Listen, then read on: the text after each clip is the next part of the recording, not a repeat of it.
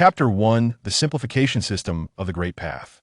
In the Tianshu dynasty, in the city of Qingzhou, Qin Shuang stood in the grand hall of the Fuxing Tavern, observing the incessant removal of goods by his creditors, feeling utterly helpless. Once a graduate of Dongda University on Earth, he had tragically perished while delivering takeout and repaying his mortgage, only to awaken in this martial arts world as the young master of the Fuxing Tavern, which had been left to him after the untimely demise of his parents. With no one to manage the tavern, the 16-year-old heir found it impossible to maintain order. For 3 days, the tavern's belongings had been cleared out by various creditors, leaving behind only the 3-story wooden structure and a courtyard at the back. At that moment, a burly man, sporting an eye patch and resembling a fierce wolf, accompanied by 5 henchmen, appeared at the entrance. The man's fierce gaze instilled in Qin Shuang a profound sense of oppression. Recalling the memories of his former self, Qin Shuang recognized this one-eyed man as Liang Chong, the leader of the Flying Eagle Gang. The gang demanded monthly commissions from local businesses in lieu of protection fees, and the Fuxing Tavern was obligated to pay 50 taels of silver by the end of each month. Master Qin, your late father borrowed 1,000 taels from me for his business. Debts must be repaid by the son, Liang Chong declared as he entered the hall, producing a loan note from his pocket and unfolding it before Qin Shuang. 1,000 taels? Qin Shuang's brow furrowed as he examined the note, which bore his father's name and a handprint, confirming the debt. Only 8 days remain until the end of the month. I will return to collect if you cannot repay. I shall take this tavern as compensation, Liang Chong remarked, reclaiming the note and departing with his henchmen. Is it truly my fate to inherit a mountain of debt upon my arrival in this world? Qin Shuang lamented, gazing at his empty tavern, troubled by the uncertainty of the loan's legitimacy. However, he refrained from voicing his doubts, fully aware of his current weakness. Liang Chong was a formidable martial artist. Accompanied by 5 skilled thugs, confronting them head-on would only spell disaster for him. Ding! A crisis has been detected. The Great Path Simplification System has been successfully activated. At that moment, a tremor coursed through Qin Shuang's mind as a golden panel materialized before him. Great Path Simplification System. Host, Qin Shuang. Realm, none. Martial arts, none. Function. The Great Path is simple. Any martial arts or technique can be simplified and mastered swiftly. Is my golden finger finally in place? Qin Shuang's eyes sparkled with excitement upon hearing the voice in his mind. As a transmigrator, he understood that the arrival of his golden finger heralded the onset of prosperous days ahead. With the activation of his golden finger, his dreams of scaling heights and reveling in power would soon be realized. Any martial arts or technique can be simplified and mastered swiftly. Qin Shuang pondered as he scrutinized the panel, a look of contemplation crossing his face. The system is in place, yet one lacks martial skills. The current plan must involve acquiring a martial art first. Qin Shuang pondered silently. For an ordinary citizen to learn martial arts, one must venture to the various martial halls in the city. However, these halls are rather unscrupulous, demanding an entrance fee of 10 taels of silver, a sum Qin currently lacks entirely. Beneath the jujube tree in the backyard, Qin Shuang searched through his memories, vaguely recalling that a year prior, the original owner had seen old Qin burying something beneath the tree. With this thought, he closed the door, secured the bolt, and made his way to the backyard. The gnarled jujube tree stood at the base of the wall, approximately the thickness of a bowl. Qin Shuang fetched a shard of stone and began to dig fervently beneath the tree, the soil flying in all directions. Indeed, there is something. As Qin Shuang dug 3 feet deep, the stone shard struck a solid object with a resounding thud. With swift movements, he cleared the edges of the earth, revealing an iron box approximately 2 feet square. But he lifted the box, its edges slightly rusted from being buried underground. Silver. Property deed. Qin Shuang smashed the box open with the stone, uncovering a package over a foot in size, wrapped in 2 layers of oilcloth and 5 layers of oiled paper. As he unwrapped the oiled paper, he discovered the property deed, a crimson token the size of a palm, 10 gold leaves, 12 silver ingots, and over 30 taels of broken silver. The token had a handle, resembling a flame in full blaze. I have the funds for martial arts. Holding the token, Qin Shuang felt its weight, uncertain of its use. He didn't dwell on it and promptly repackaged the remaining items of property deed, gold leaves, silver ingots, and token before burying them once more, restoring the scene to its original state. That he then secured the door and proceeded toward Eastgate Street. In Qingzhou City, on Eastgate Street, behind a fortune casino, the one-eyed dragon, Liang Chong, instructed a young man in black attire before him. Jiao, keep a distant watch on that young lad from the Qin family. Understood, uncle. Liang Jiao nodded and departed. The building of Fuxing Tavern is worth at least 1,500 taels of silver. Once the property deed is in hand, we shall eliminate that boy. Liang Chang's gaze narrowed as he plotted in secret. This moment, he felt a surge of anticipation. He had pressured Qin Shing and his wife to write an IOU, then stage an accident to drown them. Subsequently, he would present the IOU to Qin Shuang, coercing him to repay the debt. Should he fail to do so, the tavern would be seized as collateral, allowing Liang Chong to achieve his objective. Through such means, he had helped the Flying Eagle Gang acquire numerous properties, amassing considerable wealth himself. His repeated successes had even earned him the position of Hall Master. In the Tianshu dynasty, the nation was founded on martial prowess, and the world revered martial skill. In Qingzhou City alone, there were over 20 martial halls and arenas of various sizes. The Flying Swallow Martial Hall, the Iron Leg Arena, the Iron Palm Martial Hall, the Golden Tiger Martial Hall, the Golden Whip Martial Hall, and the Golden Blade Martial Hall, among others, creating a dizzying array of options. The Golden Tiger Martial Hall, located at the end of Eastgate Street, featured black tiles, white walls, and red columns, with 2 granite lions flanking the entrance where the for golden characters Golden Tiger Martial Hall gleamed brightly. A man of about 50 years, lean in stature, holding a pipe, and adorned in a robe emblazoned with a golden tiger, sat at the entrance, exhaling clouds of smoke. Young brother, for merely 10 taels of silver, you can learn the ferocious tiger fist technique at our Golden Tiger Martial Hall and become a master. I must tell you, once you master the fierce tiger fist from our martial arts school, whether you join a gang or a security agency, the tuition fee of 10 taels of silver will be recouped in just a few days. Upon noticing Qin Shuang lingering at the entrance, the elderly man's eyes brightened, and he approached with enthusiasm. Old man, can I learn as long as I pay the silver? Qin Shuang understood the elder was boasting. Yet he remained unconcerned. All he desired was a martial art to access the system panel. Of course. Pay the fee, and we will immediately arrange for a master to teach you. The elder knocked his pipe against the doorpost and eagerly looked at Qin Shuang, inquiring, So, do you have the 10 taels of silver with you? If so, I will register you, and you can start learning right away. I do. Qin Shuang replied with anticipation, pulling out the prepared 10 taels of silver from his pocket and handing it to the elder. The elder accepted the silver, then handed Qin Shuang a set of clothes and a small square black wooden token, his face blossoming with delight. My name is Jin Yang, but they all call me Old Jin. This is your identity token from now on. You can enter and exit the martial arts school freely with it. Follow me. As Qin Shuang trailed behind Jin Yang, he examined the token, which bore an image of a fierce tiger and was inscribed with the number 241. He surmised that he was the 241st. Disciple. Hey. The Jinu Martial Arts School occupied a considerable area, featuring 3 expansive training grounds paved with bluestone slabs. Nearly 200 disciples practiced their punches under the guidance of several masters, their shouts resonating through the in the central training area. Around 70 to 80 young men and women practiced their techniques, while a few young men corrected their stances. Howzy, this is our new junior disciple. Qin Shuang, please show him around. Jin Yang introduced Qin Shuang to a robust young man, muscular and in his late 20s, before adding, This is the school's senior disciple, Lu Hao.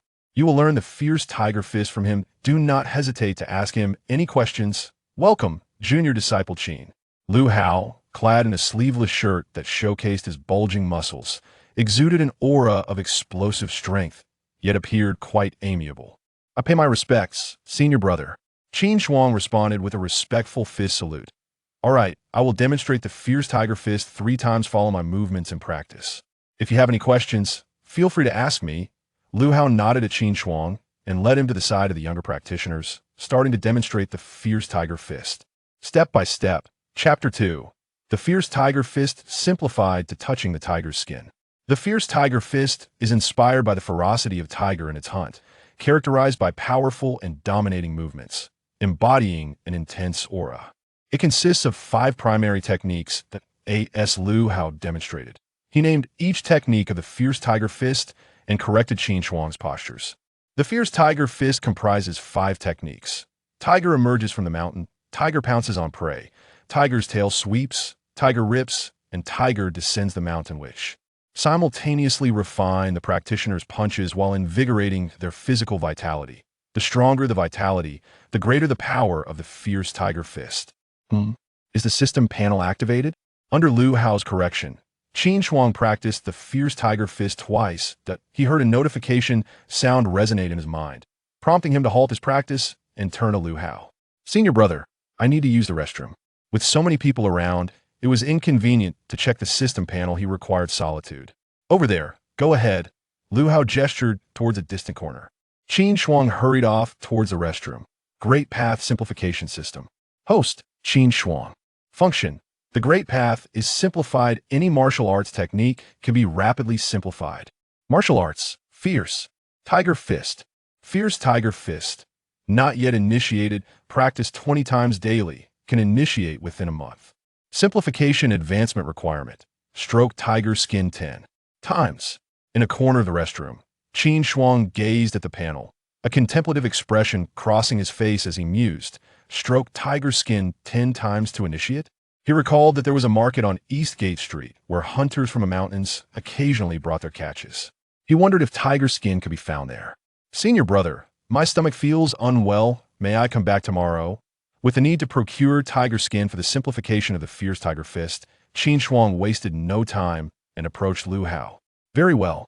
Liu Hao looked at Qin Shuang with a sigh of resignation and reminded him, "If you haven't initiated the fierce tiger fist in 3 months, you will need to pay another 10 taels of silver to learn it. Make sure you come to the martial arts hall to practice." "Understood, senior brother." Qin Shuang clasped his fists in respect and turned to leave. "Senior brother, why did that junior disciple leave?" At that moment, a spirited girl clad in red approached. Her curiosity piqued. The new disciple, Qin, just practiced a couple of times. He either went to the restroom or claimed to feel unwell. He clearly lacks perseverance. Liu Hao observed Qin Shuang's retreating figure, shaking his head in dismay. To make progress in martial arts, one must persist. Giving up after merely 2 attempts was tantamount to squandering 10 taels of silver. Jin Xiaoer watched the direction in which Qin Shuang had departed and sighed. He likely comes from a well-off family and has never experienced hardship.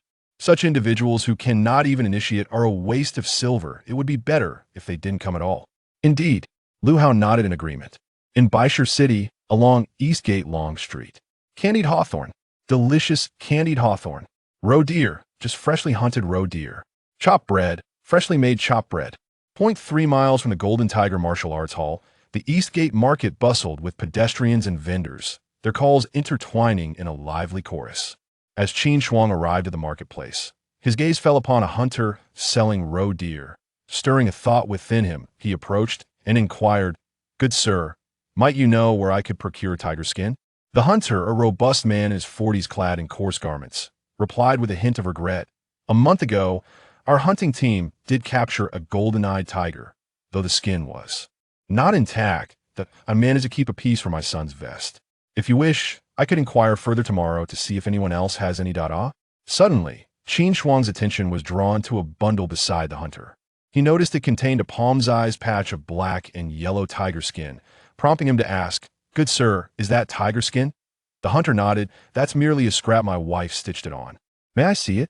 Qin Shuang inquired, a flicker of excitement igniting within him. The system had only specified the act of touching the tiger's skin, not its size. It was worth a try. Of course. The hunter, taken aback, handed the bundle to Qin Shuang. Inside the package, there were no valuables, just a few pancakes made by his wife. Touching tiger skin 1. Touching tiger skin 1. Touching tiger skin 1. As Qin Shuang took the bundle and examined the stitched tiger skin, a series of system prompts echoed in his mind. Is it truly possible? A surge of joy filled Qin Shuang as he realized that this small piece of tiger skin had successfully registered with the system. "Good sir, would you be willing to sell me this piece of tiger skin?" he asked, clutching the bundle. The hunter scratched his head, surprised that the young man wished to purchase such a small scrap of skin, which was already sewn onto the package. It was hardly enough to make gloves. 10 touches of tiger skin condition met. Tiger fist. Beginner. Practice 50 times daily. Proficiency achievable in a year's simplified promotion condition. Touching tiger skin 100 times as the hunter hesitated. Another system prompt resonated in Qin Shuang's mind that he quickly proposed, "How about this? 200 copper coins for you to detach the tiger skin and sell it to me." Deal. The hunter nodded in agreement, promptly tearing off the piece of tiger skin from the strap and handing it to Qin Shuang. The scrap was merely decorative, its absence wouldn't affect the usability of the package, and receiving 200 copper coins was certainly advantageous. Transaction complete. Qin Shuang retrieved 200 copper coins from his pocket and counted them out for the hunter, receiving the palm-sized tiger skin with satisfaction. "Brother, I set up my stall here. Every few days, do come find me if you need anything." The hunter tucked the copper coins into his pocket, feeling quite pleased. With 200 coins, he could buy some rattles and candied hawthorns for his children. Good. Qin Shuang nodded and turned it apart. In the back courtyard of the Fortune Prosperity Tavern, Qin Shuang sat alone in a bare room, gazing at the panel in his mind, his hand caressing a palm-sized piece of tiger skin. Suddenly, a system notification echoed in his mind that a surge of information flooded into Qin Shuang's consciousness, revealing the techniques for executing the proficient level of the Fierce Tiger Fist. In that moment, he felt as if he had been diligently practicing the Fierce Tiger Fist for an entire year. Simultaneously, he sensed a tumultuous rise in his vital energy, a powerful warmth coursed through his limbs, nourishing his entire skeletal structure. With a series of cracking sounds, his bones strengthened, and an overwhelming sense of power enveloped him. "My strength has doubled," he exclaimed. "I am no longer the frail scholar." With excitement gleaming in his eyes, Qin Shuang extended his arms that he felt invigorated, as if he could punch through a wall with ease. Scanning his surroundings, his gaze fell upon a wooden door leading to the backyard. He approached and unleashed a punch. Bang! The thick wooden door splintered into pieces upon impact. Not bad. Qin Shuang rolled up his sleeves, admiring the bulging biceps that had replaced his previously flat arms. This transformation filled him with anticipation for mastering the Fierce Tiger Fist. Qin Shuang accessed the system panel. Great Path Simplification System. Host, Qin Shuang. Realm, Blood Condensation 6. Function. The Great Path is simple. Any martial arts can be simplified for rapid mastery. Martial arts, Fierce Tiger Fist. Fierce Tiger Fist. Proficient, requires daily practice of 100 repetitions. Mastery, achievable in 5 years. Conditions. For simplification, 1. Stroke tiger skin 1,000 times. 2. Consume 5 bowls of vitality soup. 5 bowls of vitality soup? Qin Shuang pondered. It seems I must visit the martial arts hall. He reflected on the panel. He knew that both the medicine hall and the martial arts hall sold vitality soup, with the latter offering it at a lower price for its disciples. Despite having over 600 taels of silver and some gold leaves, he preferred to save where he could. Chapter 3. Mastery of the Fierce Tiger Fist. Vitality like a tiger. At 4 o'clock in the afternoon, Qin Shuang returned to the Golden Tiger Martial Arts Hall. Junior brother Qin, using the vitality broth to aid your training indeed accelerates the cultivation of your vital energy. However, as you have yet to grasp the basics of the Fierce Tiger Fist, you should limit yourself to a bowl every 3 days. Consuming too much would be overwhelming. Furthermore, a single bowl of the broth costs 2 taels of silver, remarked Lu Hao, the senior brother, as he observed Qin Shuang. As the eldest disciple, he profited from selling the vitality broth, yet he was aware of its limitations. It could cause a nosebleed if overconsumed, and was relatively expensive. Thus, he felt compelled to clarify these points beforehand. Then I shall purchase a bowl for now. Qin Shuang, taken aback by the restriction of 1 bowl every 3 days, decided to settle for a single serving for the time being. Follow me, Lu Hao instructed, leading Qin Shuang towards the back of the hall, to a courtyard adorned with a plaque inscribed with herbal kitchen. As they approached, the potent aroma of traditional Chinese medicine wafted through the air. Upon entering a circular archway, Lu Hao instructed Qin Shuang to wait in the front yard while he entered the premises with 2 taels of silver. After a brief moment, Lu Hao emerged, presenting a 5-inch high porcelain bowl with dual handles. Junior brother Qin, this is the vitality broth. You should consume it in portions. Take a sip to disperse the medicinal properties while practicing the fierce tiger fist. Once the effects diminish, drink a bit more to continue your training. Do not drink it all at once. Thank you for the reminder, senior brother. Qin Shuang replied gratefully as he accepted the porcelain bowl. The hall will soon close. I shall return tomorrow to practice. Indeed, Lu Hao nodded. Qin Shuang, carrying a small cloth bag containing the bowl, exited the herbal kitchen. At that moment, the time for the hall's closing arrived, and non-resident disciples concluded their training and departed for home. Such wealth. On the very first day of training, one can afford the vitality broth for assistance. How enviable. Indeed, if I could have a bowl every 3 days, I would certainly have reached a level of vitality like a tiger by now. It was evident that Qin Shuang had attracted the attention of a group of young men and women, whose envious remarks echoed in his ears as he stepped out of the herbal kitchen. The fierce tiger fist is challenging to master. No matter how much vitality broth one consumes, it would be in vain. Jin Xiaoer observed Qin Shuang as he exited the hall with the bowl in hand. Shaking her head, she understood well that to effectively absorb the broth's benefits, one must practice the fierce tiger fist diligently, without earnest effort in mastering the technique. The conversion of the broth's medicinal properties into vital energy would be exceedingly poor. Achieving even a 20% absorption rate would be commendable. He insists on purchasing it. There is little I can do, Lu Hao shrugged helplessly. Coming from a modest background, he could earn a bit for his own training by selling a bowl of broth, and he had made sure to communicate all necessary information. One pet the tiger skin. One pet the tiger skin. As Qin Shuang exited the Golden Tiger Martial Arts Hall, he retrieved the tiger skin from his pocket, stroking it gently as he wandered eastward along Eastgate Street. Deep in thought, to ascend from proficiency to mastery in the fierce tiger fist, one requires 4 bowls of vitality soup. It appears that a visit to the apothecary is in order. In Qizhou City, there are 3 prominent pharmacies, Tongrentang, Baikiatang, and Xinglanchun, each boasting numerous branches scattered throughout the city. Proceeding east along the street where the Golden Tiger Martial Arts School is located, one will find the Xinglanchun branch after 100 meters. The vitality soup concocted at our pharmacy is renowned for its unparalleled efficacy in refining one's energy and blood. The price is quite reasonable, fair to all. 2 taels and 5 qian for a bowl. Young sir, how many would you like? As Qin Shuang tucked the tiger's skin into his bosom and entered the Xinglanchun pharmacy, an elderly apothecary, around 50 years of age, approached him with enthusiasm upon learning of his intention to purchase vitality soup. 2 taels and 5 qian for a bowl? Qin Shuang inwardly cursed the exorbitance. Although he was aware that the pharmacy's prices were somewhat higher than those at the martial arts school, he had not anticipated such a steep increase. Was this truly a fair price? Nevertheless, in pursuit of the conditions required for advancing the fierce tiger fist to mastery, he resolved to purchase despite the cost. With only 8 days remaining until Liang Chang would come to collect his debts, he needed to swiftly utilize the simplification system to bolster his strength.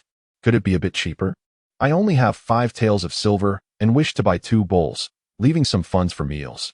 Qin Shuang feigned a troubled expression. He was concerned that buying too much at once might attract unwanted attention. Thus, he opted to purchase 2 bowls from this pharmacy, exercising caution. The gaunt elder scrutinized Qin Shuang for a moment and replied, 2 bowls for 4 taels and 9 qian. It cannot be less. Very well. Qin Shuang pretended to grimace at the expense as he produced 5 taels of silver to hand to the lean apothecary. The old apothecary retrieved 2 porcelain bowls and returned a single qian of silver to Qin Shuang, saying, Young sir, you truly made the right choice in selecting our pharmacy. We also offer superior vitality pills and blood-nourishing elixirs. Should you have friends in need, please direct them to us at Xinglanchun. Certainly, if any friends require assistance, I shall be sure to refer them your way. Qin Shuang nodded to the old apothecary, grasping the vitality soup before turning to leave. In Qizhou City, at the backyard of the Good Fortune Casino on Eastgate Street, the one-eyed dragon Liang Chang regarded his nephew Liang Jiyo with a look of skepticism. What? That lad has gone to the Golden Tiger Martial Arts School? Does he truly possess the 10 taels of silver for the entry fee? Yes, uncle. I witnessed him pay the entry fee. But he remained at the Golden Tiger Martial Arts School for less than half an hour before heading to the market to purchase a tiger skin from a hunter. Later, at 5 in the afternoon, he visited Tongrentang and Xinglanchun to procure vitality soup. Liang Jiyu replied respectfully. Not only did he practice at the martial arts school, but he also had silver to buy vitality soup? Liang Chang's lips curled into a smirk as he tapped his fingers on the table, sneering, tomorrow. Let us find a few ruffians to shake him down and extract his silver. In 8 days, When he must present 1,000 taels to settle the debt at the Fuxing Tavern, he shall have no choice. At this moment, Liang Qiang felt a surge of anticipation. The promissory note was coerced from Tang Xing by him, with Tang Xing's hand pressed to it. The evidence is irrefutable. If Qin Shuang were to deny it, he could be sent to the county office, and he would ultimately have to acquiesce. Over the years, he has employed this method to acquire numerous enterprises for the gang, which has enabled him to ascend to the position of leader. A mere youth cannot elude his grasp. Truly, uncle is remarkable. What a brilliant scheme. Liang Jiao's eyes sparkled with admiration as he extolled. Learn well. I have high hopes for you. Liang Qiang remarked, rising to his feet. He patted Liang Jiao on the shoulder and handed him a booklet, saying, Take this flying herbal essence and practice diligently. Off you go. Yes, uncle. I promise to fulfill the task. Liang Jiu replied, accepting the booklet with an expression of eager anticipation, tucking it into his bosom. He bid farewell to Liang Qiang and made his way directly to the Fuxing restaurant, intending to surveil Qin Shuang once more to prepare for tomorrow's extortion. At 8 o'clock that evening, at Fuxing restaurant, you touched the tiger skin one time. You consumed a bowl of vitality soup, one bowl. Qin Shuang stood in the kitchen of the rear courtyard, his left hand caressing the tiger skin while his right hand rested on his round belly.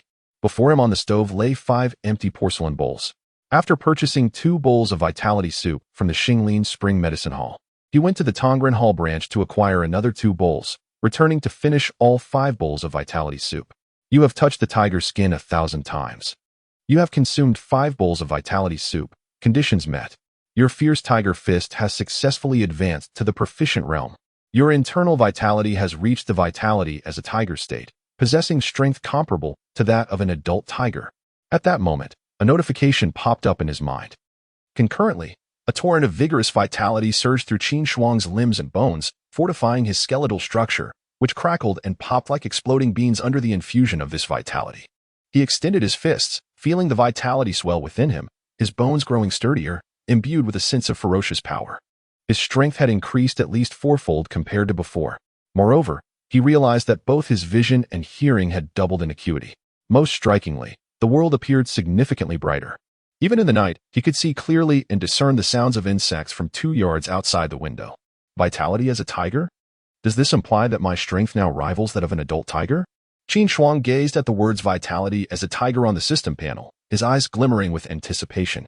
As he understood, the strength of an adult tiger is 7 to 8 times that of an average adult, which suggests that his own strength now exceeds that of ordinary individuals by 7 or 8 times. Chapter 4. The grass flies up. Liang Jiu delivers opportunity witness my strength. Qin Shuang's gaze swept around and landed on a long, oval-shaped granite whetstone, measuring over 1 meter and weighing approximately 300 to 400 jin, located outside the kitchen. He strode forward, rolled up his sleeves, and embraced the whetstone with both arms. In that moment, Qin Shuang perceived the immense stone as though it were crafted from wood. Effortlessly lifting it, it required no exertion at all. Indeed, Qin Shuang gently set the whetstone down. He understood that this was merely the beginning. With his current strength, he was far from a match for the hall master, Liang Qiang. Old Tang had buried gold leaves and silver ingots under the jujube tree, valued at no less than 1,000 taels of silver, even if he needed to circulate funds. It was unthinkable to borrow 1,000 taels from the Eagle Gang's hall master, Liang Qiang. That promissory note was undoubtedly problematic. The only path to confronting Liang Qiang's impending debt collection in 8 days was to grow stronger. Great Tao Simplification System. Host, Qin Shuang. Realm. Blood condensation stage 55. Vitality like a tiger. Function. The Great Tao is simplistically profound.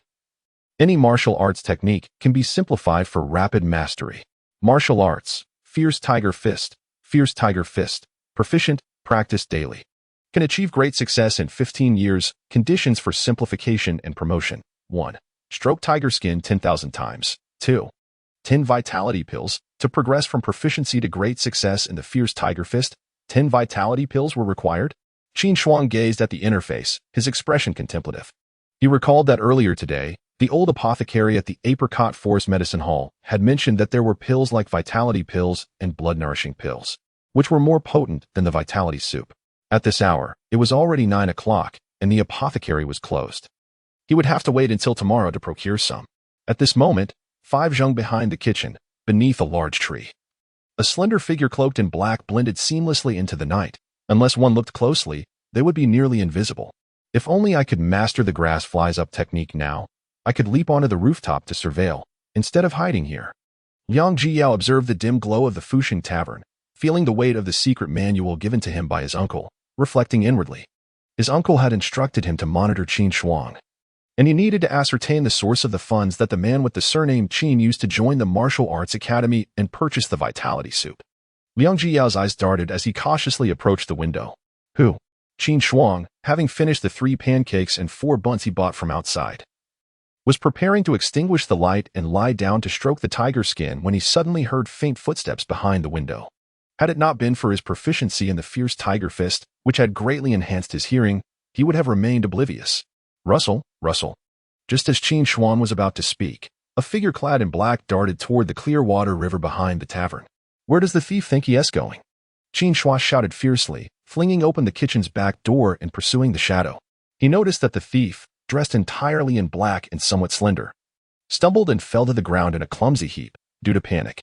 With his mastery of the fierce tiger fist, not only had his vitality surged, but his explosive power and speed had also increased significantly. In a swift exchange, he quickly caught up to the cloaked figure and planted a foot firmly on his chest. Are you one of Liang Chang's subordinates? Qin Shuang inquired, observing the figure in black sprawled on the ground. His gaze sharpened in surprise. He had not anticipated that this petty thief was actually a lackey of Liang Chang. Memories from his past revealed that this individual frequently accompanied Liang Chang to the Fusheng Tavern to collect commissions. You owe my uncle money. My uncle fears you might flee. Let me keep an eye on you. Liang Jiyao stammered, realizing that Qin Shuang had recognized him. At that moment, he was bewildered. Wasn't Qin Shuang supposed to be feeble? How could he move so swiftly and possess such strength? With a foot pressing down on his chest, it felt as though he were pinned beneath an iron pillar, rendering him unable to turn. Liang Chang is your uncle? Qin Shuang narrowed his eyes, suddenly noticing a yellowed corner protruding from Liang Jiyao's embrace. He swiftly yanked it free and discovered it to be a small tome inscribed with the words grass on the fly. Lightness and movement? Grass on the fly? Qin Shuang's eyes sparkled with excitement. He had not anticipated obtaining a manual on lightness skill from this man.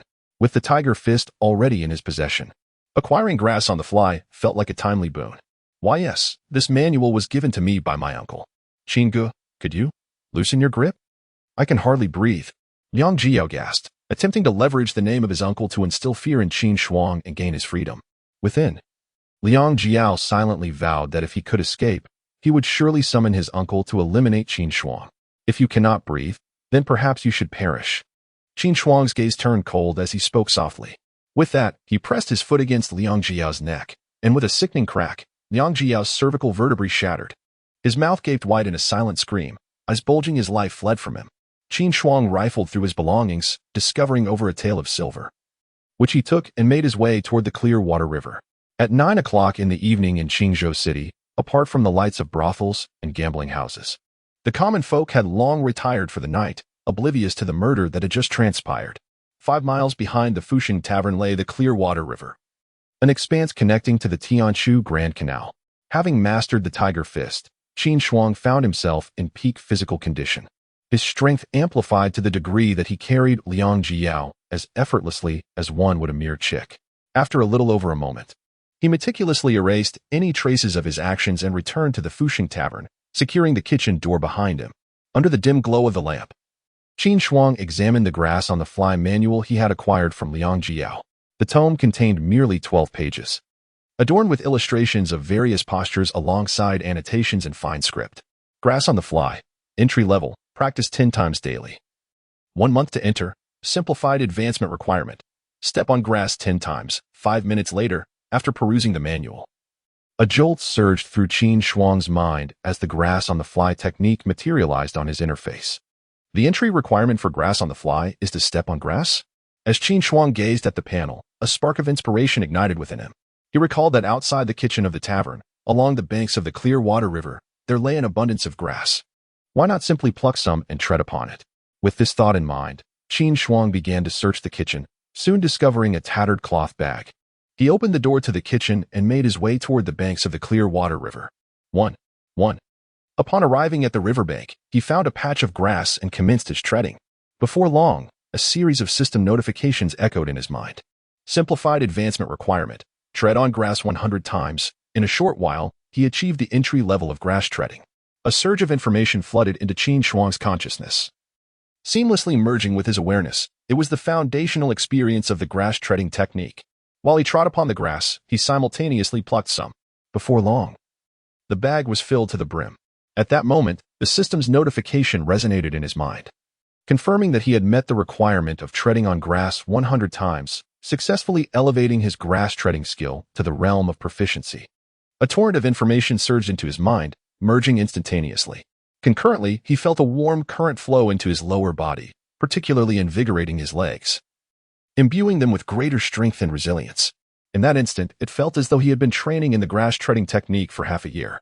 Simplified advancement requirement. Tread on grass 1,000 times. Observe dragonflies for half an hour to achieve mastery. One must not only tread on grass, but also spend half an hour observing dragonflies in flight. Qin Shuang contemplated this as he examined the system panel. Noticing the time, he realized it was already early April, and dragonflies could likely be seen by the river. However, that would have to wait until the following day. In the meantime, he could fulfill the requirements of treading on grass 1,000 times and practicing the tiger skin technique countless times tonight. Chapter 5. The divine seed. Qin Shuang sat at the bedside of a private room in an inn, with a sack of freshly pulled grass beneath his feet, rhythmically trampling it. In his hands, he caressed a palm-sized piece of tiger skin, while the system notifications echoed incessantly in his mind. The following day, at dawn, Qin Shuang opened his eyes and immediately checked the system panel within his consciousness. Great Way Simplification System. Host, Qin Shuang. Realm, blood condensation 55. Vitality of a tiger. Function, the Great Way is simplified. Any martial arts technique can be expedited to mastery. Martial arts. Fierce Tiger Fist. Grass soaring technique. Fierce Tiger Fist. Proficient. Practice 100 times daily.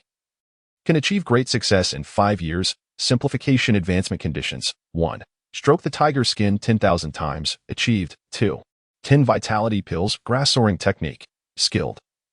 Practice 100 times daily. Can master in 3 years. Simplification advancement conditions. 1. Tread on grass 1,000 times. Achieved. 2. Observe a dragonfly in flight for half an hour. Today, I must first procure vitality pills, then observe the dragonfly's flight. I strive to elevate both the fierce tiger fist and the grass soaring technique to perfection. Qin Shuang contemplated as he gazed at the panel. He planned to visit the apothecary to purchase the pills in batches, though they were cheaper at the martial arts school. The sudden proficiency in the fierce tiger fist would be difficult to explain. Therefore, he opted to avoid that route. After a hasty wash, Qin Shuang set out with silver in hand. Brother, why are there so many martial guild members on the streets this early? Don't you know? It's rumored that a traitor from the Divine Blade sect in Xiangzhou has slain numerous fellow disciples and fled to our Qingzhou city with a divine seed. All these martial guild members are after that divine seed. What is this divine seed that has incited such pursuit? I'm not sure, but I've heard that even the entire Qizhou city couldn't trade for a single divine seed. It is a priceless treasure. At Su's noodle shop, Qin Shuang sat in a corner, slurping his noodles while eavesdropping on the discussions of other patrons, a contemplative look crossing his face. One apothecary sells a single vitality pill. Having finished his meal, which was quite delightful, he drained the bowl of broth, gathered a worn-out package, and rose to settle his bill. At the end of Eastgate Long Street, at an outlet of the Xinglin Spring Apothecary, business was thriving, with martial artists coming and going sporadically. Inside, a lean man in his 40s, the resident apothecary, after seeing off 2 customers, turned to Qin Shuang upon learning he wished to buy vitality pills. Young brother, each vitality pill costs 5 taels of silver. How many do you need? 5 taels for one? Could you possibly lower the price? Qin Shuang lamented, realizing it was exorbitant. To master the fierce tiger fist, he would require 50 taels of silver. No wonder it is said that the wealthy thrive in martial pursuits while the scholarly remain impoverished. If you purchase 10 or more, I can reduce the price by 1 tael, the apothecary replied. 9 taels and 5 coins. I shall take 2. Qin Shuang stated solemnly. 9 taels and 8 coins. It cannot be less. The apothecary responded helplessly. Deal. Qin Shuang produced 10 taels of silver, presenting it to the apothecary. The apothecary accepted the silver and retrieved 2 2-inch tall, white porcelain vials from the cabinet, handing them to Qin Shuang, stating, in the future, should you require anything, feel free to visit me here. Our Xinchuan Hall's blood-boosting pills are the finest. Qin Shuang unwrapped the red cloth covering the cork, and a rich medicinal aroma wafted towards him. He sealed the vials and remarked, very well. Eh, junior brother Qin? Why are you still here? Aren't you going to the martial arts hall? Just as Qin Shuang stepped out of Bai Chao Hall, a somewhat familiar voice emerged from his left. He turned to find Lu Hao, the senior disciple of the Golden Tiger Martial Arts Hall, accompanied by a girl clad in red and 4 or 5 disciples from the hall. It was Lu Hao who had spoken. Senior brother, my stomach is still unwell. I came to buy some medicine. I'll go to the martial arts hall once I feel a bit better tomorrow, Qin Shuang replied, clasping his fists in respect upon seeing Lu Hao. Take care of your health, Lu Hao advised, leading his fellow disciples towards the east gate. Qin Shuang then turned and made his way to Bai Chao Hall in Tongratang to purchase more blood-boosting pills. 3 days of practice followed by 2 days of idleness. At this rate, even a year of training in the fierce tiger fist will yield no results. Jin Xiaoer glanced at Qin Shuang's retreating figure, recalling he had purchased blood-boosting soup just yesterday, and couldn't help but shake her head in sorrow. Lu Hao too sighed in resignation. Half an hour later, at the Fuxing Tavern. Consuming blood-boosting pill 1. Consuming blood-boosting pill 1. In the courtyard, Qin Shuang sat cross-legged upon a whetstone, consuming the blood-boosting pills. A series of notifications echoed in his mind. Fierce tiger fist, great accomplishment, daily practice, can be perfected in 25 years. Revised advancement conditions. 1. Stroke a tiger's pelt 100,000 times. 2. Consume 10 tiger blood pills. After ingesting 10 blood-boosting pills, a prompt appeared on Qin Shuang's mental interface. Simultaneously, a torrent of profound information surged into his consciousness, merging with his awareness, revealing the techniques and insights of the fierce tiger fist at its pinnacle. In that instant, Qin Shuang felt as if the myriad manifestations of the fierce tiger fist flashed vividly in his mind, as though he had been practicing it for 15 or 16 years. Concurrently, he perceived a symphony of resonance throughout his body, his skin rippling, his muscles bulging, and his internal energy pulsating with explosive vigor, saturating him with an inexhaustible sense of strength. His vision and hearing had both significantly heightened. Whoosh, whoosh. Qin Shuang rose, assuming a stance, and began to unleash the perfected fierce tiger fist in the courtyard, creating a flurry of wind with each punch. The tiger emerged from the mountain. The tiger pounced upon its prey, the tiger's tail swept across, the tiger tore with ferocity, and the tiger descended from the mountain. 5 techniques were executed in succession. Qin Shuang felt that with each demonstration, he could better refine the energy within his body. He discovered that after achieving great mastery in the fierce tiger fist, the vitality within him was at least 4 times denser than before. The energy flowed like liquid mercury. Bang! Qin Shuang executed the tiger's tail sweep of the fierce tiger fist, delivering a kick to a 300 or 400-pound whetstone, which shattered instantly, sending fragments flying. Indeed, the mastery of the fierce tiger fist is evident. I wonder how many practitioners at the Golden Tiger Martial Arts School have truly attained such a level of excellence. Qin Shuang gazed at the shattered whetstone beneath his foot, a look of satisfaction glimmering in his eyes. With a mere thought, he activated the system panel. Great Path Simplification System. Host, Qin Shuang. Realm, blood condensation 98. Blood like mercury. Function, the Great Path Simplified. Any martial arts technique can be expedited to mastery.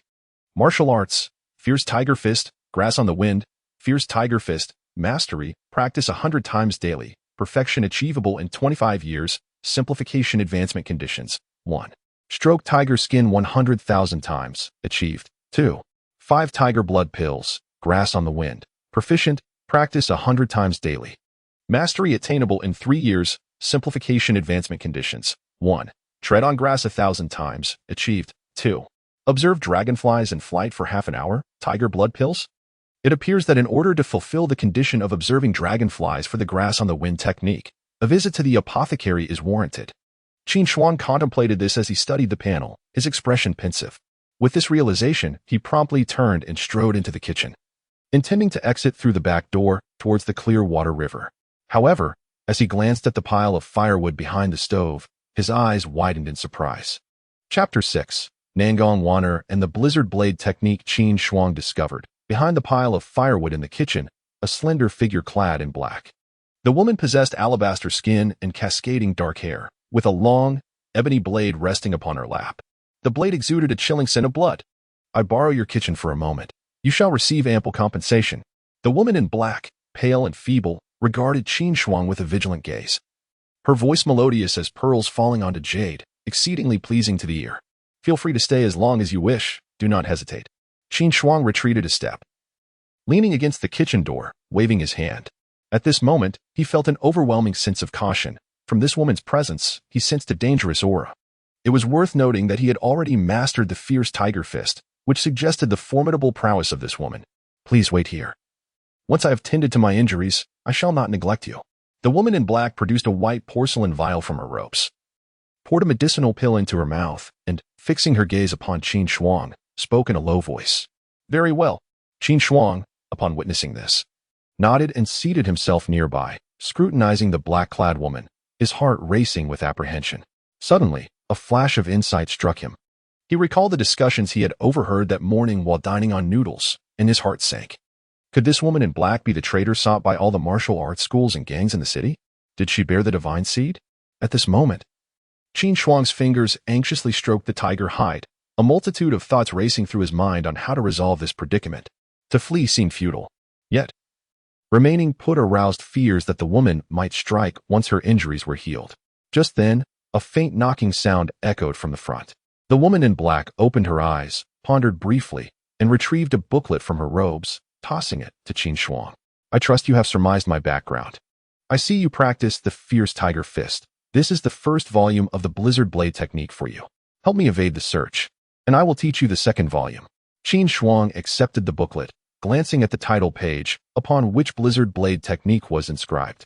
Upon opening, he found it filled with illustrations and techniques, confirming it was indeed only half the text. Very well, I shall confront them, Qin Shuang replied, his heart lifting with joy.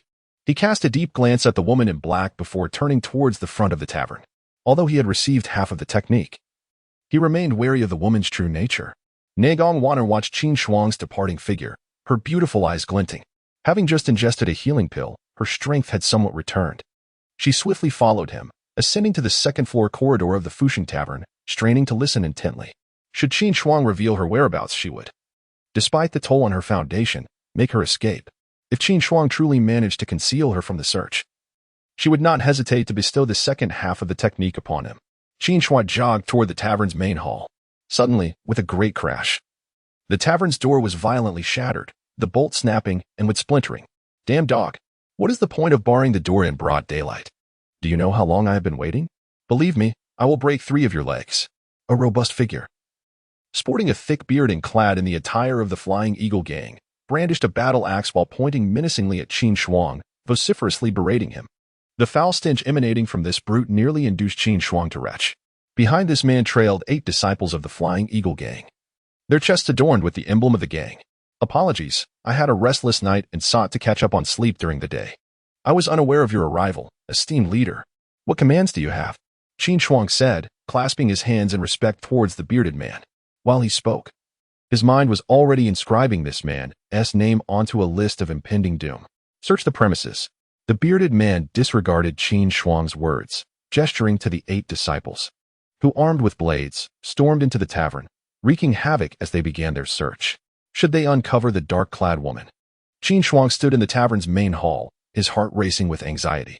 If the black-clad woman in the kitchen were discovered, it would lead to dire explanations. Chief Qi. There is nothing here. Captain, we found nothing. Amidst Qin Shuang's mounting trepidation, the 8 disciples, with the emblem of the eagle emblazoned on their chests, approached the bearded man and reported respectfully. Nothing? Qi Yifeng furrowed his brow, his gaze landing on Qin Shuang. This scoundrel has wasted my time. Bring him back for further discussion. At that moment, a lean member of the Flying Eagle Gang leaned towards Chief Qi and whispered something. Qi Yifeng, with a knowing glance at Qin Shuang, declared, consider yourself fortunate. I shall spare you today. However, you will account for this delay next month. With that, Qi Yunfeng and his 8 associates departed to continue their search at the neighboring Su Ji clothing store. Damn it. Once I master the fierce tiger fist, your time will come. Qin Shuang glared at the retreating figures of the Flying Eagle Gang, a deep murderous intent flickering in his eyes. He shut the door only to find the bolt missing. As he turned to barricade the door with a table, he noticed the dark-clad woman standing at the foot of the staircase, gazing at him. It seems you are in quite a predicament as well. Assist me in evading my pursuers, and once I recover, I shall help you annihilate the Flying Eagle Gang. Thank you. I am Qin Shuang. May I inquire your name, fair lady? Qin Shuang responded, nodding at the woman in black. Nangong Wanner. She hesitated briefly before continuing. Come, I will impart the lower scroll of the blizzard blade technique to you. As long as you assist me in evading the citywide search, I will teach you a skill of agility once I am healed. Nangong Wanner understood fully that her current strength was but a fraction of its peak. To solicit assistance from others in her time of need, she must offer something of value. In that case, I am deeply grateful, fair lady, Qin Shuang replied, his heart buoyed, clasping his hands in gratitude. In Qizhou City, at the Luck Casino, Liang Chang surveyed the 8 young men before him. His brow knitted in concern. Did any of you see Jia this morning? Boss, we did not see him. The young men collectively shook their heads. Xiao Gizi. Go check near Fuxing Tavern. He may be there. Liang Chang pondered briefly before issuing his command. Understood, boss, replied a lean young man as he exited. In the Fuxing restaurant, within a room behind the staircase on the first floor, Nangong Wanner sat cross-legged in silence, tending to her injuries. Qin Shuang sat beside her, perusing the manual on the blizzard blade technique. Having already inscribed the technique onto the panel, he found it inappropriate to consult it in her presence. Do you have anything to eat? Nangong Wanner inquired, pressing her hand against her stomach and gazing at Qin Shuang. There is one pancake left. You may have it. Qin Shuang replied, retrieving a pancake from the counter and handing it to her with a sigh. Since the restaurant has closed, even the kitchenware has been seized by creditors as repayment, leaving me unable to prepare anything. This is from my purchase earlier this morning. Nangong Wanner blinked her beautiful eyes and responded, let us share it equally. Very well, Qin Shuang nodded, feeling his own hunger. He promptly tore the pancake, wrapped in parchment, in half and offered one portion to Nangong Wanner while taking the other half for himself. He was aware that she might still harbor some caution. As he swiftly consumed his portion, Nangong Wanner watched him finish before delicately taking her own bites, exhibiting an air of elegance. Chapter 7. Blood Coagulation, Bone Tempering. In Jade Marrow, Nangong Wanner had consumed half of a cake when she noticed Qin Shuang gazing at her intently. She immediately spoke. That bearded man from the Flying Eagle gang will likely not spare you. Your strength is slightly inferior to his. He has just advanced to the bone tempering stage. Assist me in evading the hunt, and once I regain my strength, I shall help you eliminate him. Thank you, Miss Nangong. Qin Shuang replied, his heart stirred. Could you enlighten me on the martial realms beyond the blood coagulation and bone tempering stages? The blood coagulation stage is characterized by 2 distinct features, the vitality of a tiger and blood as viscous as mercury. You are currently at the pinnacle of the mercury-like blood state, and with diligent cultivation, you have a significant chance of advancing to the bone tempering stage. The 2 defining traits of the bone tempering stage are the vitality silk garment and the vitality smoke. Above the bone tempering stage lies the jade marrow stage, where the vitality reaches its zenith, giving rise to jade marrow. Upon entering the jade marrow stage, one's sinews and bones become even more formidable, exhibiting 2 key characteristics, vitality like a dragon and vitality like a furnace. Achieving the jade marrow stage is the pinnacle of an ordinary person's life. Many remain trapped in this stage for their entire existence. Devote yourself to the blood fury blade technique I have imparted to you. Once you help me evade the pursuits of the Flying Eagle gang, the Blue Wolf gang, and various martial arts schools throughout the city, I will then teach you an advanced lightness skill and technique. In your lifetime, it is not impossible for you to reach the jade marrow stage. As for realms beyond the jade marrow, do not entertain such thoughts, Nangong Wanner said, observing the hopeful expression on Qin Shuang's face. She understood well that Qin Shuang was still far from the bone tempering stage and remained an ordinary person. In 3 to 4 decades, he might merely have a chance to ascend to the jade marrow stage and realms beyond that were entirely unattainable. Understood, Qin Shuang nodded, refraining from further inquiries. It seemed that Nangong Wanner had categorized him among ordinary individuals. However, she might be unaware of his simplified golden finger. Once his strength surged, wouldn't it astonish her? Miss Nangong, how about this? I shall venture out to procure some food, lest we starve, Qin Shuang suggested after a moment of contemplation. He intended to observe the dragonflies by the river and then visit the apothecary to purchase some tiger blood pills to perfect his fierce tiger fist. He was eager to know if achieving perfection in the fierce tiger fist would allow him to break through to the bone tempering stage. Very well, Nangong Wanner nodded, acknowledging the need for provisions. Bidding farewell to Nangong Wanner, Qin Shuang locked the door behind him, carrying a bundle as he set out. 100 paces from the Fuxing Tavern, in a secluded alley, Qin Shuang glanced around to ensure no one was present before swiftly checking the system panel in his mind. Martial arts, fierce tiger fist, grass on the fly, blood fury blade technique, not yet initiated, practice 10 times daily. Can initiate in half a month, simplified advancement conditions. 1. Witness a pig slaughter. 2. Consume a bowl of pig's blood, The simplified conditions for initiating the blood fury blade technique required witnessing a pig slaughter and consuming pig's blood. Qin Shuang gazed at the panel in astonishment. First, he would procure the tiger blood pills, then head to the butcher shop behind the market to witness the slaughter and acquire the pig's blood. Determined, Qin Shuang made his way to the apothecary. To his dismay, the tiger blood pill was unavailable for sale. After a quarter of an hour, he arrived at the entrance of Xinglin Chun, his brows furrowed deeply. Inquiring at 3 different branches of the apothecary, he learned that the tiger blood pill, a potion essential for cultivating the body, required one of its main ingredients to be tiger blood. Each of the 3 major apothecaries had an elder alchemist capable of crafting it, but the success rate was low, and the price exorbitant. Furthermore, it had already been pre-ordered by the elite of the martial arts halls and guilds in the city, seldom displayed for sale. It appeared that achieving mastery of the fierce tiger fist would not be an immediate endeavor. Taking a deep breath, Qin Shuang proceeded to the butcher shop. He intended to practice the blood fury blade technique and grasshopper leap to enhance his strength. There were numerous butcher shops in Qingzhou City.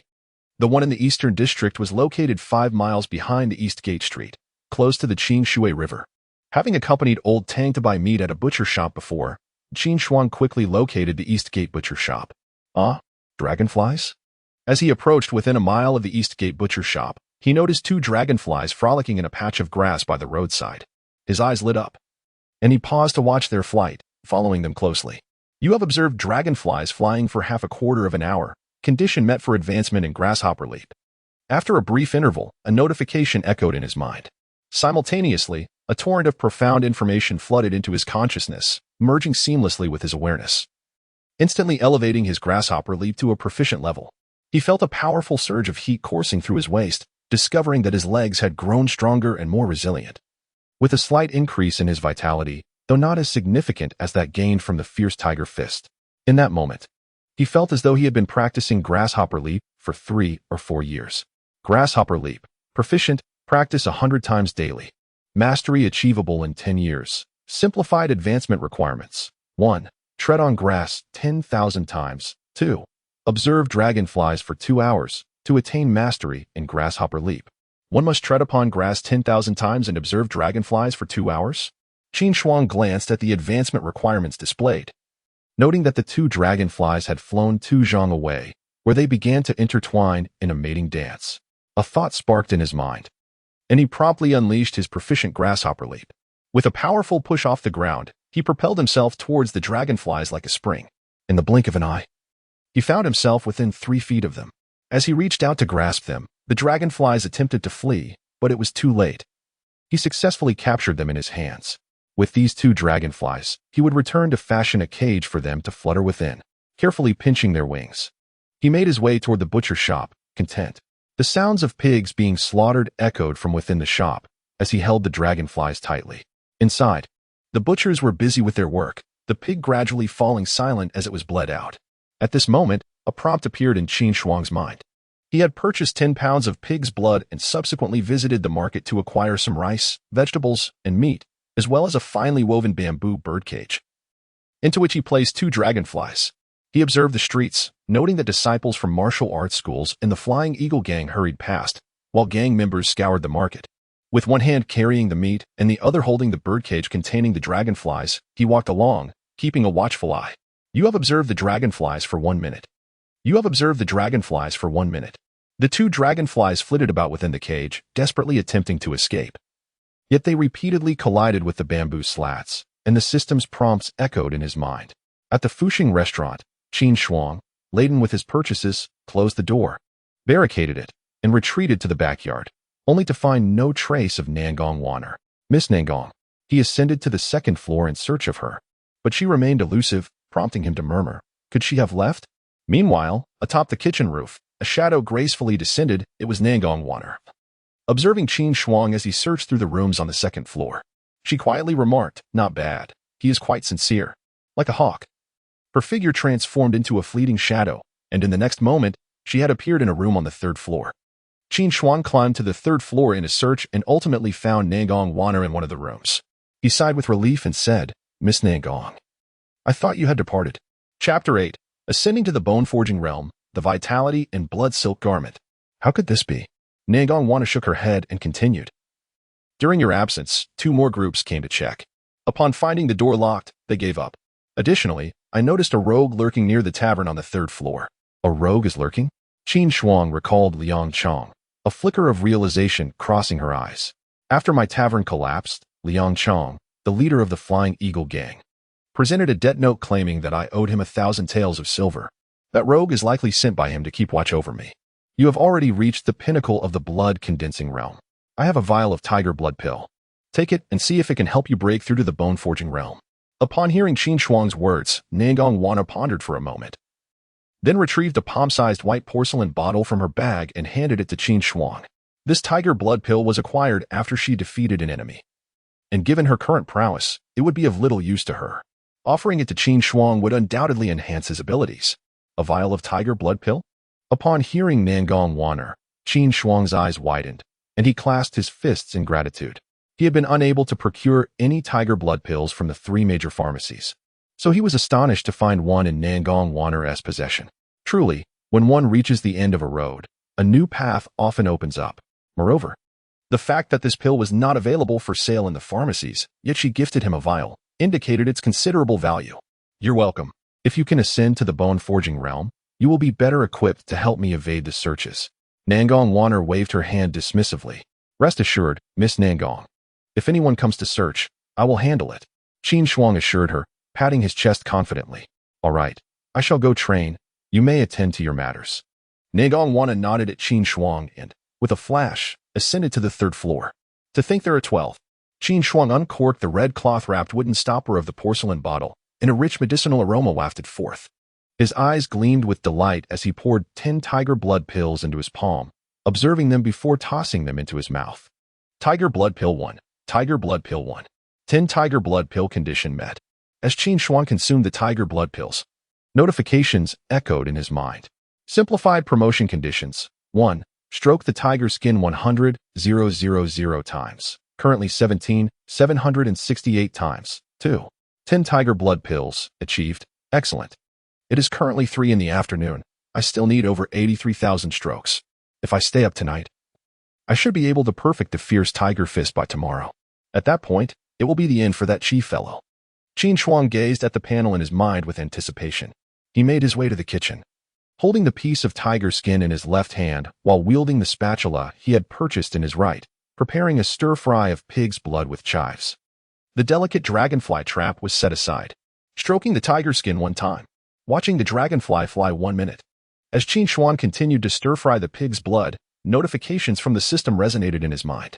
Before long, stir-fried chives with pig's blood was finally prepared. Qin Shuang left a bowl for Nangong Wana and served himself a bowl to indulge in. Although the flavor was rather mediocre, he persevered to finish it for the sake of mastering the Blood Fury Blade technique. Objective: consume a bowl of pig's blood completed. Blood Fury Blade technique. Entry level. Practice 10 times daily. Proficiency achievable in 3 months. Simplified advancement requirements. 1. Slay a pig. 2. Consume 10 bowls of pig's blood at this moment. 3 alert tones resonated in Qin Shuang's mind. To elevate the Blood Fury Blade technique to proficiency, one needed to slay a pig and consume 10 bowls of pig's blood? Contemplating the requirements, Qin Shuang's eyes glimmered with thought. The market slaughterhouses typically slaughter pigs in the morning, occasionally extending to noon. He had witnessed the last pig being killed by the butcher earlier that day to fulfill the task of pig slaying. He would need to rise early to head to the slaughterhouse in the morning. Tonight would be the perfect opportunity to complete the condition of caressing the tiger skin 100,000 times and observing the flight of dragonflies. In the East City, at the Fortune Casino. Xiao Gizi, have you seen Jiao? Liang Chong, donned in a brocade robe, reclined on a lounge chair, holding a steaming cup of tea. He gazed at the slight young man before him, his brows furrowing deeply as he inquired. Master, I haven't seen him, Chen Gui replied, shaking his head. That lad must be yearning for his wife again and has run off home. Keep your eyes on that Qin fellow. Yang Chong sighed, his heart heavy for his nephew, who had repeatedly returned home without notice to be with his spouse. Yes, master. Xiao Gizi nodded in agreement. The next day, at noon, caressing tiger skin 1. Caressing tiger skin 1. In the back courtyard of the Fuxing restaurant, Qin Shuang held a small piece of tiger skin in his left hand, continuously caressing it. In his mind, every 2 breaths resonated with a system prompt. Ding.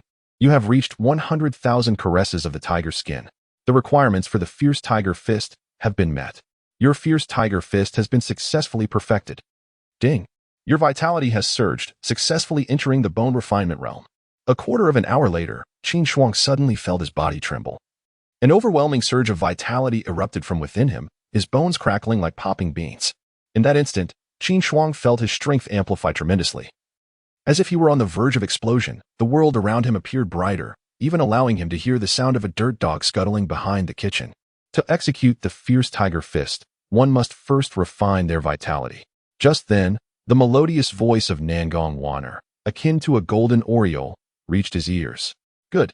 Upon hearing her, Qin Shuang immediately assumed a stance, unleashing the 5 techniques of the fierce tiger descending the mountain: the tiger's leap, the tiger's pounce, the sweeping tail, the tiger's bite, and the final descending strike. In an instant, the courtyard, spanning more than 3 zhang in radius, was filled with the gusts of his punches. Qin Shuang felt the vitality surge within him, akin to a roaring tiger. As he punched, a faint layer of blood-red mist surrounded his body, resembling a veil. Appearing extraordinarily mystical, I have broken through to the bone refinement realm. Qin Shuang practiced the Fierce Tiger Fist 10 times before finally withdrawing his fists and standing tall, gazing at his hands with a gleam of satisfaction in his eyes. It is noteworthy that he had only been training in the Fierce Tiger Fist for 2 days, yet he had already achieved perfection. Moreover, his strength had surged from being a novice to reaching the bone refining stage. If Lu Hao, the senior disciple of the Golden Tiger Martial Arts School, were to learn of this, he would undoubtedly be left in awe, speechless. A thought crossed Qin Shuang's mind as he recalled his recently attained mastery of the grass-flying technique. Last night, he had fulfilled the conditions for observing dragonflies in flight for 2 hours, thus achieving the great accomplishment state of the technique. With a surge of energy beneath his feet, he leaped gracefully, utilizing the force of the backyard wall to propel himself upward. In a flash, he ascended to the 2nd floor and landed lightly in the corridor. Qin Shuang leapt again, effortlessly returning to the courtyard, then soared back to the 2nd floor, and with another bound, he reached the 3rd floor.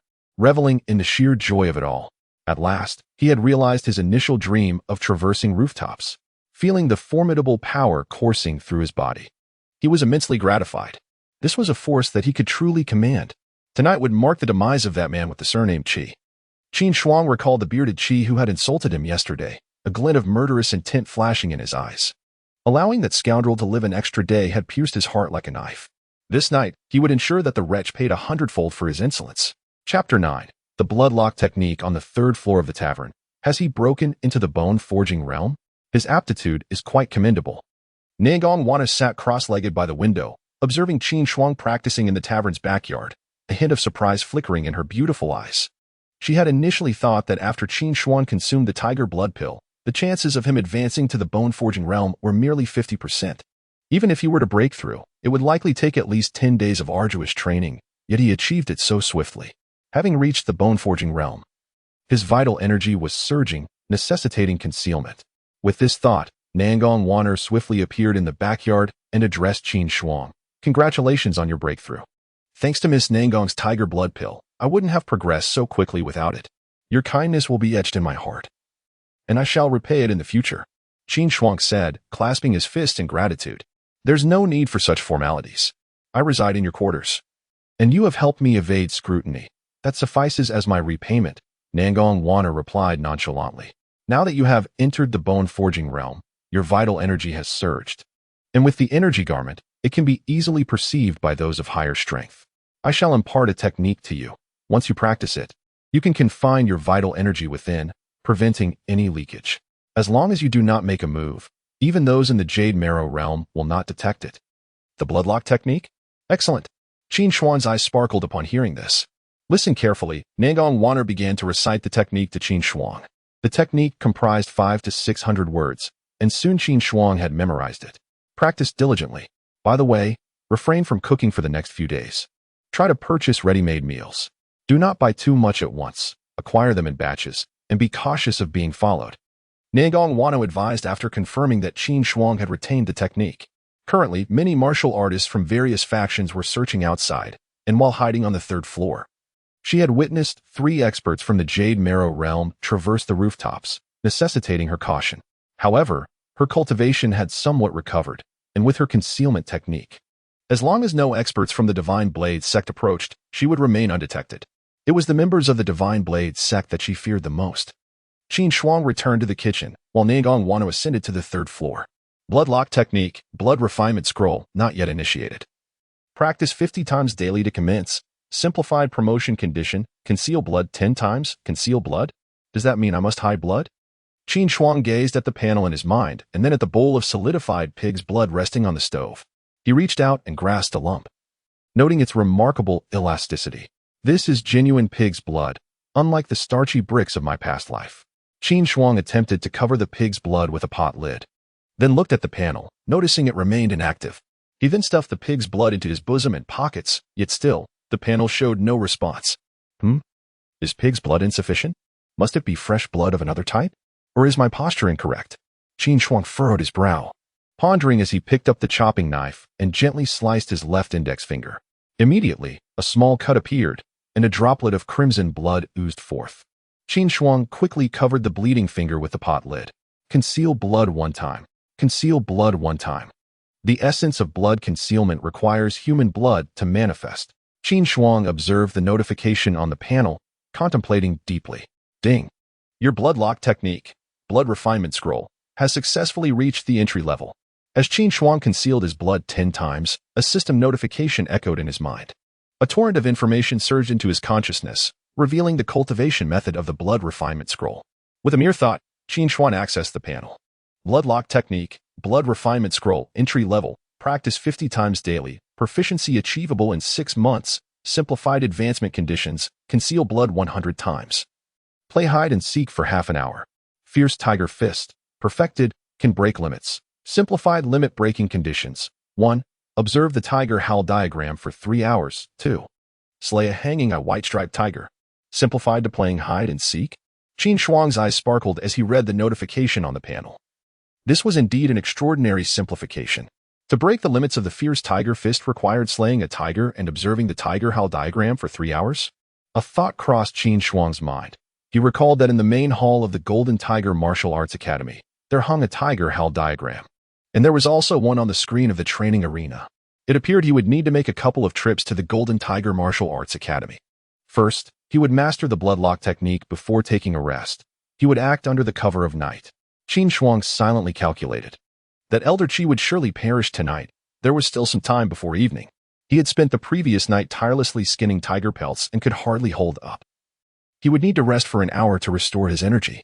Bloodlock technique, blood refinement scroll, proficient, practice 100 times daily. Mastery achievable in 3 years, simplified advancement conditions. 1. Conceal blood 1,000 times. 2.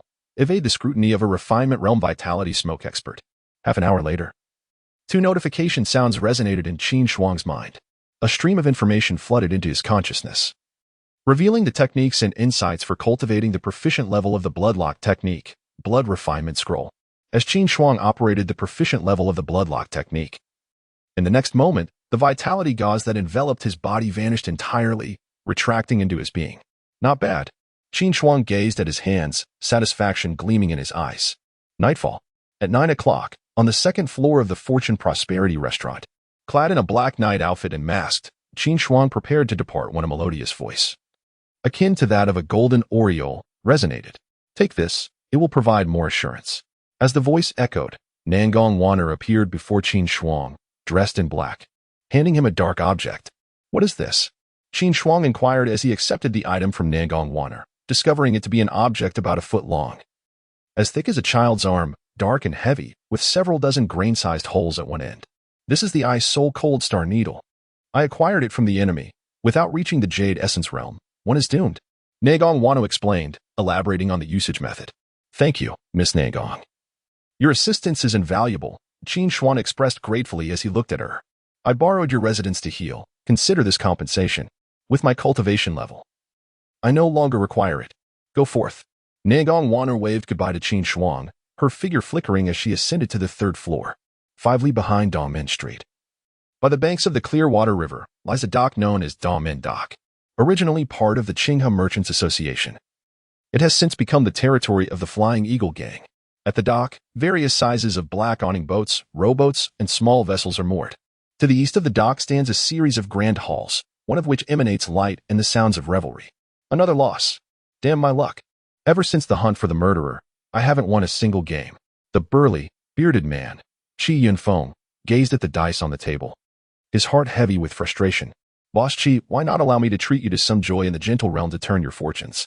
Suggested one of his subordinates. Yes, Captain. It's too late today. Tomorrow's battle will surely bring better luck. At the gambling table, 6 men adorned with embroidered eagles on their chests chimed in with encouragement.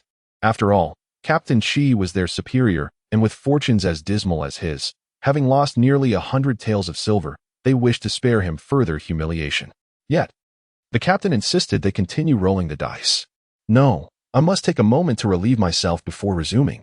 Qi Yufeng, his single eye aglow with frustration, could not bear the thought of losing to his subordinates. His pride as a captain was at stake. He must reclaim his losses. Perhaps a brief respite would turn his fortunes around. Chapter 10. The scroll in the shadows behind the grand hall. Qin Shuang concealed himself, having gathered intelligence earlier that Qi Yufeng was stationed at the dock. The audacity of that scoundrel to emerge presented a fortuitous opportunity. Upon seeing Qi Yufeng appear, his eyes sparkled, and he tightened his grip on the icy, heart-chilling lantern in his hand. As Qi Yunfeng stepped out of the hall, he was illuminated by the gentle moonlight. He moved to the side, unfastened his trousers, and began to relieve himself beside the waterway adjacent to the grand establishment. Suddenly, a gust of wind whistled through the air, and Qi Yufeng instinctively sensed danger. In a moment of panic, he attempted to shift to the left. But it was too late. He felt a sharp sting in his right arm, as if stung by a swarm of wasps, followed by an overwhelming chill enveloping his entire being. In that instant, he realized that the vigorous flow of his vital energy had been impeded. Intruder! Qi Yunfeng bellowed, intent on calling for assistance, when out of the corner of his eye, a shadow lunged from behind a nearby building. Bang! Crack!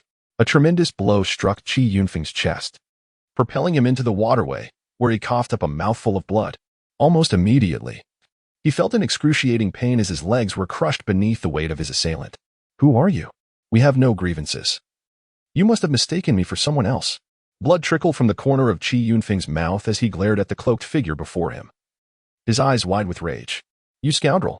Just 2 days ago at the Fushing Tavern, you claimed I wasted your time and vowed to settle the score. Well, here I am. Qin Shuang tightened his grip around Qi Yunfeng's neck, hoisting him up and whispering in his ear. Why you?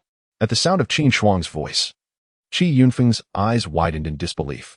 He had not anticipated that this cloaked figure was none other than the young master of Fushing Tavern, Qin Shuang. In that moment, Qi Yufeng could hardly fathom that Qin Shuang, despite his youth, had also ascended to the bone-forging realm, just like him. Captain Qi. At that moment, 6 men wielding swords and daggers burst from the grand hall.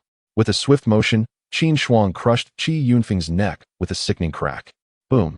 Seizing Qi Yunfeng's robust form, Qin Shuang hurled him towards the 6 men, knocking 2 of them to the ground with a resounding crack of bones. The remaining 4, witnessing their captain's downfall, were instantly struck with terror and scattered in every direction. Whoosh! With his natural agility, Qin Shuang swiftly pursued one fleeing figure, channeling his vital energy to unleash a devastating tiger fist. As he struck, a layer of crimson energy enveloped his right fist. With a resounding thud, the fleeing disciple of the Flying Eagle gang was sent crashing into the nearby clear water river, his bones shattered. In less than half a minute, Qin Shuang had dispatched 5 of them. The last remaining youth, clad in green with buck teeth, realizing he could not escape, fell to his knees and began to kowtow in desperation.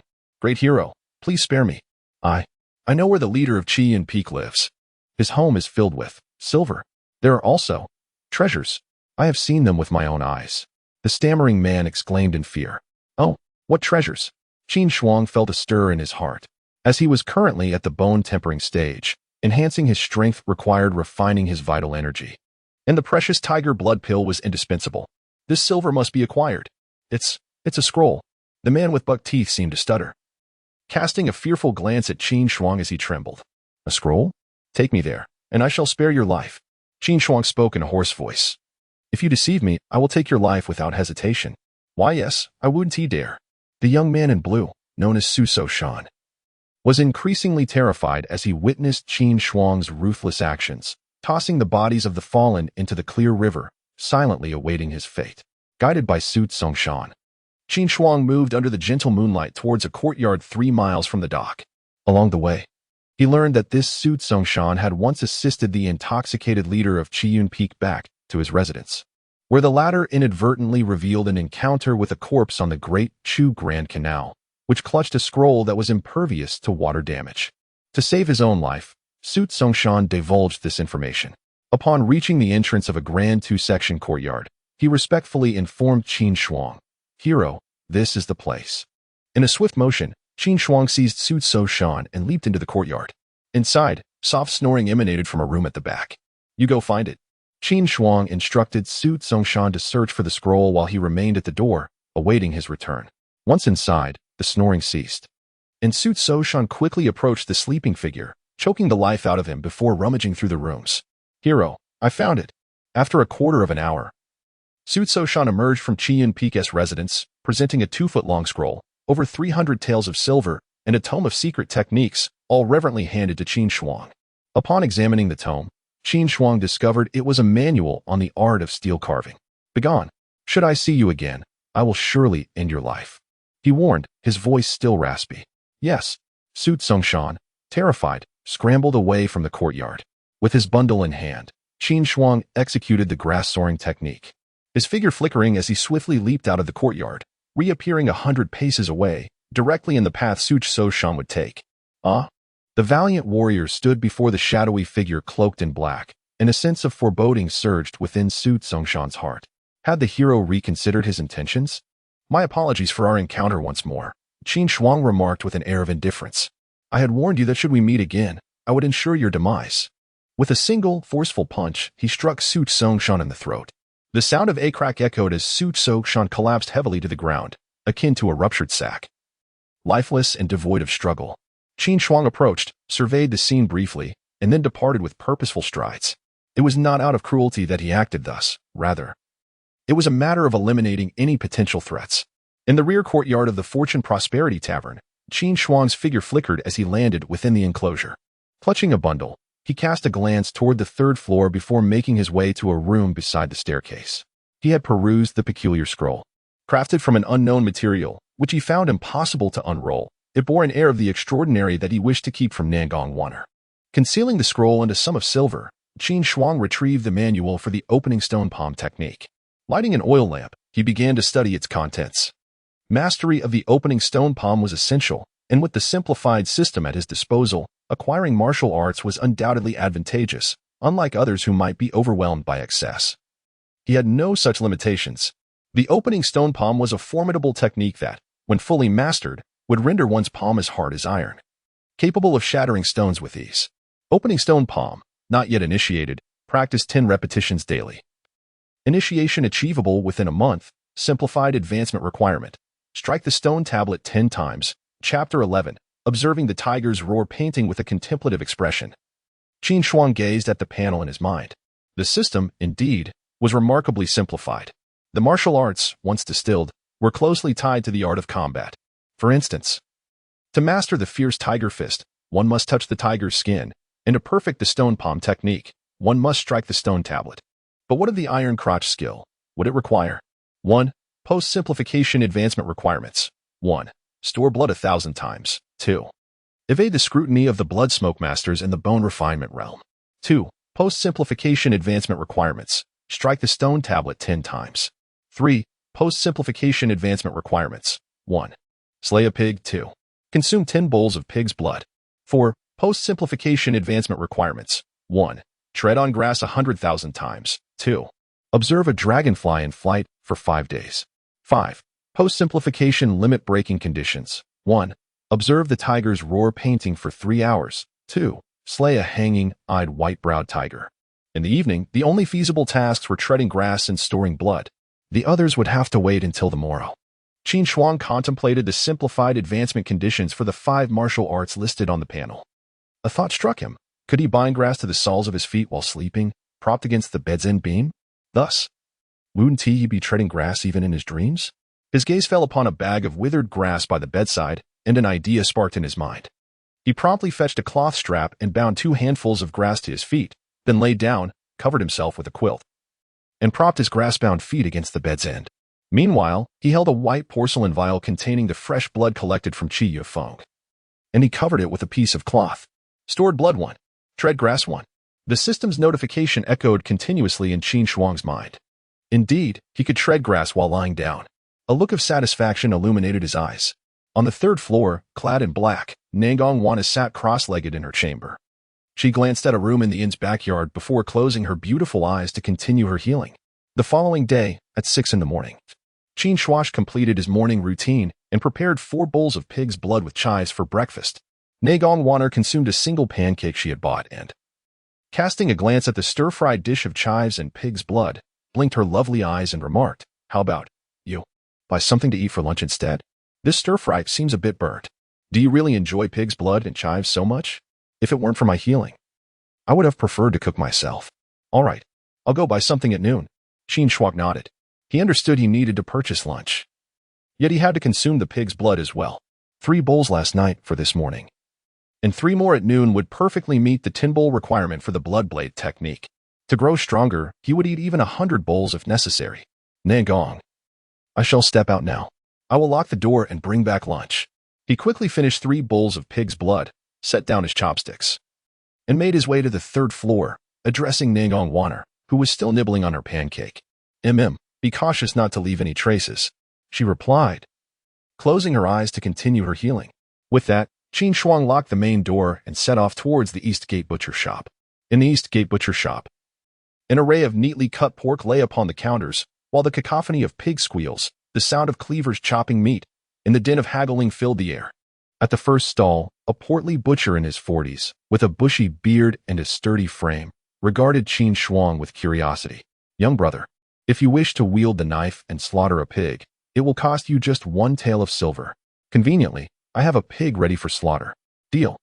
Qin Shuang nodded, retrieving a tael of silver from his pocket and counting it out for the butcher. The butcher pocketed the money and entrusted the meat stall to an apprentice beside him, saying to Qin Shuang, "Follow me." Qin Shuang accompanied the butcher to a courtyard behind the stall, where a pin over a meter high contained a short-snouted black pig weighing more than 100 pounds. 3 young apprentices clad in aprons stood nearby. "Master Qin, we are all prepared," one of the apprentices exclaimed, holding a slaughtering knife in one hand and a large basin for collecting blood in the other. "Yes, we shall hold the pig down. This young brother wishes to try his hand at slaughtering," Master Qin announced to the apprentices, handing the knife to Qin Shuang. "Young brother, remember to be swift, decisive, and accurate." With that, he also provided Qin Shuang with an apron. Master Qin and the apprentices restrained the black pig, which struggled fiercely. Qin Shuang, with the slaughtering knife in hand, approached to find the vital spot and struck decisively. "Congratulations! Condition for slaughtering a pig fulfilled." At that moment, a notification echoed in Qin Shuang's mind. "Thank you, Master Qin. If I require assistance in the future, I shall seek you out." With the condition met, Qin Shuang set down the knife, having no intention of lingering. His next destination was the Golden Tiger Martial Arts Hall, to observe the Tiger Roar technique. "All right, take care." Master Qin expressed his satisfaction, pleased with the earnings. At the Golden Tiger Martial Arts Hall, at the entrance, a slender figure named Jin Yang, pipe in hand, glanced at Qin Shuang's identity badge and remarked, "Young brother, you have registered but only attended twice. You must apply yourself. If you do not grasp the fierce tiger fist within 3 months, you will need to pay an additional 10 taels of silver." Due to Qin Shuang's payment and subsequent absence, the disciples of the martial arts hall had been inquiring about him, curious about the wealthy family from which he hailed, eager to befriend him. "Thank you, Uncle Master, for the reminder. I understand," Qin Shuang replied with a respectful fist salute before entering the hall. "Congratulations. Condition for evading the scrutiny of a bone refinement expert fulfilled. Your blood-locking technique, blood refinement scroll, has advanced to the proficient realm." Suddenly, 2 notifications resounded in Qin Shuang's mind, a torrent of information flooding in, revealing insights and techniques regarding the proficient level of the blood-locking technique. In that moment, Qin Shuang felt as though he had been cultivating this technique for 3 years. Did Jin Yang just scrutinize me? Upon hearing the system's prompt, Qin Shuang's eyes sparkled. Jin Yang's glance had inadvertently fulfilled a simplified condition for his blood-locking technique, allowing it to ascend to proficiency. He initially came to observe the Tiger Roar paintings, but this turned out to be an unexpected gain.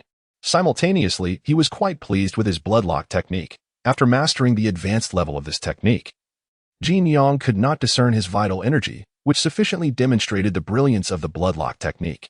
Bloodlock technique, blood refinement scroll, Advanced streamlined. 1. Conceal blood countless times. 2. Evade the scrutiny of masters in the Jade Marrow realm, achieving great success if requirements are met.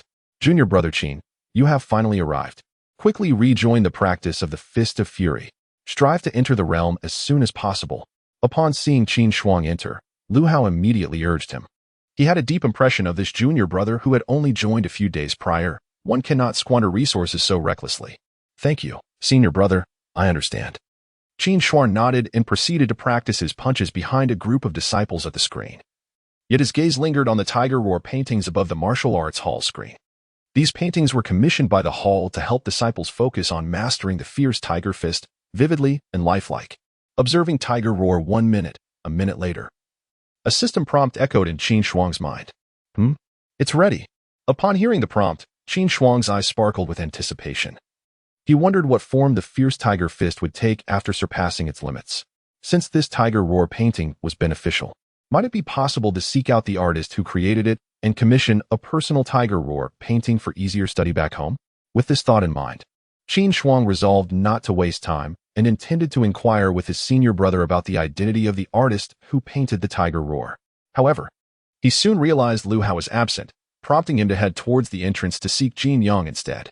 At that moment, a tall, slender young man with a hawk-like nose, around 23 or 24 years of age, approached him and inquired, Junior brother Qin, why aren't you practicing your punches? Chapter 12. In Tianqing brother Chun, I have a matter to attend to and wish to return home for a while, Qin Shuang said, gazing at the young man with a prominent nose. He remembered this individual as Qin Jingye, the third senior brother of the martial arts school. Introduced to him by the eldest brother, Lu Hao, upon his entry into the academy. Junior brother Qin, if you lack the time to practice your martial arts, I have a suggestion, Qin Jingye remarked, scrutinizing Qin Shuang with a thoughtful expression, his demeanor quite warm. Oh, Qin Shuang's eyes sparkled with interest. Qin Jingye smiled and continued. Recently, Qingzhou City has been rather tumultuous. There have been traitors from the Divine Blade sect, and a murder occurred last night at the Eastern Dock, resulting in numerous fatalities. Many newly admitted disciples have engaged bodyguards for protection. If you're interested in hiring a guard, I happen to have some availability. Coming from a modest background, Qin Jingye had heard of Qin Shuang's affluent family. He presumed that Qin Shuang's sporadic commitment to martial practice was due to parental pressure. Thus he sought to offer his services as Qin Shuang's bodyguard to earn some silver for purchasing medicinal pills for his training. Thank you for your kind offer, brother Qin. But I do not require a bodyguard, Qin Shuang politely declined, shaking his head. Oh, very well then. A shadow of disappointment flickered in Qin Jingye's eyes. Despite his proactive approach, Qin Shuang's refusal seemed to undermine his standing as the third senior brother. Bidding farewell to Qin Jingye, Qin Shuang headed towards the entrance, where he spotted Jin Yang, an elder, sitting at the door, puffing on a pipe. With a cupped fist salute, he addressed him, Uncle Jin. I wish to inquire about something. Oh, what is it? Jin Yang responded, somewhat surprised. The tiger roaring painting on the wall of our martial arts school is quite impressive. I wish to purchase a copy. Do you happen to know which master created it? Qin Shuang inquired. That tiger roaring painting was crafted by the esteemed Mr. Li Qin of the Li family steel forest in the East City. His artistry is unparalleled, commanding universal respect. However, he retired last year. If you desire the tiger roaring painting, perhaps you could consult his son. Jin Yang spoke with admiration for Li Qin, then shifted his tone to one of earnest counsel. Dear nephew Qin, it would be wise to commit to daily practice. Otherwise, the 10 taels of entrance fee would be wasted. Moreover, mastering martial arts enhances one's health. Despite my age, my vitality rivals that of you younger folk. Thank you for the reminder, Uncle Jin. I shall practice diligently, Qin Shuang replied, cupping his fists in respect. I must return home for now and will come back tomorrow. Jin Yang sighed, shaking his head as he watched Qin Shuang depart. The Li family steel forest is situated at the end of Eastgate Street, over 6 li from the Golden Tiger Martial Arts School. The courtyard spans several acres, enclosed by a white wall over a zhang in height, with the characters Li family steel forest inscribed above the entrance. For generations, the Li family has specialized in carving tombstones, stone lions, and other stone sculptures. Upon arriving at the Li family steel forest entrance, Qin Shuang heard the rhythmic sound of chiseling against stone. Finding the entrance unguarded, he peered inside to see 4 robust men with dark skin, bare-chested, skillfully chiseling a pair of stone lions. Along the courtyard's edge lay numerous completed tombstones. Young brother, whom are you seeking? As Qin Shuang entered, a short-bearded man wiped the sweat from his brow with a cloth draped over his shoulder and inquired, "My good sir, I have heard that Mr. Li excels in painting tigers. I wish to purchase a tiger roaring painting. Might you have one for sale?" Qin Shuang clasped his hands in greeting. "The tiger roaring painting?" The short-bearded man was taken aback and promptly replied, "My father no longer paints, but I have a few of his works from before he retired. Would you like me to fetch them?" "Certainly." Qin Shuang's eyes sparkled at the response. "That would be splendid." The man set down his chisel and retreated into the courtyard. Qin Shuang gazed at a nearby gravestone, approached it, and lightly tapped its surface. "Stone slap one time." Upon hearing the notification in his mind, Qin Shuang's eyes brightened, sensing that the opportunity to unlock the gravestone technique was within reach. He continued to gently tap the gravestone. Gravestone technique. Beginner. Practice 20 times daily. Mastery in 3 months. Simplified advancement conditions. Slap the gravestone 100 times. Soak in body refinement potion for 15 minutes. Just as Qin Shuang completed 10 gentle taps, the system notification resonated in his mind. "Young brother, how about this?" At that moment, the short-bearded man returned, holding 2 scrolls and presenting them to Qin Shuang. Qin Shuang accepted the scrolls and unfurled one of them. It depicted a small, fierce tiger, measuring 3 feet in length and 2 feet in width, crafted on tough yellow paper. 5 tigers were illustrated in various poses, vividly lifelike, one of which was roaring upward. Observing tiger roaring painting 1 minute, as Qin Shuang scrutinized the painting for about a minute, the system's notification finally chimed in his mind. He promptly inquired, "This is excellent. How much do you ask for it?" "If this young brother desires it, 1 tael of silver will suffice," replied the short-bearded man. "Very well. I would also like that small gravestone." Qin Shuang nodded and pointed to a small gravestone at his feet, addressing the man. It was a half-stone, roughly 2 feet long and 1 foot wide, evidently a discarded remnant. However, upon lightly tapping it, the system prompted, "Stone slap 1 time. This is a defective gravestone. If you wish to take it, please do so at no cost." Li Jingfeng chuckled. "Thank you very much." Qin Shuang smiled faintly. Securing the tiger roaring painting on his back while cradling the broken gravestone, heading toward the Fuxing Tavern to bring the gravestone home. After returning with the gravestone and the painting, he intended to catch a dragonfly. The dragonfly he had released yesterday was likely languishing in its cage, barely alive and not progressing in flight. Thus, he needed to capture a fresh one. In Qingzhou City, to the north of the city, by the banks of the clear water river, stood a 3-entry courtyard enveloped by green bamboo. With black tiles and red pillars, the structures were arranged in orderly succession. Within the central chamber, a young man clad in splendid attire, adorned with an embroidered golden long sword pattern on his robe, sat at the main seat. At that moment, he turned to an elderly man, nearing 60, with a ruddy complexion, and spoke in a deep voice. "In Tianqing, I sense that the traitor still resides within Qingzhou City. Conduct a thorough search for me.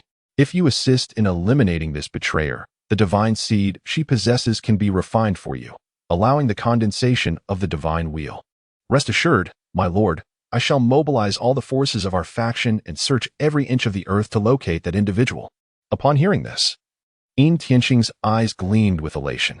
Having already reached the Jade Essence realm, the likelihood of advancing to a higher level through personal cultivation was exceedingly slim. However, if he were to obtain the divine seed and refine it, he could directly condense the divine wheel. The only drawback would be that refining another's divine seed would confine him to this state for life. Yet, he was indifferent to this limitation, nearing 60 years of age.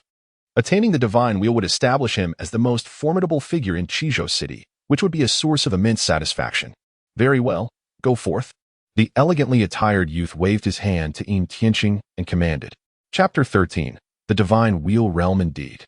In Tianqing respectfully clasped his fists, took 3 steps back, and then turned to leave. "Nangong scoundrel, you have stolen my brother's divine seed. Once I capture you, I shall extract your divine seed, turning you into a mere vessel for my vengeance. I will torment all those connected to you until their last breath, to appease my brother's spirit in the heavens." The young man in splendid attire clenched his fists tightly, his eyes glinting with a terrifying murderous intent. In Qizhou City, at the headquarters of the Flying Eagle Gang, the ruddy-faced In Tianqing sat in the main seat. He gazed down at the 5 hall masters and 10 deputy hall masters and spoke in a somber tone. "Esteemed hall masters, all gang affairs are to be suspended. Mobilize all members and conduct a thorough search of our territory, inch by inch. Even if we must dig 3 feet into the earth, we shall uncover the traitor from the Divine Blade sect." "Yes, Chief," they replied in unison. "We obey." Liang Chong and the other hall masters echoed their agreement. At the Fuxing Tavern, Qin Shuang had just finished his meal at home and was now seated at the counter in the tavern's grand hall. With grass beneath his feet, he rhythmically struck the stone tablet beside him while savoring a dish of stir-fried pig's blood with chives. His gaze was fixed on the tiger roar painting on the counter, occasionally glancing at the dragonfly in the bamboo cage nearby. The system prompts echoed continuously in his mind. "If only I had more hands, I could hide the blood simultaneously." "Congratulations! You have stepped on grass 10,000 times. Successfully observed dragonfly flight for 2 hours. The conditions for the advancement of grass on flying have been met. You have achieved the great accomplishment realm of grass on flying." Grass on flying. Great accomplishment. Practice 100 times daily. Perfection achievable in 25 years. Simplified advancement conditions. 1. Step on grass 100,000 times. 2. Observe dragonfly flight for half a month. At that moment, a resounding system prompt filled his mind. A powerful surge of heat flowed into his lower back, instantly enhancing his kidneys and legs, making them more formidable and resilient. Simultaneously, a torrent of information regarding the techniques and insights of the great accomplishment realm of grass on flying flooded his consciousness, merging seamlessly with his awareness. In that instant, Qin Shuang felt as though he had been practicing grass on flying for over a decade. To achieve complete perfection, one must step on grass 100,000 times and observe dragonfly flight for half a month. Qin Shuang contemplated the requirements displayed on the panel, a thoughtful expression crossing his face. This is indeed a significant simplification. One must understand that while others must toil for over 25 years to attain perfection in grass on flying, I need only step on grass and watch the dragonfly fly. Just then, outside the Fuxing Tavern, the one-eyed Liang Chong stood at the entrance with over 20 gang members. Upon seeing the closed tavern doors, his brow furrowed in discontent. What is this scoundrel up to? Closing the doors in broad daylight? "Master, I shall go and force the door open." At that moment, a member clad in green from the Flying Eagle gang ingratiated himself to Liang Chong and prepared to attack the door. Liang Chong furrowed his brow and glared. "Halt! Who permitted you to cause destruction? The Fuxing Tavern owes our gang 1,000 taels. If they fail to repay, this tavern will become our asset. Are you not vandalizing our own property? Be cautious and search without damage." "Yes, master." The others in the gang echoed in agreement. The green-clad member approached to knock on the door. Who is there?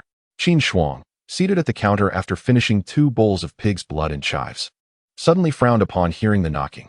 He approached the entrance and peered through the crack, only to see another eye gazing back at him, accompanied by a foul stench. "Who are you?" Qin Shuang held his breath and stepped back 3 paces, asking in a deep voice. "We are members of the Flying Eagle gang, acting on the orders of our leader to search for the traitors of the Divine Blade sect. Open the door quickly, otherwise we shall force it open," came a voice with a distinct croak from outside. After a moment's contemplation, Qin Shuang unlatched the door, revealing over 20 people standing outside, with Yang Chang, the leader of the Flying Eagle gang, prominently in the forefront. "Did not your gang come to search just the day before yesterday?" Qin Shuang frowned, feeling a sense of foreboding. It seemed today a search was far more intense. He could only silently pray that Nangong Wanner on the 3rd floor could remain hidden. "In our Flying Eagle gang's territory, we search as we please. Are you attempting to instruct me on my duties?" Liang Chong stepped forward, scrutinizing Qin Shuang with evident displeasure. "Master Liang's words are too harsh," Qin Shuang replied respectfully, yet firmly. "Feel free to search. Be thorough in your search." Liang Chong commanded his entourage with a wave of his hand, then turned back to Qin Shuang with ill intent. "Have you prepared the 1,000 taels you owe me?" "Rest assured, Master Liang. Even if I must borrow, I shall repay you by the end of the month." Qin Shuang responded solemnly as he gazed at Liang Chong. "Good. Should you fail to produce the silver by the month's end, consider your tavern as collateral." Liang Chang surveyed the tavern's main hall, a glint of greed flashing in his eyes. This place was quite appealing. He had previously coveted the tavern's prosperous business, which led to his actions against the Tang couple. At this moment, Liang Chong was already contemplating renovations for the following month. To him, the youth before him was merely prey on a chopping block. After a thorough search of the empty tavern, Liang Chong and his gang departed in disappointment, having found nothing. Qin Shuang closed the door and went to the 3rd floor where Nangong Wanner was in seclusion, only to find her absence. "I am still here." Just then, a voice as melodious as a oriole rang out, and with it, a woman clad in black, slender and graceful, her eyes like shimmering water, appeared at Qin Shuang's side. "I was worried you might be discovered." Qin Shuang sighed in relief upon seeing Nangong Wanner. Nangong Wanner imparted to him the Blood Fury Blade technique and the Bloodlock method, and also bestowed upon him the Tiger Blood Pill, enabling his advancement to the bone refinement realm. This was indeed a tremendous act of kindness, and he genuinely wished for her safety. They would remain oblivious to my presence, unless members of the Divine Blade sect arrived. Nangong Wanner gently brushed her silky hair and spoke softly. "If that man does not kill me, he will not relent. You must exercise caution when you venture outside." "Understood." Qin Shuang nodded in agreement. "Additionally, there is the Hall Master of the Flying Eagle Gang. He has already reached the bone refinement realm and possesses the vitality of a wolf's smoke. You must not confront him directly. Once my cultivation is restored, I shall deal with him on your behalf." Nangong Wanner seemed to recall something and continued. "Thank you." Qin Shuang clasped his fist in gratitude and inquired, "Miss Nangong, how can one hasten the refinement of vital energy?" In truth, he still yearned to personally eliminate Liang Chang. However, Liang Chang's prowess had ascended to the level of wolf smoke, surpassing his own vitality veil by a minor realm. Thus, he sought to simplify his techniques while simultaneously enhancing his strength. Refining vital energy, akin to the fierce tiger fist you practice, involves a gradual process of cultivating one's essence. To expedite this, one must incorporate medicinal pills, such as the Tiger Blood Pill and the Dragon Blood Pill, which can significantly accelerate the gathering of vital energy. Furthermore, on the martial path, one must avoid the pitfalls of overreaching.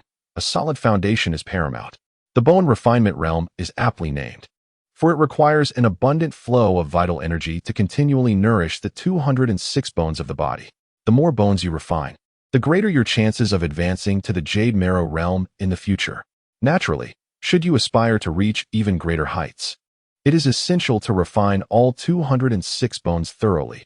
Only then will you possess a glimmer of hope to coalesce the divine wheel and ascend to the divine wheel realm. Observing Qin Shuang's inquiry, Nangong Wanner shared all that she knew. Chapter 14.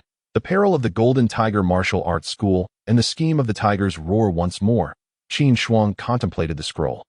After a brief moment of reflection, he proceeded to the kitchen, removed the water vat, and unearthed the hidden scroll beneath it. The scroll, measuring over 2 feet in length, bore a dark crimson hue, adorned with a faintly swirling flame motif.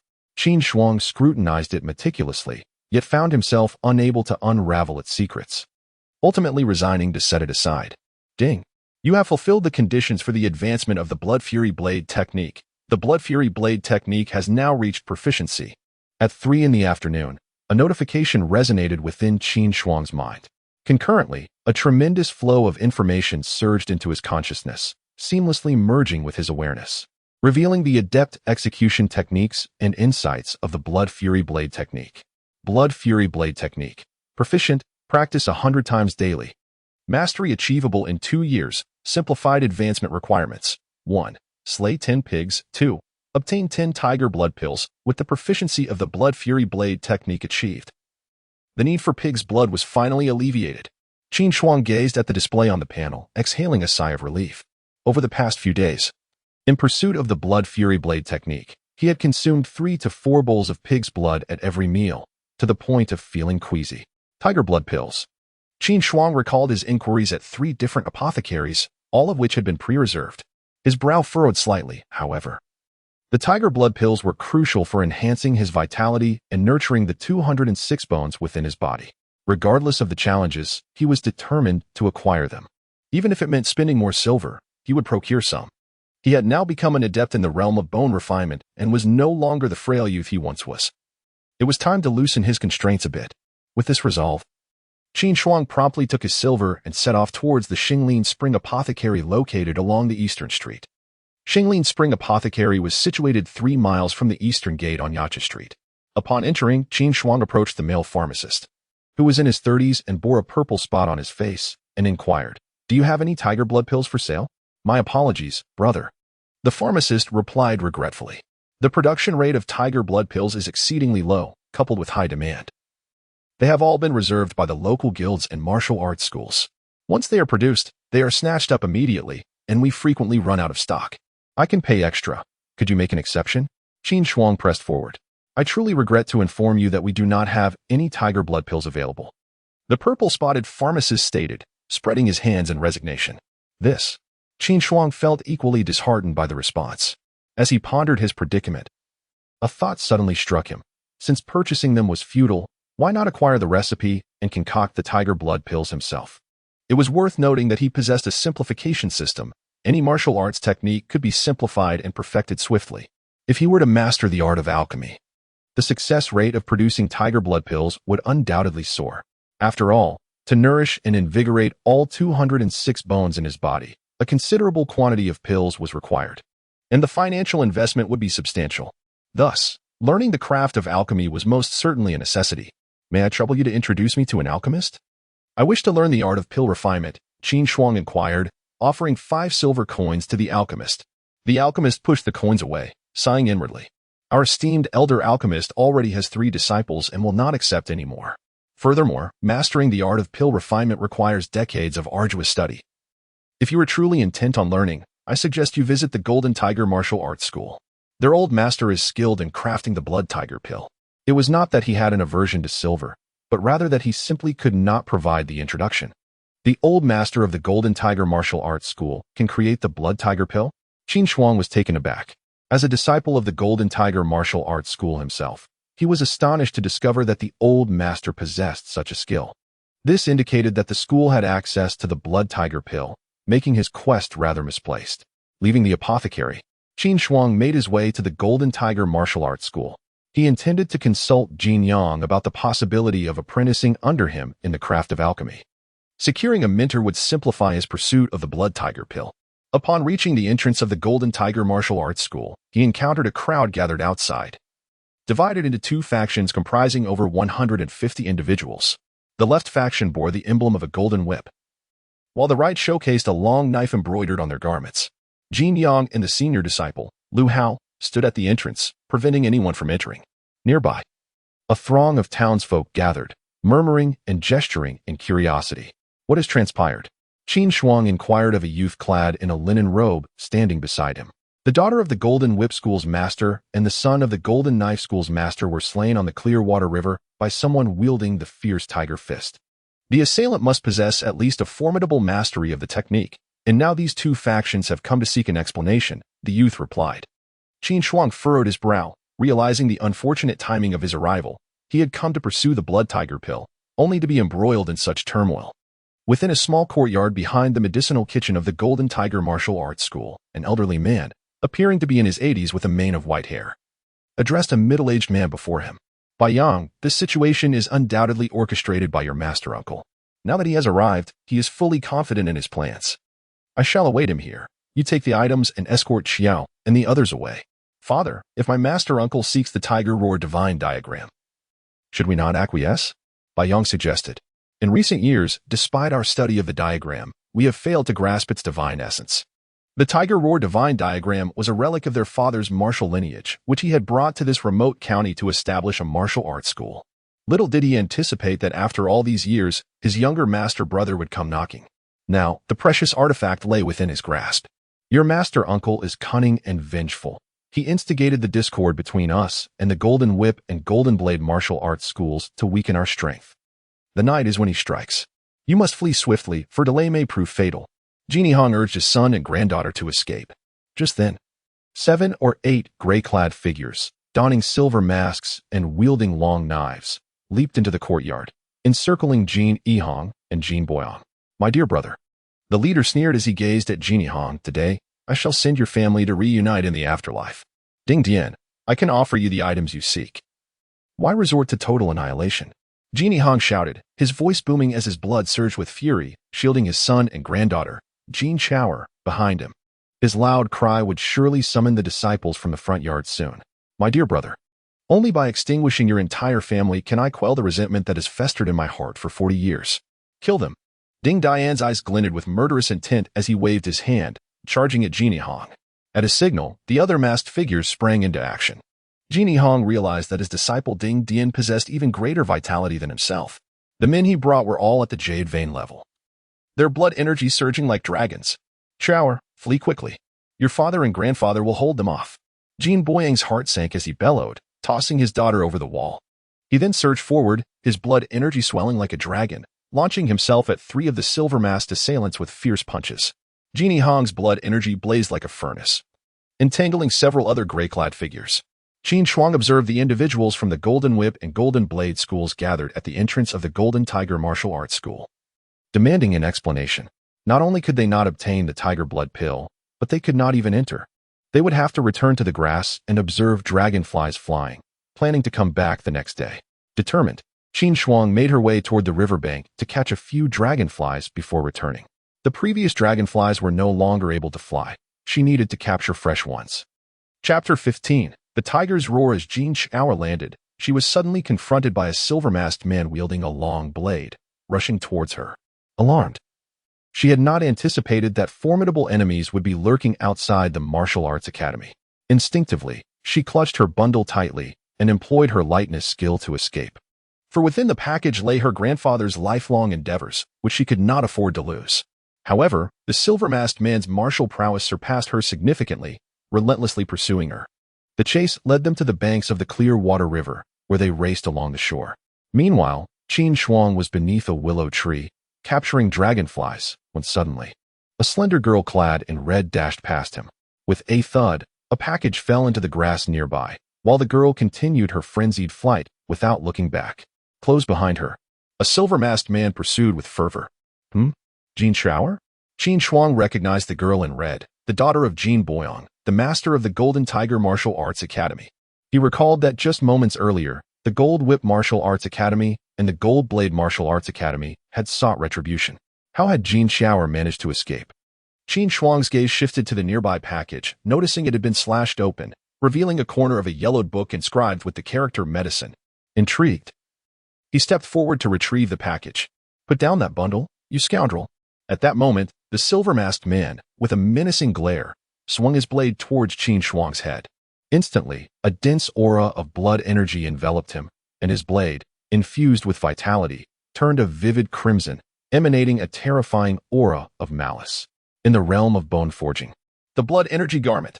Qin Shuang's eyes narrowed at the sight of the silver-masked man. Clutching the package, he executed a swift maneuver, evading the strike, and summoned his own aura of blood energy.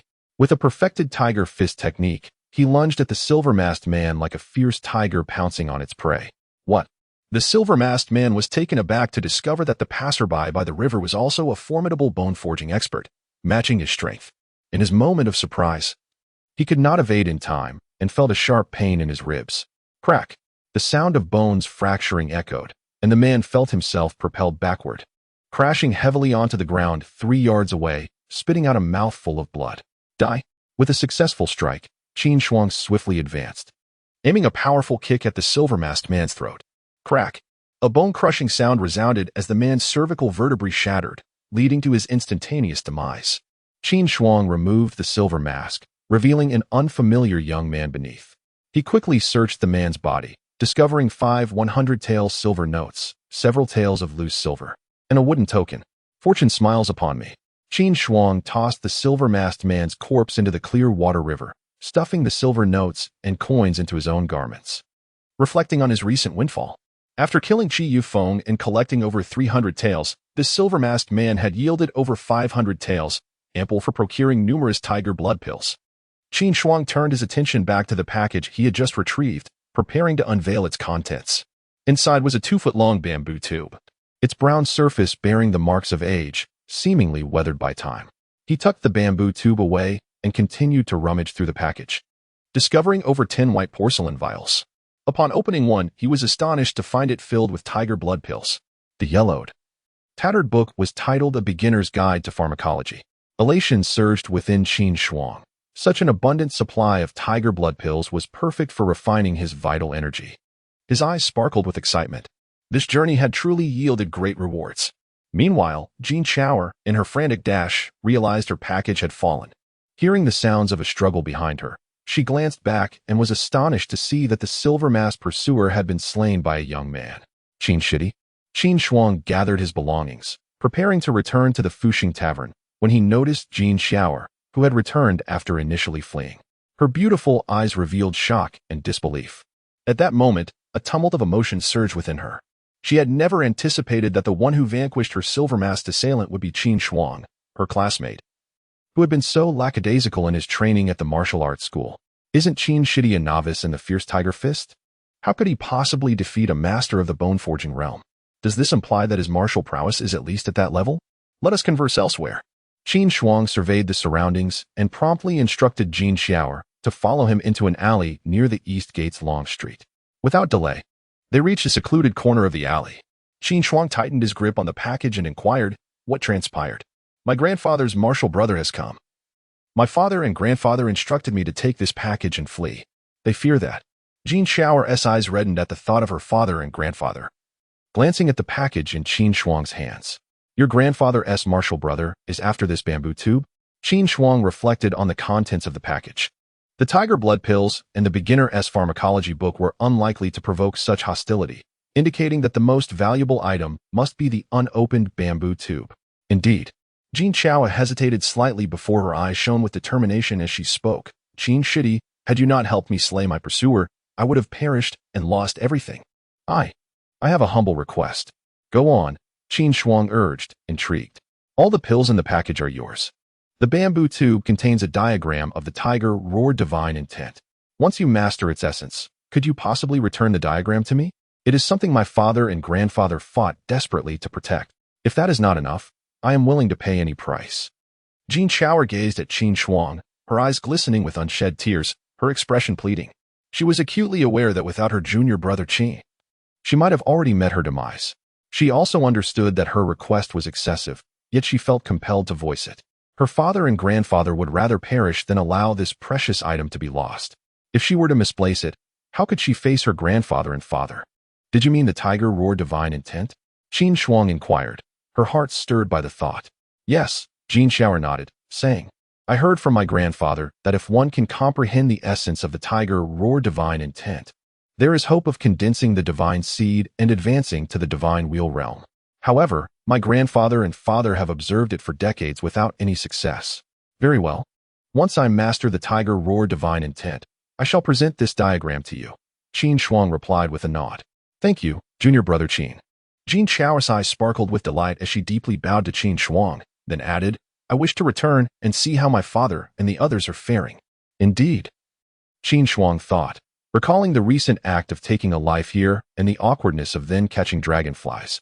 With these tiger blood pills, she could return and enhance her vitality. Chapter 16. Alchemy and the Power of the Tiger's Roar. What has ignited over there?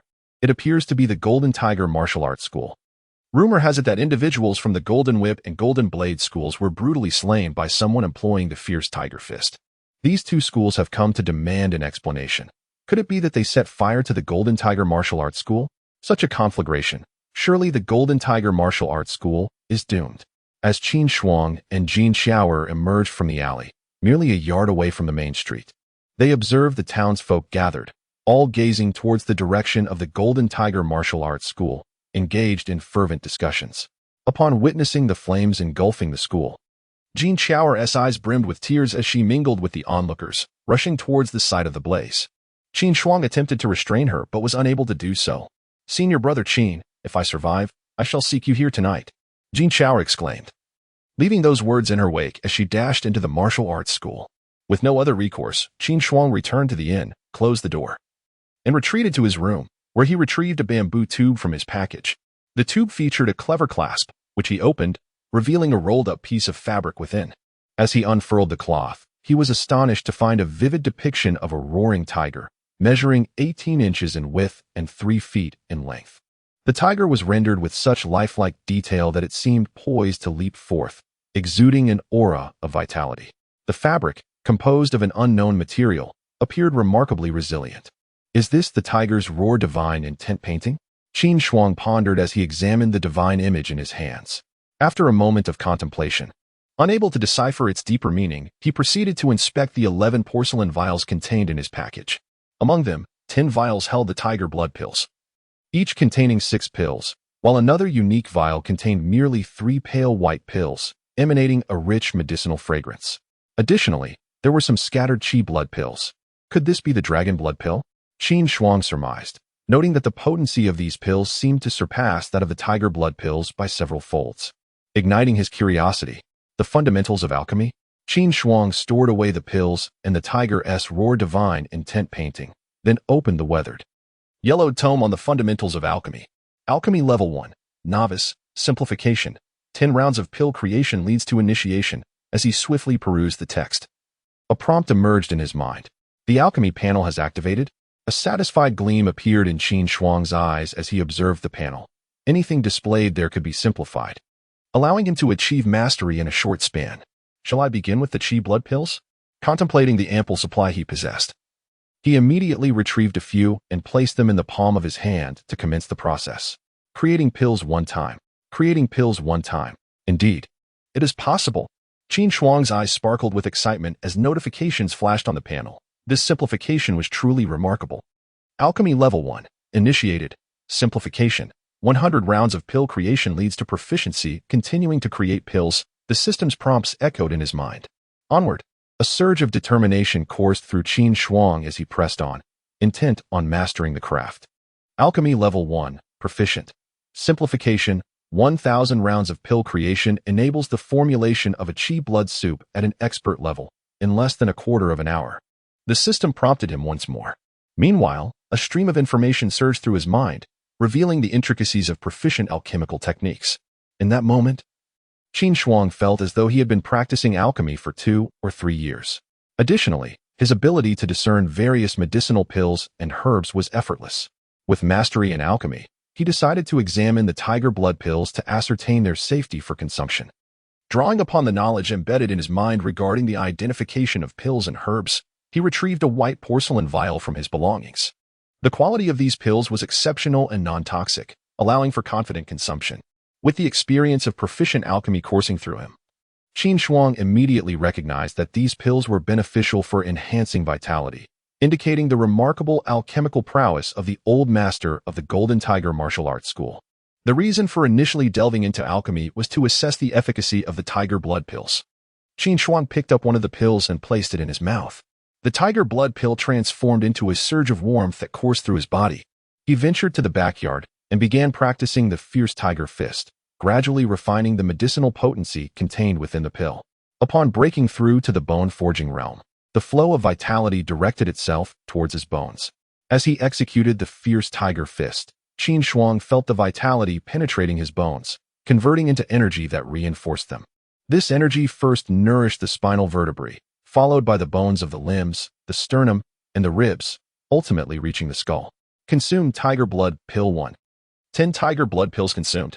As Qin Shuang ingested 10 tiger blood pills, a notification from the system materialized in his mind. He still needed to slay 10 pigs to master the blood fury blade technique.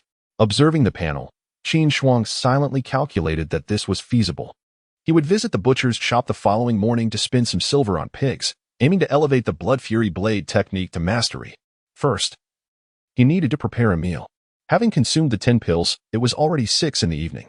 He promptly ceased practicing the fierce tiger fist and made his way to the kitchen, heating the chicken soup, pork knuckle, and twice-cooked pork that he had purchased from the tavern, while simultaneously reviewing the Tiger Howl Divine Intent he had received from Qin Xiaoer. With the Tiger Howl Divine Intent in his possession, Qin Shuang no longer required the Tiger Howl diagram he had intended to purchase from the Li Clan Stone Forest. Tiger Howl Divine Intent, uninitiated. Requirement: imitate the tiger's roar 1,000 times. Oh, the Tiger Howl Divine Intent. Qin Shuang gazed at the system panel, pleasantly surprised. He had not anticipated that merely observing the Tiger Howl Divine Intent would reveal a martial technique on the panel. The Tiger Howl Divine Intent. It was well known that this diagram had been treasured by the old master of the Golden Tiger martial arts school for many years, coveted by many, which attests to its extraordinary nature. The martial technique displayed on the panel from this Tiger Howl Divine Intent was surely not trivial. The 2 previous masters of the Golden Tiger martial arts school had observed it for years without any gains. Yet he had acquired a martial technique in less than half an hour. If the 2 masters were to learn of this, they would likely be infuriated to the point of vomiting blood. To enter the practice, one merely needed to imitate the tiger's roar 1,000 times? Qin Shuang's eyes sparkled as he contemplated the entry requirement for the Tiger Howl Divine Intent. He immediately stored the diagram and opened his mouth to mimic the roar of a tiger, letting out a deep yowl roar. Imitate the tiger's roar 1 time. The imitation was quite commendable. Upon hearing the prompt, Qin Shuang's eyes sparkled, and she promptly continued her mimicry. Are you all right, Qin Shuang? At that moment, Nagong Wanner's melodious voice resonated from the kitchen doorway. Qin Shuang, noticing Nagong Wanner standing at the entrance, revealed a look of confusion in her beautiful eyes and immediately responded, I am fine. I was simply practicing the fierce tiger fist and attempting to imitate the tiger's roar to perceive the essence of the fierce tiger fist, hoping it would assist in my breakthrough. What you must focus on now is diligently practicing the fierce tiger fist, refining your vitality, nurturing your 206 bones, and striving to step into the jade essence realm as soon as possible. That is the rightful path. Nagong Wano observed Qin Shuang, her beautiful eyes shimmering, and continued to explain, the fierce tiger fist indeed embodies the essence of the tiger. However, to grasp the essence of martial arts requires exceptionally high comprehension and a fortuitous opportunity. Both are indispensable. She refrained from saying more. In her view, although Qin Shuang's aptitude was decent, her late start rendered the prospect of advancing to the divine wheel realm exceedingly bleak. Though there was a glimmer of hope for entering the jade essence realm, naturally, this faint hope was predicated upon diligent practice and perseverance. As for the essence of martial arts, it is exceedingly challenging. Among 10,000 martial artists, to find even one who comprehends the essence is considered remarkable. Chapter 17, The Sacred Heart's Command. The seeds of evil thank you for your reminder, my lady, Qin Shuang said, nodding in acknowledgement. He understood that Nagong Wanner had his best interests at heart, believing his comprehension to be lacking, albeit expressing her thoughts with great tact. However, what she did not realize was that he possessed a simplification system. No matter the complexity of any martial arts or techniques, simplification would lead him to perfection. His future was undoubtedly boundless. After dining with Nagong Wanner, who subsequently ascended to the 3rd floor for treatment, Qin Shuang opened the system panel in his consciousness. Great Tao Simplification System. Host, Qin Shuang, Realm. Bone Forging Stage, Vitality and Blood Garment 36, Simplification. Simplifying complex matters. Any martial arts can be swiftly mastered. Martial arts. Tiger Roar Divine Intent, not yet initiated. Fierce Tiger Fist, perfected, upgradable. Grass Flying, great achievement. Blood Fury Blade Technique, proficient. Blood Lock Technique. Blood Refining Scroll, mastered. Alchemy Level 1, proficient. Currently, my cultivation stands at the Bone Forging stage, with a Vitality and Blood Garment of 36. I must reach 100 to successfully forge all 206 bones. Qin Shuang pondered as he gazed at the panel. First, I shall procure several portions of body-refining herbal medicine and vitality elixirs from the apothecary. After careful consideration, Qin Shuang resolved to lower his voice at night, imitating the tiger's roar, while stepping on grass, striking the stone tablet, observing the tiger roar illustration, watching dragonflies in flight, concealing blood, and refining elixirs. He aimed to elevate his cultivation swiftly, as Liang Chong would come to collect debts in 5 days. As the sun dipped in the west, Qin Shuang informed Nagong Wanner and locked the entrance of the Fuxing Tavern. He proceeded to the Xinglin Spring Apothecary, acquiring 10 portions each of vitality elixirs and body-refining herbal medicine. Passing by the Golden Tiger Martial Arts Hall, he noticed a crowd of citizens gathered. For the inferno that had engulfed the hall had finally been extinguished, yet smoke continued to billow into the sky. Who would have imagined that the illustrious Golden Tiger Martial Arts Hall, renowned for 40 years in Qingzhou City, would face such a calamity, its disciples scattering in disarray? It was rumored that the Master S. Jr., driven by greed for a treasure within the hall, had orchestrated this assault. What treasure could it be? The gathered citizens murmured amongst themselves, expressing their astonishment and regret. Among the crowd were individuals from the Golden Whip and Golden Blade martial arts halls. Within the training grounds of the Golden Tiger Martial Arts Hall lay the charred remains of numerous disciples, with none of the living to be found. What had become of Jin Shower? Qin Shuang gazed at the smoldering ruins of the hall, sighing deeply as he made his way back to Fuxing Tavern. At a distance of 4 paces from Qin Shuang, hidden at the corner of the courtyard wall, stood a tall, slender young man with a hawk-like nose. Around 23 or 24 years of age, he watched Qin Shuang's departing figure, a shadow of malice flickering in his eyes as he muttered, "Kid, since you disregard my kindness, do not blame me for turning you into a plump sheep for slaughter." This man was none other than Chen Jingya, the 3rd senior brother of the Golden Tiger Martial Arts Hall. On this day, as the hall faced a formidable adversary, He had swiftly discarded his disciple's attire to save himself. After years of toil and dedication to the hall, the meager resources he received for cultivation were but a drop in the bucket, compelling him to seek his own path. He deemed the hall unworthy of his sacrifices. The martial arts school has been annihilated, leaving him to devise his own means of earning silver to sustain his training. Qin Shuang, unwilling to employ him as a bodyguard, sees him merely as a plump target for slaughter. Rather than returning directly to the Fuxing Tavern, Qin Shuang meanders along the winding paths of the Qin Shui River, mindful of the presence of Nangong Waner and the potential peril of being followed. Far from the city of Qishou, in the region of Kunzu, a majestic mountain rises, crowned with an array of splendid palaces. Atop this peak lies a vast plaza of white jade, spanning 5 miles, at the center of which stands a statue of a nun bearing an ancient sword, towering 3 zhang high. In front of the plaza, an imposing gatehouse bears the 4 golden characters Pu Du Jing Zhai, shimmering with a radiant glow. Within the principal hall, a nun of around 40, adorned with a Buddhist headpiece, gazes earnestly at a graceful young girl draped in white veils and wielding an ancient sword, imparting solemn words. Disciple, as the current saintess of Pu Du Jing Zhai, your descent from the mountain entails 2 missions. First, seek out the sacred heart Buddha scroll lost to the world by your master, Bai Ziyuan. Second, locate the demonic seed and either guide it towards enlightenment or, if that proves impossible, devise a means to vanquish it.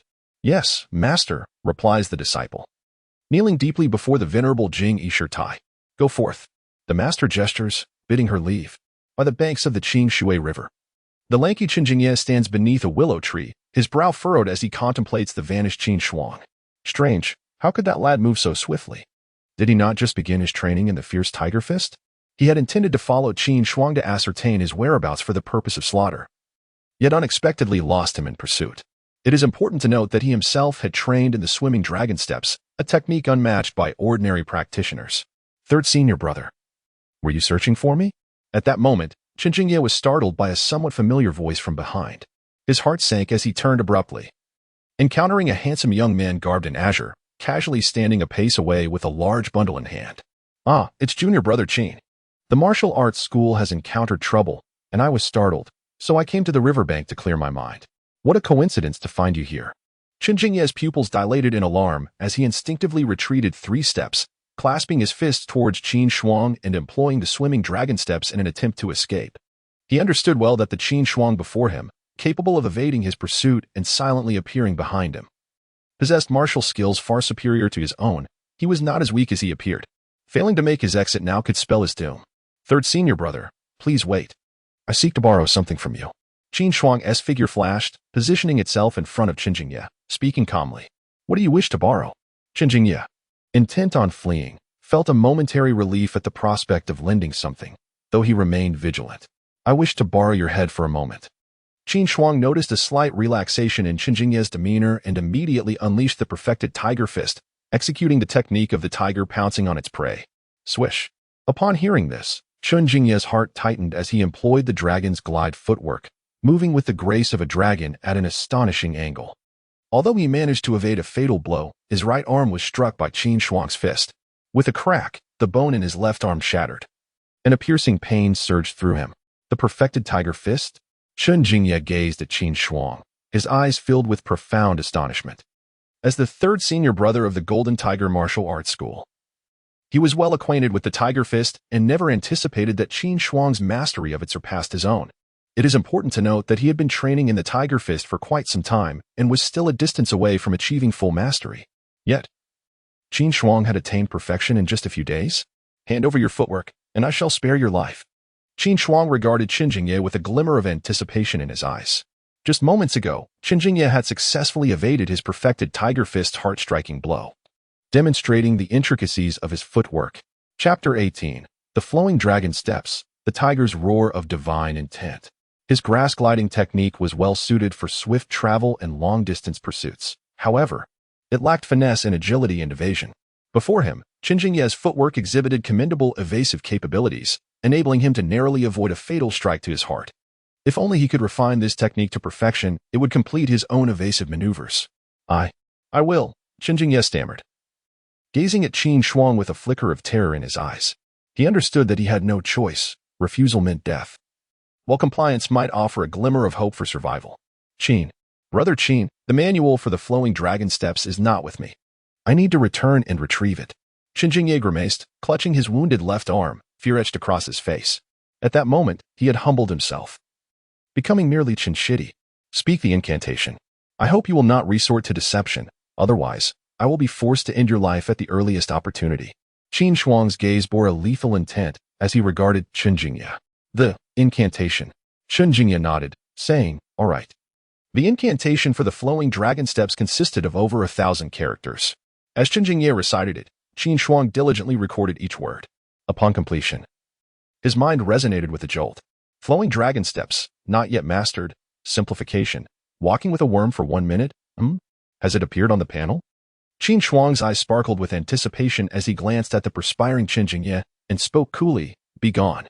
Should I see you again, I shall not spare you. Why yes. I will leave at once. Qin Jingye replied, feeling as if a weight had been lifted. He pressed against his swollen, broken arm and hurriedly fled along the flagstone banks of the clear water river, desperate to distance himself from this harbinger of doom. Qin Shuang, one day, I shall repay you 1,000-fold. Qin Jingye vowed silently as he ran, his heart filled with a burning desire for vengeance. After traversing 2 miles along the riverbank, he halted and glanced back, reassured when he saw no sign of Qin Shuang.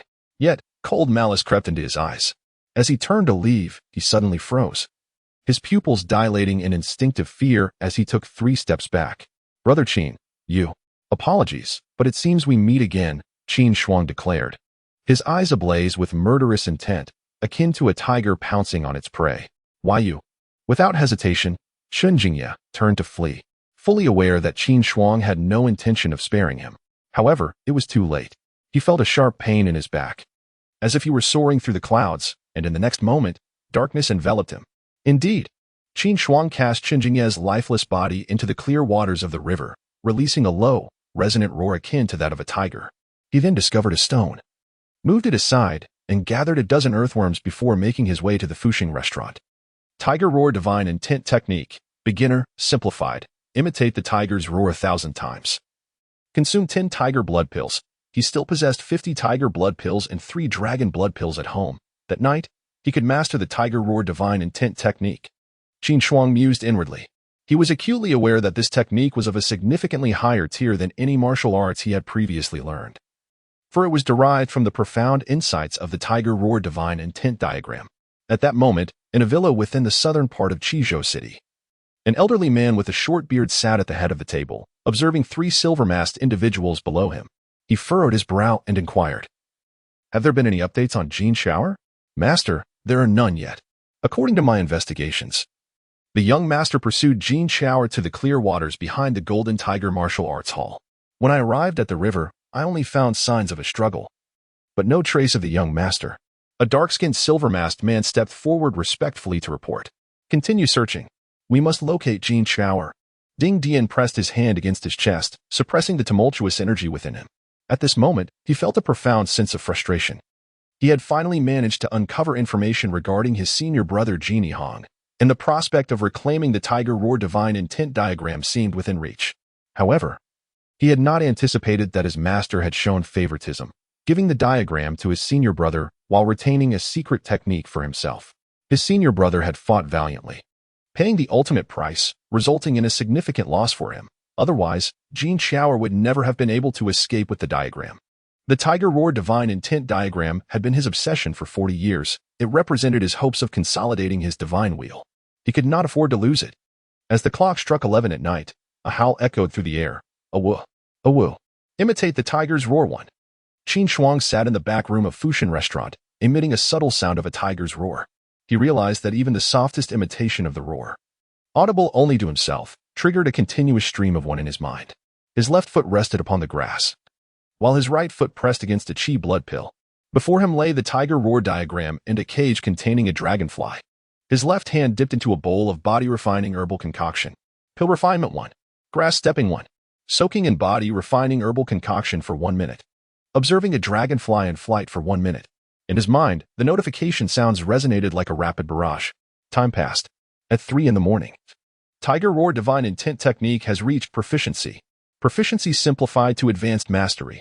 Imitate the tiger's roar 100,000 times. Slay 10 ferocious tigers.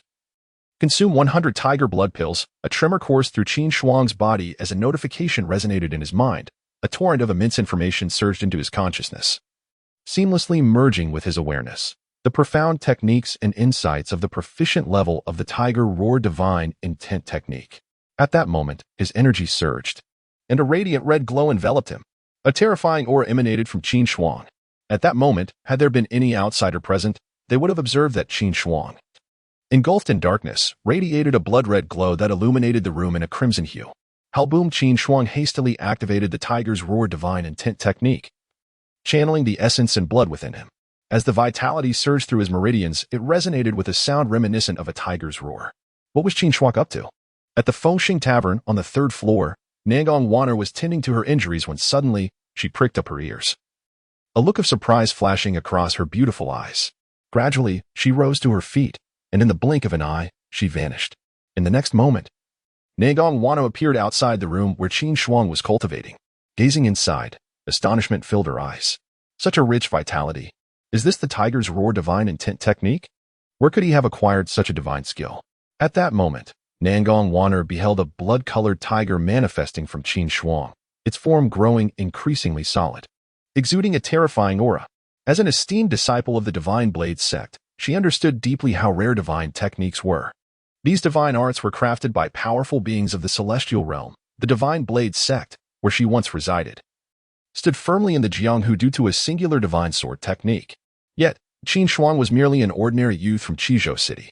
How could he possibly possess such divine skills? At this moment, the blood-colored tiger emerging from Qin Shuang became more pronounced, and an even more formidable aura spread forth. The tiger-shaped divine intent, the vitality like smoke. In just a matter of days, Nangong Wanner sat cross-legged beside Qin Shuang, her beautiful eyes reflecting profound shock. It was essential to note that when she arrived, Qin Shuang was merely at the blood condensation stage, his blood as fluid as mercury. In less than 5 days, he had progressed to the bone-forging stage, harnessing vitality like smoke and even mastering the tiger-shaped divine intent. As a leading figure of the Divine Blade sect, she fully comprehended how potent a warrior with divine intent could be. If there were another master of equal bone-forging stage and vitality like smoke to spar with Qin Shuang, he would triumph in 5 moves. For with identical strength, possessing the tiger-shaped divine intent meant mastering the art of harnessing the power of vitality. Chapter 19. The efficacy of the Tiger Howl Divine Intent skill. Qin Shuang sat cross-legged upon a wooden board laid on the ground, his body enveloped in swirling crimson vitality, taking the form of a fierce tiger. At this moment, he silently activated the Tiger Howl Divine Intent skill, continuously channeling his vital energy to nourish all 206 bones in his body according to the prescribed pathways of the technique. He discovered that once he had exhausted the vital energy within his meridians, a tremendous surge of vitality instantly replenished within him. It seemed that, as he advanced in mastering the Tiger Howl Divine Intent skill, his internal vitality was akin to chives. Once harvested, it would regrow anew. Moreover, Qin Shuang noted that as he persistently utilized the Tiger Howl Divine Intent skill to circulate his vital energy and nourish his bones, the bones within him glowed with a red luminescence, resembling bloodjade, growing increasingly robust and resilient. He could distinctly feel the power within him escalating at a frenetic pace. He vividly recalled Nangong Wanner stating that to ascend to greater heights, he must nourish all 206 bones. The stronger the bones, the further he could venture in the future. Thus, he continued to channel his vital energy tirelessly. Very well, I shall assist you in safeguarding your practice this once, as a gesture of reciprocation for your earlier aid. Observing the intensifying aura emanating from Qin Shuang, Nangong Wanner's beautiful eyes shimmered as she found a spot at the entrance to sit cross-legged and silently tend to her own injuries. Qin Shuang, currently engaged in nourishing his bones with vital energy, would be adversely affected if disturbed. Half an hour later, with 40 tiger blood pills and 3 dragon blood pills remaining, he decided to consume one to enhance his vitality. Realizing that the increased vitality from the proficient advancement of the Tiger Howl Divine Intent skill had been entirely utilized, he opened his satchel, retrieved a tiger blood pill, and swallowed it. Simultaneously, he activated the Tiger Howl Divine Intent skill to absorb the medicinal properties of the pill, transforming it into vital energy to nourish his bones. He understood well that the elixir must be converted into strength without delay, otherwise, it would serve no purpose. Oh, the speed at which the Tiger Howl Divine Intent skill transforms the medicinal properties into vital energy is remarkable. He observed that the moment he activated the skill, the potency of the tiger blood pill was drawn into his meridians as if it were being absorbed by a great whale, circulating throughout his body and ultimately nourishing his bones according to his will. The rate at which the Tiger Hal Divine Intent skill converted the tiger blood pill's potency into vital energy was 20 times faster than that of the Fierce Tiger Fist. In other words, while the Fierce Tiger Fist required half an hour to convert the potency of a tiger blood pill, the Tiger Hal Divine Intent skill achieved this in merely 1.5 minutes. With the Tiger Hal Divine Intent skill at his disposal, he could expedite the refinement of all 206 bones. Qin Shuang's eyes gleamed with determination as he continued to consume the tiger blood pills, activating the Tiger Hal Divine Intent skill to refine his vital energy and nourish his bones. As time passed, dawn broke. Qin Shuang ceased his practice of the Tiger Hal Divine Intent skill, slowly opening his eyes to behold a graceful figure seated at the entrance. Sensing Qin Shuang's gaze, Negong Wan-er opened her enchanting eyes and spoke softly, "Congratulations on your substantial progress. Liang Chang of the Flying Eagle Gang is no longer your adversary." "Thank you, Miss Nangong, for assisting me in safeguarding my practice," Qin Shuang replied with a respectful gesture, his eyes reflecting gratitude. "Your prowess in the Fierce Tiger Divine Intent technique is commendable. For now, do not rush into breaking through to the Jade Mica realm. Instead, focus on consuming pills to nourish your 206 bones.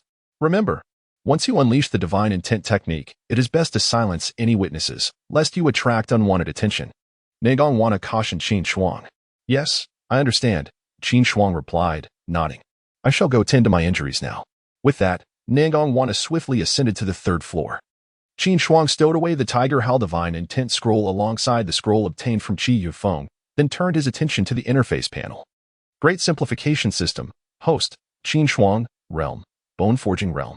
Vitality, 66. Simplification, simplifying complex matters, allowing for rapid mastery of any martial arts technique. Martial arts, Tiger Hal Divine Intent, proficient, Fierce Tiger Fist, complete, can be upgraded, Grass on the Wind, major achievement, Blood Fury Blade Technique, proficient, Bloodlock Technique. Blood Refining Scroll, mastered, Alchemy Level 1, proficient, Dragon's Movement Technique, beginner. At present, the primary focus is to simplify and enhance the Tiger Hal Divine Intent. Other skills must not be neglected. Nevertheless, I must acquire tiger blood pills. Qin Shuang contemplated, his expression pensive. To achieve proficiency in the Tiger Hal Divine Intent, 100 tiger blood pills are required. Having consumed 40, he still needs 60. As far as he knows, all the tiger blood pills from the 3 medicinal halls have been reserved by the masters of the gangs and martial arts schools in Qizhou City. Securing 60 pills is indeed a formidable challenge. In 4 days, Liang Chang will come to collect the payment. Perhaps, if I eliminate him tonight, I might seize some tiger blood pills from him. During the day, I shall scout the area and assess my current strength. Though Qin Shuang initially intended to concoct the tiger blood pills himself, he reconsidered due to the hassle of acquiring a pill furnace and the necessary ingredients. It would be far more efficient to seize them from enemies instead. Liang Chang's intentions toward his own tavern present an opportunity, with sufficient strength now. He could eliminate him and replenish his cultivation resources. Qin Shuang set aside the Tiger Hal Divine Intent scroll and the other scroll, reviewing his assets. Currently, with over 500 taels left by Old Tang and over 300 taels looted from Qi Yufeng, plus the 530 taels taken from the youth by the Clearwater River, he amassed over 1,400 taels of silver. Of course, while scouting, Qin Shuang would not neglect practicing Grass on the Wind, Fierce Tiger Fist, Bloodlock Technique, and Dragon's Movement Technique, with a dragonfly cage in his left hand, containing a worm, a few blades of grass stuffed into his shoe sole, and a white porcelain vial filled with blood concealed within his sleeve. He locked the tavern door and ventured into the street. At the Flying Eagle Gang, East Gate Dock, in the hall adorned with white walls, red pillars, and black tiles, the one-eyed leader, Liang Chang, sat in the main seat, his expression dark and brooding. The 10 members of the Flying Eagle Gang present in the hall remained silent, their apprehension palpable. "Leader, our brothers have searched the East City for 2 days, digging to the depths, yet we have found no trace of the traitor from the Divine Blade sect. It is likely that the traitor has already fled the city. In my humble opinion, it is time to cease this fruitless pursuit." A stout middle-aged helmsman stepped forward, clasping his fists in respect. "The master issued a strict order for a search, which must not be defied. Let us continue the investigation for another 2 days." Liang Chang's expression revealed deep contemplation as he spoke solemnly. "Including the search for the murderer of Master Qi." Yes, Hall Master. As you command, Hall Master. Numerous vice masters and leaders responded in unison before turning to leave.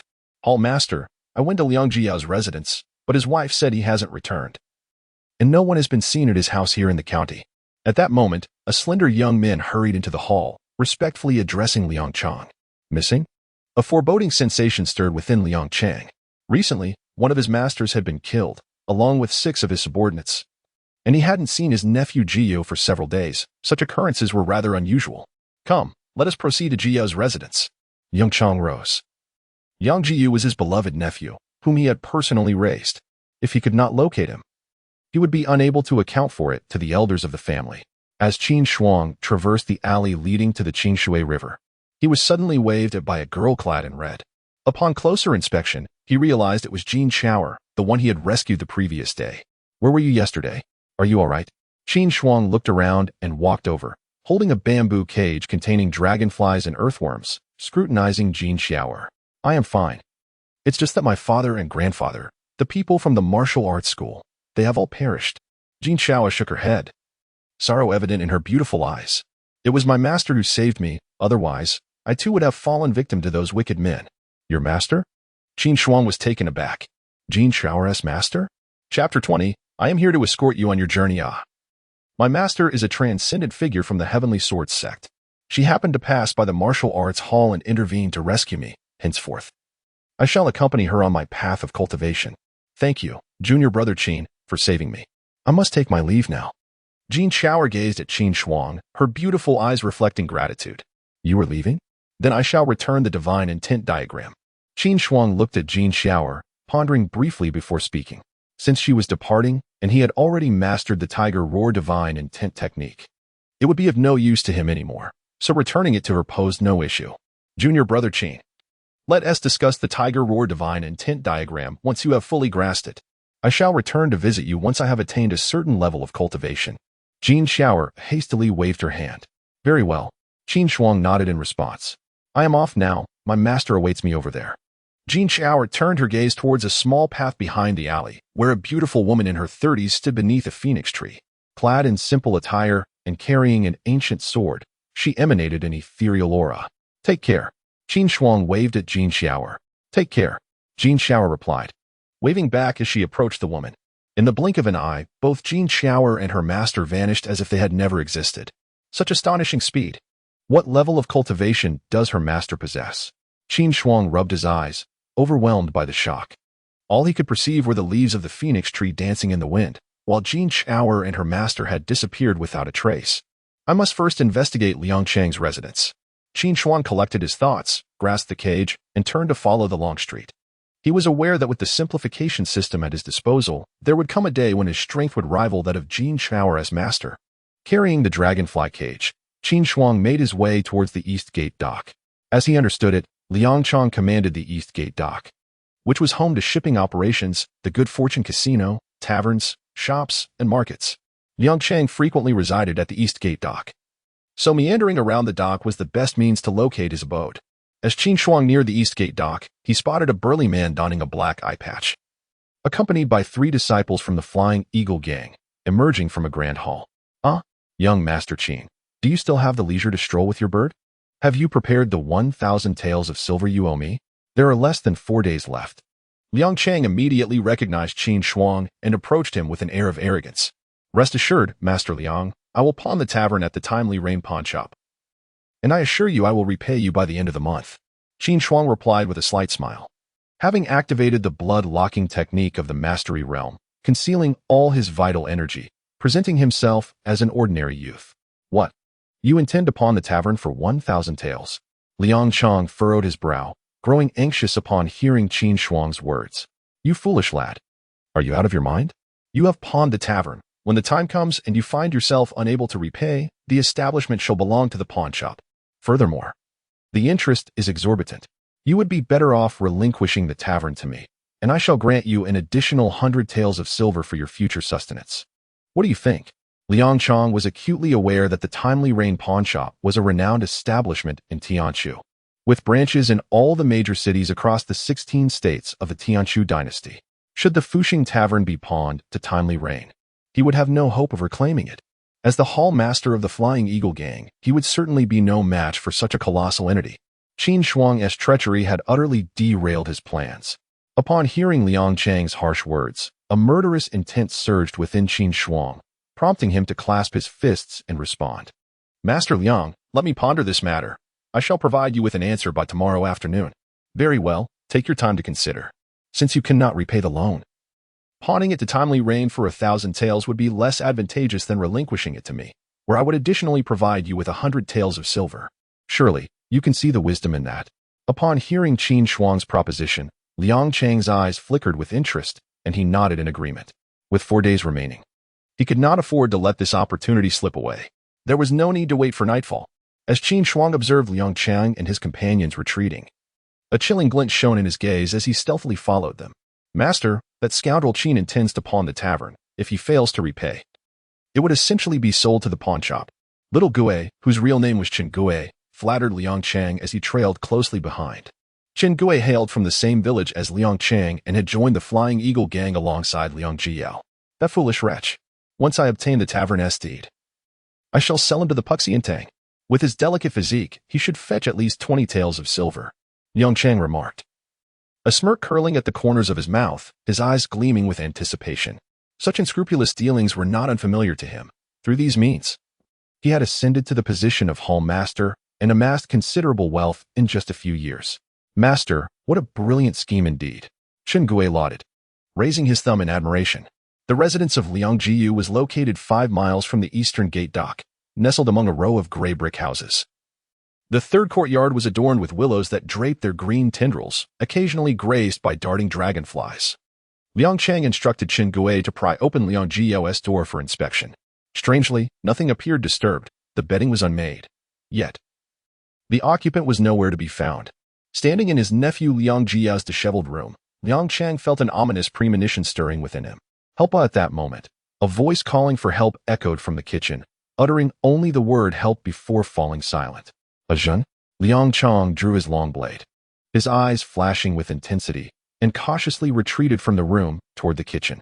Moments ago, he had heard his subordinate Su Jun's cry for aid from that very direction.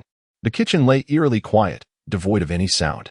Liang Chang recalled that Su Jun had gone to investigate, and immediately called to Chen Gue and another subordinate nearby. Chen Gue, Detu, you two head to the kitchen and check it out. As the leader of the faction, Liang Chang was inherently cautious. Even with the prowess of the bone-forging realm and the vitality of a raging fire, he refrained from arrogance. He was acutely aware that in the perilous world of martial arts, a moment's carelessness could lead to downfall. Utilizing his subordinates to set traps was a common tactic he employed. Is the master? Chen Gue and Detu trembled as they approached the kitchen. Upon reaching the threshold, they beheld nothing amiss. Exchanging a glance, they were compelled to enter the kitchen under Liang Chang's penetrating gaze. As Chen Gue stepped inside, he was abruptly confronted by a familiar face emerging from behind the door. He opened his mouth to speak, but a powerful hand seized his throat, lifting him as effortlessly as a chick. Words eluded him. At that moment, Chen Gue's heart surged with turmoil. He never anticipated that the one who had laid hands on him was none other than Qin Shuang, the young deputy of the Fuxing Tavern, the very boy they deemed a useless weakling. He grasped Qin Shuang's arm, struggling desperately, yet it felt as unyielding as steel. Crack, crack. 2 sharp sounds echoed as Qin Shuang shattered the necks of Chen Gue and Detu. Their heads drooped limply to their shoulders, their eyes wide with fear and despair. Little Gue, Liang Chang, sensing the commotion from the kitchen, felt a chill creep over him. He slowly retreated, and just then, a familiar silhouette appeared at the kitchen door. Liang Chang, I have come to escort you on your journey, Qin Shuang remarked coolly, a glint of icy menace flickering in his eyes. You. Liang Chang stared at Qin Shuang, shock etched across his face as he murmured, It seems that Ji Yao has already fallen by your hand. Chapter 21. The True Power of Lord Qin, Beyond Your Imagination. Thus, I have come to send you down to reunite with him. Qin Shuang let out a cold laugh, a layer of blood energy enveloping her as she unleashed the fierce tiger fist, employing the dragon dance technique to pounce upon Liang Chang. To my astonishment, you have concealed yourself so deeply, yet you remain too inexperienced. You could never fathom the true strength of Lord Liang. As Liang Chang observed Qin Shuang charging towards him, he sensed the overwhelming aura of blood energy emanating from her, revealing her to be at the bone-forging stage. Although taken aback, he felt a sense of relief. He had expected a formidable opponent, yet she was merely at the bone-forging stage. It is important to note that his own prowess had ascended to the level of blood smoke at the bone-forging stage. Even if Qin Shuang possessed the strength of blood energy, she would still have to kneel. Simultaneously, a glimmer of brilliance ignited in his eyes. This girl, despite being at the bone-forging stage, had eluded his perception earlier on the street. Clearly, this wretched being had means to conceal her blood energy. And if he could seize that technique, it would be a tremendous boon. With a thunderous roar, Liang Chang unleashed the terrifying aura of the bone-forging stage. A towering column of blood energy ascending from him like a plume of smoke. A formidable and terrifying presence emanated from his being. Surrender your technique for concealing blood energy, and Lord Liang may spare your life. Liang Chang's voice resonated ominously as he brandished his long knife, advancing toward Qin Shuang.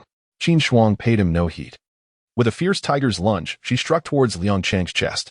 Simultaneously, her blood energy erupted in full force, manifesting as a whirlwind of blood smoke. Moreover, above her head, the blood smoke coalesced into the image of a blood-red tiger, its gaping maw exuding a fearsome aura. Ah, a tiger-shaped blood smoke? Liang Chang was startled to discover that Qin Shuang had also manifested blood smoke, and it was a tiger shape, significantly more potent than his own. He was taken aback and attempted to evade, but it was too late. Boom. The sound of cracking bones echoed as Liang Chang, caught off guard, was struck in the chest by Qin Shuang's punch. Blood surged forth as he doubled over, crashing through the brick wall and into the adjoining room. You. Liang Chang gasped, blood spilling from the corner of his mouth as he gazed at Qin Shuang, his heart in turmoil. She was merely 16 or 17 years old. How could her power surpass his own? How had she cultivated such strength? Old fool, you could never fathom the true strength of your Lord Qin. Qin Shuang executed the dragon dance technique, appearing within the room. She regarded Liang Chang, who was struggling amidst the rubble, and with a swift motion, shattered his limbs with her fists, speaking in an indifferent tone.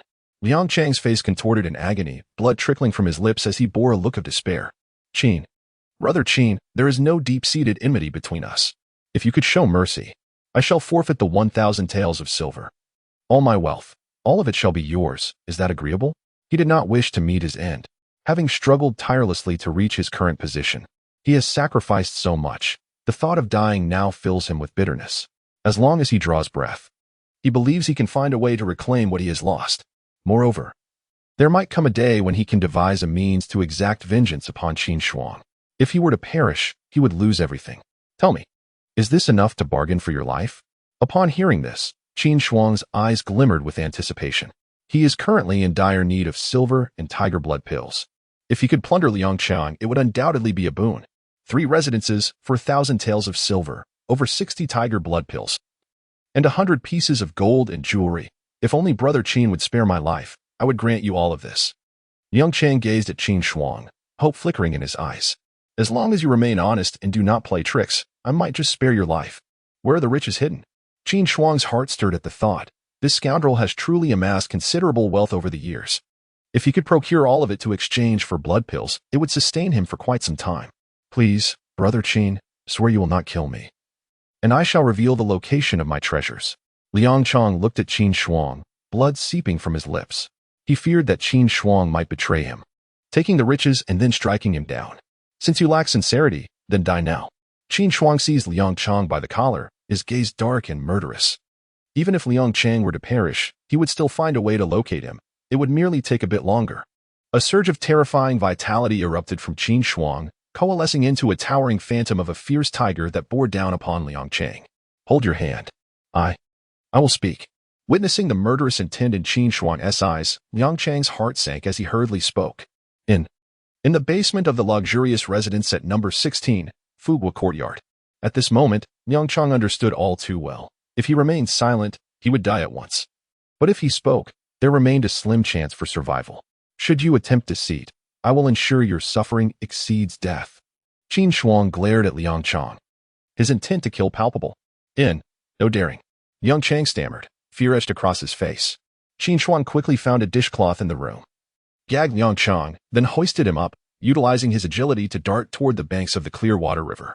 Before departing, Qin Shuang rifled through the bodies of Chun Gui and De Tu, discovering a mere 300 copper coins. with Qin Shuang's formidable prowess in the bone refinement realm. Carrying Liang Chang was akin to lifting a straw man. He concealed Liang Chang within a dense thicket by the riverbank, binding him to a tree, limbs secured like a festive rice dumpling. After acquiring his keys, he took hold of the cage containing dragonflies and earthworms and made his way toward the Fugua courtyard.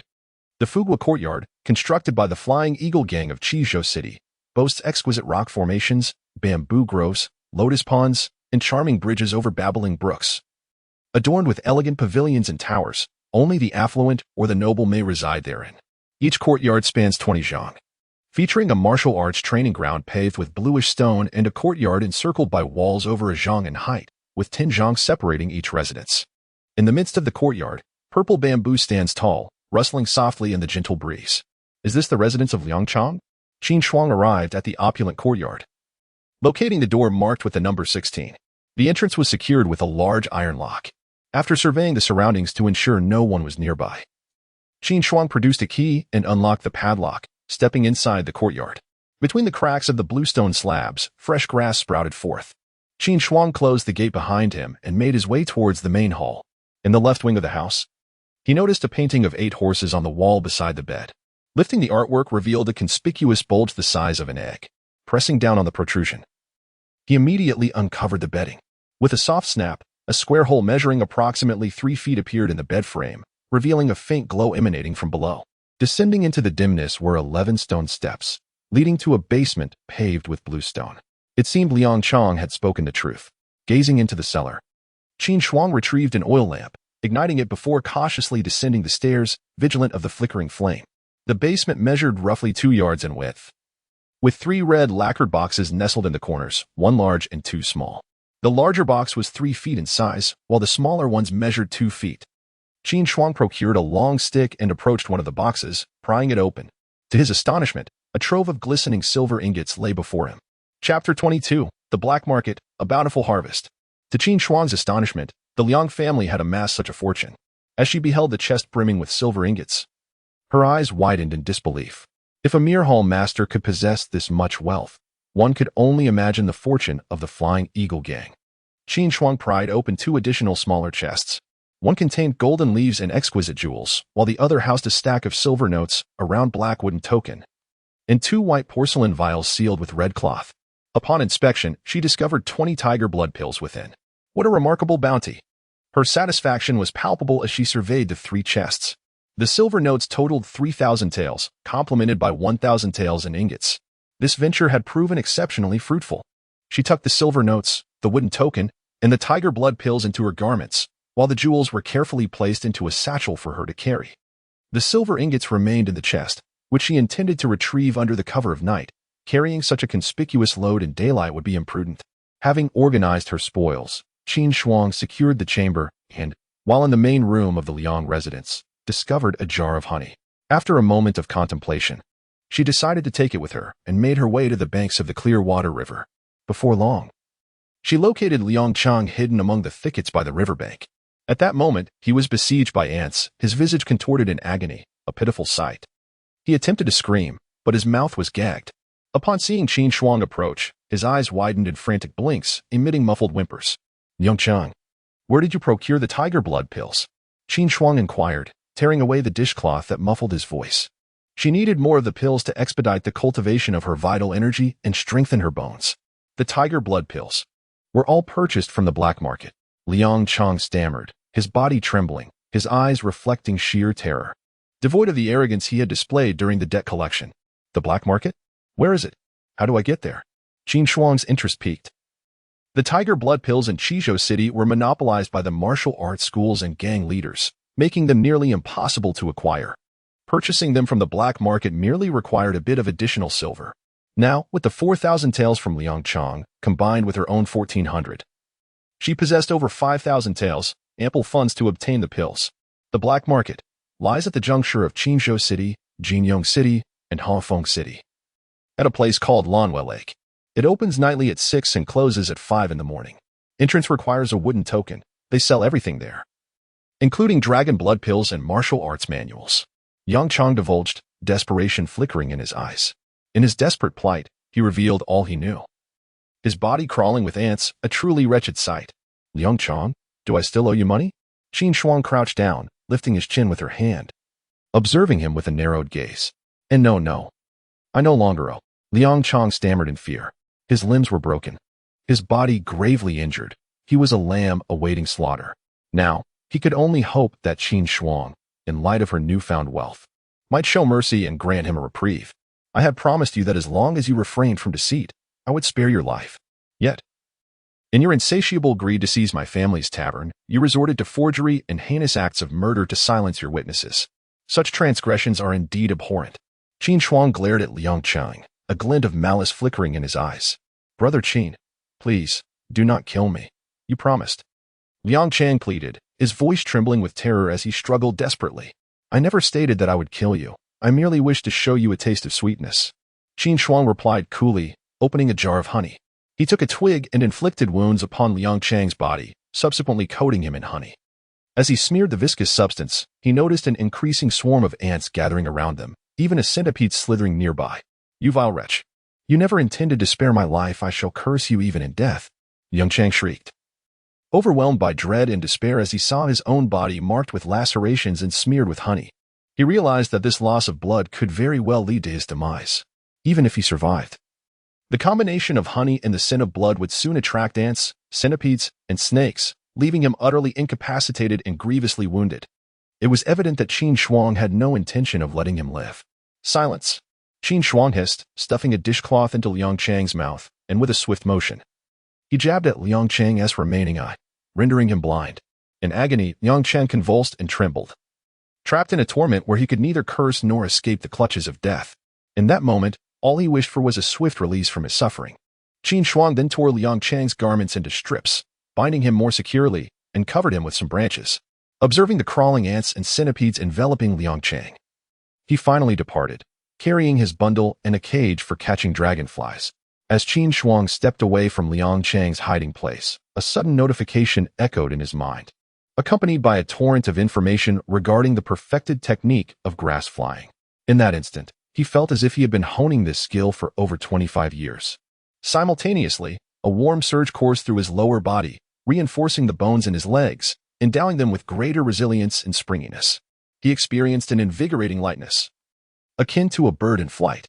With a swift motion, Qin Shuang executed the perfected technique of grass flying, his toes delicately tapping upon the grass blades, propelling him forward with remarkable speed, as if he were a dragonfly gliding effortlessly. Indeed, the execution of grass flying was nothing short of remarkable. Qin Shuang moved with fluidity and grace, feeling immensely satisfied with the newfound speed that had quadrupled since before. With a mere thought, he opened his interface. Great Path Simplification System. Host, Qin Shuang. Realm, Bone Forging Stage. Vitality and Blood Smoke 71. Simplification. Simplifying complex matters. Any martial arts techniques can be accelerated from mastery. Martial arts. Fierce Tiger Fist, complete. Upgradable. Grass on the Wind, complete. Upgradable. Tiger Roar Divine Intent, proficient. Bloodstorm Blade Technique, proficient. Bloodlock Technique, Blood Refining Scroll, expert. Alchemy 1-star, proficient. Dragon Dance Step, proficient. Next, a trip to the black market is in order. First, I must fulfill the simplification requirements for the Tiger Roar Divine Intent. Qin Shuang concealed the interface, pondering.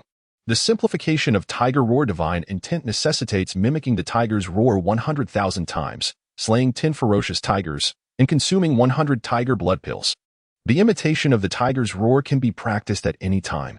He has already consumed 40 pills, leaving him short by 60. Including the 20 pills obtained from Liang Chang, he is still short by 40. Hence, a visit to the black market is imperative. Furthermore, once there, he should venture into the mountains to hunt down 10 ferocious tigers. After all, the transformation speed of tiger blood pills into vitality through the Tiger Roar Divine Intent is 20 times that of the fierce Tiger Fist. Achieving perfection in this technique will expedite the enhancement of vitality even further. This will greatly aid in the elevation of his own strength. A thought sparked in Qin Shuang's mind as he utilized Grass on the Wind to approach Liang Chang. Upon arrival, he observed that Liang Chang's body had swollen to a purplish hue, with several centipedes crawling upon him. It was evident that he had succumbed to the venom. Seeing Liang Chang's demise, Qin Shuang breathed a sigh of relief and made his way to the Fuxing Tavern. You intend to visit the black market tonight? Upon hearing Qin Shuang's intention, Nangong Waner exhibited a thoughtful glimmer in her beautiful eyes. She understood well that for martial artists without a sect, the black market was the optimal destination for acquiring cultivation resources. Chapter 23, The Iron Body of the Rock-Esteemed Fathers.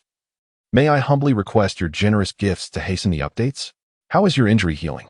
Qin Shuang inquired, gazing at Nangong Waner. I shall fully recover in approximately 2 days, Nangong Waner replied, nodding her head. She then looked at Qin Shuang and cautioned, if you go, please exercise utmost caution. Those who frequent the black market are often ruthless individuals. Thank you for your reminder, Miss Nangong, Qin Shuang expressed with a cupped fist. After providing her advice, Nangong Waner ascended to the 3rd floor to continue her recuperation.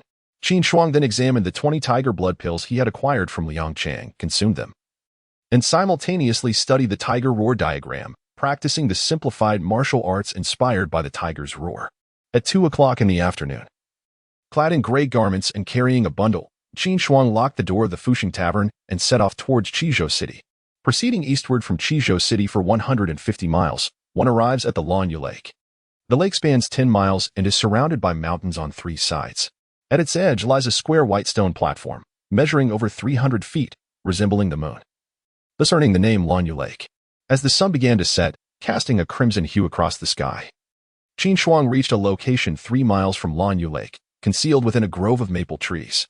He observed various figures making their way toward the lake, settling onto the white stone platform to await further developments. The early arrivals wore masks depicting tigers, sheep, oxen, and monkeys, while some donned black hoods that revealed only their eyes, and others adorned themselves with painted face masks. Qin Shuang did not wish to stand out. He retrieved a piece of black cloth from his bundle, fashioned it into a hood with 2 openings for his eyes, and pulled out the black market wooden token he received from Liang Chang, silently awaiting his turn. As darkness enveloped the surroundings, the number of martial artists arriving for the black market increased. Upon the white stone platform, a gathering of 500 to 600 individuals formed. Noting that the time was ripe, Qin Shuang popped a date into his mouth, grasped the wooden token, and stepped into the night towards the stone platform. At the entrance of the white stone platform stood a formidable figure, a horse-faced man with a long knife at his waist and a robust aura. He scrutinized the wooden token in Qin Shuang's hand, then without further inquiry, allowed him entry onto the platform. Those without tokens were required to pay 10 taels of silver to purchase one. Ascending the stone platform, Qin Shuang beheld a myriad of stalls, where vendors either squatted or sat, spreading cloth or animal hides before them, displaying an array of elixirs, manuals, antiques, swords, herbs, and alchemical furnaces for sale. He observed the various stalls, watching how others inquired about prices. Tiger blood pills. Qin Shuang approached a stall where the vendor, slender in form and wearing a goat mask, had laid out a black and yellow tiger skin, upon which rested a collection of white porcelain vials. Beside it was a sign displaying the prices: tiger blood pills, 12 taels of silver each; dragon blood pills, 120 taels of silver each. Truly, the black market is exorbitant. Qin Shuang marveled at the price of the tiger blood pills, realizing that the apothecary sold them for only 10 taels each, making this price 2 taels higher. The dragon blood pills were even more outrageous, priced at over 100 taels each. Good sir, might I inquire if purchasing a larger quantity of tiger blood pills could afford a discount? As Qin Shuang watched the previous customers depart, he stepped forward and inquired. With a date lodged in his mouth, his voice emerged somewhat muffled. How many do you require? The vendor, adorned with a goat mask, lifted his gaze to Qin Shuang, his voice resonant, suggesting he was in his 40s. I would like 50, Qin Shuang replied after a brief contemplation. He wished to purchase more, yet harbored concerns that acquiring too many at once might attract unwanted attention. He resolved to first procure some tiger blood pills to elevate his mastery of the tiger howl divine intent, with the intention of returning tomorrow for additional purchases. Exercising caution was undoubtedly prudent in this martial world, where formidable individuals abounded, and any misstep could lead to dire consequences. For 50, I shall charge you 590 taels of silver, the goat-masked vendor stated after a moment's thought. I will only part with them for 550 taels, Qin Shuang asserted. My good fellow, these are in high demand and not available in other apothecaries. Furthermore, my tiger blood pills are of exceptional quality, worth far beyond their price. I cannot lower it beyond 585 taels, the vendor replied, a hint of resignation in his tone.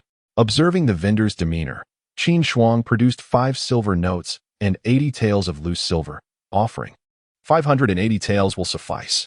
I shall return for more. Very well, the vendor conceded after a brief consideration, nodding as he handed 5 white porcelain vials to Qin Shuang, saying, "Please inspect them. Indeed, they are satisfactory." Qin Shuang remarked as he unwrapped the red cloth covering the cork, inhaling the fragrant aroma that confirmed the vials contained genuine tiger blood pills, comparable in quality to those crafted by Qin Shuang's grandfather, with 10 pills per vial. He promptly secured the 5 porcelain vials within his robe and resumed his exploration, eager to seek out techniques for body refinement. With his simplified system, he could achieve mastery swiftly, and the stronger his physique, the better. As Qin Shuang departed, 2 individuals clad in black, one stout and the other slender, approached the pill vendor. The rotund figure, with a tiger mask, whispered to the goat-masked vendor. How many did he purchase? He acquired 50 and is still perusing the stalls. A veritable prize. His strength lies within the bone-forging realm, the goat-masked vendor replied softly. Excellent. We shall wait outside with the scent-tracking mouse for his emergence. The stout figure nodded, gesturing to the leaner companion as they discreetly observed Qin Shuang from a distance. The goat-masked vendor, Yun Shanhai, meticulously arranged the white porcelain vials before him, his eyes glinting with shrewdness. Over the years, he had thrived in the black market selling the pills crafted by his elder brother, seizing opportunities when he encountered unsuspecting prey. His gains had been substantial, and his strength had ascended to the blood and smoke realm. The vials bore his unique scent, ensuring the scent-tracking mouse could easily locate him, leaving no fear of losing their quarry. Wandering leisurely from stall to stall, Qin Shuang arrived at a booth selling martial manuals. The proprietor, a slender figure adorned in a gray cloak with a bull's head mask, presided over a collection of books, including titles such as Grass on the Fly, Mandarin Duck Blade Technique, Cane Sword, Gecko Wall Crawling Technique, Copper Sand Palm, Stone Lock Technique, and Rock Iron Body Technique, among numerous others. These manuals bore fresh inscriptions, evidently newly penned. A handful of warriors gathered around the stall, engaging in spirited negotiations. Good sir, what martial arts are you interested in? Lightness skill, sword techniques, knife methods, or perhaps comprehensive martial arts? I have them all. After concluding their purchases, the warriors departed, and the bull-headed stall owner turned to Qin Shuang with enthusiasm. What can I assist you with? Qin Shuang crouched before the stall, her gaze drawn to the iron body of the rock technique. She picked it up, perusing its contents, and inquired, how much for this? With the formidable blood blade technique, the fierce tiger fist, the stone-splitting palm, and the graceful grass-skirting dragon step in her repertoire, she thought that mastering the iron body of the rock would render her flesh impervious to blades and spears, a most advantageous pursuit. The simplified system she possessed would facilitate swift perfection through simplification. You wish to practice the comprehensive technique? The bull-headed vendor was taken aback at her choice. It is widely acknowledged that comprehensive martial arts are the most arduous to master. The majority of practitioners, after enduring the rigorous trials of body refinement, ultimately abandon the path, opting instead for the quicker gains offered by sword techniques, knife methods, or palm techniques. Indeed, Qin Shuang affirmed with a nod, if you desire it. It will cost you 1 or 2 silver coins. The vendor indicated the iron body of the rock. However, I would recommend acquiring a sword or knife technique as well. It would be more beneficial. Thank you. Please set this one aside for me, Qin Shuang replied, producing a couple of silver coins to purchase the iron body of the rock, which she tucked into her garments. She continued her exploration, as she was merely 10 pigs away from fulfilling the requirements to advance her mastery of the blood blade technique, and she sought a superior knife for her endeavors. Chapter 24, Counter Ambush. Qin Shuang perused 3 stalls selling weapons, but found no particularly satisfactory sword. Thus, he purchased a commonplace long sword to carry as he exited the black market. Beyond the black market, 50 miles away, lay the Xianin Mountain, home to numerous tigers.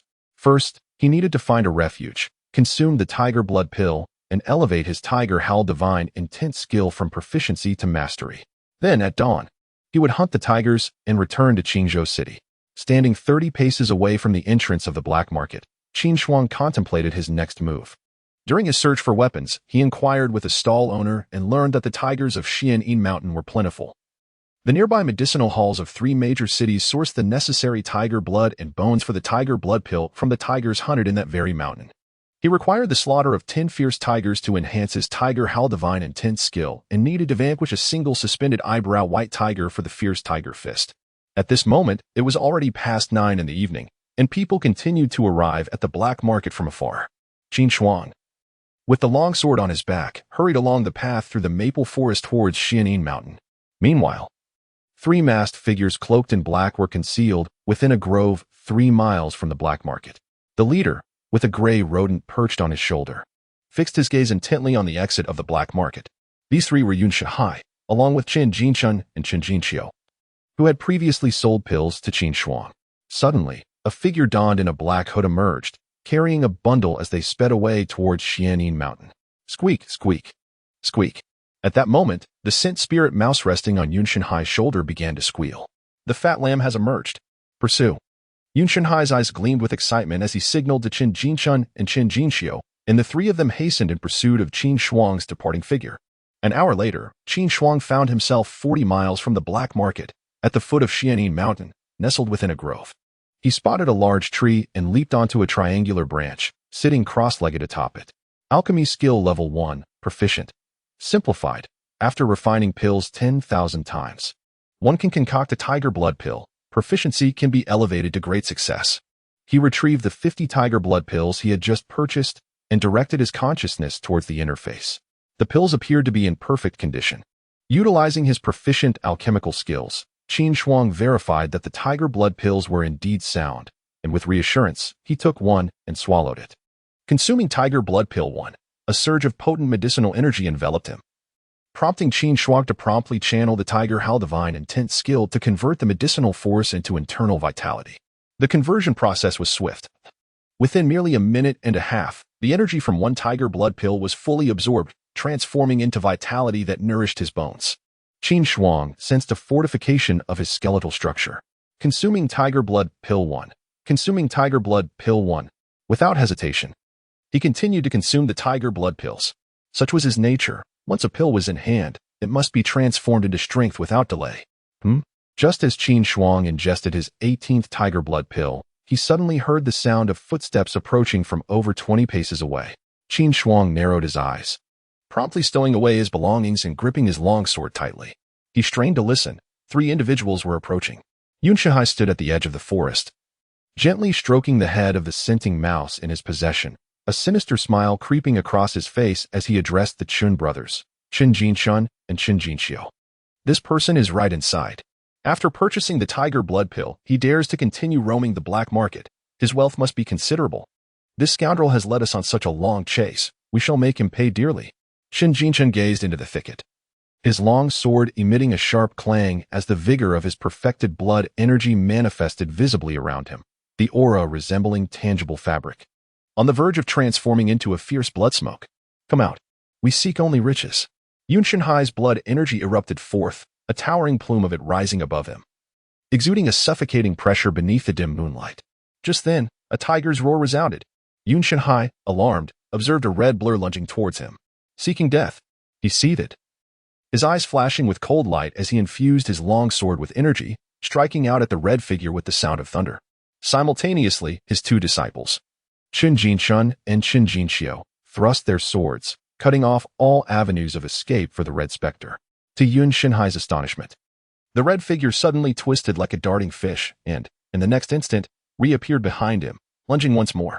Moreover, the presence of the red figure surged dramatically, its blood energy soaring into the sky, transforming into an ethereal image of a fierce tiger, a terrifying aura accompanying its roar. This is bad. A sense of dread gripped Yun Shinhai. He attempted to evade with his agile movements, but it was too late. He felt a crushing blow to his chest, the sound of cracking bones resonating as he was propelled backward, crashing heavily to the ground several paces away. Qin Shuang unleashed a fierce tiger pounce, severely wounding the strongest of the robbers, then activated his dragon steps, advancing toward the remaining 2. Although Qin Jinshun and Qin Jinxiu had both ascended to the perfected blood energy realm, they were merely clad in a thin veil of energy. They were no match for Qin Shuang, who had not only attained blood smoke but had also manifested the ethereal image of a tiger. In a mere exchange, their longswords shattered, and they spewed blood, landing several paces away. Let me tell you, the last person who provoked me received countless wounds, smeared with honey. Can you guess what happened next? Qin Shuang dragged the 3 feeble robbers together, squatting before them, his tone eerily calm. To his surprise, the robber Yun Shinhai was none other than the vendor from whom he had purchased his pills. The trio of Yun Shenhai also dealt in elixirs, and whenever they spotted a plump target, they would leave their scent behind to ambush and seize treasures outside. Please spare us, great hero. I am willing to offer all my wealth and serve you as your humble footman. Just grant us our pitiful lives. Yun Shenhai knelt before Qin Shuang, his eyes filled with terror. At that moment, he was overwhelmed with regret, having always taken the easy path. He had only sought to prey on the weak. Little did he know that this seemingly soft target concealed such formidable power. He had struck a hard wall. Qin Jinshun and Qin Jinxiu knelt beside Yun Shenhai, their eyes filled with terror.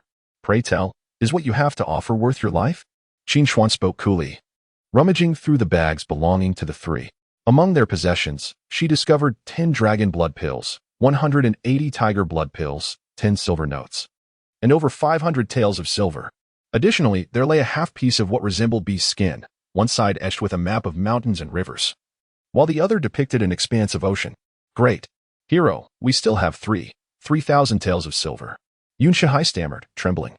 Only 3,000 taels? Qin Shuang furrowed her brow, expressing her dissatisfaction. I thought selling pills would be quite lucrative. One must earn at least half when purchasing 50 tiger blood pills, no? How is it that you only possess so little after peddling in the black market daily? Great hero, my elder brother is an alchemist. We merely sell on his behalf to earn a modest fee. And we had no choice but to resort to robbery. The silver we earn must go toward our cultivation, hence this is all that remains. Yun Shenhai gazed at Qin Shuang, his expression one of desperate pleading, repeatedly slapping his own face. Great hero, we were wrong to act against you. If you spare my life, I shall give you the 3,000 taels. In the future, we shall serve you. I will even sell my 2 properties to you. At this moment, Yun Shenhai's only desire was to survive, as long as he could escape with his life. Everything else could be negotiated. It was crucial to remember that his elder brother was an alchemist, already having advanced to the Jade Essence realm. In due time, he could seek revenge with his brother's assistance. Chapter 25. The fragment of the divine intent of the earthly extremities ocean of Qi. Where is your silver? Qin Shuang inquired, casting a stern gaze at Yun Shenhai. In Jinyong City, at 66, Wenchang Court. In the closet, Yun Shenhai stammered. Excellent. You may leave. Qin Shuang's eyes narrowed as a surge of energy coursed through him, and he delivered a mighty blow to Yun Shenhai's face. Instantly, Yun Shenhai's head snapped back, his body hurtling backward before crashing heavily 4 zhang away, convulsing violently, and with a final kick, he succumbed to his injuries, his eyes wide open in a lingering expression of disbelief. The remaining 2, witnessing Qin Shuang's ruthless action, scrambled to flee but were already too late.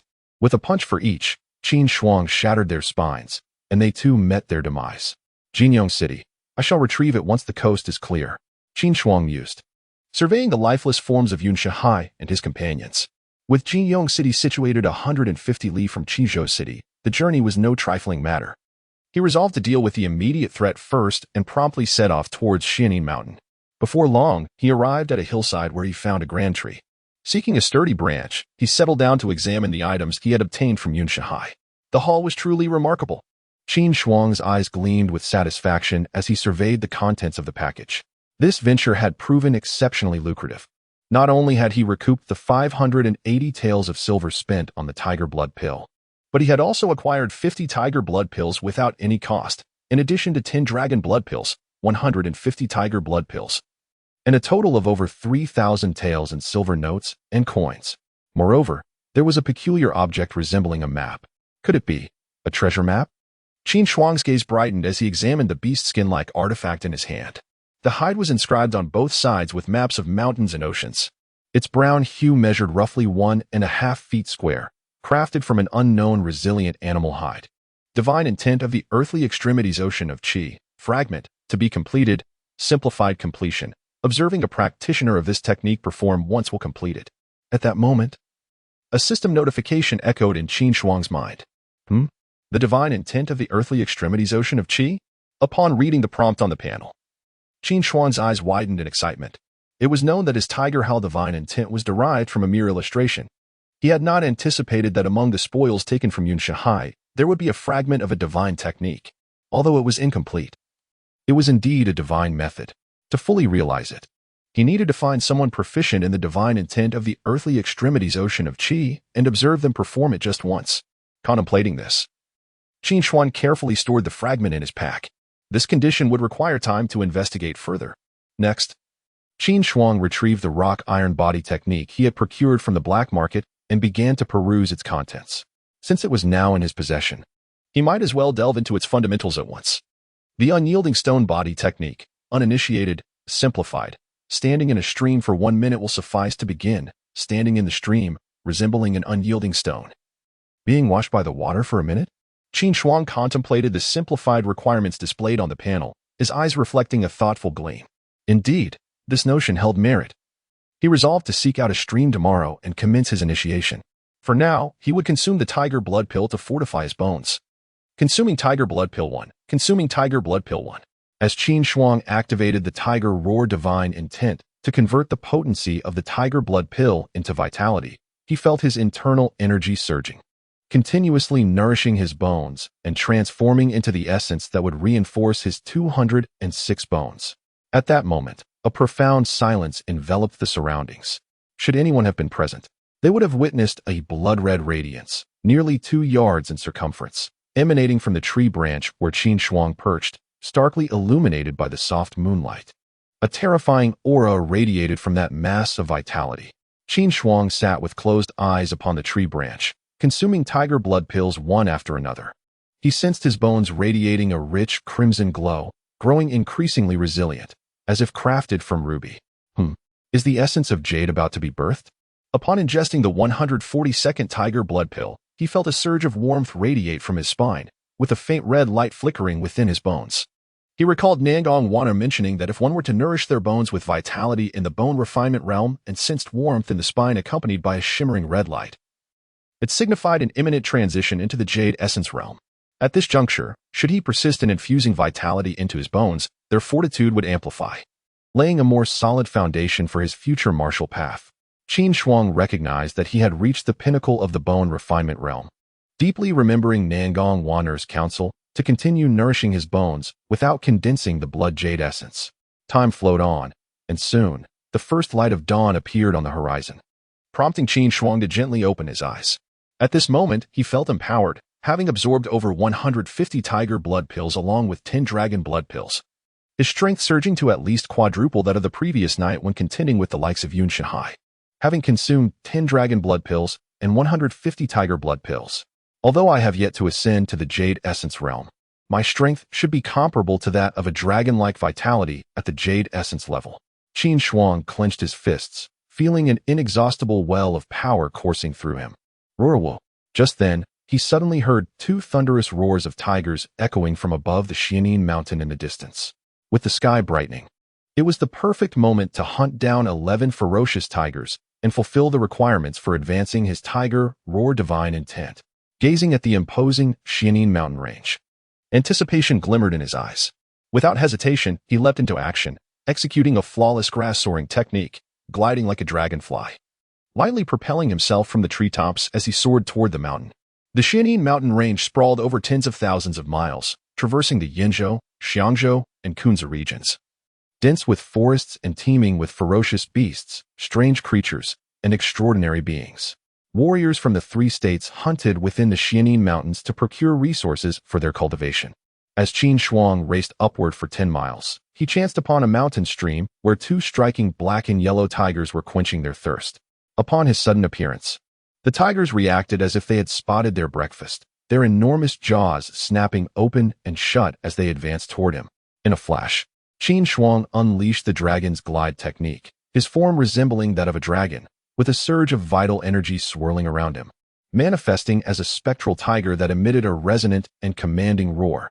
The spectral tiger's growl reverberated, causing the 2 real tigers to halt in their tracks, as if confronted by their ancestors, fear glimmering in their eyes. In the blink of an eye, the sound of cracking bones echoed as the 2 tigers suffered a devastating blow to their jaws, sent flying into the depths of the ravine, creating towering columns of water. Tiger killed 1. Tiger killed 1. The notifications rang through Qin Shuang's mind. With a single punch, he had felled 1 tiger. Observing the lifeless forms of the tigers in the stream, their heads obliterated by his fist, satisfaction gleamed in his eyes. It was worth noting that while Wu Song could only fell 1, he had dispatched 2 with a single strike, sending them careening away. The tiger heads had been shattered. Chapter 26. A reunion with Lu Hao and the white jade golden pattern python. How delightful it would be to have a guild of nearly 1,000 members at my beck and call. Qin Shuang gazed upon the 3 ferocious tigers he had just slain, a look of regret crossing his features. The corpses of these tigers were of no use to him. Leaving them behind would be a waste. It is essential to note that tiger blood and bones are primary materials for concocting tiger blood pills. Not to mention the tiger whip and paws, which are immensely nourishing. If only he could have a guild to assist him, life would be much more convenient.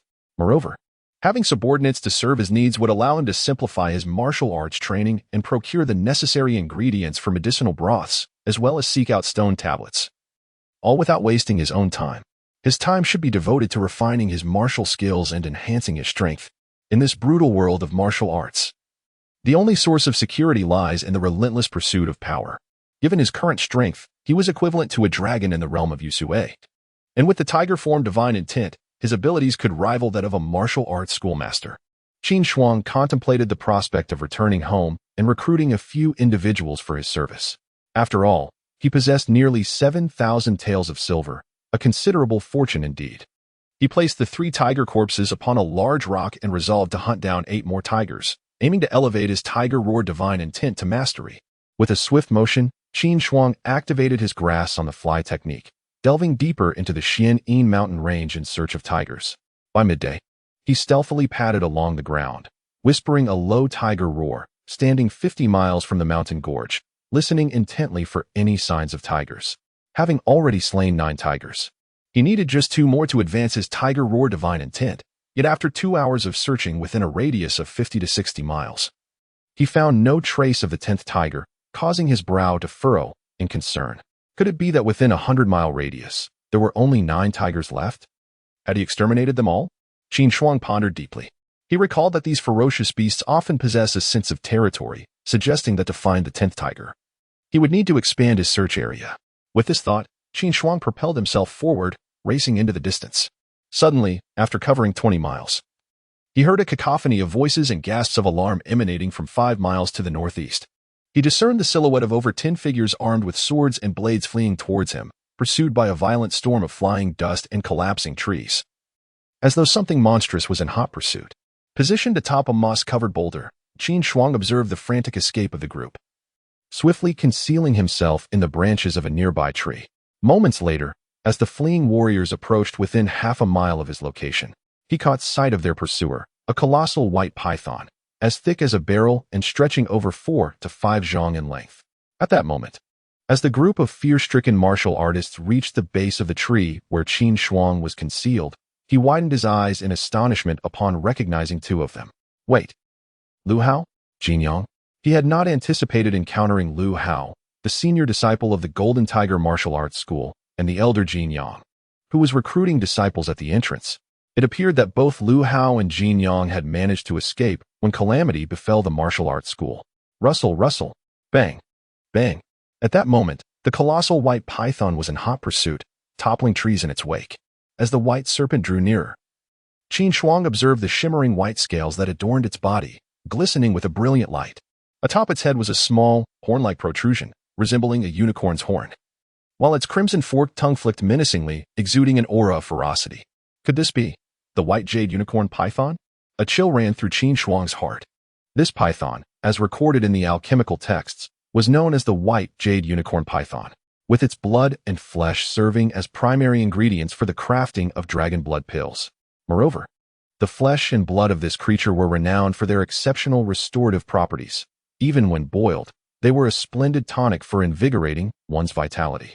However, this particular white jade unicorn python appeared to be somewhat extraordinary, possessing a faint golden stripe along its spine. It was evident that this white jade unicorn python had evolved into the rare white jade golden striped python. Upon sighting this magnificent serpent, Qin Shuang felt a surge of excitement. He discerned that the aura emanating from the white jade golden striped unicorn python was comparable to that of a dragon, akin to the vitality of the jade essence realm, approaching the essence of the blood refinement furnace. If he could vanquish this creature and consume its blood or refine it into dragon blood pills to nourish his 206 bones, how much stronger would he become? Contemplating this, Qin Shuang's figure flickered, his vitality surging explosively as he unleashed the tiger pounce technique, delivering a powerful punch toward the white jade golden-striped python. Sensing Qin Shuang's murderous intent, the massive head of the white jade golden-striped python reared up, its crimson tongue flicking, while its colossal tail swept toward Qin Shuang with a thunderous force. Qin Shuang executed the perfected grass on flying technique, leaping into the air and narrowly evading the python's tail. Boom! The tail of the white jade golden-striped python swept past, effortlessly snapping a tree as thick as a barrel, sending wood splinters flying. At the same time, Qin Shuang's vitality surged once more like a dragon, and he launched another tiger pounce, striking the python's immense head with both fists. A tremendous crash resounded as Qin Shuang's fist, imbued with terrifying strength, sent the python's head soaring 3 yards backward, spitting saliva, yet it suffered no harm whatsoever. With a fierce hiss, the python swung its massive body and lunged at Qin Shuang once again. At this moment, the white jade golden-striped python abandoned Lu Hao, Jin Yang, and the others, its cold eyes fixated on Qin Shuang. Its colossal tail swept violently, seemingly intent on swallowing this assailant whole. Wherever its tail passed, trees were reduced to splinters as if ravaged by a tornado. What formidable defenses! Qin Shuang was taken aback to see the white jade golden-striped python remain unscathed. It was far stronger than he had anticipated. Nevertheless, his grass on flying technique had reached perfection, allowing him to dodge the python's sweeping tail by the narrowest of margins. Furthermore, he recalled the words of Nangong Wanner: if one cannot silence the opponent, then refrain from unleashing the tiger's divine intent. There were still over 10 individuals nearby. Qin. Brother Qin? He is Qin. Qin Shuang? His vitality pulsates like a dragon? As Lu Hao and Jin Yang fled for their lives, their peripheral vision caught sight of someone confronting the colossal python, instantly easing their hearts. Upon witnessing the figure engaged in fierce combat with the serpent, their eyes widened in disbelief. They exchanged glances, both revealing expressions of incredulity. Wasn't Qin Shuang merely a novice in the fierce tiger fist at the martial arts academy just days ago? How could he possess such a terrifying vitality? Am I mistaken? Jin Yang gazed at that silhouette, unable to conceal the astonishment in his aged eyes. He had been the one to recruit Qin Shuang into the academy, and his impression of him was quite profound. This young man had barely practiced the fierce tiger fist 3 times before departing, often slacking off, and he had concluded that Qin Shuang would never master the art, deeming the entrance fee of 10 taels of silver a waste. Little did he anticipate that this lad had concealed his true strength, engaging in a fierce struggle with the white python. One must understand that with his own prowess at the bone refinement stage, encountering that white python would only result in a desperate escape. Chapter 27. The Tiger's Roar. In the slaying of the python in this chapter, Brother Qin unleashes the ferocity of the tiger's pounce. Has he mastered the tiger fist to the level of the dojo master? Lu Hao gazes in astonishment at his silhouette engaged in a fierce battle with the white python. A profound sense of dread washing over him. Reflecting on the times he had guided Qin Shuang in the tiger fist, he feels a wave of shame. In a flash, Qin Shuang darts toward the depths of the Xian Yin mountain range, determined to lure the white jade golden-striped python to an uninhabited area before employing the tiger's roar to vanquish it. The python hisses ominously, relentlessly pursuing him, uprooting trees and sending rocks flying in its wake. In an instant, both Qin Shuang and the python vanish into the forest. It is over. Brother Qin cannot withstand the might of the white python, having been chased deep into the mountains. Lu Hao watches in concern as they disappear from view. After all, it was Qin Shuang who saved them. Without his intervention, they would have surely perished today. This beast is overwhelmingly powerful. Jin Yang sighs, expressing a wish for Qin Shuang's safety, hoping that fate will be kind to him. They are too weak to offer any real assistance. It is best for us to follow from a distance and see if we might lend a hand, even slightly. Lu Hao nods in agreement. He understands that all he and his master can do is observe from afar. If Qin Shuang were to falter, he would surely be devoured by the python. Leaving no trace behind, Qin Shuang performs the perfected grass on the fly technique, racing forward with remarkable speed. His toes barely touch the treetops as he glides like lightning. Below him, the white python's cold eyes gleam with a sinister light, relentlessly pursuing him, tearing through the trees in its path with terrifying force. The chase continues for nearly 20 miles. Suddenly, a thunderous roar of a tiger reverberates ahead. Is there a tiger nearby? Upon hearing the roar, Qin Shuang's eyes light up, and he swiftly alters his course towards the source of the sound. Soon, he finds himself before a cave in the mountains where 2 tigers, each measuring 2 zhang in length, gaze intently at him. He notices that one of the tigers bears a tuft of white fur on its forehead. Indeed, it is the rare white-headed tiger. Just as Qin Shuang lands, the white-headed tiger leaps forward, pouncing towards him. Vile beast. In an instant, Qin Shuang unleashes the tiger's bite, his blood surging with vigor as the spectral form of a tiger materializes around him, charging at the white-headed tiger. With a resounding crash, the white-headed tiger's skull is crushed under the force of Qin Shuang's assault, its massive body tumbling 5 zhang away. The tiger fist has ascended to the tiger's roar fist. At the moment he slays the white-headed tiger, a notification resonates in his mind. Simultaneously, a torrent of profound knowledge floods into his consciousness, encompassing the techniques and insights of the tiger's roar fist. In this instant, Qin Shuang feels as though he has been training in the tiger's divine fist for 2 or 3 decades.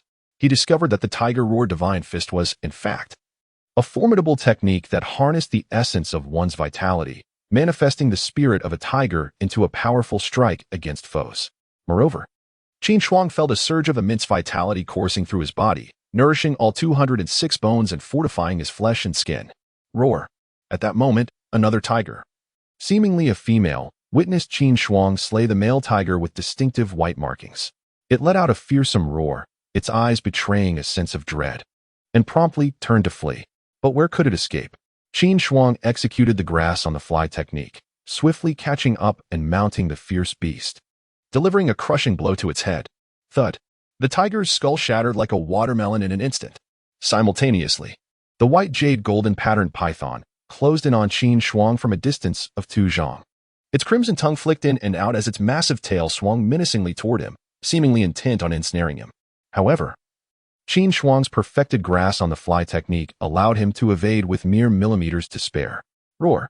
As he narrowly escaped the python's attack, Qin Shuang unleashed the tiger roar divine fist, and in an instant, his vitality surged, transforming him into a blood-red tiger, its roar echoing through the heavens. Boom. The tiger embodiment of Qin Shuang struck the head of the white, jade golden patterned python, sending its skull reeling backward. Its body flung away to a distance of 7 or 8 zhang. In midair, crimson blood splattered from its mouth, and 2 bloodied fangs shot toward the horizon. The white jade golden patterned python emitted a shrill hiss, its serpentine eyes filled with terror as it turned to flee. I must see where your lair lies. Qin Shuang trailed behind the retreating python, determined not to let it escape. This creature was a vital ingredient for concocting dragon blood pills. It could not be allowed to elude capture. He had only exerted 3/10 of his strength with the tiger roar divine fist, leaving the python severely injured. He understood that this python's capacity for evolution indicated that its dwelling was extraordinary, and he was eager to explore the potential for additional gains. The man and the serpent raced onward, and after a quarter of an hour, Qin Shuang followed the python to the base of a sheer cliff. The cliff face appeared as smooth as a mirror, adorned with a few verdant pines and cascading vines. Below lay a tangle of weeds and decaying leaves, emitting a foul odor. The white serpent burrowed into a large hole in the rock wall that stood over 4 feet high. Whoosh! Qin Shuang would not permit it to enter the cave unchallenged. In an instant, he darted forward, seizing the python's tail and yanking it back with a fierce shake. Hiss, hiss, hiss. The white jade golden patterned python let out a deafening roar from within the cave, desperately attempting to burrow deeper. Yet, despite still being at the bone refinement stage, Qin Shuang's strength had reached a terrifying level, rivaling that of the vitality furnace. Coupled with his grip on the python's tail, he relentlessly pulled, inch by inch, dragging the creature from its rocky refuge. The struggle persisted for 10 minutes, until the white jade golden patterned python could endure no longer. It suddenly retreated, its gaping maw unleashing a torrent of venom toward Qin Shuang. Anticipating this, Qin Shuang maintained his hold on the python's tail, executing the dragon swimming technique to evade the venomous spray. Sizzle! The venom struck the ground, instantly withering and blackening a wide swath of grass. Qin Shuang's entire being was enveloped in a swirling aura of vitality as he grasped the tail of the white, jade golden patterned python, shaking it violently up and down. The python let out a series of anguished cries, attempting to twist and retaliate against Qin Shuang. However, with each fierce shake, the creature's massive form became limp, collapsing to the ground, barely clinging to life. Die! Qin Shuang bellowed, swinging the python with ferocity. With a resounding crash, the python's colossal head repeatedly struck the stone wall, sending shards of rock flying. Qin Shuang continued this assault for several blows until the python fell silent, lifeless beyond revival. "Let me explore the cave," he declared, discarding the python at the cave's entrance and advancing into the serpent's den. The cavern delved deep into the rock, shrouded in dim light, yet Qin Shuang's vision remained keen. He ascended further, the interior remarkably smooth, revealing a fractured layer of rock. After climbing over 20 meters, a glimmer of light appeared ahead. Upon reaching the source of the illumination, Qin Shuang discovered a cavern divided into 2 chambers, each measuring approximately 2 zhang in circumference. In the left chamber, 3 serpent skins lay scattered across the ground. Conversely, the right chamber was littered with 4 to 5 dozen porcelain vials, and against the wall sat a skeleton. Knees drawn up, its bones glistening like jade. The spine and the forehead of the skull faintly shimmered with a hint of gold, while the robes that adorned it had long since crumbled to dust. Beside the skeleton's knees lay a long, dark-sheathed sword. Qin Shuang approached the porcelain vials, only to find them empty, devoid of any elixirs. It was no wonder that the white jade python had evolved golden patterns. It appeared to have consumed the essence within these vials. As he gazed at the vacant containers strewn across the ground, a realization dawned upon him. Although it was regrettable, the python had absorbed the elixirs, and now, having vanquished the creature, he would similarly reap the benefits. In a corner of the chamber, Qin Shuang also stumbled upon fragments of ancient texts, faint inscriptions barely discernible. However, the passage of time had rendered these fragments brittle, crumbling into powder at the slightest touch. Chapter 28. The underworld blade. With his hands wrapped in cloth, Qin Shuang grasped the long, sheathed blade of deep black hue. How heavy! Upon lifting the sword, he realized it was unlike any ordinary long sword, weighing at least 50 pounds. However, with his current strength, wielding this blade felt perfectly suited to him, as if it had been crafted specifically for his use. With a sharp sound, Qin Shuang drew the sword, and an icy chill radiated from it, as if it were a shard of ancient ice. Only by surging his vital energy could he dispel this frigid aura. Examining the long sword closely, he couldn't help but exclaim in admiration, "What a magnificent weapon!" The blade was entirely black, approximately 1.2 meters in length, adorned with layered, scale-like ripples, and inscribed with the characters underworld at its center, emanating a chilling aura of lethal intent and sharpness. Unexpectedly arriving here, Qin Shuang felt an affinity with the previous owner, vowing to seal this cave later for their eternal rest. This blade, he promised, would once again resonate throughout the martial world. After inspecting the stone walls for any remnants of messages, he turned to the skeleton on the ground and clasped his fists in respect. Having spoken his piece, Qin Shuang unsheathed the black blade, preparing to excavate some stones to bury the skeleton. To his astonishment, the underworld blade sliced through the stone wall with ease, as if it were mere tofu. Swiftly, he worked to gather a heap of stones and sealed the cave securely. At last, he hefted the underworld blade and descended through the serpent's lair. Emerging from the snake's den, Qin Shuang examined the white jade golden-striped python, discovering it weighed around 700 to 800 pounds. Yet, with his current prowess, carrying such a weight posed no challenge. He coiled the python around himself and activated his technique, grass on the wind, retracing his steps. Due to the python's considerable length, its tail dragged along the ground. Half an hour later, Qin Shuang reached the summit of a mountain. Suddenly, he spotted 2 figures approaching from a distance, none other than Lu Hao and Jin Yang, the very individuals being pursued by the white jade golden-striped python earlier that day. Both appeared exceedingly cautious, pausing intermittently, still oblivious to Qin Shuang's presence. A thought struck Qin Shuang. Now, he had assistance in transporting the python. He made his way towards them, carrying the white serpent. Jin Yang and Lu Hao cautiously followed the trail of destruction left by the python. Qin Shuang? Lu Hao exclaimed in disbelief. He killed the python? In that moment, the 2 men gazed at the figure descending the hillside, a young man shouldering a white python, their eyes widening in shock. The one carrying the python was indeed the very Qin Shuang they had seen fleeing from the creature. "Why haven't you left?" Qin Shuang inquired, the massive python dragging behind him. "My lord, you saved us. We couldn't bear to leave, so we remained behind, hoping to assist if needed. We never expected you to have slain the python." Jin Yang replied, his heart tumultuous with amazement. He and Lu Hao had narrowly escaped the jaws of the serpent. And here was Qin Shuang, who had vanquished it with such ferocity. It was he who invited Qin Shuang into the martial arts academy to learn the fierce tiger fist. At that moment, observing Qin Shuang's demeanor, one could easily conclude he was a frivolous young master, and that mastering the fierce tiger fist would be a formidable challenge. Little did he anticipate the true extent of Qin Shuang's formidable prowess. I came to the mountain seeking it, Qin Shuang remarked with a faint smile. How did you find yourselves being hunted? After the incident at the Martial Arts Academy, we retreated into the mountains to evade our enemies, while also hoping to forage for herbs to aid our training. Unfortunately, we inadvertently ventured too close to the white python's territory and fell victim to its relentless pursuit, Jin Yang recounted, lamenting the calamity that befell the Jinhu Martial Arts Academy. From their conversation, Qin Shuang learned that on that fateful day, the academy had been attacked by Ding Dian seeking vengeance, resulting in the massacre of the entire family of the academy's master and the scattering of its disciples. Jin Yang and Lu Hao had been captured by the followers of the Golden Whip Martial Arts Academy. However, upon discovering that the perpetrator was Ding Dian, the former disciple of Jin Hong, they were released without further harm. With the academy in ruins and fearing retribution, the two had taken refuge in the Xian'an mountain range, only to nearly become prey for the white python. Are you the last remaining disciples of the academy?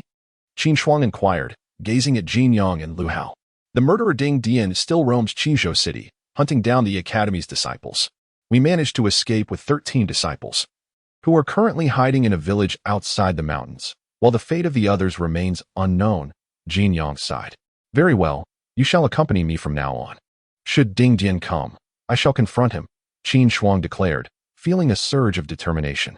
With Lu Hao, Jin Yang, and the 13 disciples at his side, he envisioned a future where they could assist him in his endeavors, allowing him to fully focus on simplifying his martial arts. Thank you, young Master Qin. Jin Yang and Lu Hao exchanged glances and nodded in agreement, reassured by Qin Shuang's extraordinary strength, certain he could contend with Ding Dian. Thus, Qin Shuang shouldered the white jade golden pattern python, while Jin Yang and Lu Hao sought a fierce tiger to carry down the mountain. Outside Qingzhou City, in Huailing Village, a place devoid of flowers but instead adorned with gentle slopes dotted with low trees, stood a collection of 50 or so humble tile-roofed houses.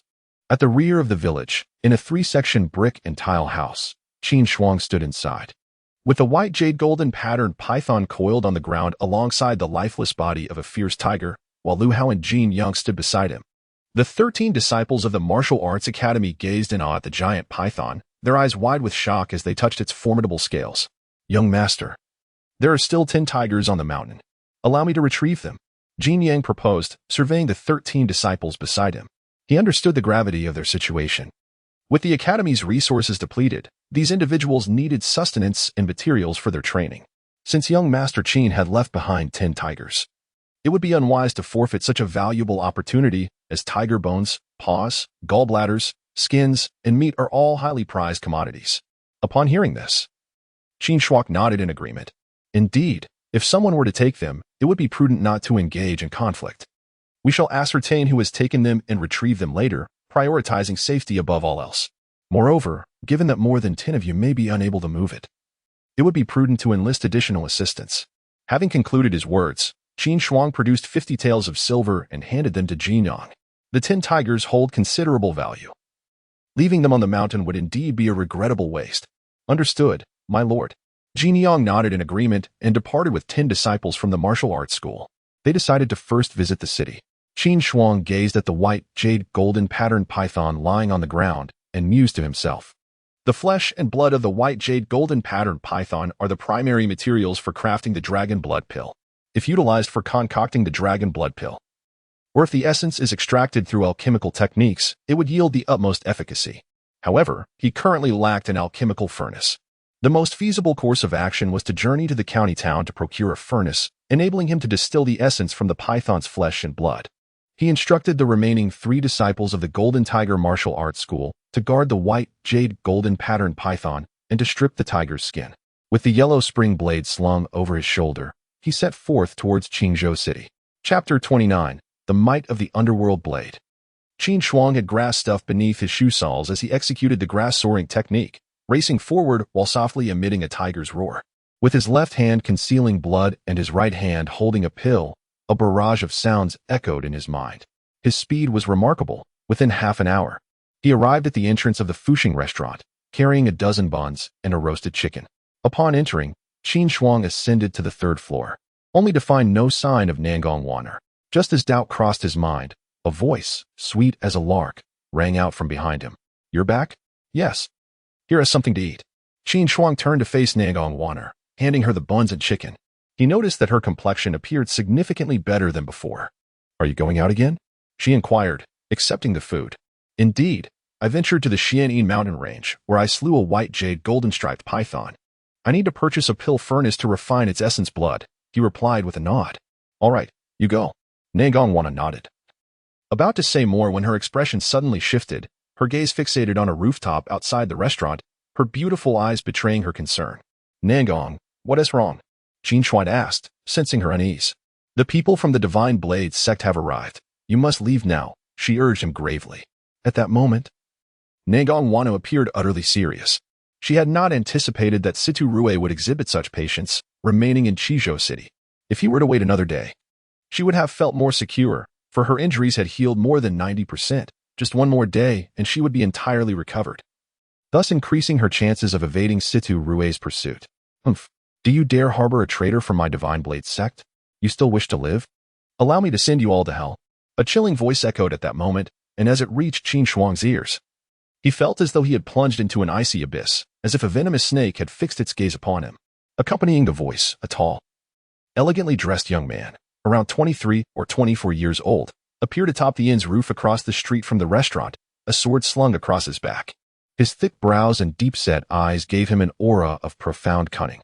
Behind him, an enormous, circular white halo, radiating with blinding light and edged with two crimson auras, emanated a terrifying presence that made it difficult to look directly at him. "Situ Rue, without your father's surging blade, you are no match for me," Nangongwana declared. Her beautiful eyes filled with vigilance as she regarded the brocade-clad youth across from her. "Do you think I would be swayed by your provocations and refrain from using the surging blade?" Situ Rue leered, his gaze unabashedly roaming over Nangongwana's delicate form. "Dream on. I intend to capture you alive and refine you thoroughly. In the end, you will be unwilling to kill me." Clang. Upon hearing the words, Nangongwana's delicate face flushed with anger, and the long blade in her hand was suddenly unsheathed, aimed at Situ Rue. She was undaunted by Situ Rue, however. She harbored a deep-seated apprehension towards his renowned Jinghong blade, which was excessively sharp. Nangong, wield this blade. Qin Shuang, casting a sidelong glance at Situ Rue, narrowed his eyes and handed over the Huangquan blade to Nangongwana. From their previous exchanges, he discerned that her inability to overcome Situ Rue stemmed not from a lack of strength but rather from the presence of Situ Rue's formidable weapon, the Jinghong. The implications of Situ Rue's words suggested that if Nangongwana faltered, his own fate would be no better. Therefore, entrusting the Huangquan blade to her might yield a fighting chance. This blade, obtained from a mysterious predecessor, could slice through iron effortlessly. And Qin Shuang sensed that it possessed extraordinary qualities. Nangongwana gazed intently at Qin Shuang, her beautiful eyes reflecting a hint of contemplation. While her own blade was also a finely crafted treasure, it paled in comparison to the Jinghong. The dark, enigmatic blade in Qin Shuang's hand. Could it truly surpass her own? Nevertheless, Nangongwana accepted the black blade, and as she grasped the Huangquan, a flicker of astonishment crossed her lovely features.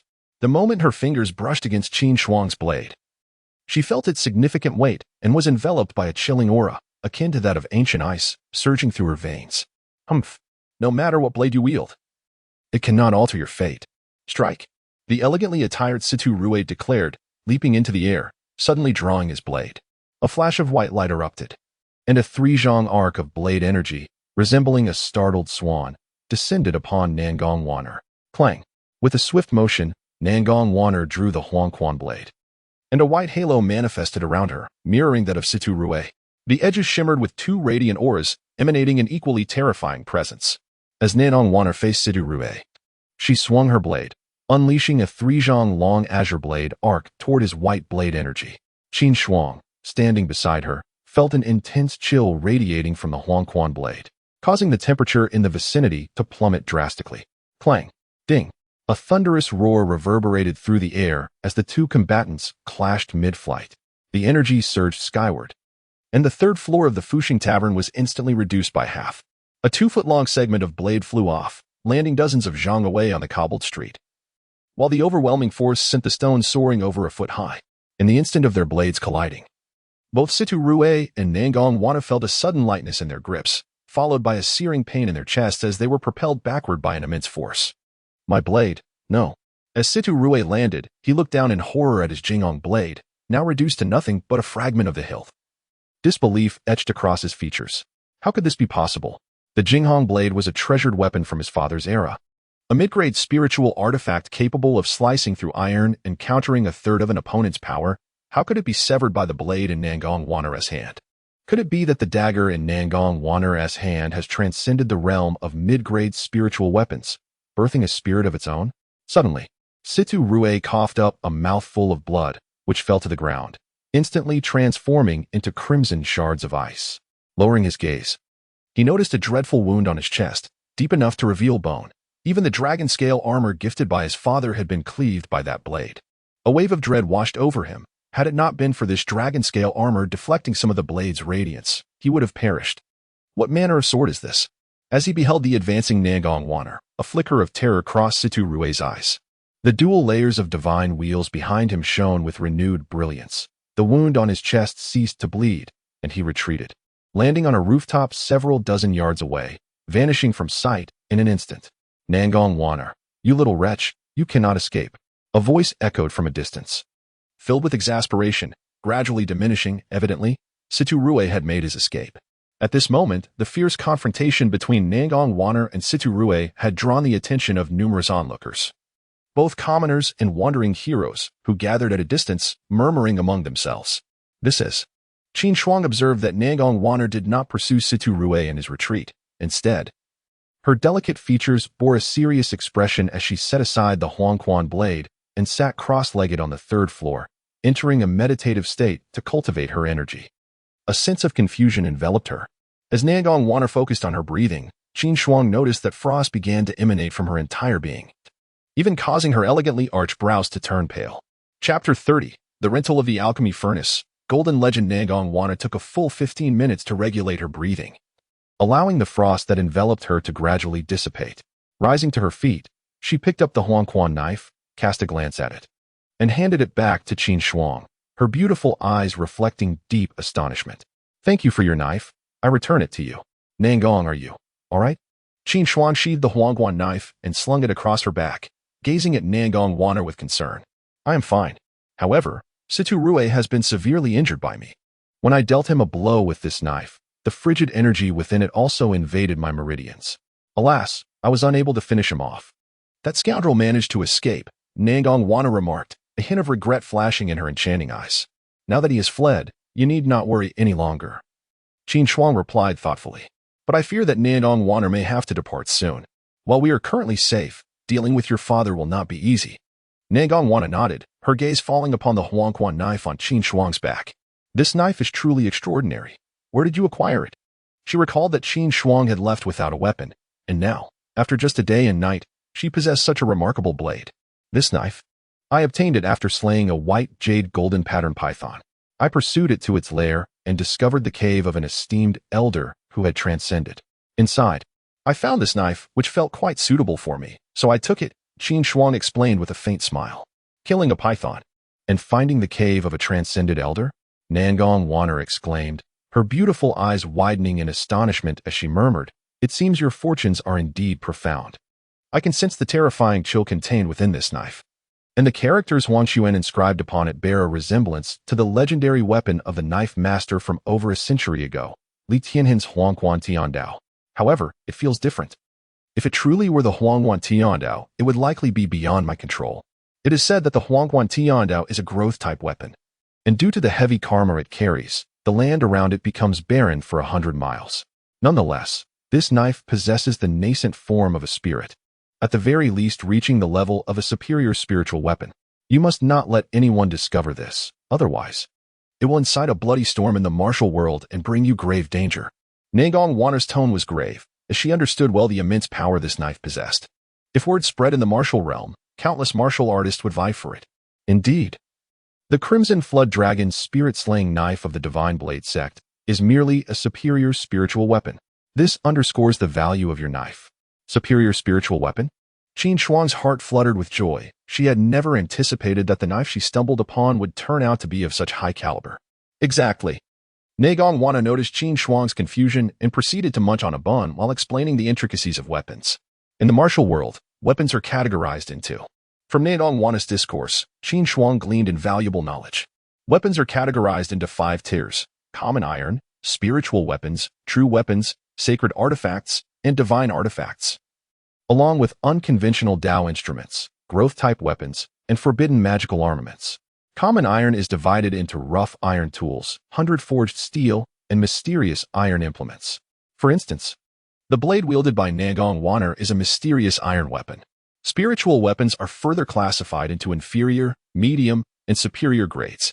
Inferior spiritual weapons possess a trace of sentience and exhibit increased sharpness. Medium-grade spiritual weapons enhance attack power. For example, the Jingong blade held by Situ Rue is a medium-grade spiritual weapon capable of neutralizing 30% of incoming attacks. Superior spiritual weapons, on the other hand, give rise to the embryonic form of a weapon spirit. The Huangquan blade emanates a chilling aura, firmly placing it in the superior category. True weapons are divided into 3 levels: Earth Sha, Heaven Gang, and Yin Yang. As for sacred artifacts, divine instruments, unconventional Dao tools, and forbidden magical weapons, Nagong Waner remains uncertain. However, she has heard some tales of growth-type weapons, which can evolve through blood refinement or by consuming the blood of formidable beings, as well as through soul devouring, where they absorb various weapon spirits to grow. Thank you, Miss Nangong, for enlightening me. What are your plans next? Qin Shuang inquired. Gazing at Nagong Waner, Situ Rue has already fled. I too must depart from Yenzhou. The day I return will be the day I bring down the Divine Blade sect. Nagong Waner replied, her beautiful eyes reflecting resolute determination as she looked at Qin Shuang, advising her, as for you, Situ Rue harbors a vengeful heart and has already targeted you. It would be wise for you to leave Qingzhou City as soon as possible. Thank you for the warning. I shall depart promptly. Qin Shuang nodded in agreement. By the way, Qin Shuang, you must nourish your 206 bones with vital energy and blood. Do not hastily venture into the Jade Marrow realm. Only then will you have the potential to achieve greater heights in the future. Nagong Waner cautioned. Indeed. I will devote myself to bone forging. Qin Shuang recalled the golden vertebrae and brow bone from the cave inhabited by the white jade golden pattern python. Her heart stirred as she asked, by the way, Miss Nangong, do you think anyone has ever forged bones into gold? Golden bones? At her words, a glimmer of yearning appeared in Nagong Waner's beautiful eyes. If a martial artist could forge golden bones and not perish, their future achievements would undoubtedly surpass the divine wheel realm. To my knowledge, several individuals from the first holy ground of Tianchu, Pudu Jingzhai, such as the Saintess, the Buddha's Sunhuijin from the Pure Land Zen Institute, the sword fanatic Jian Bu from the Tianjin sect, the Saintess Nalan Xiaoqian from the Nine Nether Mansion of the demonic sect, and the Crown Prince of Tianchuchu Tianong, have all forged golden bones to varying extents, causing extraordinary phenomena in the world. Those who can forge golden bones are all exceptionally gifted and extraordinary individuals. Resources and talent are indispensable. For ordinary martial artists like us, achieving golden bones is exceedingly difficult. As Nagong Waner spoke, a hint of melancholy flickered in her beautiful eyes. She too had forged 206 bones but had not succeeded in creating golden bones, leaving her with a lifelong regret. Regaining her composure, she looked at Qin Shuang and smiled charmingly.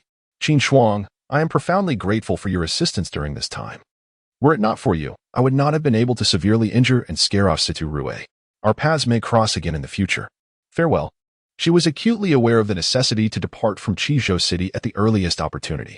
Once Situ Rue returned to the Shindao sect to report, he would undoubtedly seek stronger allies to pursue her. Very well, until we meet again in the martial world. Qin Shuang nodded at Nagong Waner.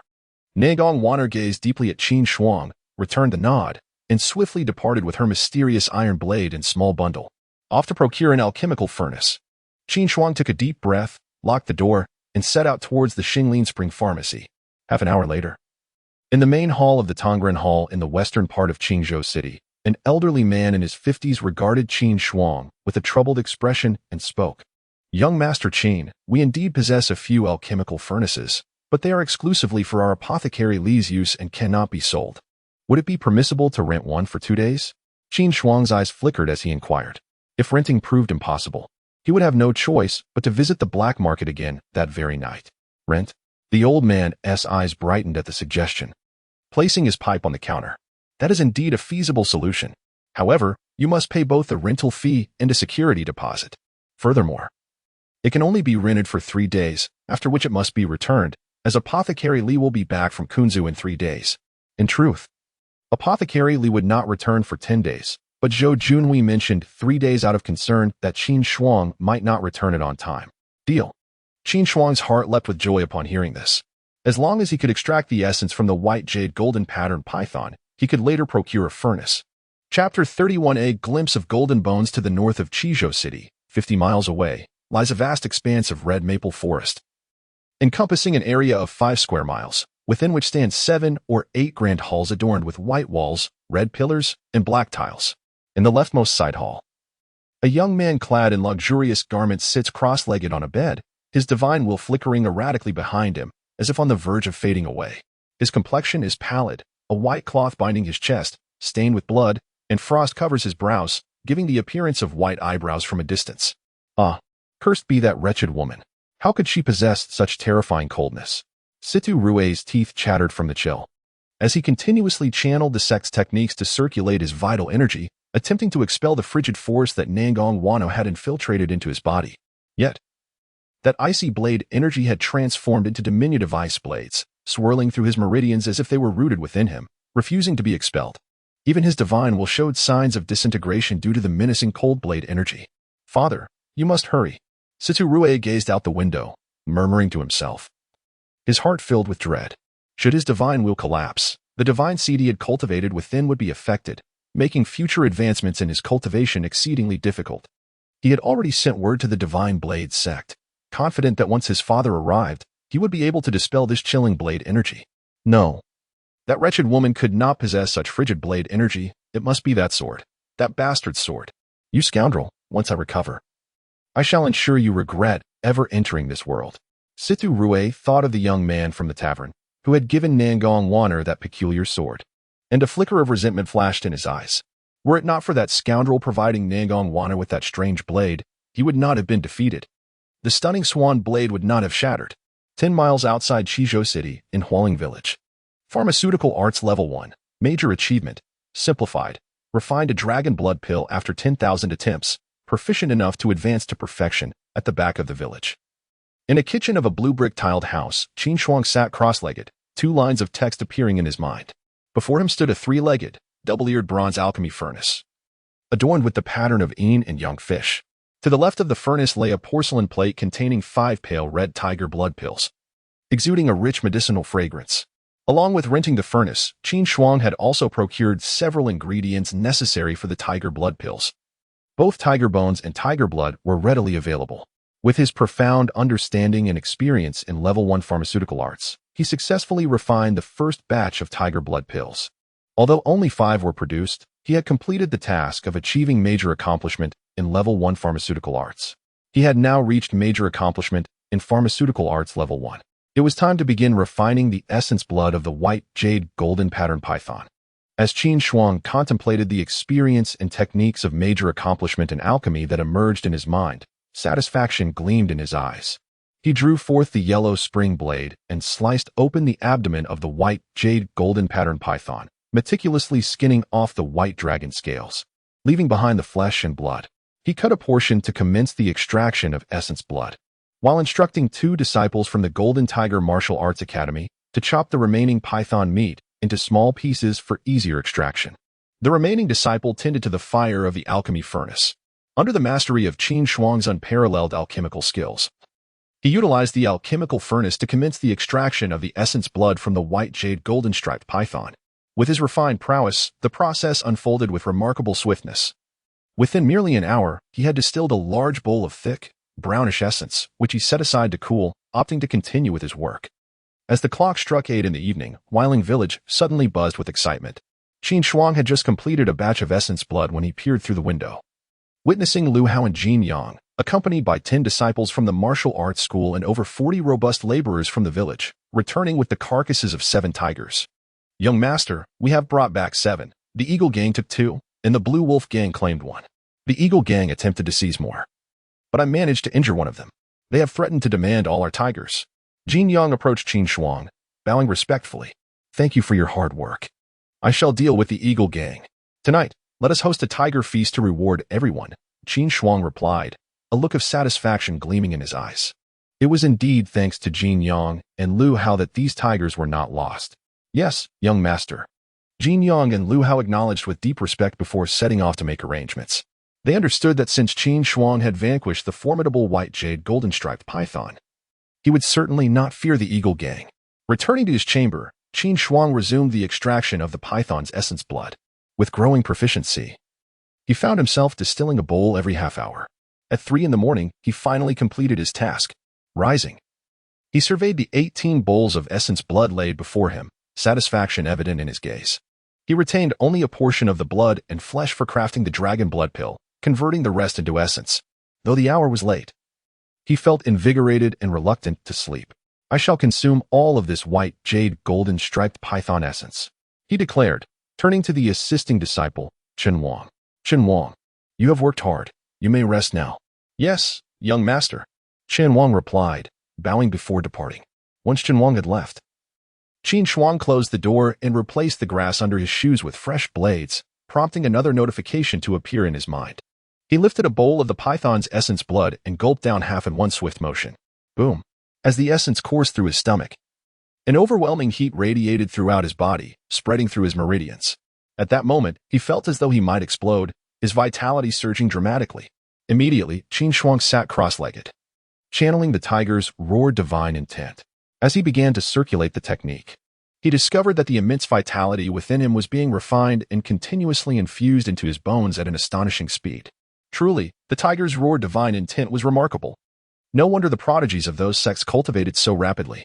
Qin Shuang discovered that as he channeled the tiger's roar divine intent technique, the overwhelming sensation of impending explosion within him dissipated instantaneously, prompting a deep sigh of contemplation. The prodigies of those sects possessed the finest techniques, abundant resources, and thus began their cultivation journeys on an entirely different pedestal. Nevertheless, Qin Shuang harbored unwavering confidence that he would ultimately surpass those saintly maidens, holy sons, demonesses, and princes, for he possessed the simplification system. Every technique could be distilled to its essence, continuing to circulate the tiger's roar divine intent. The vital essence of the white jade golden pattern python within him was transformed into his own life force, continuously nourishing the bones throughout his body under the guidance of his consciousness. He could distinctly feel his 206 bones gradually strengthening, hardening, and radiating a resplendent crimson glow. At that moment, across from the humble abode, within another modest dwelling, Lu Hao and Qin Yang stood by the window, gazing at Qin Shuang's training chamber with profound astonishment. To their eyes, the room emanated a blood-red light over 10 feet high, resembling a colossal furnace of vitality. Waves of heat radiated outward, invoking the sensation of a sweltering summer day. Truly, he is a remarkable young man. Having reached the realm of the vitality furnace at such a tender age, Lu Hao regarded Qin Shuang's training space, his expression filled with awe. It was noteworthy that he was 7 or 8 years older than Qin Shuang, yet his strength remained far from the vitality smoke realm. In comparison, he was merely a firefly amidst the brilliance of the moon. You are still young. The future may yet allow you to attain the vitality furnace realm. But as for me, my years have been in vain. Qin Yang sighed, lamenting his nearly 50 years of relentless practice of the fierce tiger fist. Still trapped in the bone refinement stage, uncertain if he would ever glimpse the jade marrow realm. Time passed, and the following day, at 5 in the afternoon, the room was suffused with a blood-red light over 2 yards high, resembling a grand furnace. Inside, Qin Shuang sat cross-legged, his entire being flushed crimson. Before him lay 18 empty bowls, each one licked clean of the precious essence of vitality. Qin Shuang continued to circulate the tiger's roar divine intent, converting the essence of the white jade golden pattern python into life force, nourishing his bones. Suddenly, he felt a tremor within his body. A faint golden light flickered from a bone situated between the chest's dantian and Zhongding points. Absorbing the essence of a white jade golden pattern python yielded a small fragment of golden bone. Upon seeing the glimmering speck of gold, no larger than a fingernail on his chest, Qin Shuang's eyes brightened, and his breath quickened. Chapter 32. The establishment of the Azure Dragon Society and Yin Tianqing's covetousness. Qin Shuang was acutely aware that the emergence of golden bones signified his exceptional aptitude, heralding a promising future in martial arts. If he could procure additional vital energy, transforming all his bones into gold, what heights might he achieve? A glimmer of anticipation shone in Qin Shuang's eyes.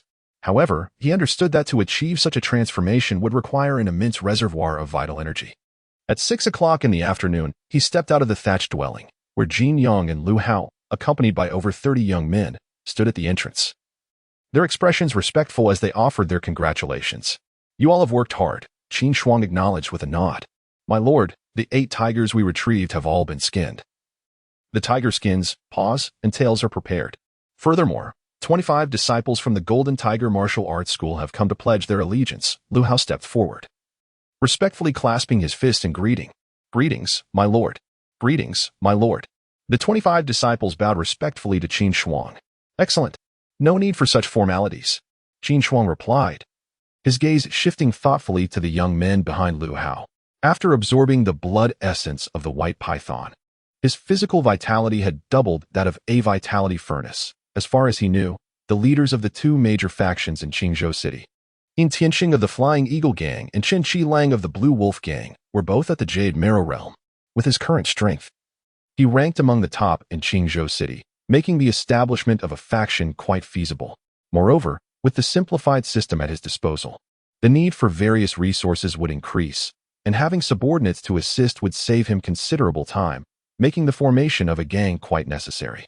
With this in mind, Qin Shuang looked at Jin Yang and Lu Hao and declared, "Since we have 40 of you accompanying me, let us establish a gang for greater convenience in our endeavors." "Establish a gang? Splendid. What name does my lord intend to give our new faction?" Jin Yang inquired, his eyes brightening with interest. "Our gang commenced with the slaying of the White Serpent, so let us call it the Azure Dragon Society," Qin Shuang replied thoughtfully, his voice steady. "Azure Dragon Society, a fine name. I, Jin Yang, pay my respects to the society leader." "Greetings, society leader." "Greetings, society leader." Jin Yang, Lu Hao, and the 38 disciples of the Golden Tiger Martial Arts School all bowed in deference. "Excellent. Rise." Qin Shuang nodded at the 40 members of the Azure Dragon Society. "Lu Hao, Jin Yang, please send someone to gather the villagers to catch 10,000 dragonflies. 200 dragonflies for a tail of silver, remember. They must be alive and properly caged. No dead ones. Additionally, dig up another 100 earthworms." Qin Shuang contemplated briefly before speaking in a somber tone. The ascending steps on the grass require the capture of dragonflies. Sending villagers to catch them would be the most labor-efficient method. The dragon step technique necessitated walking while carrying earthworms, and the ones he had previously dug up had perished in less than half a day, requiring him to procure fresh ones again. Currently, he lacked not for silver. Any issue that could be resolved with currency was no issue at all. Capturing dragonflies? Digging earthworms? "Yes, my lord." Jin Yang and Lu Hao exchanged glances, initially expecting their leader to command them to engage in combat, only to find themselves tasked with catching insects instead. Nevertheless, they did not question further and promptly went to make arrangements. Meanwhile, in the south of the city, within a villa adorned with white walls and black tiles, hung 2 lanterns at the entrance. An elderly man, clad in a brocade robe and with a ruddy complexion, stood with his hands clasped behind him beneath a decorative tree in the courtyard, gazing at the night sky with a grim expression. In recent days, Yin Tianxing had been feeling quite disheartened. Just the day before, he received news of his subordinate, Hall Master Liang Chang, having gone missing, along with the 2 young men he had been accompanied by, who were killed, indicating dire circumstances. The day prior, young Master Situ and traders from the Divine Blade sect had suffered defeat at the Fuxing Tavern and had since vanished. The promised divine seated turned out to be mere illusion, and the thought of having diligently assisted young Master Situ in searching for the traitors, only to end up with empty hopes, caused him profound distress. Reporting to the leader, "We have just received news that the individual who slayed 11 fierce tigers on Xianyin Mountain has also killed a white jade unicorn python. Currently, he is in Hualing Village."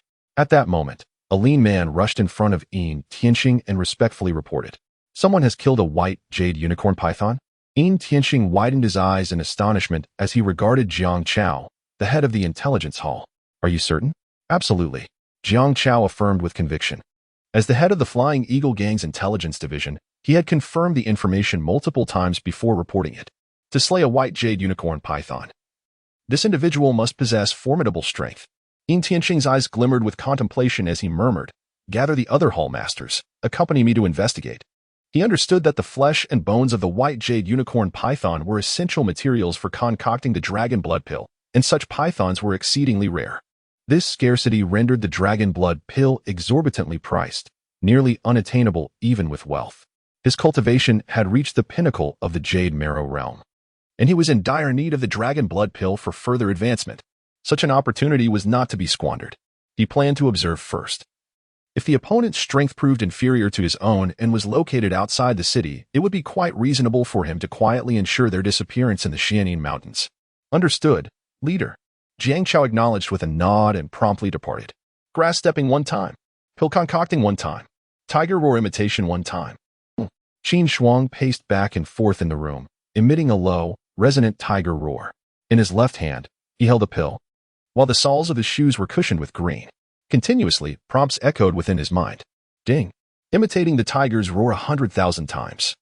One ascends to the mastery of the tiger roar divine intent. To attain full mastery, imitate the tiger's roar 1,000,000 times, slay 100 fierce tigers, and consume 1,000 tiger blood pills. An hour later, a notification unexpectedly appeared in Qin Shuang's mind. A torrent of information surged into his consciousness, revealing the techniques and insights for cultivating the tiger roar divine intent at the mastery level. These realizations instantly merged with Qin Shuang's awareness. In that fleeting moment, he felt as though he had been practicing the tiger roar divine intent for over a decade.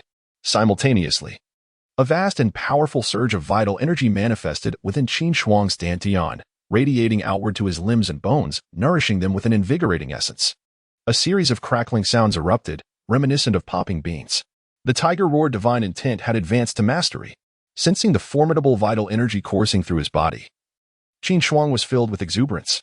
He immediately began to channel the enhanced vitality resulting from his breakthrough in the tiger roar divine intent into his bones, commencing the process of fortifying them. Chapter 33, Mastery of the Bloodlock Technique, Night Raid. A surge of formidable vitality cascaded over Qin Shuang's skeletal frame, permeating his bones and transforming into the sustenance that fortified them. Qin Shuang could distinctly sense his bones gradually growing stronger as the golden bones multiplied incrementally. The night deepened. It was 9 o'clock. Not too shabby. Qin Shuang slowly opened his eyes, retracting the tiger howl divine intent technique. He felt the golden bones at the Tanzhong and Zhongting acupoints in his chest, a sense of satisfaction blossoming within him. Initially, the golden bones were no larger than a fingernail, but after absorbing the enhanced vitality from mastering the tiger howl divine intent, they had expanded to the size of a quail egg. Master, it is difficult to catch dragonflies at night, so I managed to catch over 10, and I unearthed nearly 100 earthworms. Shall I gather the remaining dragonflies tomorrow? At that moment, Lu Hao hastily entered, bearing a large cage and a ceramic bowl. Addressing Qin Shuang with respect, "That is acceptable." Qin Shuang accepted the cage and bowl, nodding.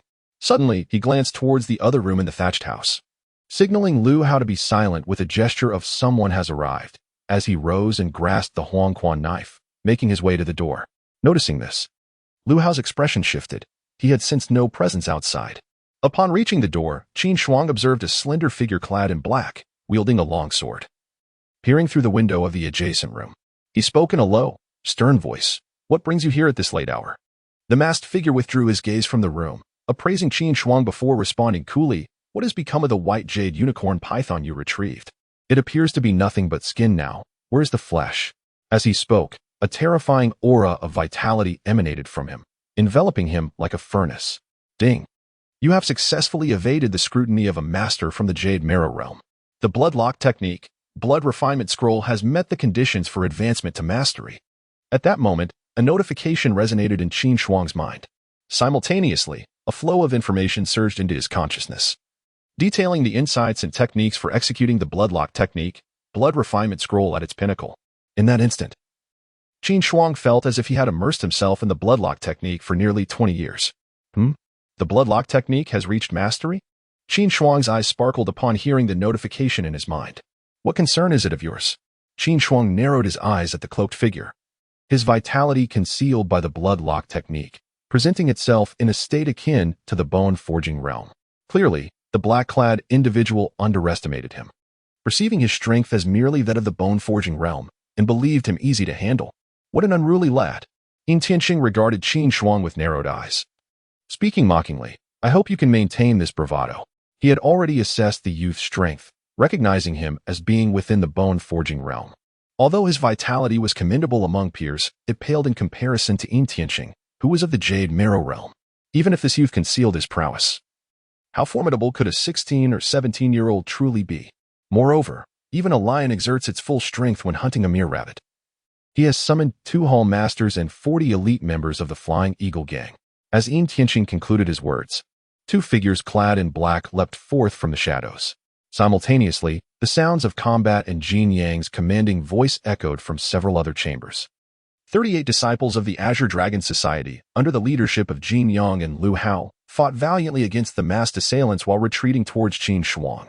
Young man, had you surrendered the white jade unicorn python willingly, I might have considered sparing your life. Alas, you failed to seize the opportunity.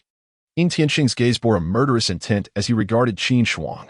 In an instant, he transformed into a great eagle, his longsword gleaming ominously, effectively sealing all escape routes for Qin Shuang. Boom. At that moment, a surge of vital energy erupted from Yin Tianqing, emanating a terrifying aura that augmented his already formidable presence. Is that so? A flicker of murderous resolve flashed in Qin Shuang's eyes as he unsheathed the Yellow Springs blade, wielding the violent blood blade technique with consummate skill, charging towards Yin Tianqing. The Yellow Springs blade in his hand morphed into a streak of black light, nearly undetectable against the night sky. Concurrently, a wave of formidable vital energy radiated from Qin Shuang, manifesting as a furnace of vitality, even more potent than Yin Tianqing's by a factor of 2. Clang. Squelch. Ah. My hand. The clash of blades echoed, accompanied by the sickening sound of steel-piercing flesh, followed by a heart-wrenching scream. The vitality furnace. You. Yin Tianqing clutched his severed right hand, his face contorted in agony as he staggered backward, gazing at Qin Shuang with a mixture of horror and disbelief. He had never anticipated that this 16 or 17-year-old youth possessed the strength of a vitality furnace, his energy far denser than his own. Moreover, his sword, a refined artifact of black iron, was effortlessly severed upon contact with the black blade. The most terrifying aspect was the chilling sensation that surged through his meridians, a coldness he could not suppress with his own vitality. What a terrifying chill! Yin Tianqing trembled uncontrollably, frost enveloping his body. He attempted to employ the Flying Eagle's 6 techniques to escape, but as he leapt a yard into the air, his body stiffened, and he fell to the ground. Thud! Qin Shuang's figure flickered as he charged forward, delivering 2 swift kicks that shattered Yin Tianqing's feet and remaining hand.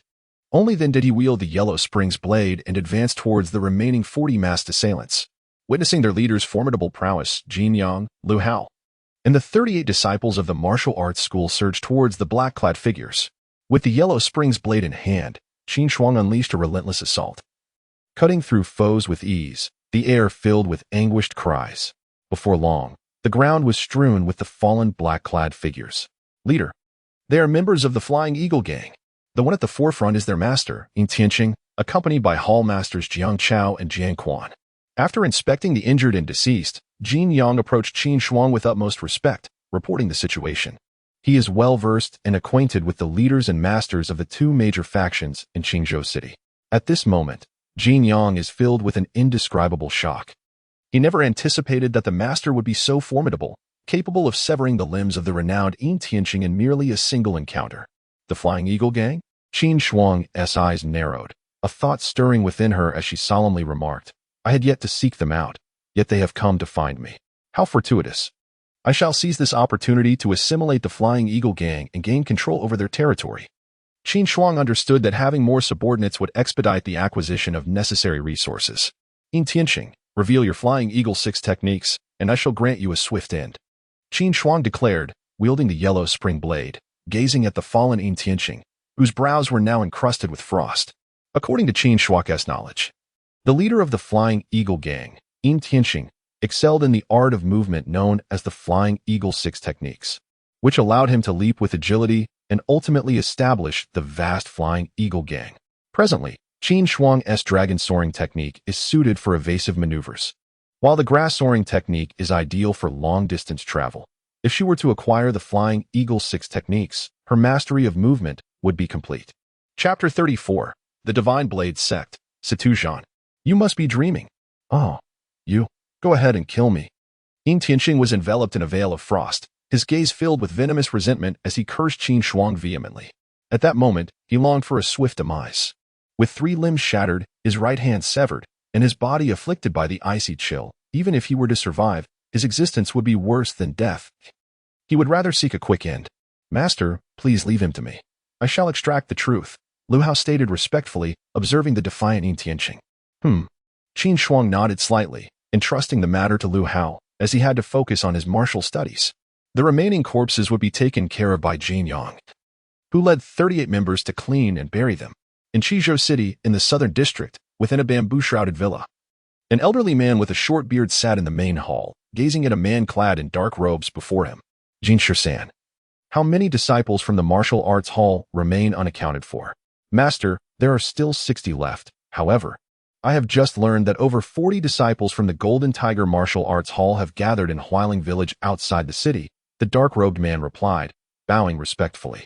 Summon everyone. We shall venture outside the city tomorrow, and we must behead these individuals to accompany Jin'er in the afterlife. Ding Dian's eyes sparkled with intense killing intent. He had come seeking to seize the Tiger Hao divine intent from Jin Hong, yet not only had he failed to acquire the items, but his precious grandson Ding Zhun had also perished beneath the might of the fierce tiger fist. He longed to reduce the entire martial arts hall to ashes to quench his profound hatred. Yes, master, the dark-robed man replied, bowing deeply before departing.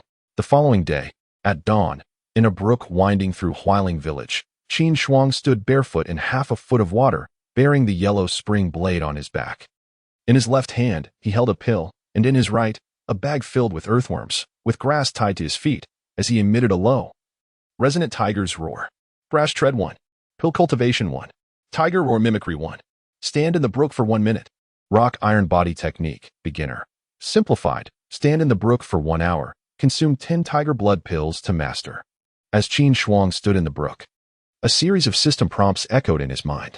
Was at the moment he grasped the fundamentals of the rock iron body technique, new cultivation techniques flooded his consciousness, and he felt a surge of warmth enveloping him, as if he were suddenly imbued with strength. Master, Yin Tianqing could not withstand the icy force. I failed to extract the Feiying 6 styles. Please punish me. At that moment, Lu Hao hurried over, deeply bowing to Qin Shuang, his expression laden with guilt. Let him die. It is not your fault. Qin Shuang sighed inwardly upon hearing this. It appeared he was fated to remain ignorant of the Feiying 6 styles. However, with countless martial arts in the world, there was no need to fixate on the Feiying 6 styles. It seemed he had underestimated the chilling blade aura of the yellow spring blade. Yet, there was one thing that puzzled Qin Shuang deeply. After an Nguwen wielded the yellow spring blade, her body was invaded by an icy chill, necessitating a remedy for the cold. However, after defeating YNTNXing with the blade last night, she remained unscathed.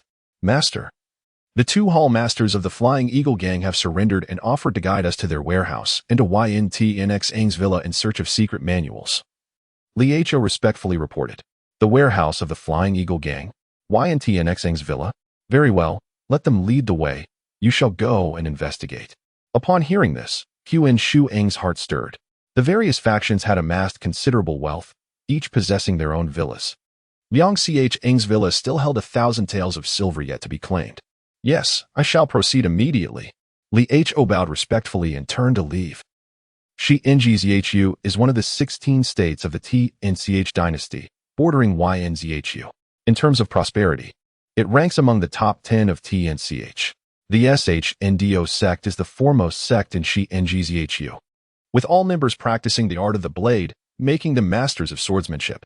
Notably, the sect leader, the venerable elder SHNDO Xingyang, the sect master TNDOLH and the eminent young swordsman BDO Shio G Ling are renowned throughout the martial world. The majestic and precipitous TNL mountain, spanning a radius of 50 miles, looms in the eastern part of Shi Nzhu, perpetually shrouded in ethereal mist. At the mountainside, within a serene courtyard's training ground, an elderly man clad in brocade robes, with a prominent nose and a mouth wide enough to match, sat cross-legged. Above him, a vortex the size of a yard manifested, with the surrounding spiritual energy of the heavens and earth swirling into its depths. At that moment, a bird's cry resonated from the sky above the courtyard. A magnificent eagle, 3 feet in size and adorned with golden feathers on its back, spiraled down, clutching a wax scroll in its left talon. As the eagle landed, it trembled and collapsed, clearly exhausted from its flight. Messages from Ruel, the elderly man. With a swift motion, summoned the eagle before him, untying the wax scroll and crushing it to inspect its contents.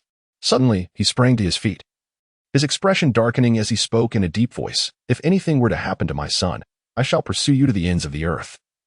And you shall pay dearly for it. With a flicker, Stzhin vanished into the inner chambers of the courtyard to retrieve some items, and the next moment, he had disappeared from sight. An hour later, Qin Shuang stood in the stream. Ding.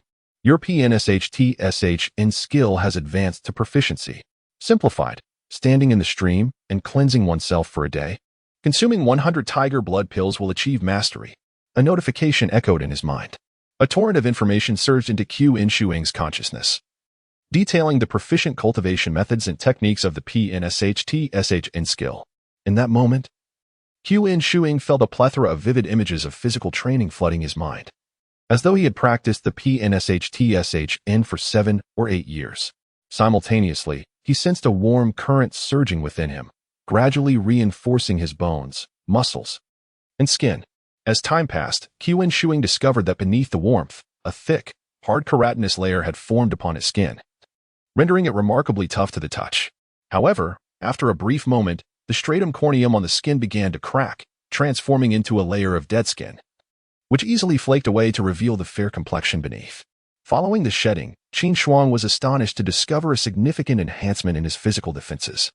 If the iron body technique were to reach perfection, to what extraordinary level would his physical form ascend? As he caressed his newly revealed skin, his eyes gleamed with shock and anticipation. He noted that the shedding had occurred solely in the limbs, chest, back, and face, while more delicate areas, such as the groin and armpits, remained untouched. I must return to catch the dragonflies, Qin Shuang thought, glancing at the panel before leaping out of the stream. Upon learning that capturing 200 dragonflies would yield 1 tael of silver, the villagers were filled with fervor. Uncertain of the outcome, Qin Shuang felt a surge of excitement at the prospect of stepping on grass 1,000,000 times to catch 10,000 dragonflies, thus enabling the ascension of his grass-soaring technique. What marvels could such an ability bring forth? It was worth noting that after the tiger fist ascended, it transformed into the tiger roar divine fist, exponentially increasing its power. Master, the villagers have returned with a plethora of dragonflies, perhaps no fewer than 3,000, and they continue to catch more. A villager approached, indicating a pile of bamboo cages in the main hall. Indeed, Qin Shuang replied, his eyes sparkling with anticipation as he surveyed the dragonflies amassed in the hall. He selected a cage and reached inside, gently grasping a handful of dragonflies. Captured dragonfly 1. Captured dragonfly 1. Captured dragonfly 1. At that moment, a series of mechanical sounds echoed in Qin Shuang's mind, announcing the successful capture of dragonflies. Chapter 35. The soft armor, the second scroll. Is it possible to place the captured ones into a cage and continue to capture more? Qin Shuang pondered as she gazed at the panel in her mind, a spark igniting within her. With this thought, she promptly seized the dragonfly she had just captured and placed it back into the cage. Captured dragonfly 1. Captured dragonfly 1. Indeed, it works. The mechanical sound of the system echoed in her mind, and Qin Shuang's eyes brightened. This was simply marvelous. This way, she would not need to capture more dragonflies, saving her considerable effort. At this moment, 3 miles away from the dilapidated house where Qin Shuang resided, in a cluster of trees, a dozen figures clad in gray, their faces obscured by silver masks, lay in wait. Each of these silver-masked individuals exuded a menacing aura, their eyes fierce, unmistakably bloodthirsty. The inhabitants of Hualing village who had sheltered the disciples of the Jinhu martial arts school were to be poisoned without exception. Leading them was a silver-masked figure with graying hair, his eyes glinting with a bloodthirsty gleam, as he commanded the 10 or so silver-faced individuals beside him. Yes, Chief. Jin Shursan and the other 12 silver-masked men bowed and responded in unison, each brandishing their blades as they advanced towards Hualing village. Qin Shuang stood within the confines of the dilapidated house, relentlessly capturing dragonflies, stepping on the grass, and refining her elixirs, as the notifications in her mind continued to chime. Suddenly, an alarm sounded. At that moment, Qin Shuang heard a distant cry, swiftly followed by the clashing of swords. Qin Shuang furrowed her brow deeply upon hearing the commotion. In a flash, she leaped from the house, vaulting onto the roof, where she beheld a fierce battle unfolding over 20 yards away between more than 20 disciples of the Qinglong Society and a dozen gray-clad silver-masked figures. It was apparent that the disciples of the Qinglong Society were outmatched. Whoosh! Qin Shuang executed a swift maneuver, brandishing her Huangquan blade, and appeared amidst the silver-masked assailants, striking down with a single blow. Splat! Splat! The sound of blades slicing through flesh resonated as her strike cleaved 4 silver-masked individuals in two. Seeking death, the silver-masked leader with graying hair exuded an overwhelming aura, emanating a terrifying presence as he charged towards Qin Shuang. Boom. At that moment, Qin Shuang unleashed her full vitality. A crimson glow erupting from her, expanding within a radius of 2 yards. In that instant, she resembled a colossal crimson furnace, her aura surpassing that of the graying-haired silver-masked leader by a considerable margin. This is Ding Dian, witnessing the youth who emerged, around 17 or 18 years of age, was taken aback by the overwhelming vitality radiating from him, twice his own. He knew well that he had already reached the pinnacle of the Jade Marrow realm. How could such a young individual possess such power? This is bad. Recognizing the terrifying presence of the youth wielding the black blade, Ding Dian abruptly halted his advance, his form bending as he swiftly veered left, employing all his agility to distance himself 3 yards away in an instant. He understood clearly that the strength of the youth before him was beyond his capacity to contend with. Retreat was the wisest course. As for the subordinates under his command, he could no longer afford to consider them. Preserving his own life took precedence. Splat! Splat! As Qin Shuang wielded the yellow spring blade, he dispatched 4 more silver-masked individuals. The remaining 5 were entrusted to the disciples of the Qinglong Society, while he unleashed his perfected grass-on-the-wind technique, pursuing the fleeing silver-masked figure with white hair. With the force of his fierce vitality and mastery of the technique, the distance between them rapidly diminished until they reached a hillside. Prepare to die. At that moment, the fleeing Ding Dian cursed inwardly, sensing the black-bladed youth closing in behind him. He swiftly reached into his garment and retrieved a cloth pouch, hurling it backward. The pouch contained a toxic mist. Once touched, it would cause one's vitality to falter, rendering them vulnerable. Upon witnessing the silver-masked man toss the pouch, Qin Shuang instinctively recognized it as a malevolent device. His vitality surged, enveloping him in a spectral tiger form. With a flawless execution of grass on the wind, he soared upwards, evading the toxic cloud, and landed directly before Ding Dian. What? A tiger form? You possess the tiger howl divine intent? Ding Dian was taken aback, astonished at the sight of the tiger form surrounding Qin Shuang.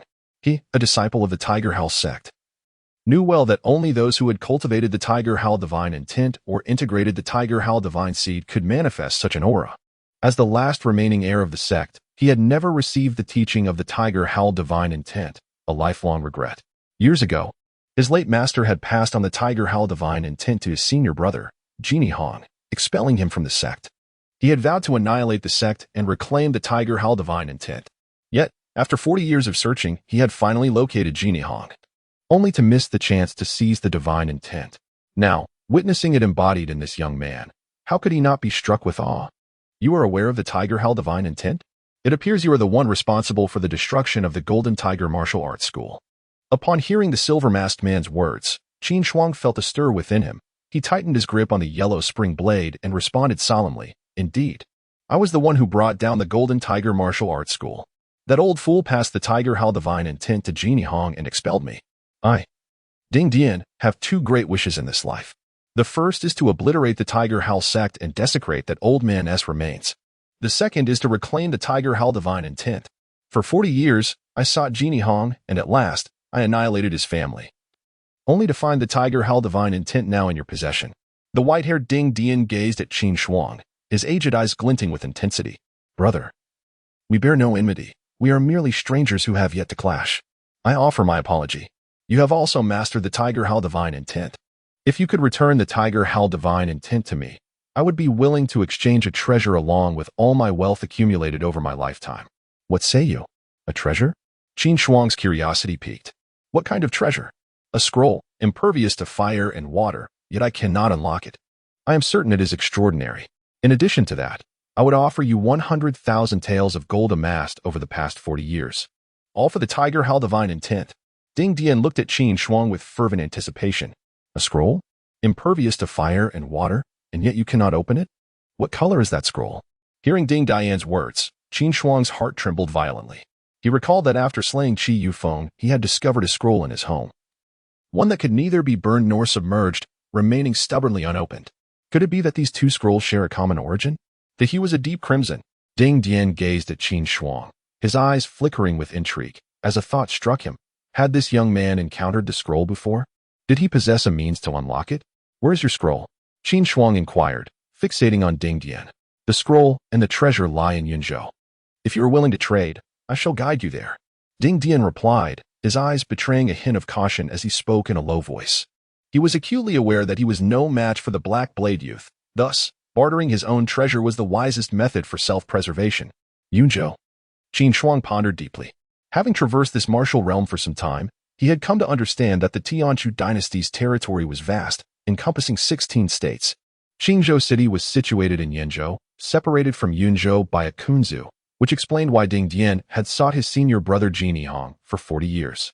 It was indeed a considerable distance. With a swift motion, Qin Shuang brandished the yellow spring blade and lunged towards Ding Dian. Ding Dian's expression hardened as he executed his movement technique, shifting to the left in an attempt to evade. He had not anticipated that the youth before him, undeterred by temptation, would strike without hesitation. However, Qin Shuang's vitality was twice that of Ding Dian's, and his speed surpassed him as well. In an instant, the blade struck Ding Dian's chest. A thunderous crash resonated as Ding Dian's body was violently hurled 10 zhong away by the ferocity of Qin Shuang's slash. Blood mist erupting from his mouth as he crashed heavily into a patch of grass.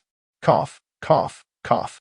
Ding Dian coughed violently, struggling to rise as he beheld the advancing Qin Shuang.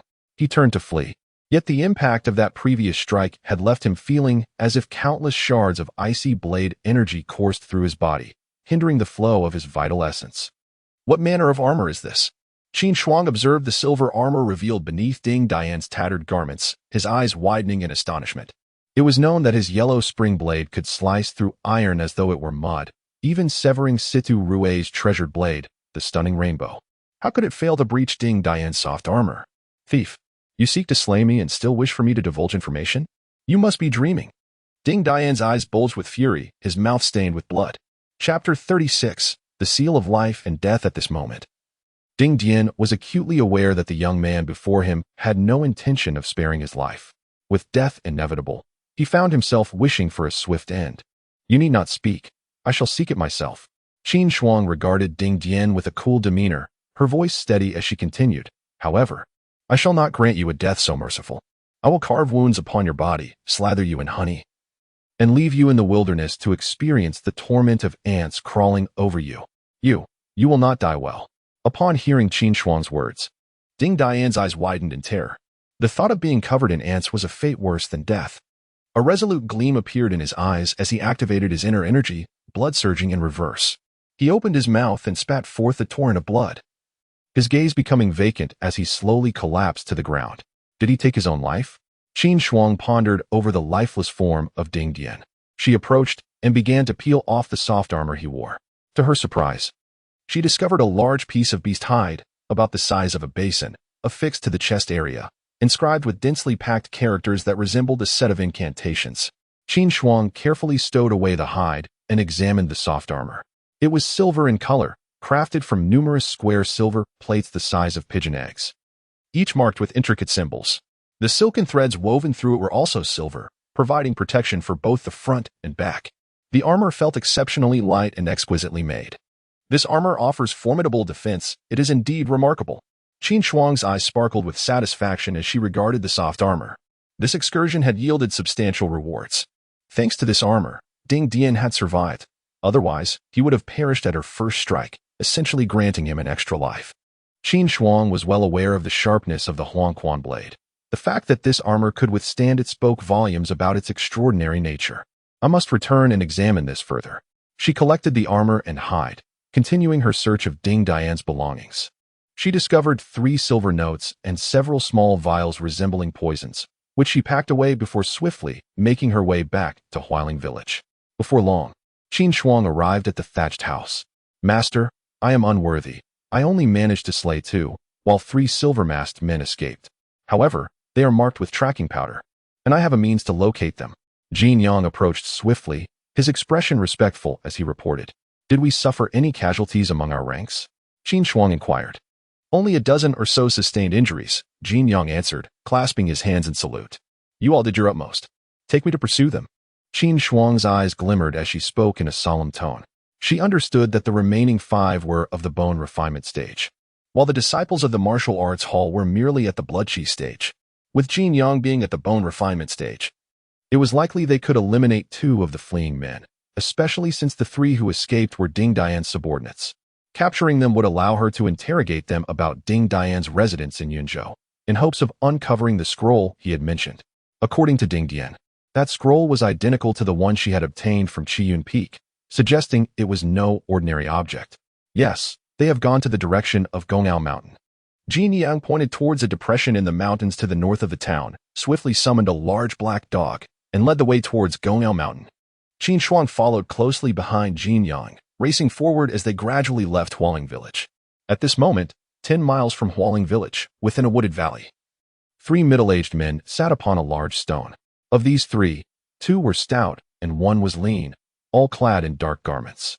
"Brother Qin, what shall we do next?" one of the portly men inquired, gazing at the lean man in dark attire. "Let us wait here. If the leader has managed to evade his pursuer, he will surely find us," Qin Shuang responded pensively. Despite his words, a deepening worry clouded his brow. He had just witnessed in Hualing Village that the vitality of the young man was twice that of their leader, making it uncertain whether their leader could truly escape. "There's no need to wait any longer. Your leader has already been slain by me." At that moment, a faint voice echoed from 3 paces away. "What?" The expressions of Qin Shuang and his companions shifted dramatically as they hastily gripped their weapons, turning towards the grassy area 3 paces away, their pupils constricting in shock. A young man clad in green, with a black sword slung across his back and a stature as upright as a pine tree, stood before them, observing them with calm indifference. His high nose and chiseled features were reminiscent of a sculptor's work. With eyebrows that slanted sharply into his temples and long hair casually tied with a plain ribbon, his hands were clasped behind his back, exuding an aura of intimidation that dissuaded any from daring to meet his gaze. Qin Shuang recognized him immediately as the one who had pursued their leader. At this moment, Qin Shuang's hand trembled around the hilt of his weapon as he looked at Qin Shuang, his voice quaking. What do you intend to do? Is there not an abundance of gold and jewels in Yuzhou?"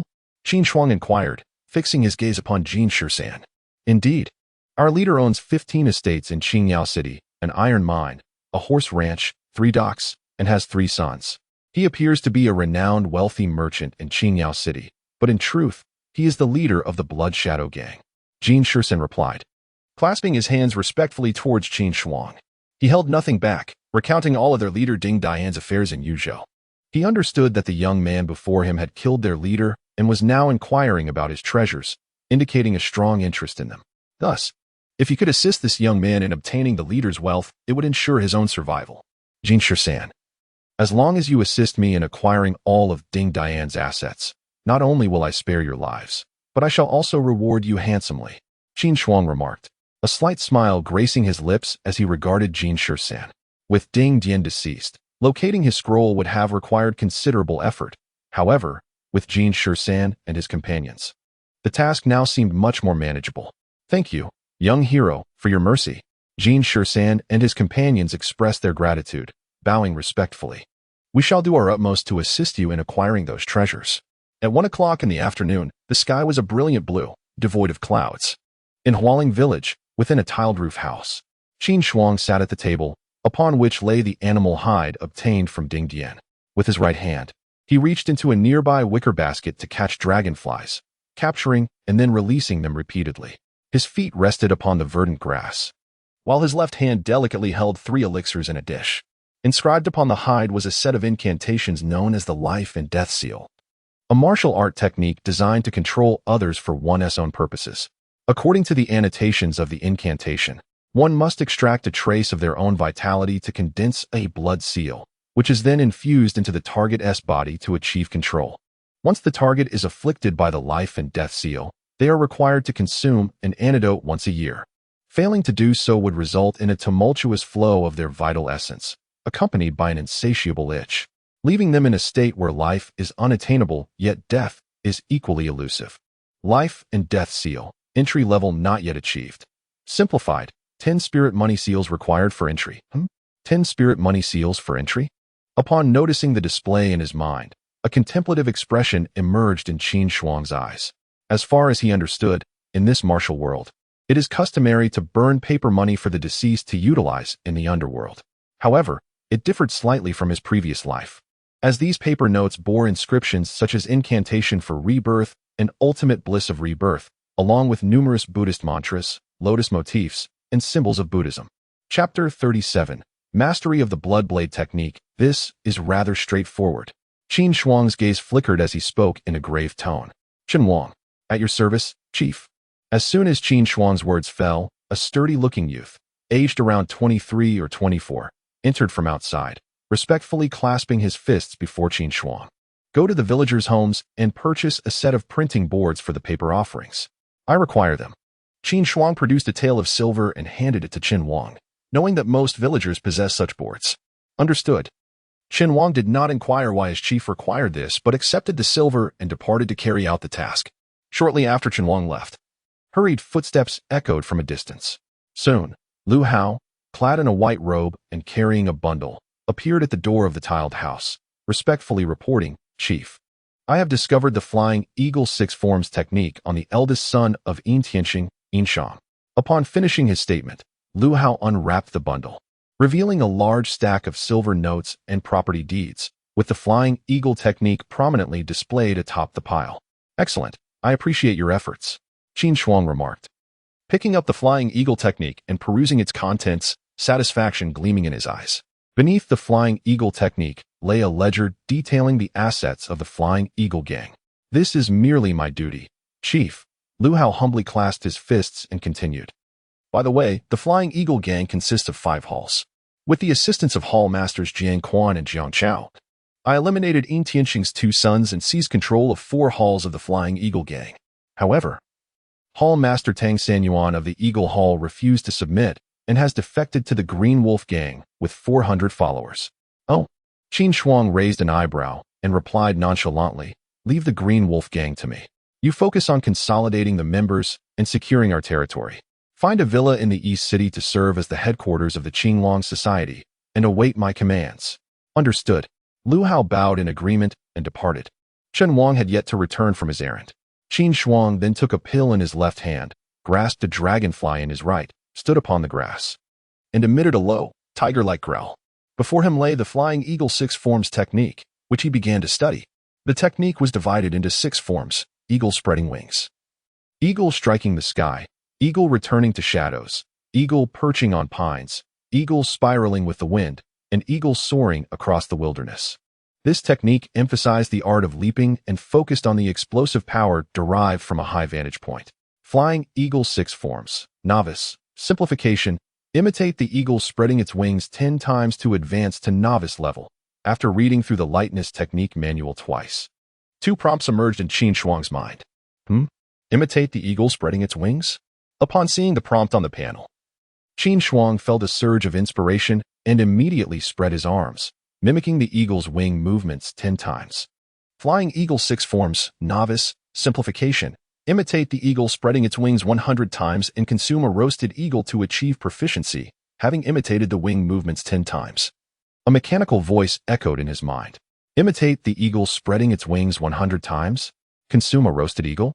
Qin Shuang gazed at the panel, a flicker of insight crossing his eyes. This task was straightforward. The Xianin mountain range was home to numerous hawks, and the marketplace in Qingzhou City must surely have some for sale. At that moment, Qin Wang entered briskly, carrying a cloth bag, his expression filled with respect as he presented it. Leader, the printing plates have arrived, and I have prepared ample yellow paper. What do you think? Very good, Qin Shuang replied, taking the bag and inspecting its contents, satisfaction evident in his eyes. Inside were the printing plates, yellow paper, and an ink box, along with over 600 extra copper coins. Qin Wang had not been greedy.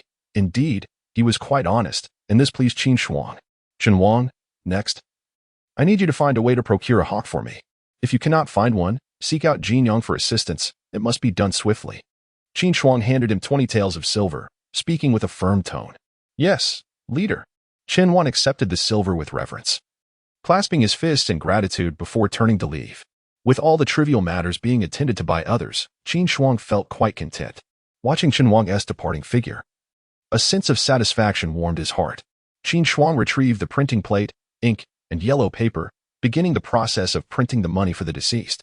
After producing 10 sheets, mechanical sounds echoed in his mind. Life and death seal, beginner, requirement.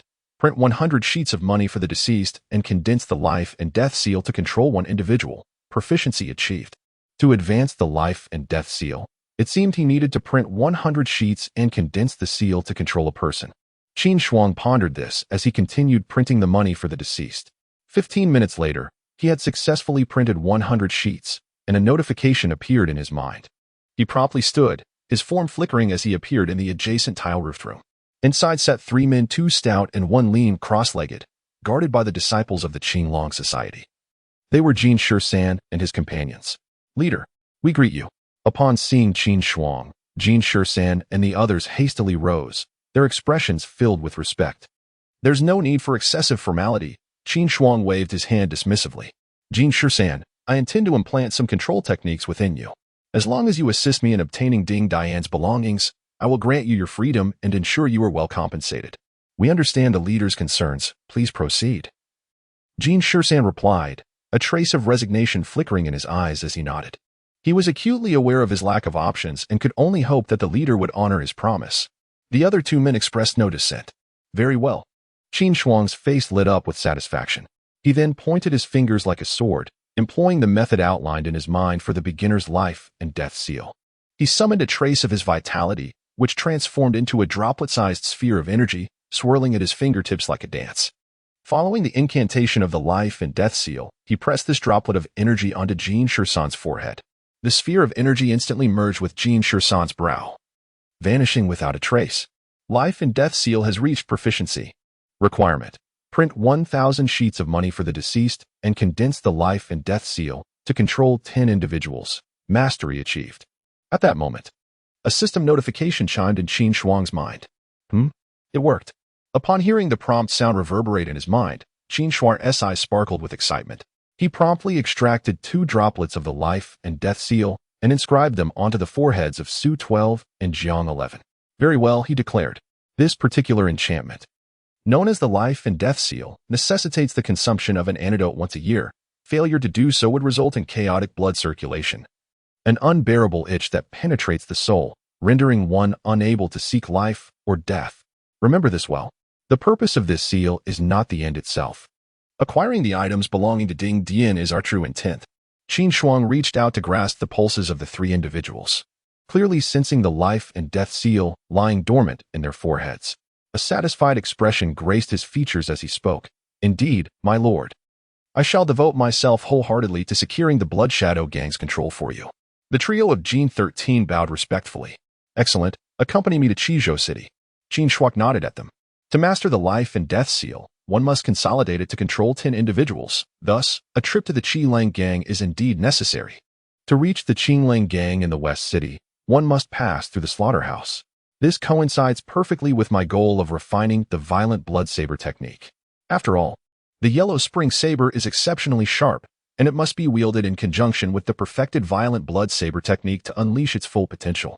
In the East City, at the East Gate Slaughterhouse, in the first stall, the burly butcher Chun, with his protruding belly and bushy beard, looked at Qin Shuang and cheerfully inquired, "Brother, are you here to slaughter 10 pigs?"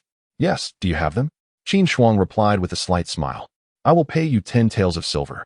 As Qin Shuang understood, this slaughterhouse typically slaughters pigs in the morning. At other times, it is done as needed. "Very well, I will make the arrangements," Chen the butcher said, his face lighting up at the sight of the silver. His stall only had 2 pigs awaiting slaughter, so he needed to confer with the adjacent stall. Violent blood saber technique, mastery. Simplified, slay 100 wild boars.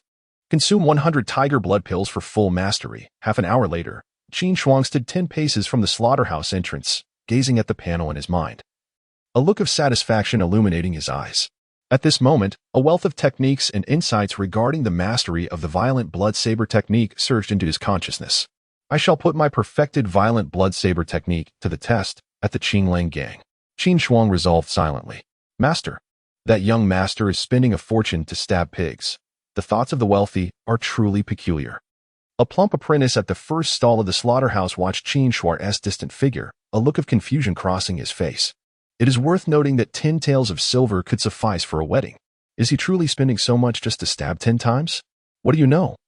You little fool. Don't you understand that money is to get things done? Mind your own business and wash those pig intestines. Chen the butcher scolded, smacking the back of the apprentice's head. "Yes, master," the apprentice replied, picking up the basin of pig intestines and departing. Chapter 38. The Legend of the Hell's Blade. In the northern part of Qingzhou City, 50 miles away, at the Red Maple Manor, within the leftmost side hall, a young man clad in elegant attire, his chest bound with white cloth and his face pale, sat cross-legged on a bed. Scattered across the floor were more than 20 empty porcelain vials. At this moment, the young man's aura was weak, his eyes devoid of vitality, and his teeth chattered, as if he might collapse at any moment. Suddenly, a gust of wind stirred at the entrance of the side hall, and an elderly man appeared, dressed in a brocade robe, with a prominent nose and a broad mouth, adorned with a long knife embroidered on his chest. The moment he entered, his gaze shot towards the room, his eyes widening in disbelief as he exclaimed, "Rueer? Dad?" Upon seeing his father, Situ Rue could no longer hold on and began to lean backward. Situ Zhan's expression changed dramatically. With a swift motion, he reached out, and a surge of azure energy enveloped Situ Rue. In the next instant, Situ Zhan materialized behind his son, placing his palms against Rue's back, channeling his energy into him. A formidable aura emanated forth, causing Situ Zhan's black hair to rise as if stirred by an unseen wind. As he healed his son, a dark cloud of worry gradually settled upon his face. Half an hour later, Situ Zhan withdrew his energy and rose from the bed, gazing at his son with a flicker of shock and concern in his eyes. Slowly, Situ Rue opened his eyes, regaining a semblance of vitality, and softly called out, "Father." "Rueer, recount to me the events as they transpired," Situ Zhan urged, his voice grave. "Father, I pursued that wretched Nangong Waner to Qingzhou City and finally located her in a tavern. Capturing her should have been straightforward, but unexpectedly, a youth in the tavern handed her a black blade. In a single strike, my surging blade was severed, and the dragon scale armor you bestowed upon me was likewise destroyed. The most terrifying part is that she wielded that blade to unleash a chilling blade force, which she had never exhibited in our previous encounters. I suspect that blade might be the infamous Hell's Blade from the legends of the martial world." As Situ Rue recounted the harrowing events, a shadow of fear flickered in his eyes. Hell's Blade? Surely not? Situ Zhan's heart ached for his son. Yet his countenance turned grave as he inquired, "Were you able to discern the blade clearly?" "I caught a glimpse of it. It was approximately 3 to 4 feet long, entirely black. Moreover, the surface appeared to have layers of fish scale-like ripples, precisely as described in the sex texts." Situ Rue pondered briefly before continuing solemnly, "Dragon scale pattern. Black, terrifying, icy blade energy. Could it truly be the Hell's Blade? The Hell's Blade has been lost for over a century. How could it be in the hands of a mere youth?" Upon hearing his son's words, Situ Zhan was struck with astonishment, exclaiming in disbelief. As an elder of the Divine Blade sect, he possessed a profound understanding of the Hell's Blade. 110 years ago, the unparalleled genius of the sword path from the Divine Blade sect, Ji was invited by the current saintess of the revered martial arts sanctuary Pudu Jing'an to pursue and confront the formidable Li Tianhen, wielder of the Yellow Springs Divine Blade. In their ensuing battle, Ji Yang met with defeat and was slain. The saintess of Pudu Jing'an rallied various martial artists to eliminate Li Tianhen. However, he proved to be overwhelmingly powerful, dispatching nearly 300 skilled fighters before making his escape. Following this remarkable display, Li Tianhen earned the moniker of Dominant Blade Master, instilling fear across the martial realm. The dragon scale pattern blade he wielded became infamously known as the Demon Blade or Yellow Springs Divine Blade. Yet, after that fateful encounter, Li Tianhen vanished without a trace, never to be seen again. "Rueer, time is of the essence. I shall take you to the Jinwu Hall to seek the esteemed Zhou Yangzhenren," Situ Zhan declared, glancing at his son. The immediate priority was to expel the frigid blade energy from his son's body. This chilling energy was beyond his own abilities to eradicate. It could only be suppressed through the expenditure of his own cultivation. To completely eliminate it, they require the expertise of a master like Zhou Yangzhenren, who cultivated the essence of Yang. As for the resurgence of the Yellow Springs Divine Blade in the martial realm, that matter needed to be communicated to the sect for them to address. Shortly thereafter, within the mountain villa, a divine eagle soared into the sky, and Situ Zhan, carrying his son Situ Rue, darted towards the opposite direction of Qizhou City. In Qizhou City, at the western district by the banks of the Clearwater River, there lay a square measuring 100 feet in circumference, bordered by numerous grand halls. This was the headquarters of the Qing Wolf Gang, one of the two dominant factions in Qingzhou City. At that moment, within the central hall, a robust man clad in a brocade garment sat regally upon a tiger-skin chair. his hands resting over his knees, exuding an aura of terror. His eyes were piercing, emanating a fierce brilliance. Surrounding him within the hall stood nearly 20 individuals, each radiating a formidable presence. Chief Qin, are you suggesting that the leader of the Qinglong Society is, in fact, Qin Shuang, the young steward of the Fuxing Tavern? Inquired the burly man, Qin Shi Lang, as he fixed his gaze upon the slender figure standing first on the right. Indeed, Chief. That Qin Shuang is merely 16 or 17 years of age, and the traitor pursued by the Divine Blade sect once sought refuge at his family's Fuxing Tavern. I suspect that Yin Tianxing was not slain by Qin Shuang, but rather by a traitor from the Divine Blade sect, the slender man replied, his eyes glinting with insight. Chief Jin's deduction holds merit, Qin Shilang acknowledged with a nod. At such a young age, Qin Shuang could not have possibly killed Yin Tianxing. I had initially planned to eradicate the Flying Eagle Gang on a chosen day, but now, let us first monitor the Qinglong Society and act once the traitor from the Divine Blade sect has departed. Understood, Chief. Jin Fuguei responded with a respectful salute. As the senior members of the Qin Wolf Gang congregated, it conveniently spared the leader from having to seek them out individually. Just then, a soft voice echoed from the entrance of the hall. Who goes there? Upon hearing the sound, the high-ranking members of the Qi Lang Gang in the Great Hall changed their expressions drastically and turned their gazes toward the entrance, filled with astonishment. Swords were drawn, as if facing a formidable enemy. At the entrance stood a tall figure clad in green, bearing a black long sword and adorned with a silver mask. The mask exhibited two eye holes through which a chilling light emanated. The moment this individual appeared, an invisible aura of oppression swept over the hall, causing the many high-ranking members to instinctively retreat a step back. Who are you? Qin Shi Lang rose abruptly, fixing his narrowed eyes upon the figure in green at the door. I offer you two choices. Submit to my Qinglong Society and live, or face death. Qin Shuang stated, her voice calm as she regarded Qin Shi Lang. Qinglong Society? You demand our submission? By what right? As Qin Shuang's words resonated, the hall fell into a profound silence. After a brief pause, the high-ranking members of the Qi Lang Gang displayed their fury, gripping their weapons tightly and engaging in fervent discussion. Chapter 39, Subduing the Qi Lang Gang, Silver Pieces. How utterly arrogant. Qin Shi Lang felt a surge of anger boiling within him, his chest heaving rapidly.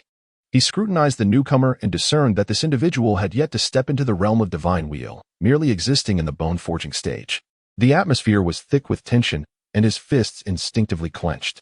It is crucial to note that his strength had already ascended to the pinnacle of Jade Marrow, the apex of the Blood Furnace stage, with trump cards still in his possession.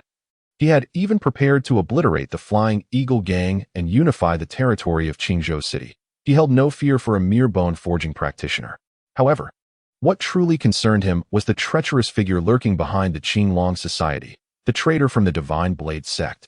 Had it not been for the potential threat posed by the formidable masters of the Divine Blade sect, he would have swiftly dispatched this individual without hesitation. From what he understood, the traitors of the Divine Blade sect were indeed powerful beings of the Divine Wheel realm. The audacity of this person, merely in the bone-forging stage, was alarming. Perhaps the traitor from the Divine Blade sect lay hidden in the shadows. Should you wish for my allegiance, it is possible. However, you must defeat me with true strength. Qin Shi Lang inhaled deeply and spoke with a grave tone. He was reluctant to provoke the traitor from the Divine Blade sect and equally disinclined to submit, having painstakingly established the Qi Lang Gang. He was loath to relinquish it so easily. He calculated that the individual before him was not his match, should he be vanquished. There would be no face left to speak of submission. Very well. Upon hearing Qin Shinglong's words, Qin Shuang nodded and replied, I shall ensure your defeat is one that earns your respect. With that, Qin Shuang's figure flickered and appeared in the plaza outside the grand hall of the Qinglang Gang, hands clasped behind his back. Whoosh! The imposing figure of Qin Shi Lang followed closely, materializing 2 zhang away from Qin Shuang. An overwhelming aura of terrifying blood energy emanating from him, unmistakably signifying his Jade Marrow stage. At this moment, 18 senior members of the Qi Lang Gang stood 8 zhang away, with nearly 200 gang members rushing over upon hearing the commotion. Qin Shi Lang, it is your turn to strike. Qin Shuang, hands behind his back, gazed at his opponent and spoke with a nonchalant demeanor. Prepare yourself. Qin Shi Lang uttered no further words. His formidable blood energy surged forth, akin to a massive furnace. He thrust his arms forward, charging at Qin Shuang like a bloodthirsty wolf. Boom! As Qin Shuang observed the oncoming Qin Shi Lang, his own terrifying blood energy erupted. revealing that he too was in the blood furnace stage. However, the extent of his blood energy was twice that of Qin Shuang's. Boom. Qin Shuang immediately unleashed the tiger's maw. In an instant, he transformed into a blood-red tiger, the sound of surging blood energy emanating from him, resembling a tiger's roar that reverberated through the air. Bang! The clash of their forces produced a thunderous sound, and a robust figure was sent flying back 5 zhang, landing with a thud and stumbling several steps before collapsing onto the ground, blood trickling from his mouth, eyes wide with terror. Boss was defeated in a single strike? Such overwhelming blood energy. This is truly astonishing. The numerous members of the Qi Lang gang looked on in disbelief. Realizing that the one sent flying was their leader, their eyes widened in shock. Qin Lang, what say you? With his hands clasped behind his back, Qin Shuang gazed at Qin Lang and spoke in a calm tone. Moments earlier, he had not employed the Tiger Roar Divine Fist or the Tiger Roar Divine Intent. He had merely relied on the power of his vital energy to overpower Qin Lang. Qin Lang, still reeling from the earlier confrontation, sighed deeply, rose to his feet, and knelt before Qin Shuang, exclaiming, Qin Lang, pay my respects to the leader. We all pay our respects to the leader. I am willing to serve the leader with my utmost strength. I bow to the leader. I am prepared to brave fire and water for you. Witnessing their leader kneeling in submission, all the high-ranking members present followed suit, kneeling before Qin Shuang, while the distant members of the gang also approached to kneel in reverence. Very well. Rise. Qin Shuang gestured for Qin Lang and the others to stand, then continued, now that you have submitted to me, I must implant a restriction within you to ensure my peace of mind. As long as you harbor no thoughts of rebellion, you shall remain unharmed. Upon hearing this, Qin Lang's face reflected a sense of resignation, and he respectfully clasped his fists, saying, since I have been defeated by the leader, I submit to your discretion. With their leader's stance clear, the other hall masters and vice hall masters dared not speak further and lowered their heads, standing behind Qin Lang. Qin Shuang stepped forward and, utilizing his own vital energy, condensed several blood seals, each imprinted upon the foreheads of Qin Lang and the numerous hall masters and vice hall masters. He noted that as he reached a proficient level with the life and death seal, the vital energy required to condense the blood seals diminished, and the process accelerated. Life and death seal has reached proficiency, simplified. Imprint tens of thousands of life and death seals, control 100 people. Potential for great success. As Qin Shuang implanted the life and death seals into the 10 high-ranking members of the Qin Lang gang, 2 mechanical voices echoed in his mind. Simultaneously, a stream of information surged into his consciousness, merging effortlessly. This information pertained to the techniques and insights necessary for the proficient application of the life and death seal, along with the skills required for condensing blood seals. In that moment, Qin Shuang felt as if he had been training in this art for nearly a decade. To advance to great success, one must control 100 people with the life and death seal. A thought sparked within him, and he proceeded to condense the remaining blood seals, implanting them in all the high-ranking members. Finding the numbers insufficient, he instructed Qin Lang to summon all the branch leaders. Even the lower-ranking leaders could not evade this fate. Half an hour later, Qin Shuang had fulfilled the condition of condensing the life and death seal to control 100 people. Only then did he cease, turning to Qin Lang and inquiring, Qin Lang, I perceive that your physical body is remarkably formidable. What martial arts have you cultivated? For during their recent clash, Qin Shuang had disowned Qin Lang's exceptional physical strength. Logically, his previous strike should have shattered Qin Lang's bones, yet he had only sustained internal injuries. Well, Qin Lang hesitated momentarily, then inwardly sighed before responding. Report to the leader. I once encountered a fortuitous event and obtained a silver iron piece inscribed with a formula. And I have practiced according to that formula. Oh, show it to me. Qin Shuang's eyes brightened at this revelation. Please wait a moment, I shall retrieve it. Qin Lang said, clasping his fist respectfully. Qin Shuang nodded. Qin Lang turned and proceeded to the back of the main hall. Shortly thereafter, he returned with a rectangular cloth package, which he unfurled to reveal a fragment measuring 2 feet in length, 1 foot in width, and 2 fingers in thickness. Its surface shimmering with a silvery hue. Master, this is a piece I acquired during an expedition in the Xian'an mountain range, and it bears a set of incantations. Qin Lang said, presenting the fragment with utmost reverence. It's rather weighty, Qin Shuang remarked, receiving the silver shard with a hint of surprise. It weighed at least 20 pounds. He examined it closely, noting the intricate script inscribed upon it, approximately 1,000 characters in minuscule detail. Qin Shuang began to read. Qin Shuang stood by, his demeanor respectful and attentive. Eh? Why isn't it displaying on my interface? Qin Shuang furrowed his brow after perusing it twice, noticing that the incantations had yet to manifest on his panel. I shall take this fragment back for further study. You go and consult with Jin Yang and Lu Hao about integrating the original members of the Qi Lang gang into the Qin Long Society. Understood, Master. Shen Qi Lang nodded, bowing in acknowledgement. Chapter 40. The Celestial Wolf Bone Forging Technique. The Rain Master's Concubine. Meanwhile, 10 miles outside Jinyong City, at the confluence of the Tianshu Grand Canal and the Tianlang River, the northern dock bustles with the comings and goings of black-sailed boats, passenger vessels, and cargo ships. At that moment, a grand ship slowly approached the quay. At the bow stood a girl clad in white, her graceful figure draped in a veil of white gauze, with an ancient sword slung across her back. Her long, dark hair cascaded down her shoulders like a waterfall, and her beautiful eyes shimmered like a tranquil autumn lake. She stood at the forefront of the ship, resembling a celestial being descended from the heavens, evoking a sense of reverence in all who beheld her. Her presence instantly dimmed the brilliance of the world, capturing the attention of the dock's visitors. Heavens!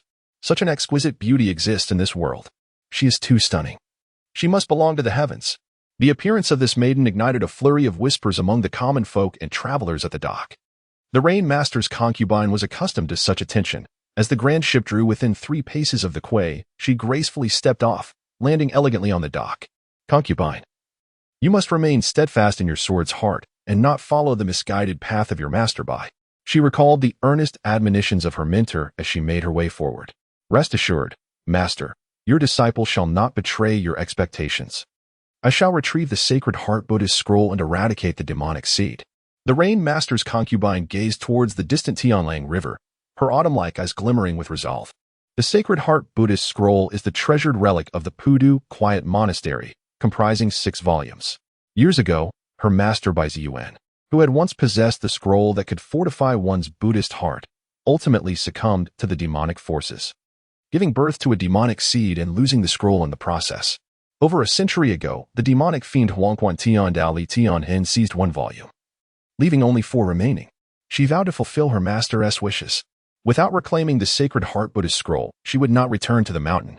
The following day, at 8 in the morning in Qizhou City, at an obscure courtyard once belonging to Yin Tianxing in the eastern part of the city, Qin Shuang sat in her chamber, her feet resting on the verdant grass, her right hand grasping a dragonfly, while her left hand cradled a pill.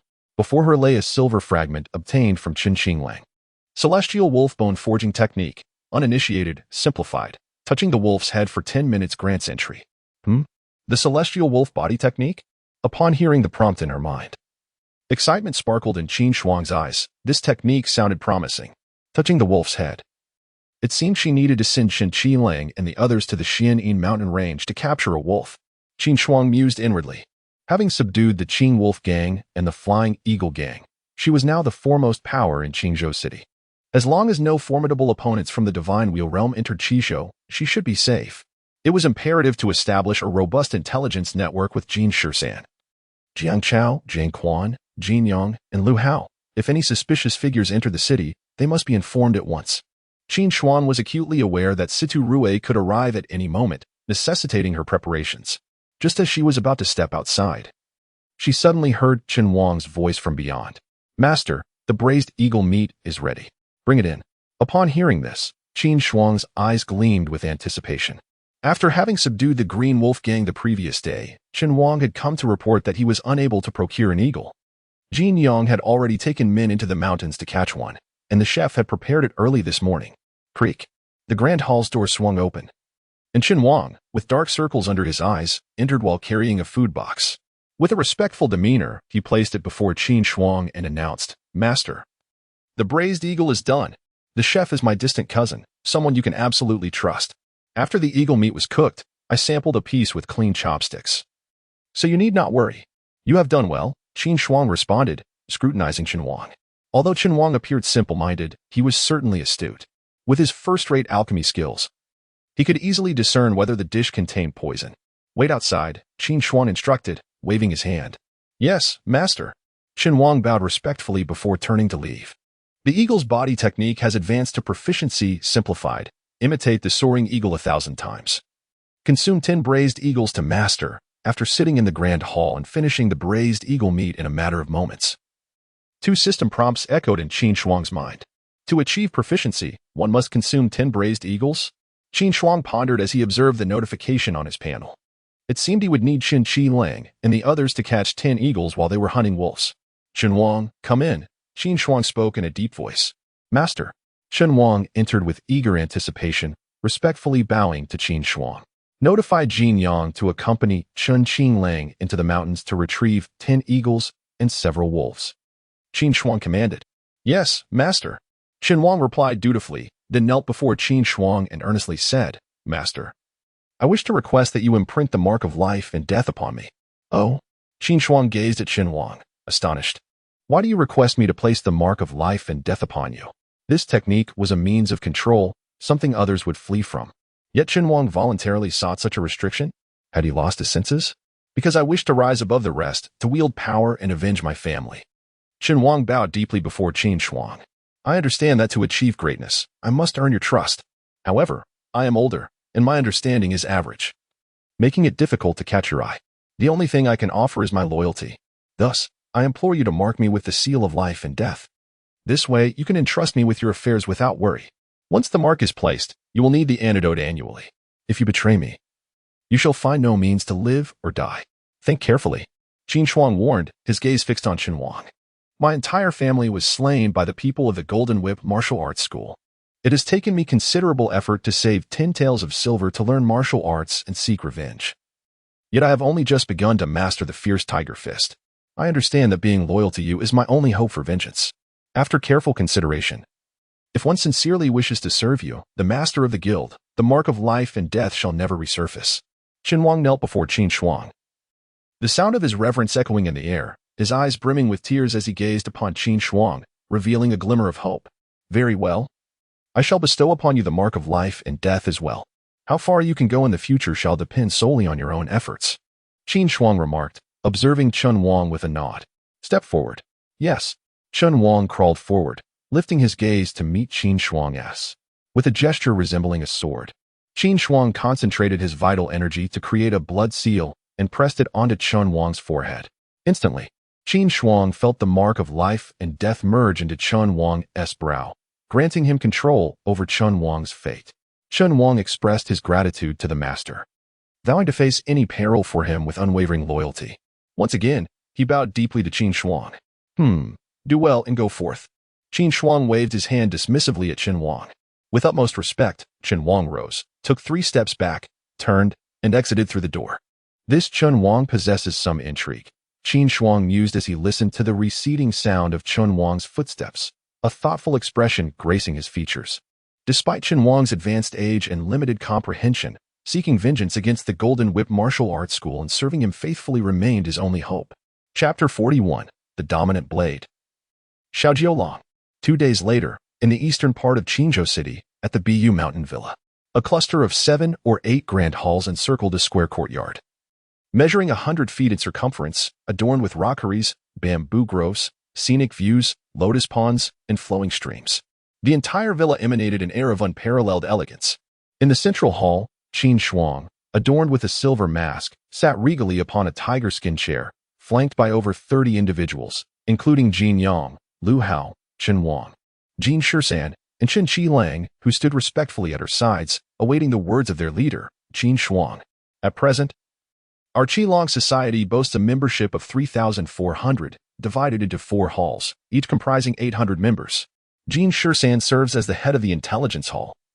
Tasked with gathering information, Jin Yang leads the Golden Jade Hall, managing the society's finances. Lu Hao oversees the Zongfeng Hall, responsible for training promising members and collaborating with the Feng Hall to collect intelligence, while Qin Qilang commands the Jingyun Hall, leading the society's elite in combat.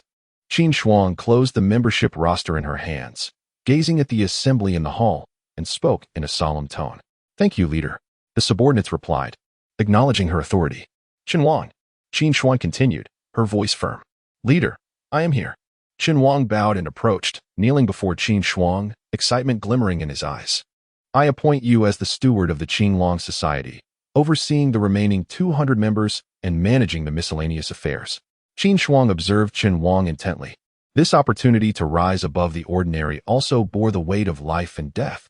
Henceforth, he could handle all matters pertaining to the simplification of martial skills, allowing her to focus solely on enhancing her own prowess. Qin Shuang expressed his gratitude, kneeling before Qin Shuang. "I am willing to face any peril for you, leader." His fervor was palpable as he realized the significance of his new role. Meanwhile, at the Divine Blade sect in Xiangzhou, within the main hall, a middle-aged man donned in a blue robe, with a prominent nose and 3 strands of long beard, occupied the principal seat. Surrounding him were over 10 individuals, each exuding an intense aura and fierce demeanor. "Esteemed elders," he began, "I have just received word from Elder Situ's Divine Eagle that the Huangquan Heavenly Blade has appeared in Qizhou City. This matter is of utmost importance. Which of you elders is willing to venture forth to reclaim this blade?" Li Hongxue scanned the assembly of elders and disciples, her voice resolute. "Master, I volunteer to go alone to Qizhou City and retrieve the Huangquan Heavenly Blade." At that moment, a young man, approximately 23 or 24 years old, rose from the left side of the hall, respectfully clasping his fists. He bore a long, imposing blade on his back, radiating an overwhelming presence that commanded respect. Upon hearing his declaration, the other elders fell silent, for this young man was none other than Xiaojiulang, the foremost true disciple of the Divine Blade sect and a genius of the sword, known throughout the realm as the Dominant Blade. Xiaojiulang, known for his domineering demeanor and resolute decision-making, was adamant about undertaking the mission alone, leaving no room for dissent. "Very well. We shall await the promising news from our esteemed disciple, Xiao."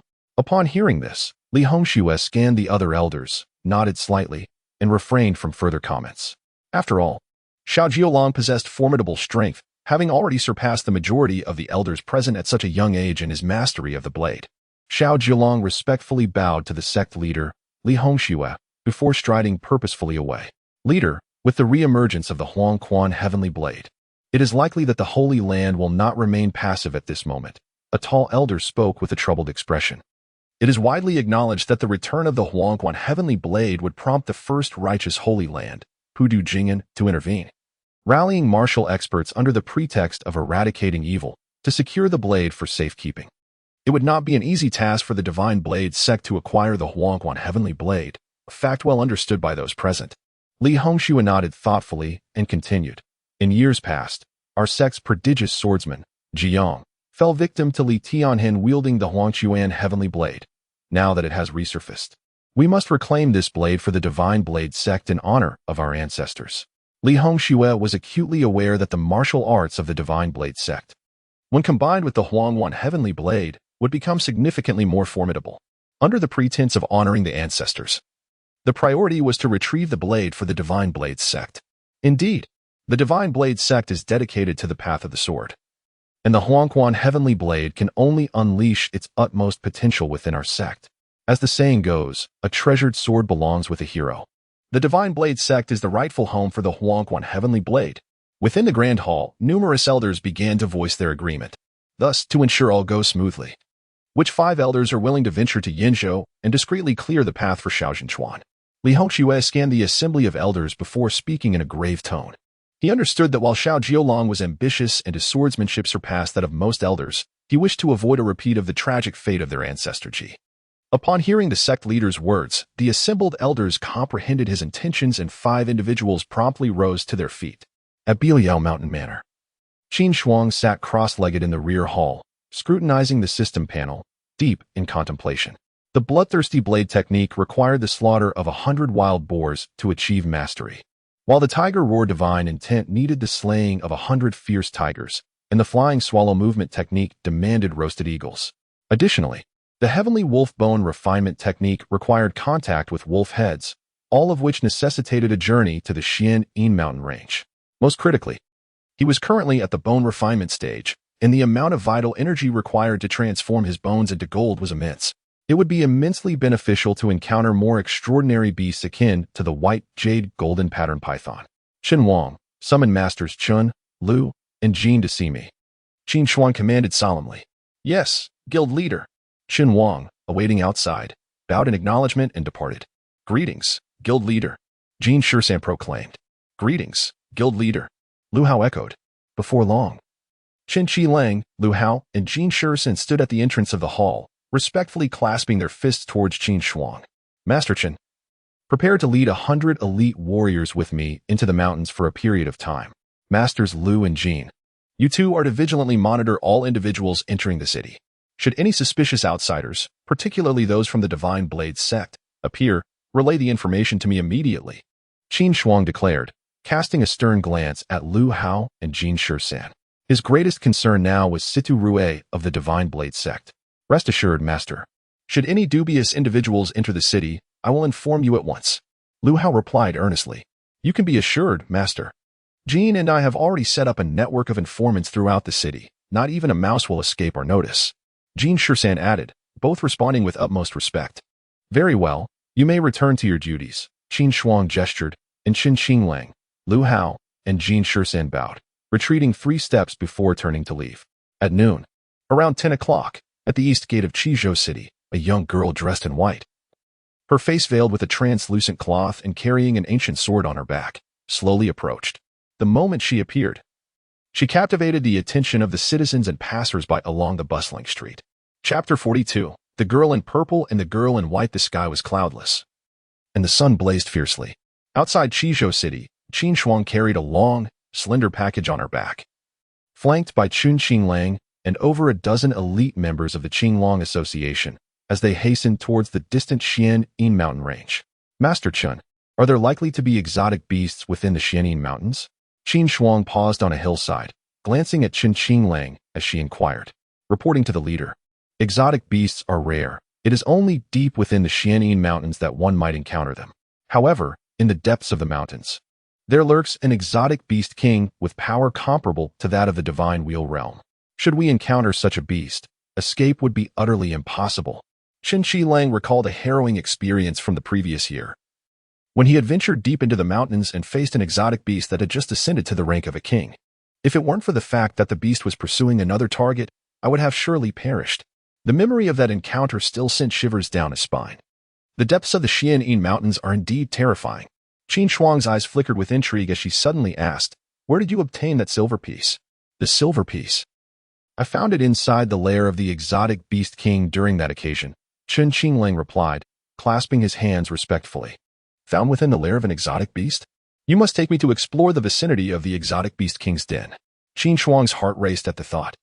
She believed that valuable treasures were likely guarded by exotic beasts, and she resolved to confront one once her strength was sufficient, to see if there were any treasures left within its lair.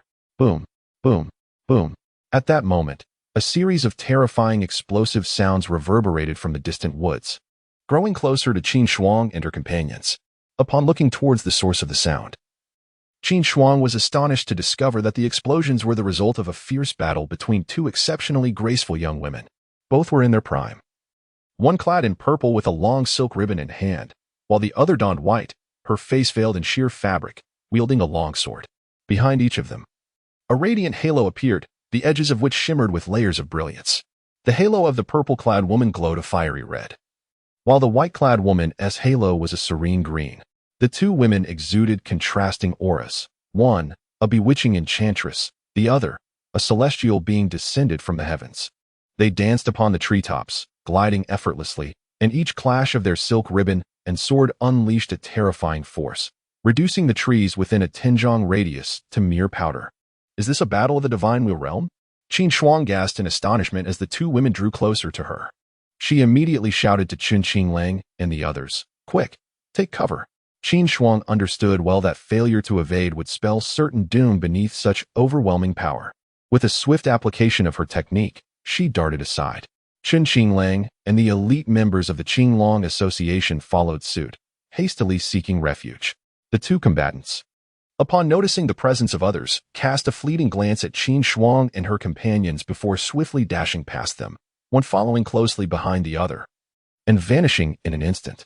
Leader, those 2 women. Their power is truly terrifying, Qin Qinglang exclaimed, recovering his gaze, his eyes wide with astonishment. Indeed. Qin Shuang nodded, her eyes sparkling with intensity. The prowess of these 2 women was evenly matched, yet it was evident that their strength far surpassed that of Nangong Wanner. This was clear, for Nangong Wanner possessed only 2 layers of white halos upon her divine wheel, as did Situ Rue. In stark contrast, the 2 combatants bore at least 7 or 8 layers of divine halos behind them. Though they were only a few years older than I, their cultivation was alarmingly advanced. However, with my simplification system, it would not be long before I could stand alongside them, perhaps even surpass them. Qin Shuang mused silently, watching the silhouettes of the two women disappear. After a moment of contemplation, Qin Shuang composed herself and addressed the still astonished Qin Shuang. Let us proceed. At this moment, she yearned to enter the Xian'an mountain range swiftly, to hone her martial skills and seek out exotic beasts to bolster her vitality. Yes, leader. Qin Shuang nodded, rallying his elite subordinates as they ventured into the Xian'an mountain range. Each of these subordinates carried a large bundle filled with materials for refining the tiger blood pill, including alchemical furnaces, salt, and seasonings. Qin Shuang intended to hunt ferocious tigers within the mountains and directly concoct the tiger blood pill, striving to perfect her tiger Hal divine intent. 5 days later, beneath a cliff as smooth as a mirror in the Xian'an mountain range, Qin Shuang had a cave excavated and instructed Qin Shuang to lead his men in capturing wild boars and tigers. Meanwhile, she resided in the cave, mimicking the roar of a tiger and refining the tiger blood pill, while treading upon the grass and catching dragonflies, simplifying her martial arts. Blood Fury Blade Technique, great accomplishment. Simplification. After defeating over 100 foes and consuming 1,000 tiger blood pills, perfection is attainable. At that moment, as Qin Shuang ingested her 100th tiger blood pill, a system prompt resonated in her mind. A torrent of information flooded her consciousness, revealing the techniques and insights necessary for mastering the Blood Fury Blade technique at its pinnacle. In that instant, Qin Shuang felt as though she had practiced the Blood Fury Blade technique for 2 decades. Scenes of the Blood Fury Blade technique danced through her mind. Simultaneously, a terrifying surge of vitality coursed through her dantian, enveloping her entire being and nourishing her flesh and bones. This was the enhancement of her physical form due to the Blood Fury Blade technique reaching the stage of great accomplishment. This vitality was overwhelmingly powerful. Qin Shuang channeled the tiger Hal divine intent, transporting this vitality to the golden bone in her chest, continuously nourishing it. The speed at which the tiger Hal divine intent could convey vitality was remarkable.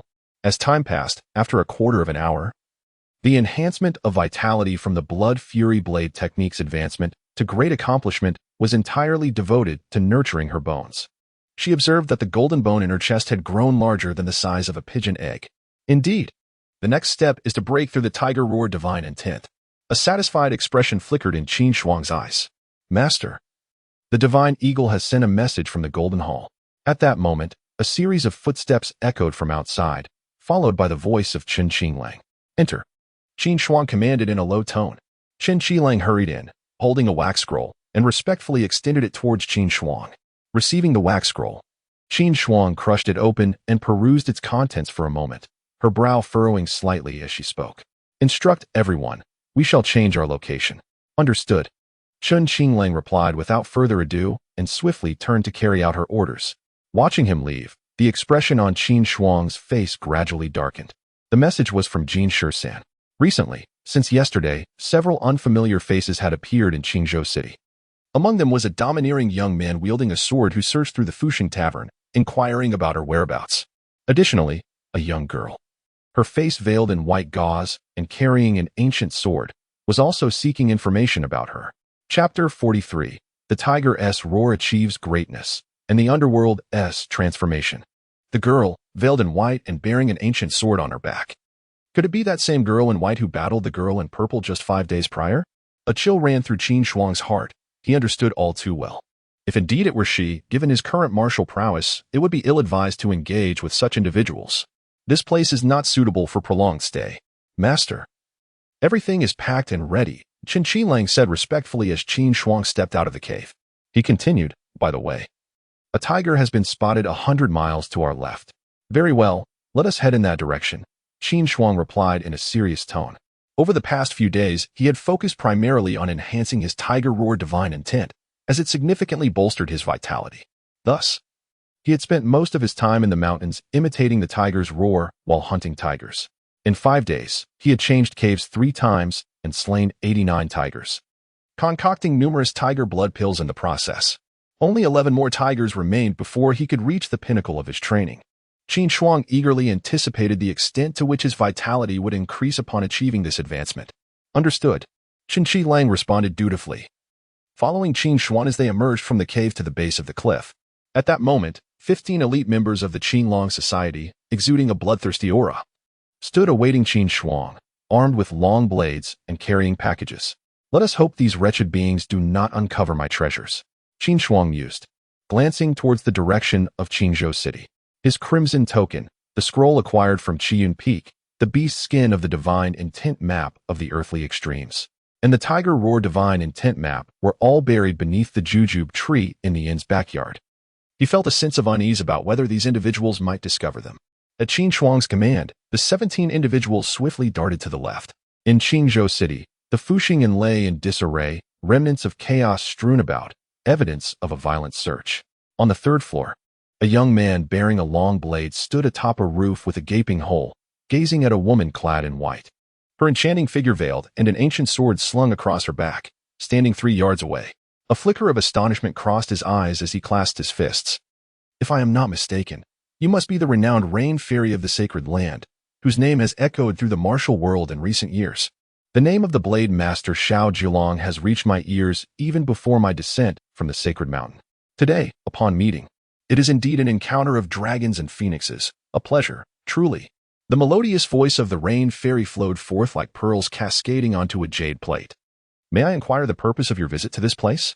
Xiao Jiulong asked, his heart tightening at the thought that the Rain Fairy had come to Qizhou City for the Yellow Spring Heavenly Blade. The news from the Sacred Land was alarmingly swift. The demon blade of Yellow Spring has manifested in Qizhou City to prevent a calamity from befalling the martial world. I have come to restore peace by securing this demonic artifact back to the Sacred Land for safekeeping. The Rain Fairy replied with a calm demeanor. She was already aware of Xiao Jiulong's intentions, hence she refrained from asking further. The Rain Fairy possesses a benevolent heart, and I hold her in high regard. However, upon hearing this, Xiao Jiulong's heart sank, though he maintained an outward appearance of approval. Nevertheless, a century ago, my esteemed predecessor Ji Yang of the Divine Blade sect fell victim to the Demon Blade. I have come here with a solemn vow to reclaim this blade and honor my forebears. Xiao Jiulong's tone was resolute, underscoring his determination to seize the Huangquan Heavenly Blade. Over a century ago, the notorious villain Li Tianhen wielded the Demon Blade, wreaking havoc upon the martial world and staining it with blood. This was due to the Huangquan Blade's ability to awaken the darker inclinations within a person. I beseech you, young Master Xiao, for the greater good of the martial world, to abandon this thought, urged the Rain Mistress gently. Fear not, Rain Fairy. I am confident in my ability to master the Huangquan Heavenly Blade. This blade shall be mine. Should anyone wish to oppose me, they must first kill me, Xiao Jiulong declared, his voice deep and resolute. He was acutely aware that with his mastery of the sword, once he possessed the Huangquan, his combat prowess would undoubtedly render him the foremost figure in the martial world.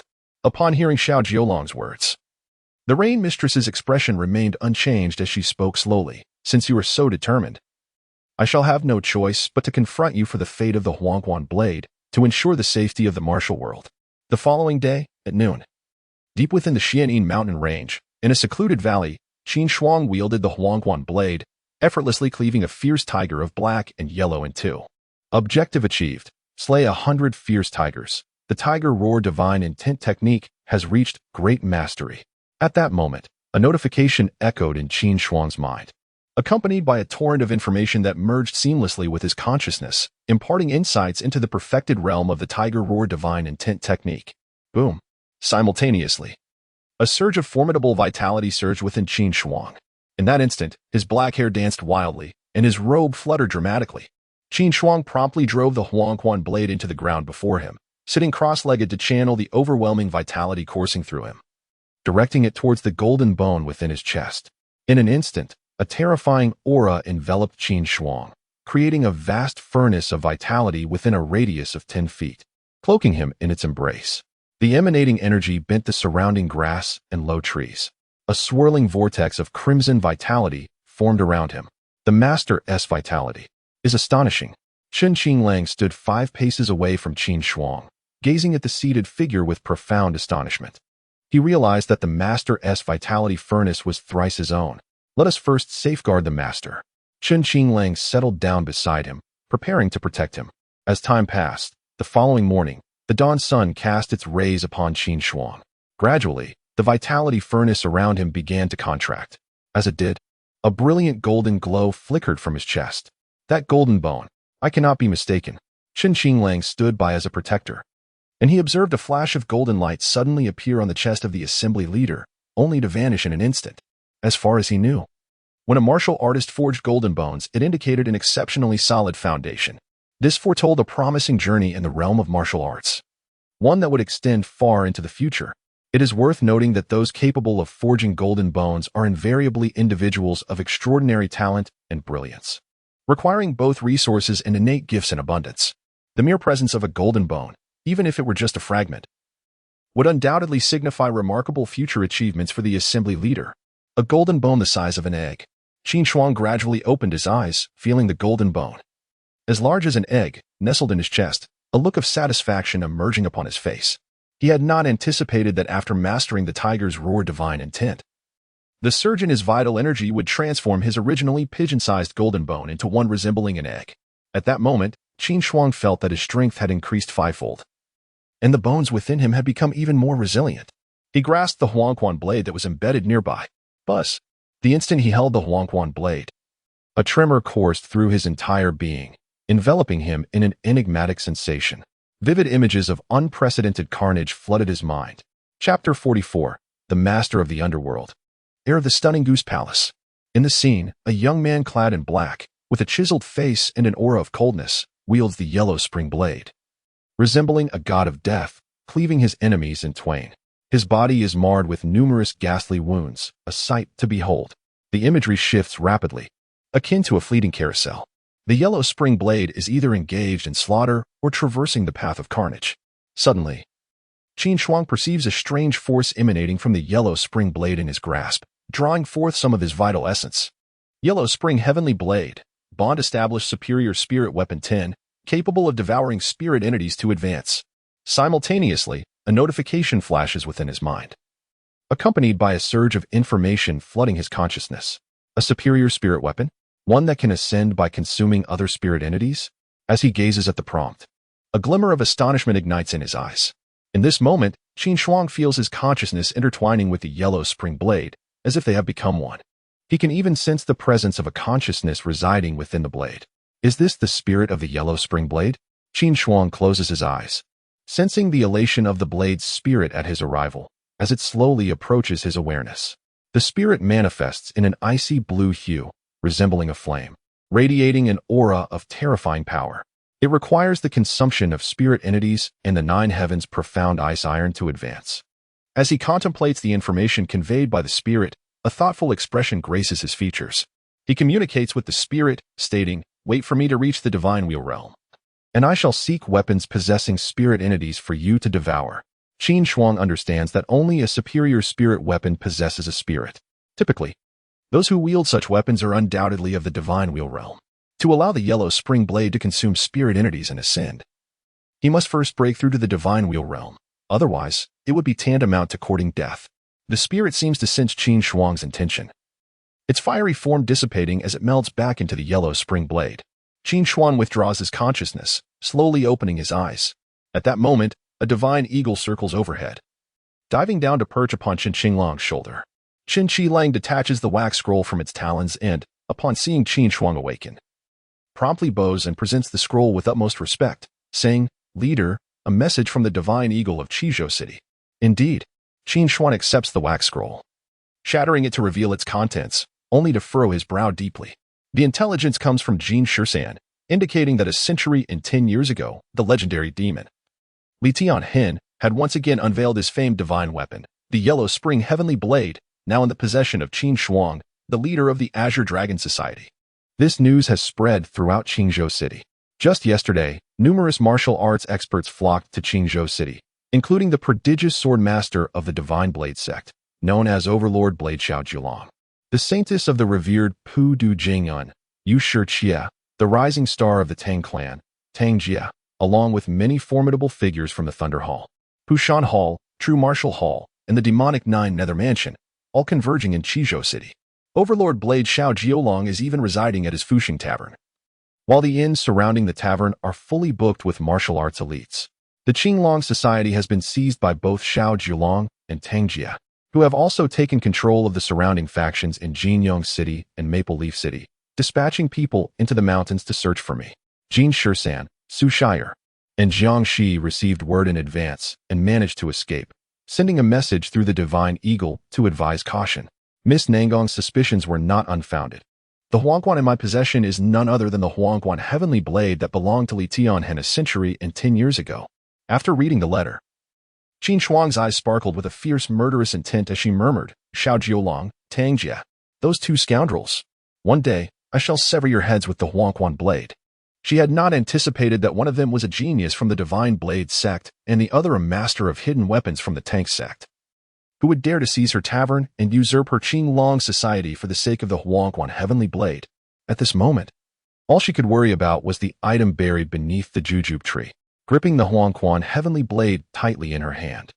Qin Shuang turned to Chen Qilang and solemnly declared, Chen Qilang, I intend to venture near the lair of the beast king you mentioned. You shall seek out cultivation resources on your own. She understood that with Xiao Jiulong rallying the nearby factions to search the mountains for her, and being in the company of Chen Qilang and others, the risk was too great. Even with the life and death seal planted, she felt uneasy. The beast king is formidable. Proceed with utmost caution. Chen Qilang responded immediately with cupped fists. Understood.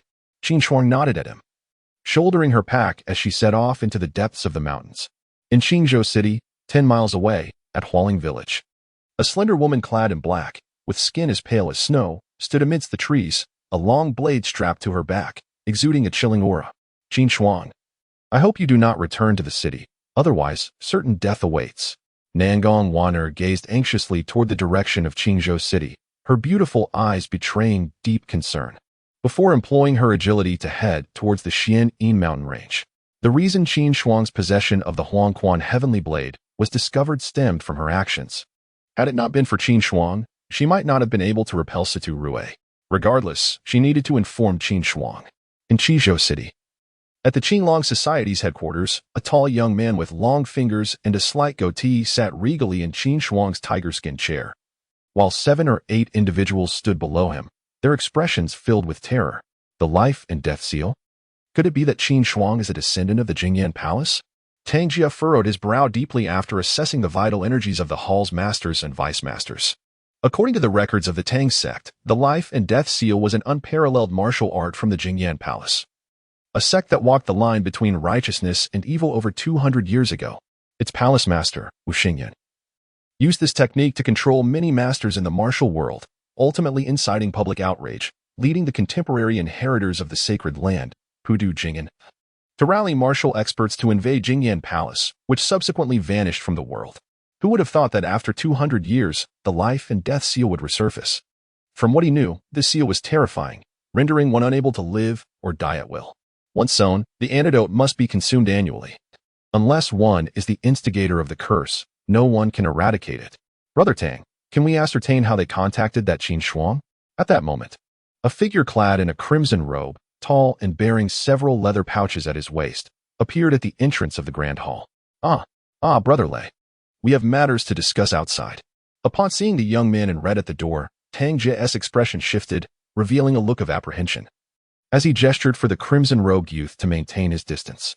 Rest assured, Brother Tang, my possessions are secure. They will not detonate easily. Lei Xingyuan chuckled, patting the leather pouches at his waist. The individual responsible for contacting Qin Shuang has fled. Tang Jie regarded Lei Xingyuan with vigilance before adding, however, these individuals are marked with the life and death seal of the Jingyan Palace. This is the handiwork of Qin Shuang. It is no wonder he harbored trepidation towards Lei Xingyuan, for the pouches he bore contained the explosive projectiles of the Thunderbolt Hall, known as Thunder Bombs. Should they be ignited, their destructive power would be terrifying, likely obliterating everything within a several-mile radius. 30 years prior, a senior of the Thunderbolt Hall had attended a banquet laden with firearms, which were accidentally detonated, resulting in not only his complete annihilation but also transforming the surrounding area into ashes, along with the deaths of over 400 fellow martial artists who were his guests. Consequently, experts in the martial world became wary of those from the Thunderbolt Hall who carried such pouches. The life and death seal? Upon hearing this, Lei Xingyuan's face displayed astonishment. As a true disciple of the Thunderbolt Hall, he was somewhat familiar with the life and death seal. He then approached to inspect the several hall masters and vice masters, and as he did so, his expression grew increasingly grave, murmuring, the successor of the Jingyan Palace. The yellow spring heavenly blade poses a greater threat to the martial world than Li Tianhen. Chapter 45, The Tiger Face Seeds? A crisis lurks. In the depths of the Xian mountain range, over 500 miles in, standing in the stream, washing 1 minute, stepping on grass 1 time, caressing the wolf's head 1 minute. Qin Shuang cradled a gray wolf in his arms, gently stroking its head. His feet were bound with grass as he stood in a pebble-strewn gorge, over a foot deep. A series of mechanical prompts echoed in his mind. At that moment, the large gray wolf in his embrace gazed at him with fear. Its mouth was bound by a vine, allowing only whimpers to escape. Captured by this human, it had anticipated death, yet was taken aback by the gentleness with which this human caressed its head. You have fulfilled the conditions for caressing the wolf's head for a day. The celestial wolf bone refinement technique has reached proficiency. Simplified. Slay 10 wolves. Gnaw on 10 roasted wolf ribs to master. Just then, 2 mechanical prompts resonated in Qin Shuang's mind. A method for cultivating the celestial wolf bone refinement technique, along with insights, emerged in his consciousness. Simultaneously, he felt a warmth enveloping his body, his bones vibrating as a powerful and immense energy surged within his dantian, cascading towards every limb and bone. In that instant, Qin Shuang distinctly sensed that his bones had grown sturdier. His strength was augmenting. He felt as if he had gained height, his physique becoming more robust. All 206 bones in his body radiated a luminous white glow under the influence of the formidable energy. The egg-sized golden bones shimmered with brilliance. To attain mastery of the celestial wolf bone refinement technique, one must slay 10 wolves and gnaw on 10 roasted wolf ribs. Qin Shuang gazed at the displayed upgrade conditions with satisfaction. At last, it was not merely about caressing the wolf's head. He pried open the wolf's leg and stroked its ribs, counting over 20 in total, which put him at ease. He resolved to first transform this wolf into roasted ribs. Solving his hunger while simplifying his martial arts training would be a dual triumph. The gray wolf, sensing its impending fate as a meal, struggled desperately, yet to no avail. Useless. What a disgrace.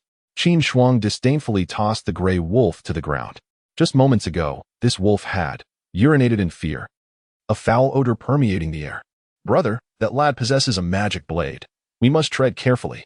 At that moment, a rugged voice echoed from nearby. Fear not. That lad has yet to ascend to the divine wheel realm. Wielding the Huangquan heavenly blade, he cannot unleash its full power. All we need do is locate him and signal for entry into the divine blade sect for a chance to observe the heavenly blade's divine intentions for a day. Moreover, we, the twin fiends of Yenzhou, are at the pinnacle of vitality and blood. We are no mere paper tigers. Another warm voice chimed in. Brother, you speak wisely. As long as we find that lad, we shall become disciples of the divine blade sect. The rugged voice brimmed with anticipation. Qin Shuang executed the flawless technique of grass on the fly, silently appearing behind a towering tree. As he surveyed his surroundings, he noticed more than 10 formidable men armed with weapons approaching swiftly. The 2 foremost figures were tall and donned in splendid garments, bearing long knives on their backs. Their striking resemblance indicating they were indeed twin brothers. 2 Hongzhen and 2 Hongqiang, accompanied by 12 henchmen, advanced forward when suddenly, 2 Hongzhen halted, his gaze fixed on a robust, towering fir tree. From behind it emerged a young lad, wielding a menacing black blade, his eyes revealing a look of astonishment. You. Who are you? You are seeking me, are you not? Qin Shuang replied coolly, eyeing the infamous Yenzhou twin demons. In an instant, he vanished like a wisp of smoke, brandishing his black knife with lethal intent. At that moment, he unleashed the fully realized blood fury blade technique. The Huangquan knife in his hand shimmered crimson, vibrating ominously and emanating a terrifying aura that enveloped the Yenzhou twin demons and their entourage. Not good. He is Qin Shuang. Quickly signal for help. 2 Hongzhen's pupils dilated sharply as he shouted, retreating in haste.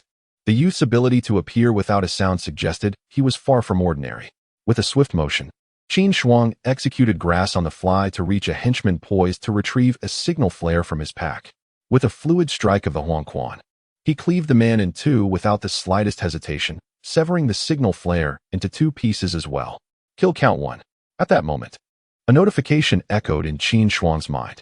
Slicing through the air, the Huangquan knife proved to be exceptionally sharp, and in its wake, all 12 of the Yenzhou twin demon subordinates fell, bisected. Only the twin brothers remained. Young hero, spare us. 2 Hongzhen, witnessing the slaughter of his men, felt a surge of terror as Qin Shuang approached, the Huangquan knife in hand. He knelt before Qin Shuang, bowing repeatedly, while Tu Hongqiang mirrored his actions beside him. How many men have entered the mountains in search of me? Answer honestly, or the dead on the ground will be your fate. Qin Shuang's voice was grave as he regarded the Yin Zhou twin demons. At that moment, he felt a sense of satisfaction. The Yin Zhou twin demons, both at the pinnacle of the Jade Essence realm, were still vastly inferior to him. This affirmed that his decision to refine his bones into gold was correct. The more golden bones one possessed, the stronger they became, enhancing one's vitality and strength. Thus, future achievements would only soar higher. Xiao Jiulong of the Divine Blade sect is stationed in Qizhou City, intent on acquiring the Huangquan Heavenly Blade.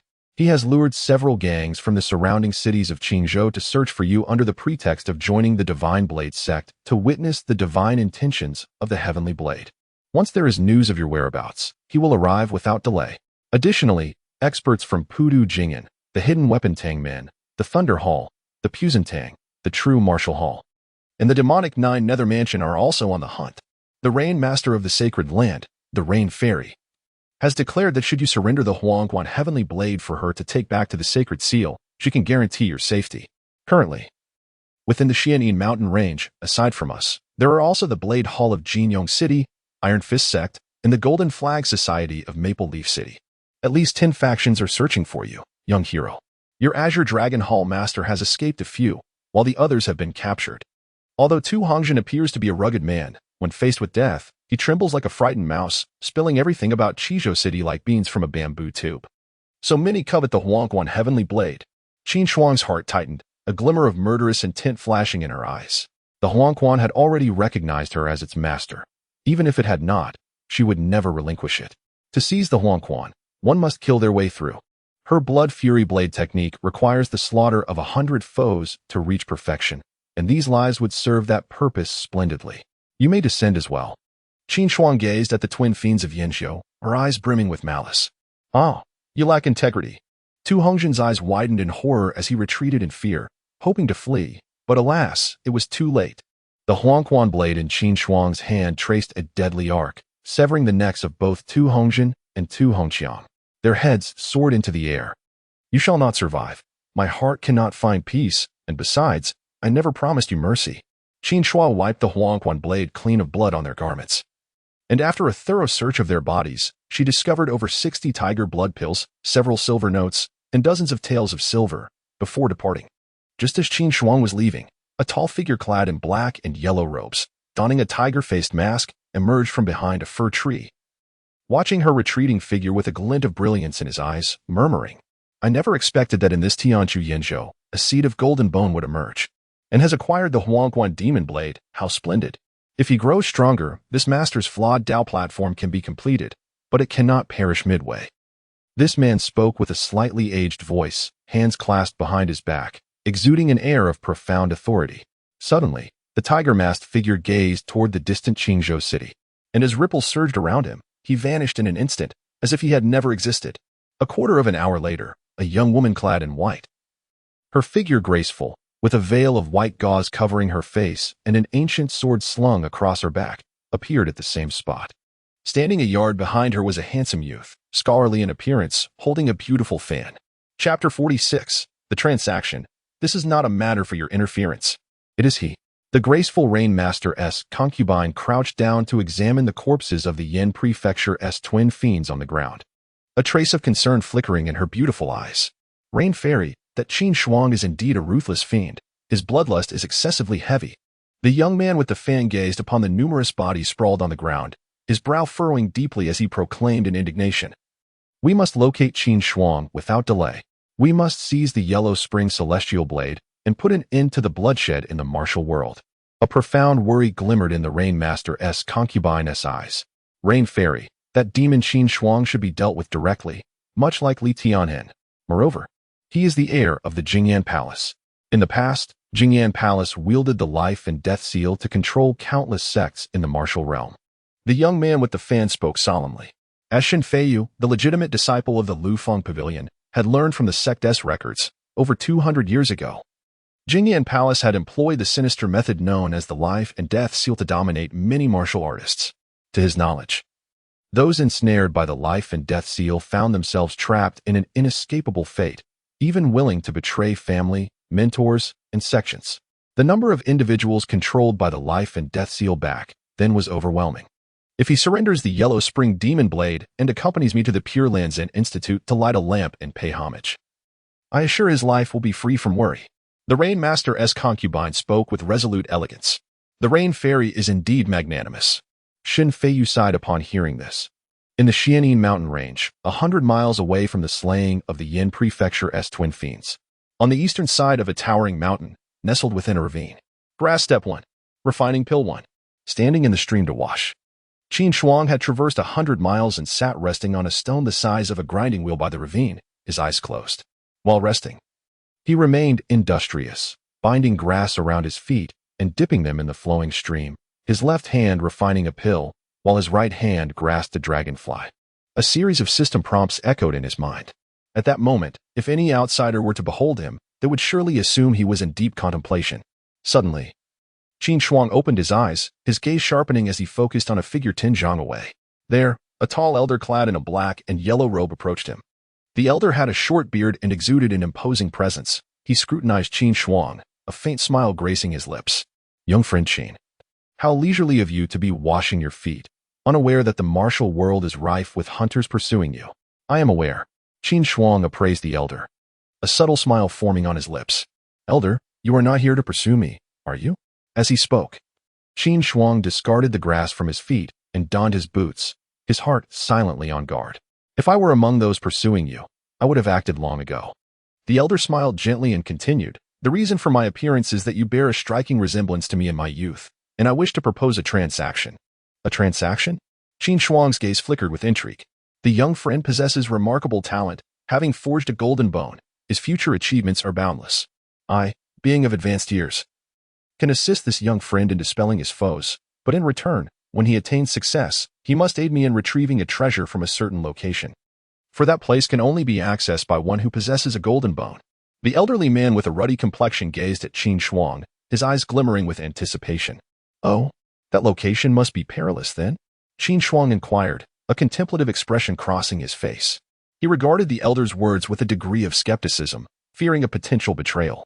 Indeed, there is a measure of danger involved. The elder nodded, continuing, should you agree, not only will I assist you in your escape, but I shall also reveal to you a place where you can forge more golden bones. Very well, I accept your proposition. Qin Shuang affirmed with a nod. Presently, various factions such as the Pudu Silent Monastery, Divine Blade Sect, Pushun Hall, True Martial Temple, and Tang Clan were scouring the mountains, with numerous experts from the Xinshan realm among them. Relying on the elder's aid for escape was his sole option. Excellent. The elder's countenance brightened at his response, and he then turned his gaze towards the direction of Qingzhou City, momentarily taken aback. Oh, they have arrived. I must not reveal myself. I shall aid you from the shadows to scare off your enemies. You need not worry. With a swift movement, the elder vanished into the darkness. Before long, the sound of footsteps echoed from afar. Suddenly, a white figure flashed into view. A graceful young woman clad in white, her face veiled in a white gauze, and an ancient sword slung across her back, appeared within 3 paces of Qin Shuang. Following her, a handsome young man wielding a fan, elegantly shaking it, emerged a pace behind her, casting a smile towards Qin Shuang. It is her. Upon seeing the slender figure dressed in white, Qin Shuang's heart skipped a beat, instinctively tightening his grip on the yellow spring blade. This woman was none other than the girl who had battled the lady in purple when he first entered the mountains. Qin Shuang understood fully. This veiled maiden was of Xinshan realm proficiency, even stronger than Nangong Waner. Her sword strikes unleashed terrifying destructive power, reducing the trees within a 10-pace radius to mere dust. Ding! You have evaded the scrutiny of a Xinshan realm expert. Unlocking the blood lock technique. Blood refinement scroll is now perfected. Simplified. 1. Observe the dragon lock well once. 2. Consume 1 hidden blood fruit. Fulfilling these requirements will elevate your rank. At that moment, 2 system notifications resonated within Qin Shuang's mind. Simultaneously, a torrent of profound insights surged into his consciousness, encompassing the cultivation, comprehension, and techniques of the perfected bloodlock technique, blood refinement scroll. In an instant, Qin Shuang felt as if he had been practicing this technique for 30 years. Young Master Qin, we meet again. May we have a conversation? At that moment, the veiled maiden regarded Qin Shuang, her voice melodious and clear, like pearls cascading onto a jade plate. What shall we discuss? Qin Shuang replied, eyeing the veiled woman warily as he tightened his grip on the yellow spring blade. The young woman, known as the Rain Master's concubine, hails from the tranquil abode of Pudu Jing'an. The blade wielded by young Master Qin is none other than the enchanted sword of Li Tianhen, forged 110 years ago. As I understand, this sword bewitches the mind, and those who wield it for an extended period ultimately succumb to its control, transforming into unrelenting murderers. It is said that young Master Qin has also mastered the sinister techniques of the life and death seal from the infamous Jingyan Palace, a malevolent skill shunned by the martial world. In the interest of maintaining peace in the realm and to avert further bloodshed, I beseech young Master Qin to relinquish the Yellow Springs demon blade, forsake his martial prowess, and accompany me to the Pure Land Zen Institute where we may meditate and suppress the demonic nature. The veiled maiden cast a penetrating gaze at Qin Shuang and spoke. You wish for me to abandon the Yellow Springs blade, renounce my martial abilities, and follow you to the Pure Land Zen Institute to become a monk and strike the wooden fish? Upon hearing the Rain Master's words, Qin Shuang narrowed his eyes, a flicker of anger igniting within, and he retorted with a cold laugh. Ah, what a noble sanctuary of the martial world. What a grand pretense for the sake of peace. Are you certain that Pudu Jing'an is not coveting my Yellow Springs blade? At that moment, Qin Shuang was consumed by rage. He had not anticipated the audacity of those from the esteemed Pudu Jing'an to make such shameless demands. Surrender the Yellow Springs blade, forsake one's martial skills, and become a monk? How outrageous. Just then, a handsome young man wielding a fan snapped it shut and pointed at Qin Shuang, admonishing him. The Rain Fairy speaks for the sake of the martial realm and the common good. What audacity you possess to slander both the sacred grounds and the Rain Fairy. Were it not for her compassion to avoid further bloodshed, would she waste her breath on you? Believe it or not, with but a single finger, she could crush you. Enough. Qin Shuang gripped the Yellow Springs blade tightly, his blood surging as he glared at the youth, coldly declaring, and who might you be?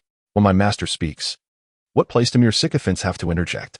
Qin Shuang was aware that the elder was nearby, having just communicated with him telepathically. You, the youth, upon hearing Qin Shuang's words, felt a flash of murderous intent in his eyes. Suppressing his anger, he responded with feigned calmness. Very well. I shan't stoop to your level. Remember this name. I am Shen Feiyu, the direct disciple of the Lufeng Pavilion, known throughout the martial world as the Drunken Moon Young Master. At that moment, Shen Feiyu was seething with indignation.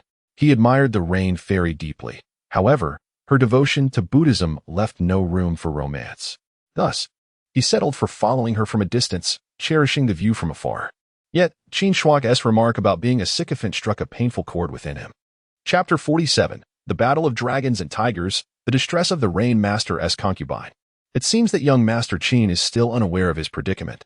Presently, near the Xianin mountain range, the elite from the Divine Blade sect, the True Martial Hall, the Thunder Palace, the Universal Goodness Hall, the Demon Sect's 9 Nether Mansion, and the Tang clan have all assembled. The Rain Master's concubine spoke slowly.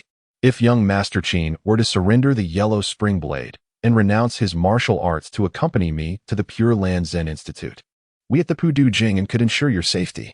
Originally, it sufficed for young Master Qin to merely hand over the Yellow Spring Demon Blade, but regrettably, he has also practiced the forbidden technique of the Jingyan Palace, the life and death seal. Hence, his martial arts must be forfeited to prevent the technique from spreading through the Jianghu. He must accompany me to the Pure Land Zen Institute for arduous training. This is young Master Qin's sole path to survival. Otherwise, the implications of the Rain Master's concubine's words were laden with threats. Ha! Young Master Qin Shuang tightened his grip on the Yellow Spring Blade and laughed heartily at the heavens. I can finally comprehend the plight of Li Tianhen from years past. There are no demons in this world. It is you who have forced this. The Divine Blade sect, the True Martial Hall, the Thunder Palace, the Universal Goodness Hall, the Demon Sect's 9 Nether Mansion, and the Tang clan. Very well. If I, Qin Shuang, am to survive, I shall certainly return to settle the scores. Upon hearing Qin Shuang's words, the expression of the Rain Master's concubine shifted, her beautiful eyes darkening with concern.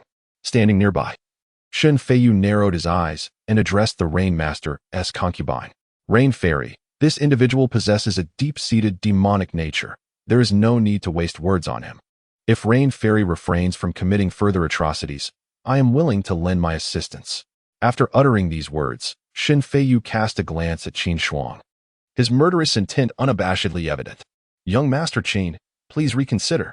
The Rain Master's concubine ignored Qin Feiyu, her gaze fixed upon Qin Shuang as she spoke solemnly. "I wish to see who dares to trouble my young friend, Qin." At that moment, an aged voice resonated from 3 paces away. A tall figure clad in a black and yellow robe, donning a tiger-faced mask, emerged from behind a fir tree. Exuding an unfathomable aura that enveloped the Rain Master's concubine and Qin Feiyu in an oppressive grip. "You." The Rain Master's concubine gazed at the tiger-masked figure, her body trembling as shock painted her delicate face. The instant this individual appeared, it was as if she were confronting her master. Who is this person? Qin Feiyu's eyes glimmered with caution. The aura of the tiger-faced man was overwhelmingly strong. And only now did he and the Rain Master's concubine realize he had been lurking nearby. The tiger-faced man positioned himself beside Qin Shuang, his formidable presence rendering both the Rain Master's concubine and Qin Feiyu immobile. "Esteemed elder, young Master Qin's demonic nature is too profound. It is imperative that..." The Rain Master's concubine respectfully clasped her hands toward the tiger-faced man, but before she could finish her sentence, he narrowed his eyes and spoke in a grave tone. "Depart before I change my mind. Otherwise, you shall not leave." The Rain Master's concubine's expression stiffened. After a moment of hesitation, she turned and left. Qin Feiyu hurriedly followed in her wake, and they swiftly departed. "Thank you, esteemed elder." Qin Shuang bowed in reverence to the tiger-faced man. At that moment, Qin Shuang's heart brimmed with anticipation for power. With formidable strength, one could act freely and overturn the table at any moment. It is not that I, an old man, refuse to eliminate them.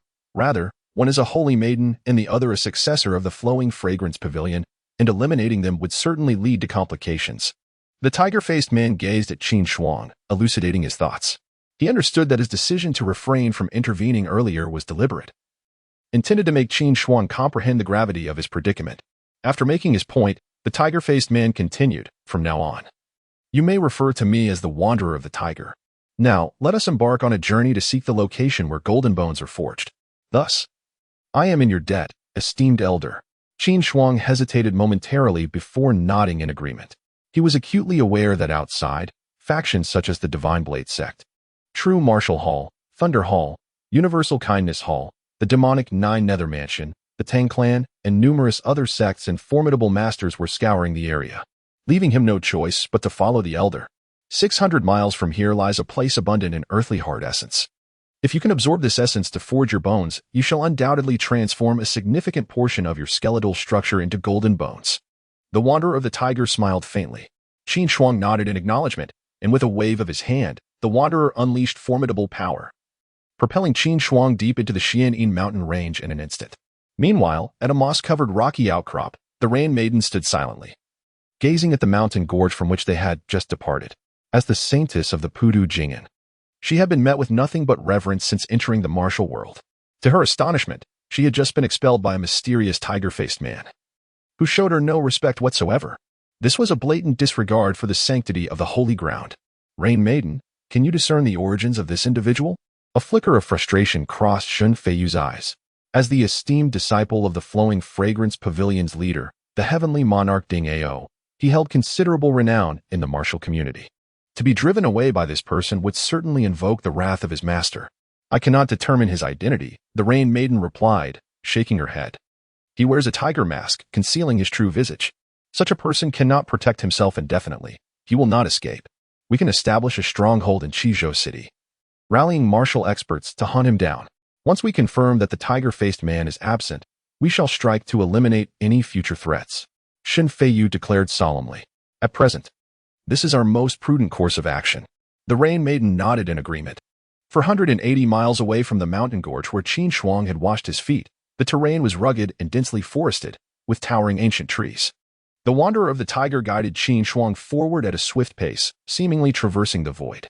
As they progressed, Qin Shuang beheld terrifying beasts, the Golden Eagle Beast King, the Wild Boar Beast King, and the Fierce Tiger Beast King. Each of these Beast Kings rivaled the strength of divine will practitioners. "Esteemed elder, are we nearly there?" Qin Shuang inquired, his heart racing as they delved deeper into the mountains. "Almost there, just ahead." "Oh," the Wanderer of the Tiger responded, suddenly turning his gaze toward the distance, an expression of surprise crossing his face. There is actually a black-scaled python beast king and a fierce tiger beast king vying for the spiritual energy within that mountain crevice? As he spoke, the wanderer summoned his formidable powers, propelling Qin Shuang forward at a rapid pace for over 10 miles. Ahead, it seemed as if an earthquake had transpired. The roar of a tiger and the hissing of a serpent resonated through the air, while rocks flew chaotically and trees were reduced to mere splinters. Husaran led Qin Shuang closer, where they beheld a colossal tiger, measuring 3 yards in length, adorned with a striking black and yellow coat. Its eyes gleaming and forehead marked with white, engaged in a fierce battle with a serpent, as thick as a water barrel and extending 7 to 8 yards in length. Its entire body enveloped in darkness.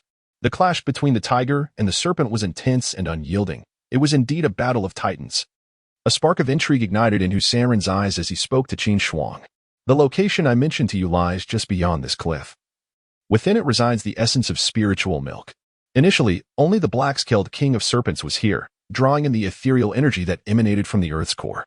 It appears that the fierce tiger has come to contest for it, leading to this skirmish. Qin Shuang peered intently, noticing that several scales had shed from the black-scaled serpent king, while the tiger limped, its right leg weakened and unsteady. Once I have vanquished them, you shall descend to absorb the spiritual milk, Husaran declared, his gaze shifting towards the tumultuous battle between the serpent and the tiger. Senior, kindly spare a breath of life for that tiger. I will deliver the final blow. Qin Shuang felt a surge of inspiration as he watched Husaran engage the beasts. His tiger howl divine intent technique required the defeat of the fierce tiger king. Consuming it and refining the tiger core or divine seed would bring his cultivation to fruition. Given his current realm, he could not hope to defeat the tiger king alone. However, if Husaran were to leave the tiger with but a flicker of life, he could then strike the final blow, thereby achieving the perfection of his tiger howl divine intent. Chapter 48. The Golden Runes and the Golden Spine. Go. The tiger scatterer nodded at the command. In a flash, he appeared to the left of the Usha Black Python Beast King, delivering a powerful strike aimed at its vital point. With a piercing cry, the Usha Black Python Beast King suffered a grievous wound. A gaping hole the size of a basin appearing at its core, causing its serpent blood to spurt forth like a torrent, while its massive body thrashed violently, sending rocks flying throughout the valley. Witnessing this, the nearby Tiger Beast King recoiled in fear, turning to flee.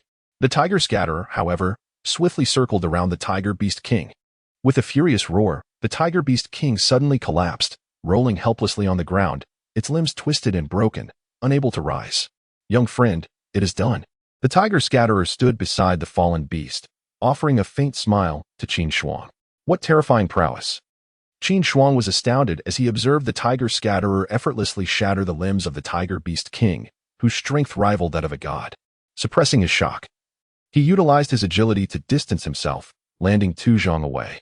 As Qin Shuang approached, wielding the yellow spring blade, the Tiger Beast King struggled desperately, terror evident in its eyes, issuing a desperate roar. With a swift motion, Qin Shuang's dark blade traced a deadly arc, severing the Tiger Beast King's neck. Its enormous head tumbling to the ground, its once vibrant eyes now lifeless. Kill the Tiger Beast King 1. At that moment, a mechanical voice resonated in Qin Shuang's mind. Young friend, you can extract its inner core, which will enhance your vitality. It is valuable for alchemy, akin to the divine seed of the God Wheel. The Tiger Scatterer's voice echoed behind him. Understood. Qin Shuang advanced, effortlessly slicing through the Tiger Beast King's head, revealing a blood-red orb the size of an egg, radiating an overwhelming essence of vitality. After obtaining the Tiger Core, Qin Shuang proceeded to extract the inner core from the Usha Black Python Beast King. Truly a remarkable weapon of growth. Indeed sharp. The Tiger Scatterer gazed at the yellow spring blade in Qin Shuang's hand, his eyes gleaming with desire. However, he quashed his greed, recognizing that the yellow spring blade had already acknowledged Qin Shuang as its master. Taking it now would be detrimental to his own advancement. I cannot escape anyway. Once the golden seed matures and fills the void in my path, I shall ascend to a higher realm. Next, all that remained was to consume the Tiger Beast King and refine the Tiger Core, thus perfecting my Tiger Roar divine intent. Anticipation shone in Qin Shuang's eyes as he regarded the massive tiger body. He dragged the remains of the Tiger Beast King and the Usha Black Python to the edge of a cliff. The Tiger Scatterer, observing Qin Shuang's efforts, pointed to a fissure in the stone wall below, slightly more than a zhang wide, and smiled gently. Within lies the heart of the Earth's essence. Go forth and absorb the essence to refine your bones. I shall guard you nearby." With that, the tiger scatterer vanished in an instant. "Thank you, Venerable One." Qin Shuang carefully placed the remains beside the fissure and leaned in to peer inside. Outside the fissure in the stone, numerous scales of the black python glistened, polished to an extraordinary smoothness. It was evident that the formidable beast had long claimed this territory, absorbing the spiritual energy that seeped from the crevice. The fissure extended approximately 4 to 5 zhang in length and half a foot in width, with the emanating spiritual energy being notably denser than that found outside. The vines flourishing at the edges were significantly more verdant. Qin Shuang surveyed the unyielding granite wall and unsheathed the yellow spring blade. With a decisive stroke, the blade sliced through the stone effortlessly, akin to cutting through tofu. As he twisted the hilt, a 3-foot square block was cleaved away. With each successive cut, Qin Shuang delved deeper into the granite, soon penetrating 15 zhang into the mountain. The fissure widened to 2 feet, and the outpouring spiritual energy intensified. Was this a cavern?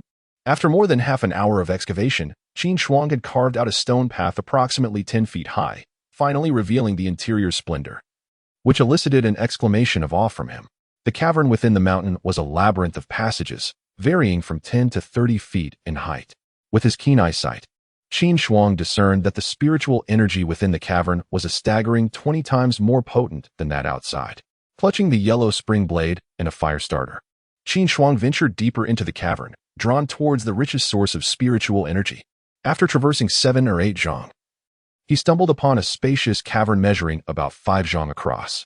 Above, a stalactite, 3 feet in diameter and over 10 feet long, hung down, while below, an oval stone platform bore a 3-foot wide stone basin filled to the brim with milky white liquid, which overflowed onto the surface. The rich spiritual energy emanated from this liquid. Inhaling the essence of this energy invigorated Qin Shuang profoundly. So much spiritual milk. His eyes gleamed with delight as he stepped forward, dipped his finger into the liquid, and tasted it. Instantly, he felt a tremendous surge of energy coursing through his limbs. Remembering his purpose for being there, to obtain this spiritual milk, Qin Shuang promptly settled into a cross-legged position and began to cultivate the tiger's roar divine will technique. With a roar, as he channeled the technique, the immense spiritual energy within him transformed into vital essence, nourishing the golden bone in his chest and his spine. Truly, it was the essence of spiritual milk. 15 minutes later, Qin Shuang opened his eyes, astonishment flickering within them. He realized that merely sampling the spiritual milk had taken him 15 minutes to absorb. The entirety of this liquid would undoubtedly require a considerable amount of time. He resolved to continue. Knowing this was a rare opportunity to refine his golden bones and enhance his strength, he could not afford to delay. Meanwhile, 600 miles away from Qin Shuang's cavern, on a mountain peak, a woman clad in black, with skin as pale as snow and hair cascading like a waterfall, stood upon a boulder, murmuring softly, "Qin Shuang, I hope you can remain concealed and avoid being captured." The gentle breeze lifted Nangong Wanner's hair and garments, her heart heavy with concern. Originally, she intended to locate Qin Shuang and lead him away from the city of Qizhou. However, after 8 days of searching the mountains, she had yet to find him. Along the way, she encountered formidable masters from various martial factions, such as the Divine Blade Sect, Tang Sect, True Martial Hall, Thunder Hall, and Pusen Hall, all of whom were in pursuit of news regarding Qin Shuang.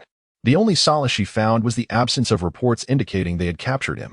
As for the tales circulating in the martial world, which painted Qin Shuang as a malevolent heir of the bewildering Goose Palace, responsible for chaos 2 centuries ago and a practitioner of the forbidden technique known as Life and Death Seal, she suspected such accounts were exaggerated. During her stay at the Fuxing Tavern, she had gleaned insights into Qin Shuang, perceiving him as a figure of righteousness rather than a fiend. 9 days later, in the Xian'an mountain range, within the Lingru cave, Qin Shuang sat cross-legged, contentedly attuning to the state of his body. After absorbing the spiritual milk from the stone depression, he had transformed it into vital energy, nourishing his skeletal structure. His sternum, ribcage, vertebrae, scapulae, clavicles, cervical vertebrae, and hip bones now gleamed with a golden hue. Only the bones of his skull, hands, feet, and the base of his tailbone remained untransformed. Alas, he mused, if only he could acquire another stone depression filled with spiritual milk, his entire skeleton would shine like gold. Casting a glance at the stone depression beside him, he noted it was nearly empty. He had meticulously licked every last drop of spiritual milk, ensuring no drop was wasted. He then resolved to refine the inner core of the fierce tiger, directing its essence to nourish the remaining bones of his tail. As he felt the golden vertebrae within him, he noticed a small area on the vertebrae still retained a whitish hue, yet to be transformed into gold. Inspired, he retrieved the inner core of the mighty tiger beast king, placing it in his palm. Engaging in the tiger's roar divine intent technique, he began to absorb and refine its vital essence. Although the essence contained within the tiger's inner core could not compare to that of the spiritual milk, it was nonetheless immensely potent. As he channeled the tiger's roar technique, the essence was rapidly converted into vital energy, starting from his chest. Time flowed by unnoticed. Eventually, Qin Shuang felt a tremor throughout his body. The section of his skeletal structure that had first transformed into gold suddenly radiated heat, and astonishingly, a golden sigil resembling appeared upon it. The brilliance of the rune illuminated the cave with clarity. Simultaneously, he was startled by a violent thunderous roar emanating from above, causing the cave to quake as numerous stones began to fall around him. Chapter 49. The Spectacular Phenomenon. The celestial purple lightning in the anticipation of the tiger hermit. At this moment, 5 miles from the cave where Qin Shuang resided, the tiger hermit, clad in a robe of black and yellow and adorned with a mask resembling a tiger's face, beheld a tremendous rift suddenly tear open in the otherwise clear sky. From this gaping chasm descended a cascade of resplendent, multicolored clouds. Concurrently, a bolt of purple lightning surged forth from the fissure, striking the colossal mountain where Qin Shuang was absorbing the spiritual milk, causing him to flee in terror. With a thunderous roar, the summit of the mountain erupted in a cloud of dust and debris as it was struck by the purple lightning, the ground trembling as if ravaged by a tornado. Trees were reduced to splinters, and the mountain itself was visibly diminished by a layer. Beasts within a 100-mile radius scattered in panic, while the multicolored clouds intriguingly penetrated into the heart of the mountain. What could this mean? The tiger hermit, taking refuge 10 miles away, gazed in astonishment at the chaotic scene unfolding upon the mountain. Within the depths of the mountain, Qin Shuang, having concluded his meditation, sprang to his feet, employing the dragon's step to evade 3 enormous boulders plummeting from above. In that instant, the runes that had manifested upon his chest abruptly retracted, merging back into his body, into the golden bone within him. Just as Qin Shuang emerged from the cave, a series of vibrant, multicolored lights, akin to silken ribbons, began to encircle his form, diving into the golden bone at his chest, vanishing without a trace. In awe, Qin Shuang observed the radiant lights entering his golden bone, feeling a profound sensation of shock. As he reached out, the lights flowed like water through his fingers, seamlessly integrating into his chest. It was as though the golden bone possessed an enigmatic pull, drawing in the colorful light. At this moment, the celestial purple lightning and the 7-colored radiance suggested an extraordinary phenomenon. Could it be that treasures were manifesting deep within the Xianin Mountains? Or perhaps a formidable demon's breakthrough had incited this celestial event? 500 miles south of the towering mountain where Qin Shuang resided, Nangong Wanner gazed at the colossal rift in the sky, where purple lightning and colorful clouds appeared. Her eyes widened in astonishment, revealing her shock. To her knowledge, when certain prodigies from revered sects forged their golden bones, it often heralded various celestial phenomena such as purple chi rising from the east, true dragon appearing, Buddha's light illuminating, and sword chi piercing the skies. Naturally, in the depths of the mountains, the breakthroughs of exceptionally gifted demons could also trigger such occurrences. However, she had never encountered anything like the multicolored clouds and purple lightning. Regardless, this phenomenon would undoubtedly draw many formidable experts from the divine wheel realm to investigate. If Qin Shuang were to conceal himself, he might seize the opportunity to escape. Nangong Wanner contemplated Qin Shuang, her heart whispering that treasures stir the soul. Who would not desire to acquire treasures to elevate their own power? 30 miles from Nangong Wanner, upon a perilous peak, a figure clad in white, her face veiled with a silken gauze, stood upon a large stone platform. A gentle breeze lifted her dark tresses and the hem of her garments as she gazed into the distance, where an enormous rift had unexpectedly appeared in the sky, emanating a kaleidoscope of hues. Suddenly, a purple lightning bolt struck down, causing her beautiful eyes to widen in astonishment as she murmured, "A rainbow of colors. Purple thunder? This." The Rain Master's consort understood well. Such phenomena typically heralded either a breakthrough or the emergence of a treasure. Within the depths of the Xianin mountain range, it was undoubtedly the formidable beasts that were achieving breakthroughs. Rain Fairy. We have been searching for the fiend Qin Shuang for many days without any news. It is likely that he has already been taken away from the Xian'an mountains by that tiger-masked individual, with such an extraordinary manifestation in the heavens. It is certain that a treasure has emerged. Perhaps we should investigate? Shen Feiyu, standing 2 zhang away from the Rainmaster's consort, gazed at the vast rift in the sky, his eyes reflecting profound awe. He was curious to explore, yet yearned to remain by the Rain Fairy's side. The tiger-masked expert possesses formidable skills, and I am no match for him. I must send word to my sect and await the arrival of a senior disciple to eradicate the demon while simultaneously rallying the martial experts of the realm to pursue Qin Shuang. The Rainmaster's consort responded, shaking her head. After a moment's hesitation, Shen Feiyu declared, I have promised to serve the Rain Fairy with unwavering loyalty. Thus, I cannot go back on my word. If the Rain Fairy does not venture forth, then neither shall I. Upon hearing his words, the Rainmaster's consort fell silent, tacitly accepting his resolve. Meanwhile, 15 li away, a young man of around 23 or 4 years, exuding a powerful aura, stood atop a hill. He bore a striking longsword upon his back, radiating an irresistible dominance. Beside him stood a tall young man with slender fingers and a hint of stubble, accompanied by several dozen individuals from his faction, all radiating formidable energy. Xiao brother, with this celestial phenomenon of rainbow hues and descending purple lightning. It seems a treasure is about to surface. Shall we proceed to investigate? Tang Jie suggested, his eyes gleaming with fervor as he gazed at the rift and the colorful clouds above. Indeed, Xiao Jiulong replied with a nod. He surveyed the group of dozens beside him and commanded in a low voice, continue your search for Qin Shuang. Inform me immediately if you uncover any leads. Rest assured, young master, we shall exert our utmost efforts in the search. A robust man in his 40s, clad in blue and bearing a long sword, responded respectfully to Xiao Jiulong. As the leader of the Quick Blade Hall, Yu Zhanting harbored a deep desire to join the Divine Blade sect. Xiao Jiulong had promised that should they locate the fiend Qin Shuang, his son would be allowed entry into the Divine Blade sect, and he himself could one day witness the intentions of the Heavenly Blade. Tang brother, let us depart. Xiao Jiulong nodded to Yu Zhanting and the others, swiftly advancing deeper into the Xian'an mountains. Tang Jie, refusing to lag behind, lightly tapped the treetops with his toes, moving like a wisp of blue smoke, keeping pace alongside Xiao Jiulong. The purple thunder and the colorful clouds, deep within the Xian'an mountain range. It is certain that treasures have emerged. It could also be that a great demon has broken through. Did you not witness that purple lightning? Within that realm, there are countless beast kings comparable to the divine wheel realm. Anyone lacking the cultivation of the divine wheel who dares to enter would be courting death. We might as well search for Qin Shuang in practice.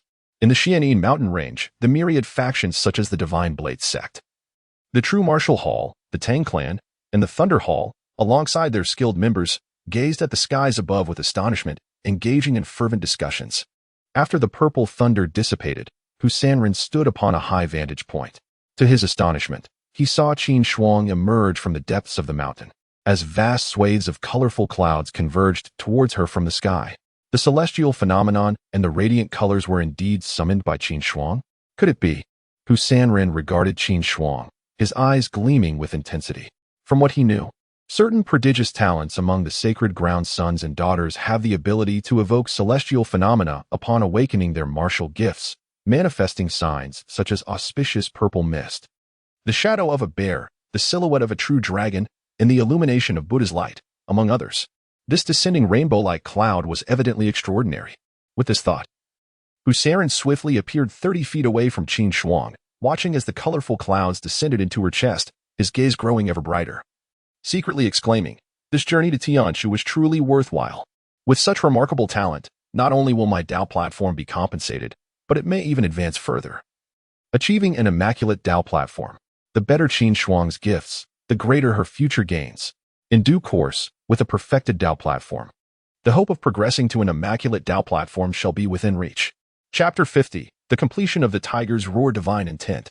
3 minutes later, the vibrant rays of light in the sky were entirely absorbed by the golden bone within Qin Shuang's chest.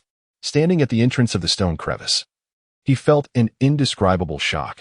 Tearing open his shirt, he discovered that the golden rune within his golden bone had vanished without a trace, leaving him unable to sense anything. Everything felt unchanged, as though the recent event had merely been a dream that had never transpired. Congratulations, little brother. You have forged the golden bone. causing the celestial phenomenon of colorful clouds and purple lightning to manifest.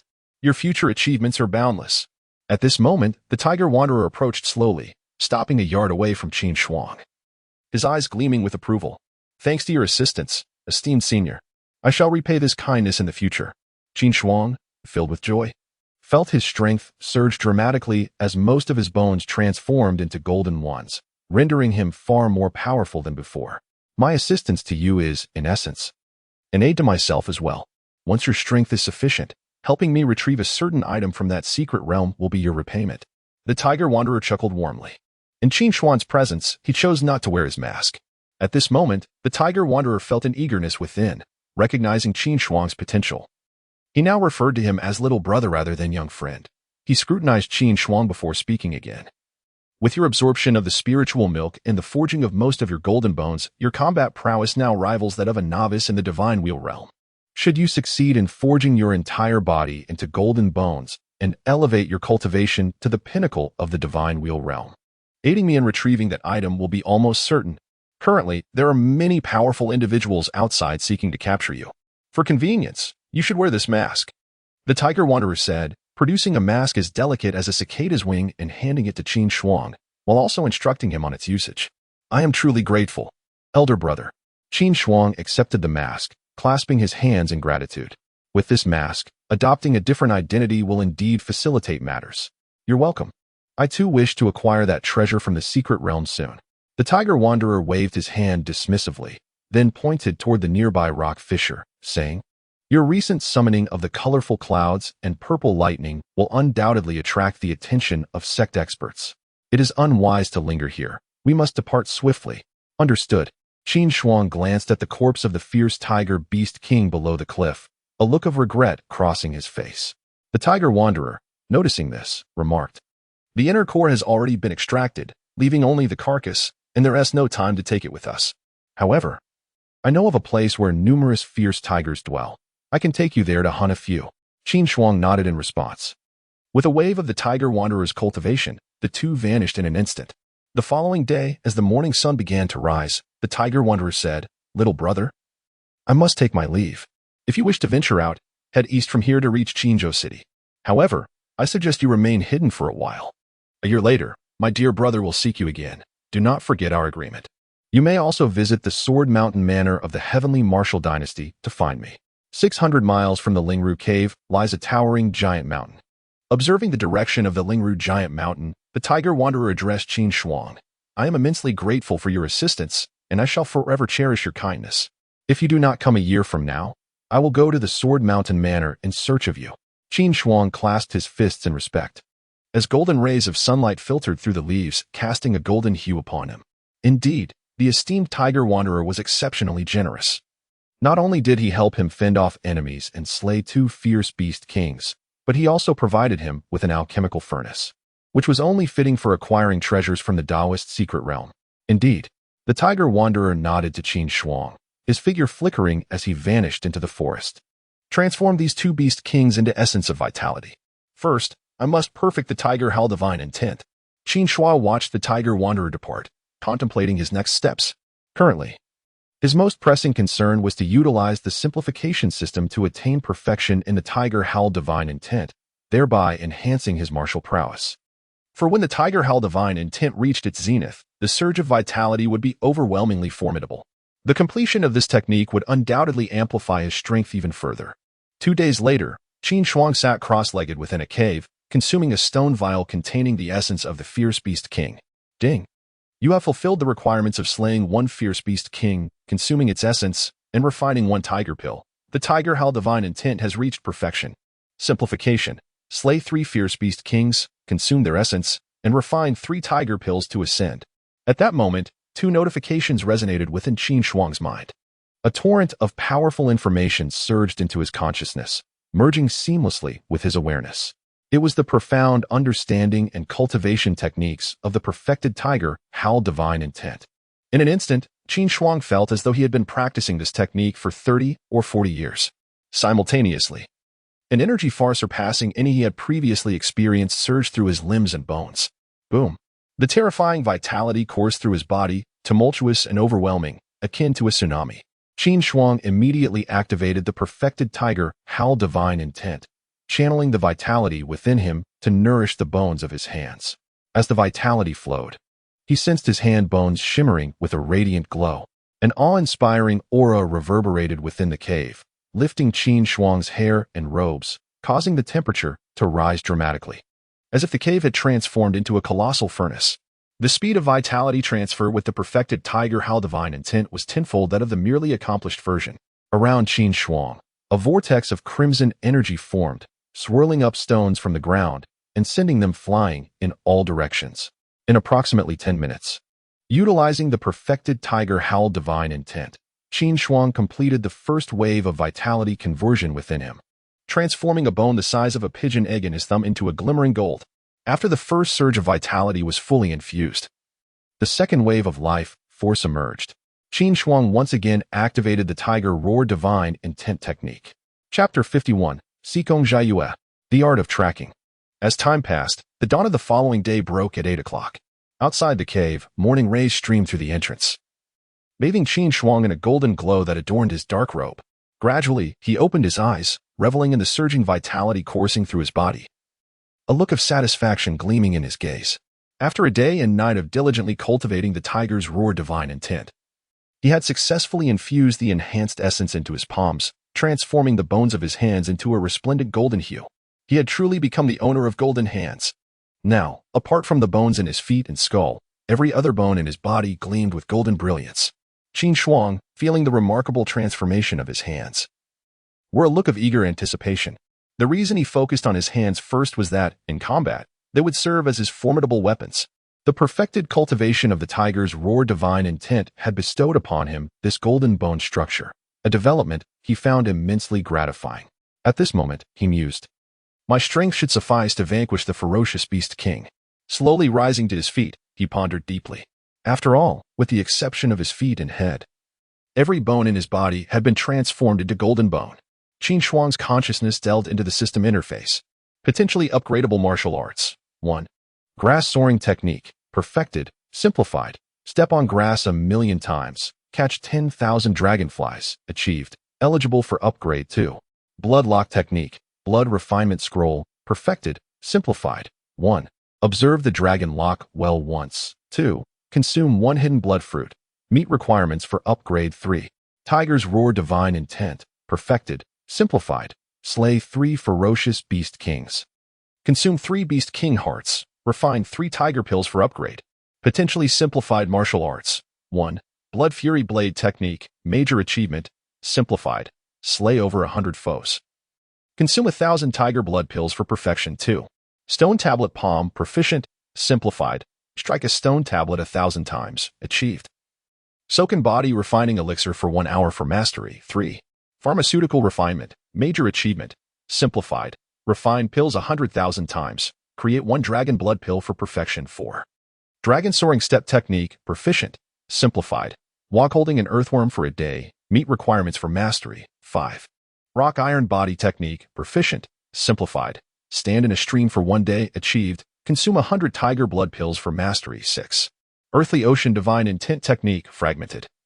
Needs completion. Simplified for completion.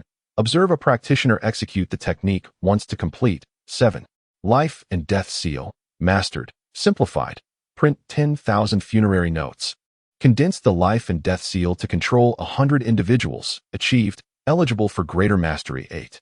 Eagle's Flight Technique. Proficient. Simplified. Imitate an eagle's flight 1,000 times. Achieved. Consume 10 roasted eagles for mastery 9. Heavenly Wolf Bone Refinement Technique. Proficient. Simplified.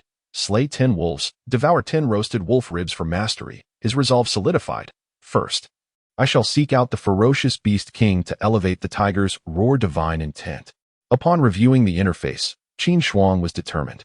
As the Ascendant Tiger Roar Divine Intent technique is being cultivated, the Pancher Iron Body Technique, the Yulong Step Method, the Blood Burst Blade Technique, and the Grass on the Fly can also be diligently practiced, since portions of these martial arts can be mastered in the mountains. However, other elements such as Ming money, 10 braised eagles, and roasted wolf ribs necessitate a trip to a city, particularly concerning the roasted wolf ribs.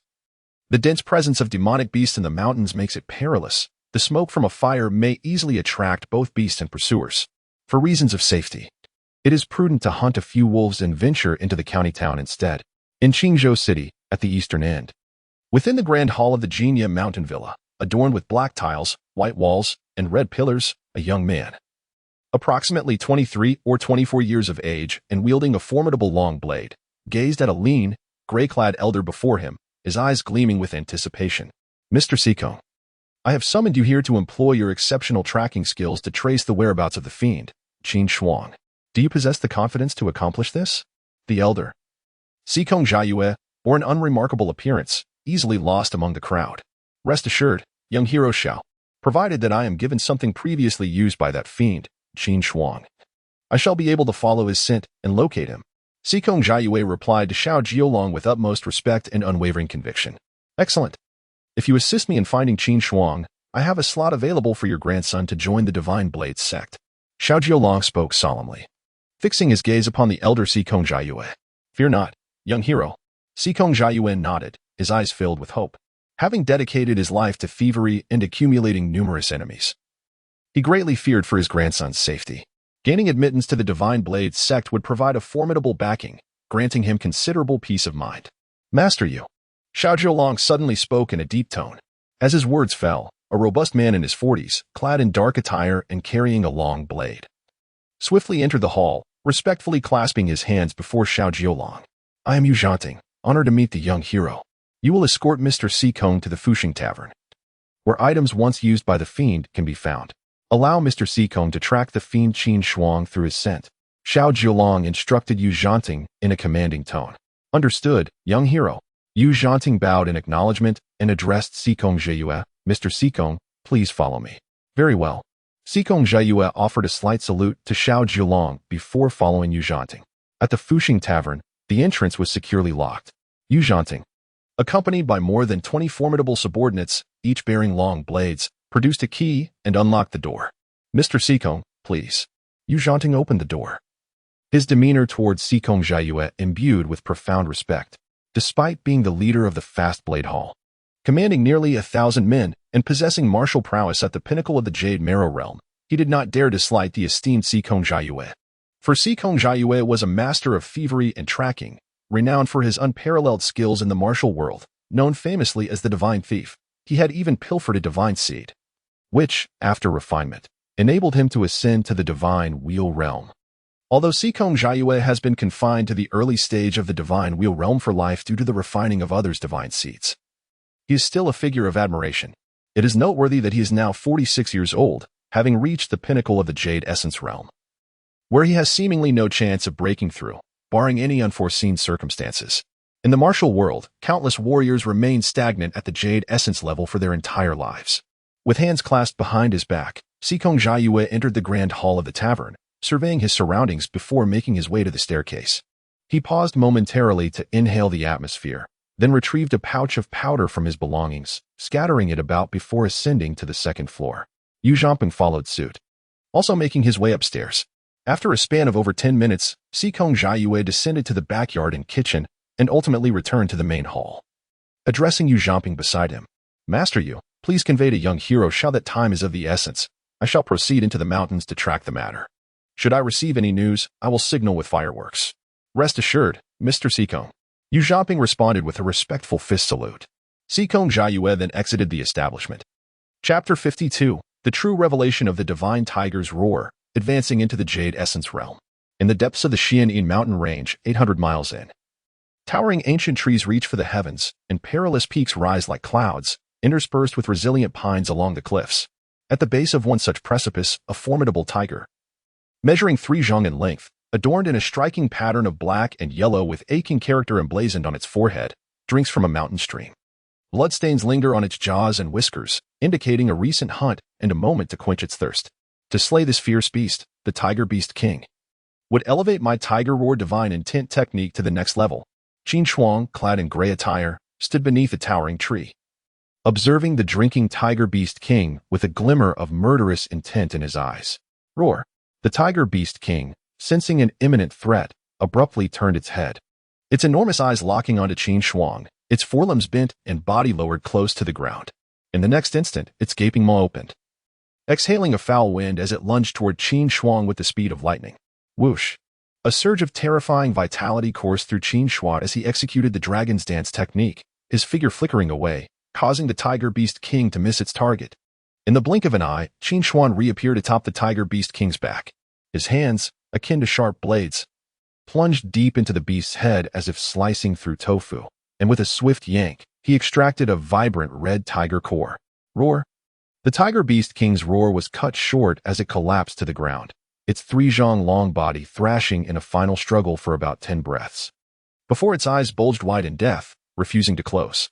Truly, what magnificent golden bones! My hands rival divine weapons. Qin Shuang gazed at his hands, a satisfied expression illuminating his face. It must be said that forging his hands into golden bones had proven immensely beneficial. Slaying the Tiger Beast King was akin to dispatching a mere chick. With a thought, Qin Shuang connected with the system panel. Tiger Roar Divine Intent, perfected, simplified. Slay 3 Tiger Beast Kings, 3-3, consume 3 Tiger Beast Kings, 2-3, refine 3 Tiger Cores, 2-3, to advance. Only the refinement of this Tiger Beast King's essence in the Tiger Core remained. Anticipation danced in Qin Shuang's eyes as he hoisted the fallen Tiger Beast King and made his way toward a distant cliff.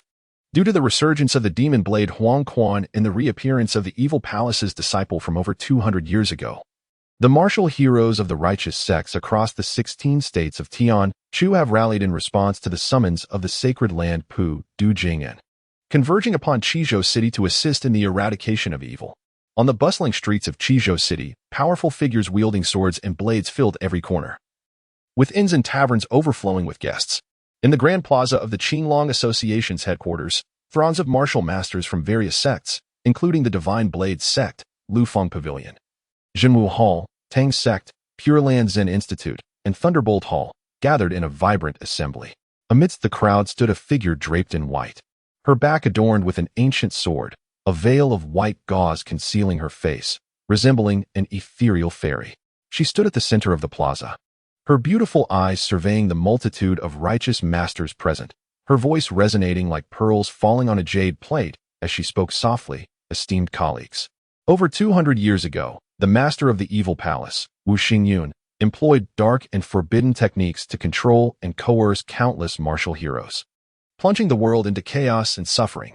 110 years ago, the nefarious figure Li Tianhen wielded the Yellow Spring Demon Blade, unleashing a cataclysmic slaughter that claimed the lives of over 1,300 martial artists. Presently, the leader of the Qinglong Society, Qin Shuang, has acquired the beguiling Yellow Spring Demon Blade and possesses the life and death seal, retreating into the Xianin mountain range. This individual is destined to surpass Wu Xingyun and Li Tianhen as a scourge upon the martial world. Should we fail to eradicate this menace now, it will herald a tremendous calamity for our realm in the future. By the decree of the Sacred Heart of the True Path, summon all to prioritize the safety of our martial world and eliminate the demon Qin Shuang, thereby extinguishing this impending threat. The voice of the Rain Mistress, imbued with profound cultivation, resonated far and wide. Behind her, a divine wheel manifested, radiating layers of light, at least 7 or 8. The divine wheel exuded an enigmatic aura, elevating her presence to that of a celestial being descended from the heavens. Eliminate the demon Qin Shuang.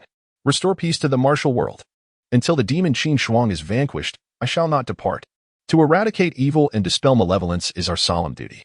Upon hearing the Rain Mistress's proclamation, martial artists from various sects united in fervent solidarity, their cries for the demise of Qin Shuang echoing like thunder. The teachings of our ancestors dictate that disciples of the Buddhist sect must refrain from causing harm, yet Qin Shuang, harboring the life and death seal in the Yellow Spring Demon Path, poses an endless threat. For the sake of the martial world's tranquility and to eliminate future perils, I am compelled to issue a decree of extermination by the Sacred Heart of the Buddha. I beseech the ancestors to forgive this disciple for committing such an act. After vanquishing this demon, I vow to return to the sacred land of Qingdang to meditate upon the Buddha for 3 years to atone for my transgressions. The Rain Mistress gazed at the martial artists departing to heed her command, then turned towards the Pudu quiet abode, palms pressed together, eyes closed in silent prayer. The following day, as dawn's first light filtered through the leaves, it graced Qin Shuang's form. Surrounding him was a radius of 5 zhang, emanating a terrifying crimson aura. resembling a colossal furnace. The leaves upon the ground around him had all been desiccated, their moisture evaporated. The tiger roar, divine intent, perfected, has fulfilled the requirement of slaying 3 king beasts of the tiger, consuming their essence, and refining 3 tiger pills, successfully advancing to the true interpretation of the divine tiger's roar. True interpretation of the divine tiger's roar, entry level. Simplified.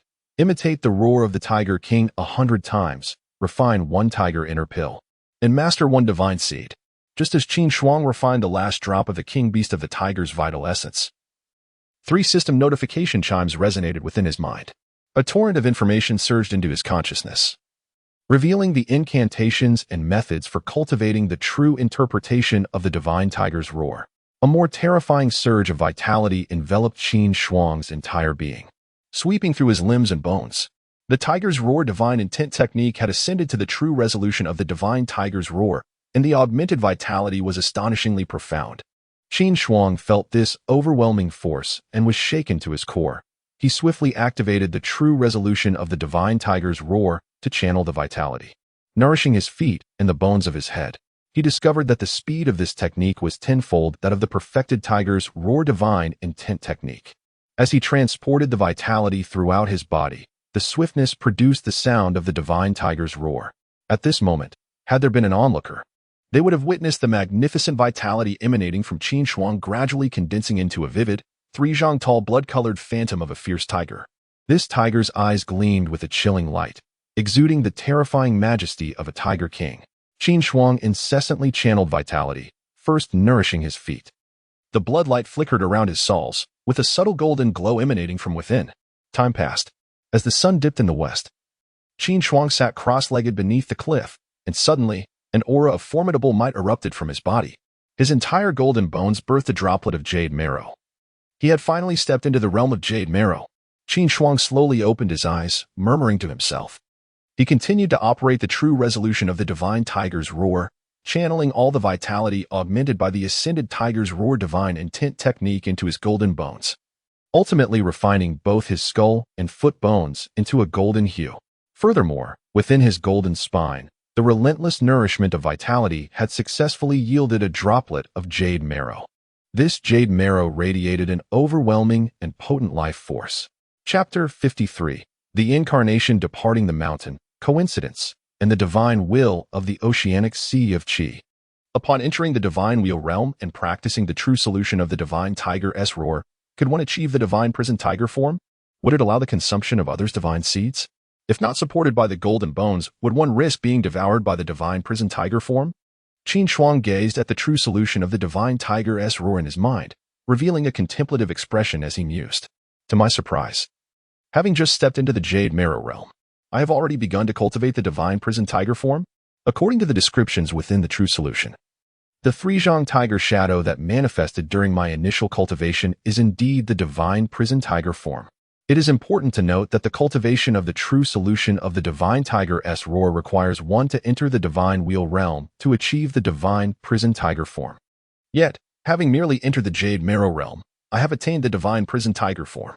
Qin Shuang speculated that this might be closely related to the fact that I have refined my entire body into golden bones and possess an extraordinarily profound vitality.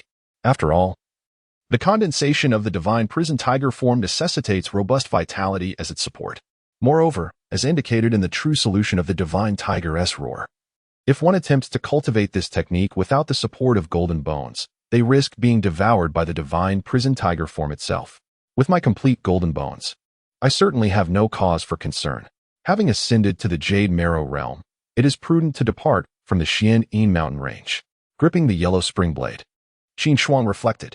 Although the Xian'an mountain range is vast and boundless, home to formidable beasts, I carry the yellow spring demon blade, and countless martial experts are searching for me outside. It is indeed wise to leave.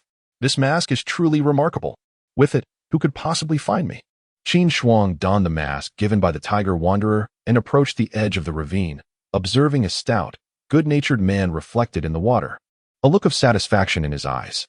This mask, crafted from an unknown material, is as thin as a cicada's wings, and upon wearing it, I feel no discomfort whatsoever.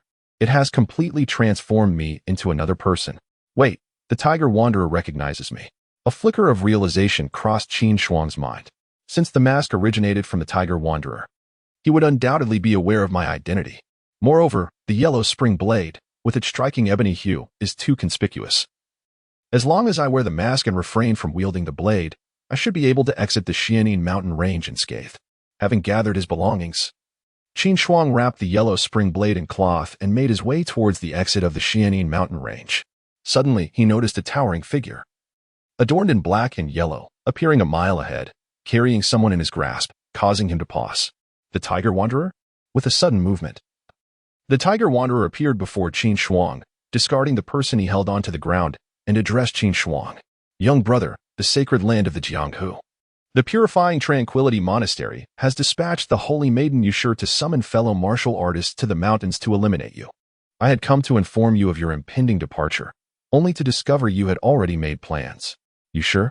A glint of murderous intent flashed in Qin Shuang's eyes as he replied in a low voice. One day, I shall uproot the purifying tranquility monastery and eradicate Yushur. Taking a deep breath, he turned his gaze to the slender, gray-clad elder lying on the ground and inquired, Brother, who is this? This individual is a renowned thief in the martial world, known as Sikong Jiyue, with initial mastery in the Divine Wheel realm. He was tasked by the eminent leader of the Divine Blade sect, Ba Dao Xiaojulong, to locate items you once possessed and track you down. Unfortunately for him, I have apprehended him. You may proceed as you see fit. Husarin said solemnly, gazing at the captured Sikong Jiyue on the ground. A thief? Qin Shuang nodded at Husarin, a chill running through her heart.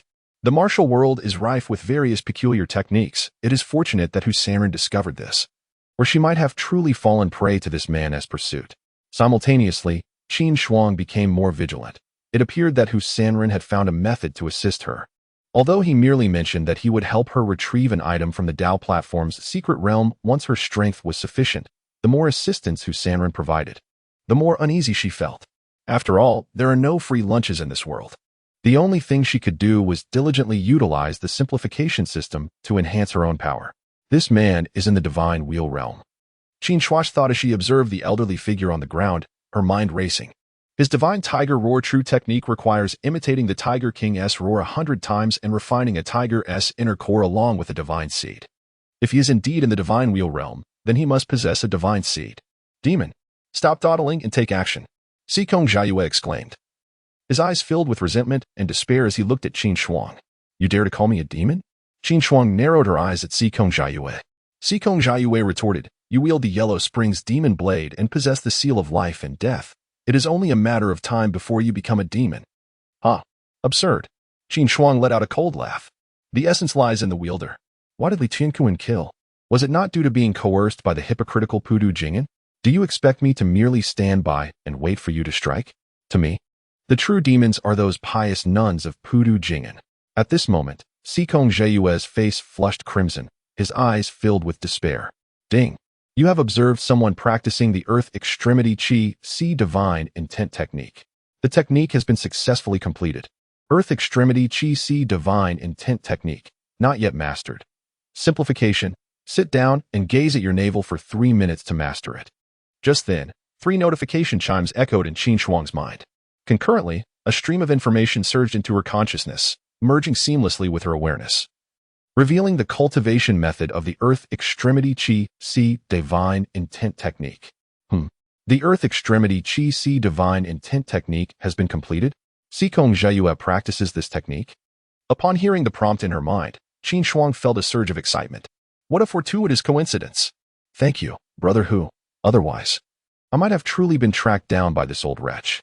Qin Shuang looked at Husarin, her eyes filled with gratitude as she clasped her fists in appreciation. No need for thanks, we are merely assisting one another. I hope you will help me with a significant task in the future. I certainly do not wish for you to fall victim to the martial world. Husarin replied with a gentle smile. By the way, brother, do you know where I might find the locking dragon well and the hidden blood fruit?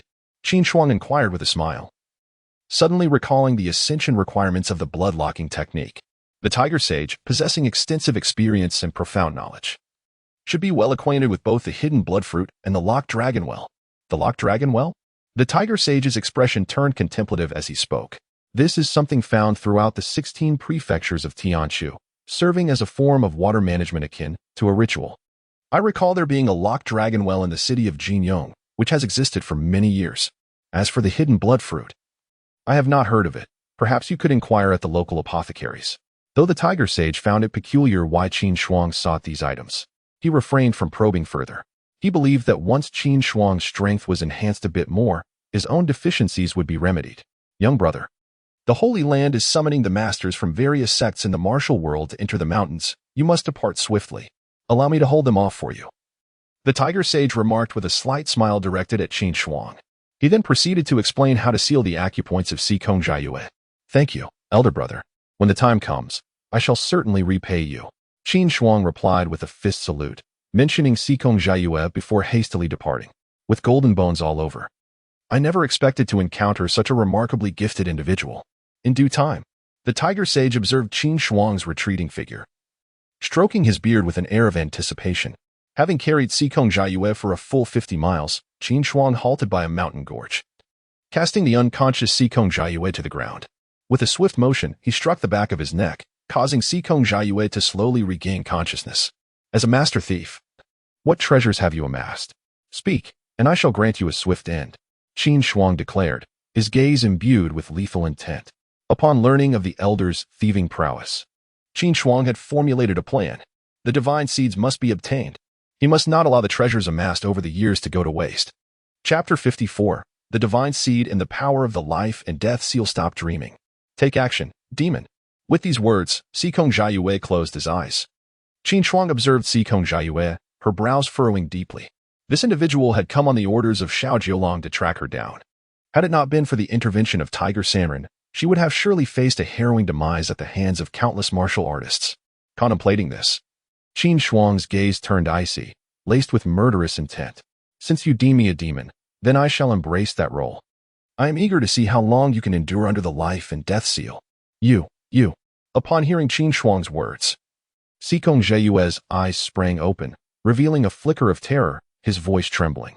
As a master thief, he had heard of the dreadful nature of the life and death seal. Observing the fear etched on Sikong Jiayue's face, Qin Shuang concentrated her vital essence to form a droplet-sized sphere of blood energy, which she then infused into his forehead. It was indeed the life and death seal. Qin Shuang grasped Sikong Jiayue's pulse, acutely aware of her own life and death seal lying dormant within his brow. She spoke slowly. Sikong Jiayue, once the seal is activated, your vital energy will surge chaotically, an insatiable itch deep within your soul, where survival is impossible and death elusive. Had you not pursued me, you would not have been captured. This is of your own making.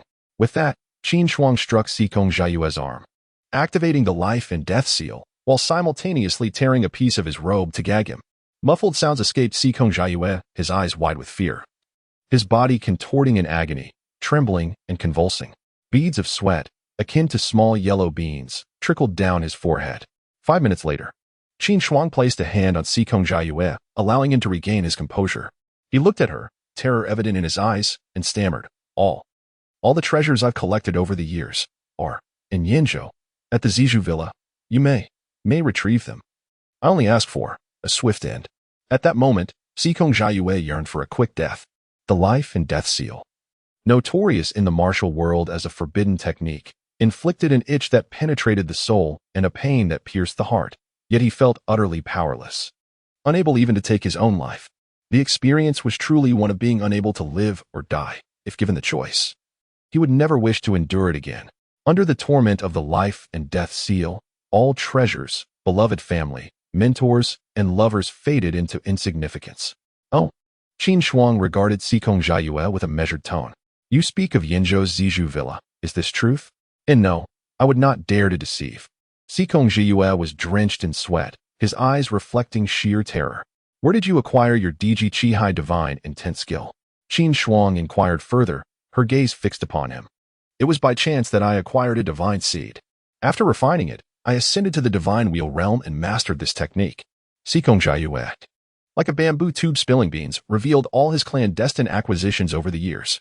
His amassed wealth in gold and silver was beyond count, and he possessed numerous divine weapons and spiritual herbs, all concealed beneath the Zijou Manor. Very well, you may go now, Qin Shuang said, regarding Sikong Jiayue with a calm demeanor. She extended her hand to caress his dantian, and a surge of potent vitality coursed through her, gradually manifesting a pale blue water orb the size of an egg, which she extracted from his dantian. With a firm grip on the luminous orb, she yanked it forcefully. Sikong Jiayue's divine seed, which was intricately linked to his essence, was suddenly stripped away. His eyes widened in shock, his head tilted, and he perished instantly. Was this the divine seed cultivated through the earthly extreme Qi Si divine intent technique? Qin Shuang gazed at the orb in her palm, a flicker of curiosity gleaming in her eyes. According to Sikong Jiayue, his divine seed was also pilfered from another, and upon refining it, he transitioned directly from the Jade Marrow realm to the Divine Wheel realm. However, the cost was the cessation of any further breakthroughs in his lifetime. If I refine the divine seed, will I, like Sikong Jiayue, be confined to the Divine Wheel realm, with no possibility of advancement? As she contemplated the divine seed in her hand, a hint of hesitation clouded her thoughts. Nevertheless, recalling that she had already refined several tiger pills, and considering that refining a divine seed was one of the prerequisites of mastering the divine tiger's roar, she mused that the simplification system ought to mitigate this concern. Yet, given the multitude of skilled warriors in the world, this was not the opportune moment to refine a divine seed. The Xianyin mountain range was no place to linger. Thus, Qin Shuang swiftly battered Sikong Jiayue's visage into a pulp, discarding the corpse into a crevice of stone before making her way into the distance. In Qizhou City, 20 paces away from the Fuxing Tavern, Qin Wang, a sturdy-looking man of about 23 or 24, with a bruised face and a white cloth bound around his left arm, stood in a corner. Observing the tavern that had been reduced to ruins and was set for reconstruction, anger flared within his eyes. At that moment, Qin Wang was overwhelmed with worry, fervently hoping that the leader could evade the relentless pursuit of the martial world and return with formidable strength. He had an instinctive belief that the leader was not a villain, but rather a victim of circumstance. 3 days prior, Yu Zhamping of the Quickblade Hall, with the backing of the powerful Xiao Zhilong, had directly annexed the Qinglong Association, demolishing the Fuxing Tavern in the process, and commenced plans for a new establishment. The martial masters of the Qinglong Association, having fallen victim to the death mark, were now under the control of the Quickblade Hall, awaiting their fate. As for him, a mere butler with limited martial prowess, he had become extraneous, receiving a beating and being thrown out, with his left arm fractured. Leader, I shall remember each of these enemies until your return. Qin Wang slowly turned and slipped into a narrow alley, deep within the Xianyin mountain range. 300 miles in, beneath a tangle of vines on a cliff, the Huangquan blade lay hidden, awaiting a later retrieval. Qin Shuang deftly concealed the yellow spring blade within the stone wall, embedding it deeply as if piercing through tofu, before covering it with stones. After assessing the surroundings from a distance and ensuring all was secure, he turned and departed. In his heart, Qin Shuang understood the gravity of the situation. Presently, there were numerous skilled individuals in the martial world seeking him. Though he possessed a mask for disguise, the entirely black yellow spring blade served as a conspicuous marker. Should anyone recognize him, it would incite a relentless pursuit akin to a swarm of locusts. Given that his entire being was comprised of golden bones and his hands rivaled the sharpest of weapons, concealing the yellow spring blade was undoubtedly the wisest course of action. In the bustling Jinyang city, the Zue Yin Tian Tavern was brimming with patrons at mealtime. A man clad in gray, with a short beard and a countenance of innocence, sat at a window-side table, his wrists bound with protective bands. In his right hand, he gnawed on a rib, while 3 plates of roasted ribs lay before him. His left hand clutched a medicinal pill resting on the plate. Consumption of roasted wolf ribs 1. Grass trampling 1. Pill plate 1. This seemingly simple gray-clad man was none other than Qin Shuang, who had recently departed from the Xianyin mountain range. Within his shoes, he had discreetly placed 2 blades of grass. Brother, having come from Qinzhou City, how fares the situation there? Have you captured that fiend, Qin Shuang? Not yet. It is said that the valiant Xiao Xiao has enlisted the services of the renowned thief Sikong Jiayue, and a formidable expert from the Holy Land has also been dispatched. Talented individuals from various sects have converged upon Qizhou City. That fiend shall surely not escape. At that moment, the murmurings of 2 men at the neighboring table reached Qin Shuang's ears. Chapter 55. The Locking God Technique and the Divine Wheel Scroll. The 2 men, clad in sturdy attire, unmistakably bore the hallmarks of wanderers of the martial world. These sanctimonious rascals. One day, I shall send all of you to the brothels. Overhearing the conversation of the 2 men at the adjacent table, Qin Shuang took a fierce bite of the wolf rib, a glint of coldness flashing in his eyes. Although Sikong Jiayue had been slain, and he donned a mask while concealing the yellow spring's blade, transforming himself into a swordsman. He could not afford to be careless. What if the formidable practitioners of Pudu Jing'an had some means of tracking him? He understood that he must hasten the simplification of his martial arts. Only through formidable strength could he best safeguard himself against impending crises. At that moment, a young attendant, with a white cloth draped over his shoulder and a bundle in hand, approached swiftly, his demeanor respectful. "Esteemed guest, your roasted wolf ribs are all packed," he announced. "Very well." Qin Shuang accepted the bundle containing the roasted wolf ribs and rose to depart. In the city of Jinyong, at Courtyard No. 66 in the East City, Wuchang Court, Qin Shuang indeed discovered 3,000 taels of silver and 2 volumes of manuals within the closet of the courtyard. Yun Shanhai had not deceived him. This courtyard appeared to be a secret repository for Yun Shanhai's illicit possessions, devoid of any inhabitants. Ding. You have fulfilled the conditions of slaying 10 wolves and consuming 10 wolf ribs. The celestial wolf body forging technique has reached proficiency. Simplification. Slay 100 wolves and consume 100 roasted wolf ribs to achieve great success. Seated cross-legged on the second floor of the small building, Qin Shuang gnawed on the wolf rib. Just as he finished the rib in hand, 2 alert tones resonated within his mind. A torrent of profound information instantaneously merged with his consciousness. Simultaneously, Qin Shuang felt a terrifying and immense warmth surge within him, enveloping his entire body in heat. This fearsome warmth flowed towards his 206 golden bones, nourishing them for further enhancement. Due to the richness of the nourishment, as the golden bones were fortified, the blood marrow within Qin Shuang's bones gradually began to transform into jade marrow. Crackling sounds echoed. Qin Shuang noticed that with the infusion of this augmenting warmth into his bones, generating jade marrow, all his golden bones erupted with a brilliance of golden light. An overwhelming sense of strength surged within Qin Shuang's heart. He sensed that his physical power had, in that instant, at least doubled from its original foundation. It is worth noting that with his entire body composed of golden bones, Qin Shuang could effortlessly slay beasts akin to the early stages of the divine wheel realm. The celestial wolf bone forging technique, upon reaching proficiency, yielded such effects. One could only imagine the potential at the stage of great success, or even perfection. Qin Shuang silently anticipated. First, he must seek the dragon locking well. Elevating the blood locking technique is paramount. Rising to his feet, he mused. Having cultivated the blood locking technique and the blood refinement scroll, he could render himself undetectable by those of the jade marrow realm. However, now that he had attained the jade marrow realm, the blood locking technique and the blood refinement scroll were evidently inadequate. He must elevate them. Qin Shuang gathered his belongings. Slinging a small bundle over his shoulder, a treasured sword sheathed at his waist, and made his way toward the bustling streets of the East City. He was keenly aware that inquiring older individuals about the dragon locking well might yield greater rewards. The street was bustling with pedestrians, the shouts of vendors echoing in the air. Suddenly, Qin Shuang's gaze fell upon a pharmacy situated 20 paces to his left, prompting him to approach it. "Good day. What can I assist you with?" Upon entering the pharmacy, he was warmly greeted by an elderly man, around 60 years of age, clad in gray with a beard streaked with gray. "I would like to purchase some medicinal herbs," Qin Shuang replied, listing items such as ginseng, angelica, and rehmannia. He acquired 10 portions of the materials for the body-strengthening elixir, along with various tonics for replenishing energy and blood. Then he turned to the old man, his eyes glimmering with anticipation. "Good sir, I seek the hidden blood fruit. Do you have any in stock?" "The hidden blood fruit?" The elder's eyes widened in surprise. "You must be referring to raspberries. This fruit was consumed during our childhood. It is also known as the hidden blood fruit. They grow abundantly in the wild, on thorny vines with red fruits the size of pigeon eggs, sweet and tart in flavor. It is currently the season for harvesting. Perhaps you should venture into the wilderness?" "Thank you, kind sir. I shall go in search of it."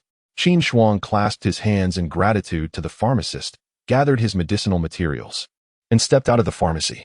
As he traversed the bustling street, he scanned for elderly individuals, knowing they would provide the most reliable information regarding the locked dragon well.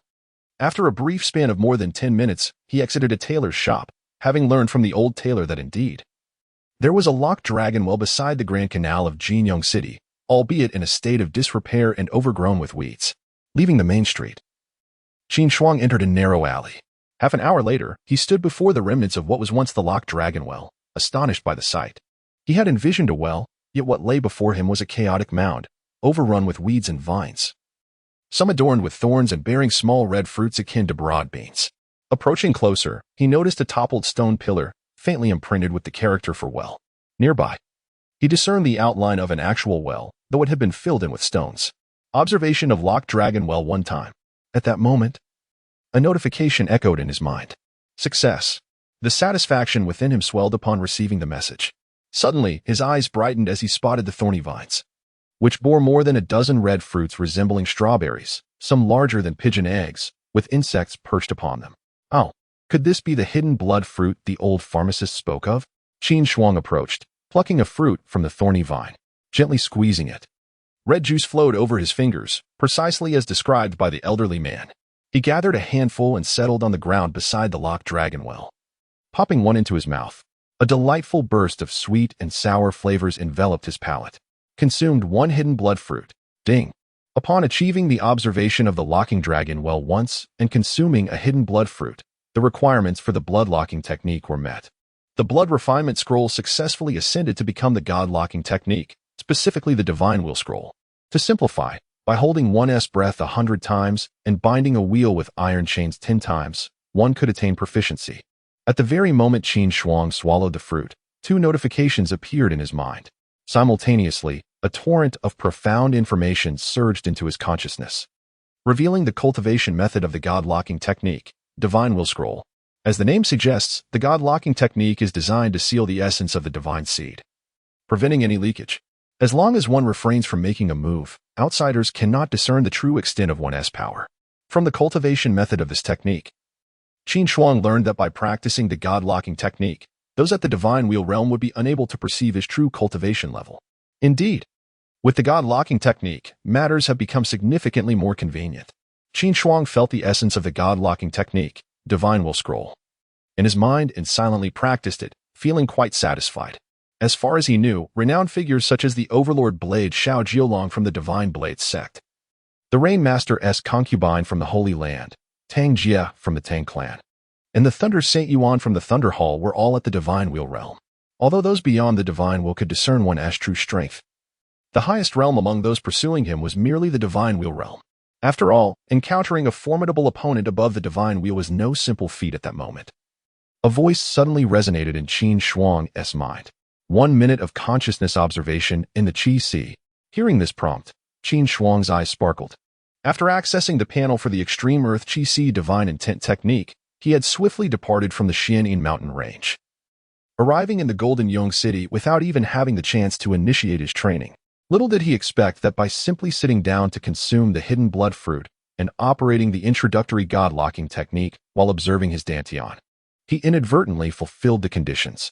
Chapter 56. The Malice of Situ and His Son, the Divine Intent of the Earthly Extreme, Qi Si. As Qin Shuang contemplated this, he promptly settled onto the ground, directing his consciousness to observe his Qi Si and dantian. Ding. Condition met. Observe Qi Si while seated for 3 minutes. Initiation of the Earthly Extreme Qi Si Divine Intent Technique. Earthly Extreme Qi Si Divine Intent Technique. Initiation. Simplified. Observing Qi Si while seated for 1 hour. Deep breathing 100 times to achieve proficiency. After 3 minutes, 3 notifications from the system echoed in Qin Shuang's mind. To progress from initiation to proficiency, one must observe the Qi Si for 1 hour. Deep breathe 100 times. Qin Shuang gazed at the requirements displayed on the panel, a contemplative expression crossing his face. This Earthly Extreme Qi Si Divine Intent Technique is on par with the Tiger Howl Divine Intent Technique, and the enhancement of one's vital energy would undoubtedly be significant. Moreover, proficiency could be attained in just 1 hour. With this in mind, Qin Shuang sought out a secluded and rarely trodden grassy hollow, seated himself with fresh grass beneath his feet, and closed his eyes to contemplate his Qi Si while taking deep breaths. Seated and observing Qi Si 1 minute, deep breath 1, stepping on grass 1. The system's notifications continued to resonate in his mind. In Qizhou City, at the Yuqing Manor, before a grand hall adorned with black tiles, white walls, and red columns, a figure clad in white, graceful and ethereal, the Rain Master's consort, gazed toward the distant Xianyin mountain range, her brow furrowed deeply as she muttered, "Where, indeed, does that fiend conceal himself? Rain Fairy, do you think that the fiend Qin Shuang may have already departed from the Xianyin mountain range?" ventured Shen Feiyu, stepping forward. If that fiend Qin Shuang has stepped into the martial world, it would spell great calamity for it. With a sigh, the Rain Consort acknowledged her own concerns. Deep within the Xian'an mountain range resides a formidable beast king, and given that the fiend Qin Shuang has yet to ascend to the divine wheel realm, it is unlikely he would venture deep inside.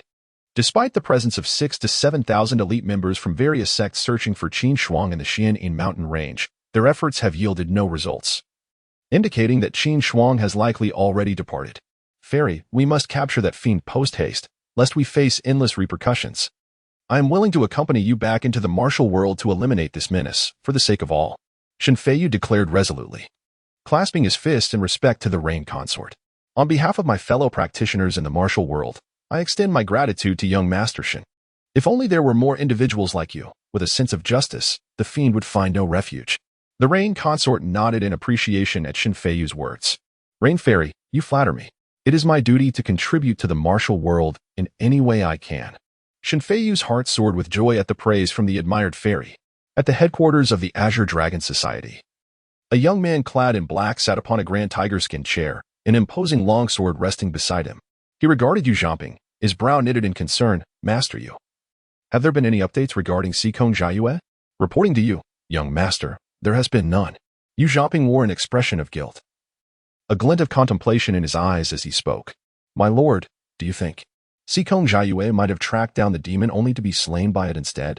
The likelihood seems slim, for as far as I know, that demon, Qin Shuang, has yet to enter the divine wheel realm, while Sikong Jiayue is already at that level. However, nothing is absolute. After all, Qin Shuang wields the yellow spring demon blade. Xiao Jiolong, perplexed, responded, continue your search. Yes, my lord. Yu Zhamping bowed in acknowledgement and then respectfully added, my lord, I have integrated the 4,500 members of the Qinglong Society into the Quick Blade Hall. Henceforth, the Quick Blade Hall shall serve as your weapon. All resources from the Qinglong Society will be delivered to your designated villa in a timely manner. Upon hearing Yu Zhamping's words, Xiao Jiolong regarded him with a deep, approving gaze and said, tonight at noon, come to the back courtyard, and I shall impart a blade technique to you, as long as you perform well. Once I slay a being of the divine wheel realm and obtain its divine seed, it shall be your reward. Ah, Yu Zhamping was instantly overjoyed, kneeling and bowing repeatedly. Wonderful. I thank my master profusely. Gather your men and continue the search for Qin Shuang. Off you go. Xiao Jiolong waved his hand with satisfaction. Despite his formidable strength, he required assistance in locating the yellow spring heavenly blade, and Yu Zhamping was perfectly suited for the task. In Yunzhou, Tianyun Mountain sprawled like a colossal black tortoise upon the earth. A melodious chime resonated from the mountain's peak, gradually spreading outwards, the sound echoing for miles. One of the major sects of Yunzhou, the Zhenwu Hall, is situated here. At the summit of Tianyun Mountain, there lay a square spanning 5 miles. Within a grand hall at its center, a slender figure clad in a Taoist robe, wielding a whisk, gazed at 2 individuals, an elder and a youth, before him. With a warm demeanor, he spoke. Elder Situ, I have successfully eradicated the cold poison of the yellow spring blade from your son. It will not hinder his future cultivation. Thank you, Master Jiuyang, for your timely intervention. I shall forever be grateful. Situ Zhan bowed deeply to Master Jiuyang, while his son, Situ Rue, knelt before the master, respectfully bowing thrice. Do not mention it. Master Jiuyang waved his hand, his expression amiable. He had expended considerable energy to save Situ Rue, and in return, Situ Zhan presented him with 3 Qiyang fruits, leaving both parties satisfied. Half an hour later, Situ Zhan and his son, Situ Rue, arrived at the canal at the foot of Tianyun Mountain, taking a seat in a boat. Father, let us proceed to Qingzhou City. That wretched Nangong Wana must be captured and humiliated to her death, and the youth who wielded the yellow spring blade, I shall make him regret ever stepping into this world. Situ Rue declared, a flash of murderous intent gleaming in his eyes. Were it not for Master Jiuyang's intervention, he would have already become a corpse. This grudge must be avenged. He had sworn to exact a vengeance 100-fold. Indeed, nearly brought ruin to my dear Rue, as a father. How could I allow them to continue existing in this world? A glint of fierce determination flickered in Situ Zhan's eyes. Ding. Condition met. Meditated for 1 hour. Performed 100 deep breaths. The Earthly Extreme Qi-Si Divine Intent Technique has advanced to proficiency. Earthly Extreme Qi-Si Divine Intent Technique. Proficient. Simplified. Meditate for 3 hours. Perform 1,000 deep breaths. study a nautical chart for 10 minutes to achieve mastery. In a secluded valley, within a patch of grass, Qin Shuang sat cross-legged on the ground as a notification echoed in his mind. A torrent of profound information surged into his consciousness, merging seamlessly, revealing the training methods and insights of the proficient level of the earthly extreme Qi divine intent technique. Simultaneously, a terrifying wave of heat surged within Qin Shuang's dantian and coursed through his entire being, causing his garments to billow as if inflated. An overwhelming aura radiated from him, crushing the surrounding grass into powder. Buzz! Qin Shuang immediately activated the divine tiger roaring world true resolution, transforming the emerging energy flow into vital essence, nourishing his marrow. The divine tiger roaring world true resolution, being of a higher tier than the earthly extreme Qi divine intent technique, allowed for a swifter conversion of vital essence. Thus, Qin Shuang primarily cultivated the former, utilizing other techniques merely to enhance his vital energy. Chapter 57. Stepping into the divine wheel realm, the resurgence of colorful clouds. With the completion of the golden bone forging, Qin Shuang's foundation is exceptionally solid.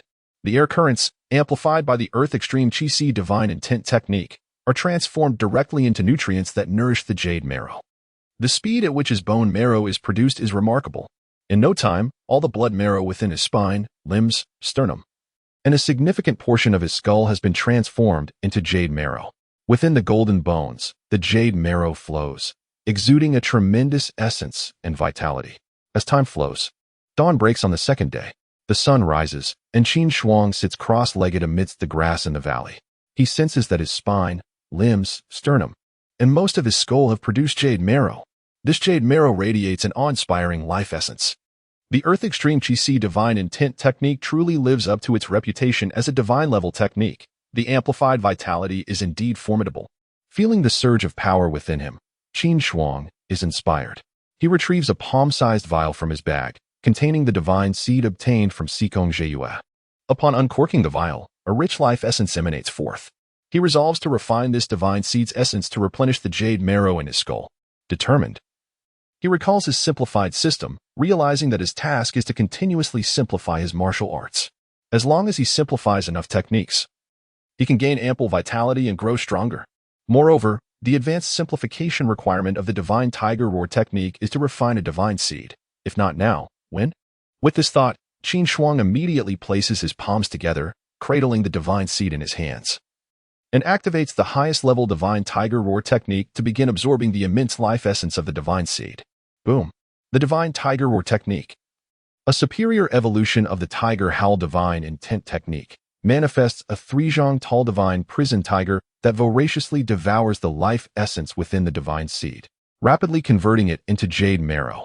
Simultaneously, Qin Shuang senses that the blood marrow in his skull, yet to be transformed into jade marrow, shines with a white light. Transitioning into jade marrow. Under the influence of the divine seed's immense life essence, the jade marrow within Qin Shuang's skull begins to take shape. Concurrently, the surging essence of the divine seed rampages through Qin Shuang's body, ultimately converging towards his dantian as the divine tiger roar technique operates. Is this the condensation of the divine seed? Qin Shuang discovers that under the operation of the divine tiger roar technique, the essence of Sikong Jeyue's divine seed is transformed into a new current that flows into his dantian, forming a red, egg-sized energy sphere. Qin Shuang learned from Nangong Wana that the emergence of an energy sphere in the dantian signifies the condensation of a divine seed. It is known that for an ordinary martial artist, condensing a divine seed is exceedingly difficult. How many martial experts have spent their lives at the jade marrow realm without progressing further? Without hesitation, Qin Shuang accelerates the operation of the divine tiger roar technique. The energy sphere in his dantian grows larger, reaching the size of an egg. Eventually, it gradually becomes substantial, emanating waves of terrifying energy. With the flickering shadow of a miniature fierce tiger within, the shadow of the fierce tiger loomed in resplendent gold. Simultaneously, behind Qin Shuang, a crimson circular halo materialized, akin to a blazing sun. This halo measured approximately 3 feet in diameter, within which the golden silhouette of a tiger emerged. As time elapsed, with Qin Shuang continually absorbing the essence within the divine seed to enhance his strength, the halo behind him gradually expanded to a full 10 feet, radiating an aura of terror. The golden tiger within emitted a formidable presence, seemingly yearning to leap forth and devour all in its path. Suddenly, as Qin Shuang concentrated on the golden tiger divine seed, and the divine halo reached a height of 10 feet, he felt a tremor in his chest where the golden bone had first coalesced. The previously vanished golden symbol reemerged, erupting into a brilliant golden light. Concurrently, a massive fissure unexpectedly appeared in the sky above Qin Shuang, from which a cascade of vibrant, multicolored clouds descended, pouring down upon him as he sat in the valley of the mountain. Could it be the multicolored clouds once again? Qin Shuang gazed upward, his eyes widening in astonishment. The last occurrence of the multicolored clouds in the Xian mountain range had returned, this time in even greater abundance. These clouds surged down like the Milky Way, absorbed by the golden symbol on his chest at a speed tenfold that of the previous instance. Heavens! A phenomenon of multicolored clouds descending from the sky. This heralds the emergence of a treasure. Just a few days prior, had not the multicolored clouds appeared in the Xian mountain range? Why is it that they now manifest in Jinyong City? Could it be that treasures are arising here as well? Opportunities for treasures are granted only to the virtuous. We must go and witness this. Qin Shuang's summoning of the multicolored clouds from the valley outside the city stirred the citizens of Jinyong City and numerous wanderers from the martial world, who all flocked outside to gaze at the sky, overwhelmed with awe and speculation. Many sword-wielding travelers hastened towards the valley where Qin Shuang resided. In Qingzhou City, at the Yuqing Manor, the Rain Priestess and Shen Feiyu were preparing to depart when suddenly she spotted a vast fissure in the sky towards Jinyong City, through which torrents of multicolored clouds descended. The appearance of such clouds over Jinyong City, the Rain Priestess gazed at the spectacle with profound astonishment. The last occurrence was in the Xian mountain range, and now it graced Jinyong City. Shen Feiyu's eyes mirrored her astonishment, and he turned to the Rain Priestess, saying, "Rain Fairy, this phenomenon of multicolored clouds is quite peculiar. We must hasten to Jinyong City to investigate." Indeed. The Rain Priestess nodded. The manifestation of multicolored clouds signified either the birth of a rare treasure or a significant event, as the holy maiden of the sacred land. It was imperative for her to uncover the truth behind this occurrence. Strange. Why has the phenomenon of multicolored clouds reappeared after the recent occurrence in the Xian mountain range? At the headquarters of the Qinglong Association. At the age of approximately 23 or 24, the formidable Xiang Jiulong, wielding a majestic longsword, gazed curiously at the colorful clouds and unusual phenomena emanating from the direction of Jinyong City. "Brother Xiao, shall we go take a look?" The appearance of such phenomena suggests the emergence of a rare treasure. "Perhaps it is our destined opportunity," exclaimed Tang Jia, a tall figure beside him. His long fingers and slight stubble enhancing his distinguished demeanor, his eyes sparkling with excitement. Indeed, Xiang Jiulong nodded in agreement. 20 miles away in Qizhou City, an elderly man clad in a black and yellow robe stood amidst a forest, casting his gaze toward Jinyong City, his eyes filled with a hint of astonishment. "Ah, this young man has once again provoked the phenomenon of colorful clouds. I have truly stumbled upon a treasure this time," murmured Husanren, his expression revealing a sense of delight. With the recurrence of the colorful cloud phenomenon, it signified that Qin Shuang's innate talent was growing, promising even greater rewards in the future. Although he had allowed Qin Shuang to hone her skills independently, her golden bones represented his hope to mend the Dao platform. Throughout the martial world, numerous experts were converging to hunt down Qin Shuang, and he could not help but worry for her safety. Thus, he discreetly infused a trace of his aura into the mask he had given her, allowing him to sense her position from afar and subtly shield her from formidable opponents. He left behind several experts of comparable strength to serve as her sharpening stones. Chapter 58. The Divine Prison and the Encounter with Nangong Waner. With a low hum, Qin Shuang felt a jolt coursing through his body, a chilling sensation spreading from his chest throughout his entire being. The shaped rune on his chest resembled the center of a vortex, as the vibrant clouds descending from the sky were drawn in as if devoured by a great whale. This entire process lasted merely a minute, a remarkable acceleration compared to the previous occurrence. As the resplendent clouds vanished from the sky, the rune upon Qin Shuang's chest receded, becoming invisible. What purpose does the golden bone rune serve? It has astonishingly caused celestial phenomena on 2 separate occasions. Qin Shuang, touching the spot where the rune had vanished, revealed a look of astonishment in his eyes. The rune appeared to be an unfathomable abyss, having absorbed the vibrant clouds twice. The first instance was triggered by the emergence of the golden bone, while the second was incited by the condensation of the divine seed. marking his advancement to the divine wheel realm. He eagerly anticipated the rune's potential. At this moment, Qin Shuang turned his gaze inward and discovered a divine seed energy cluster in his dantian, roughly the size of a fist, radiating a deep crimson hue and exuding an overwhelming aura. Gradually rising to his feet, he extended his hand and activated the true interpretation of the divine tiger's roar. Instantly, a stream of energy separated from the divine seed, manifesting in his palm. As he clenched his fist, the crimson flames swirled around his knuckles, emanating an aura of terror. He could sense that once unleashed, these crimson flames would unleash unparalleled devastation. Simultaneously, a massive crimson halo appeared behind him, within which flickered the shadow of a ferocious blood-colored tiger, its eyes gleaming with ferocity. With a mighty roar, Qin Shuang utilized the true interpretation of the divine tiger's roar to unleash the tiger's howl divine fist against a tree, as thick as a basin.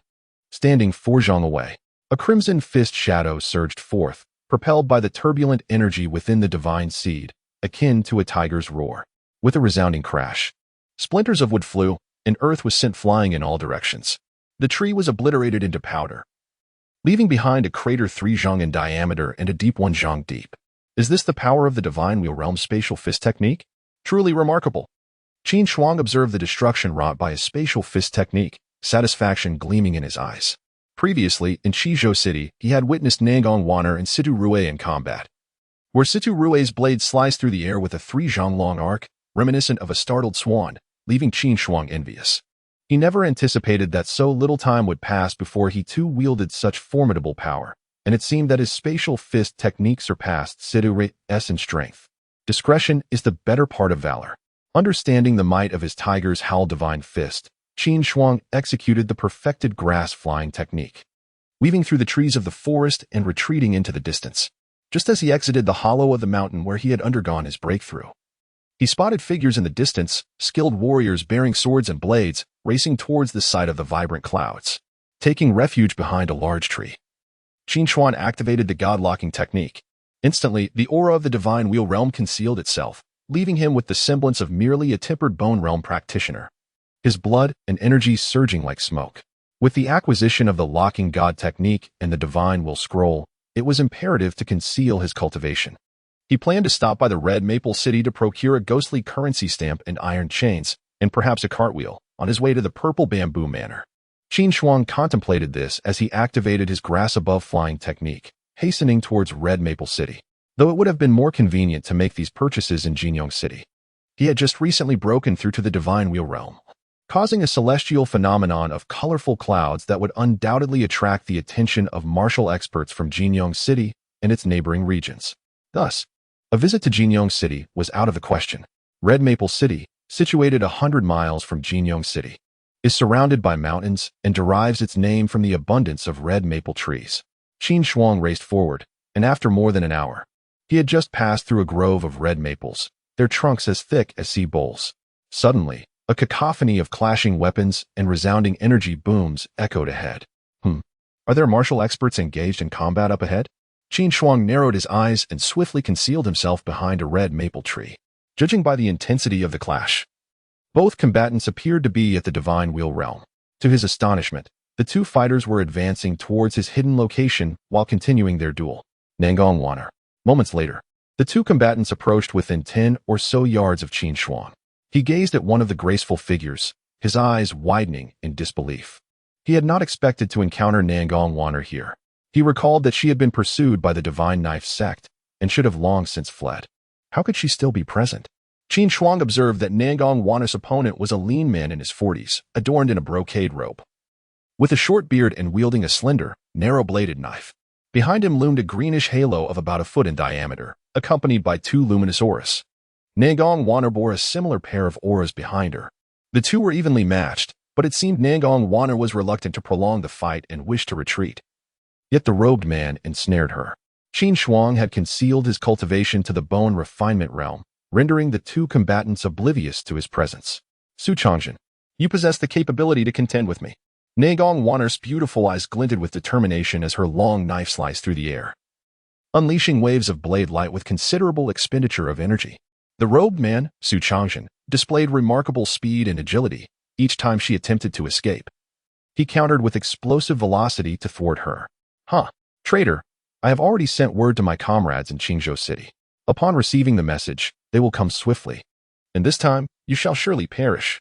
Su Changzhen sneered, doubling his speed to evade Nangong Wanner's strike. His slender knife unleashed a blade of light 3 yards long, effectively binding Nangong Wanner. Su Changzhen understood well that Nangong Wanner's knife techniques were formidable. A direct confrontation might not yield victory. However, he excelled in explosive speed and intended to engage in a war of attrition, employing psychological tactics to wear her down. Aware that Nangong Wanner was anxious about the arrival of experts from the Divine Knife sect and eager to escape, he calculated that once her divine wheel energy was sufficiently depleted, it would be the opportune moment for him to counterattack. Even if his counterattack failed, the arrival of his comrades would ensure her certain demise. Upon hearing Su Changzhen's words, Nangong Wanner fell silent, her grip on the blade becoming increasingly fierce. Miss Nangong has aided me greatly and imparted her sword techniques. Having recently ascended to the Divine Wheel realm, I shall put my strength to the test. A flicker of anticipation crossed Qin Shuang's eyes at this proclamation. In an instant, he executed the Dragon's Dance technique, reappearing 2 zhang away from the duo. Upon witnessing the appearance of a simple-minded man, both Su Changzhen and Nangong Wanner ceased their movements, stepping aside with a glint of wariness in their eyes. Despite the man's seemingly modest cultivation at the bone refinement stage, his ability to approach so closely without detection indicated that he was far from ordinary. Su Changzhen tightened his grip on the blade, gazing at Qin Shuang with a grave tone. I am Su Changzhen of the Divine Blade sect, tasked by my master to apprehend the traitor Nangong Wanner. Pray, what is your intention? By invoking the name of the Divine Blade sect, Su Changzhen aimed to instill a sense of caution in the simple-minded man before him. Suddenly, a thunderous roar erupted as Qin Shuang, unperturbed, activated the true solution of the Divine Tiger's roar, launching himself at Su Changzhen without a moment's hesitation. Behind him, a crimson halo flickered, transforming into the imposing shadow of a golden tiger, stretching 3 zhang in length, accompanying his advance, the manifestation of the Divine Prison Tiger. With a sharp intake of breath, Su Changzhen's expression hardened as he unleashed a flurry of blade radiance toward Qin Shuang, simultaneously employing his movement technique to evade. However, Qin Shuang's speed exceeded his expectations. Like a swimming dragon, he struck Su Changzhen with a powerful punch, accompanied by the resounding echoes of tiger roars. Chapter 59. The Might of the Divine Prison Tiger Form. Devouring the Divine Seed. The roar of the tiger resonated, accompanied by the sound of splintering bones. Ah! Su Changzhen cried out in alarm, his form crashing heavily into the grove of maples, shattering 7 or 8 trees in the process. As he landed with a thud, he coughed up a mouthful of blood, his expression one of horror. He was struck by the terrifying realization that, at the moment the burly man's fist collided with his body, the essence of the divine seed within his dantian was rapidly depleting, as if gnawed upon by some unseen force.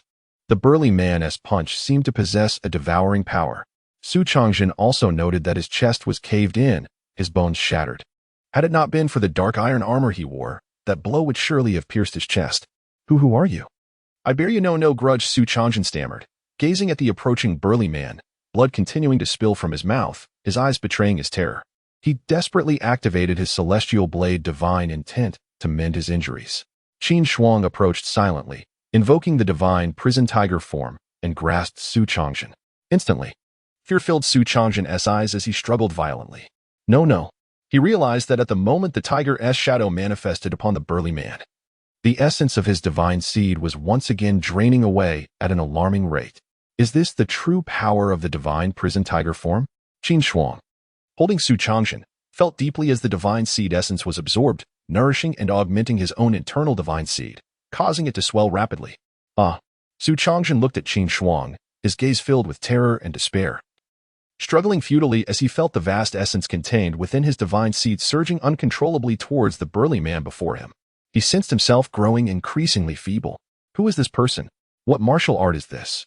Nangong Wanner observed Qin Shuang, her beautiful eyes reflecting profound shock. This man appeared to possess merely the cultivation of bone tempering, yet he had effortlessly sent Su Changzhen flying.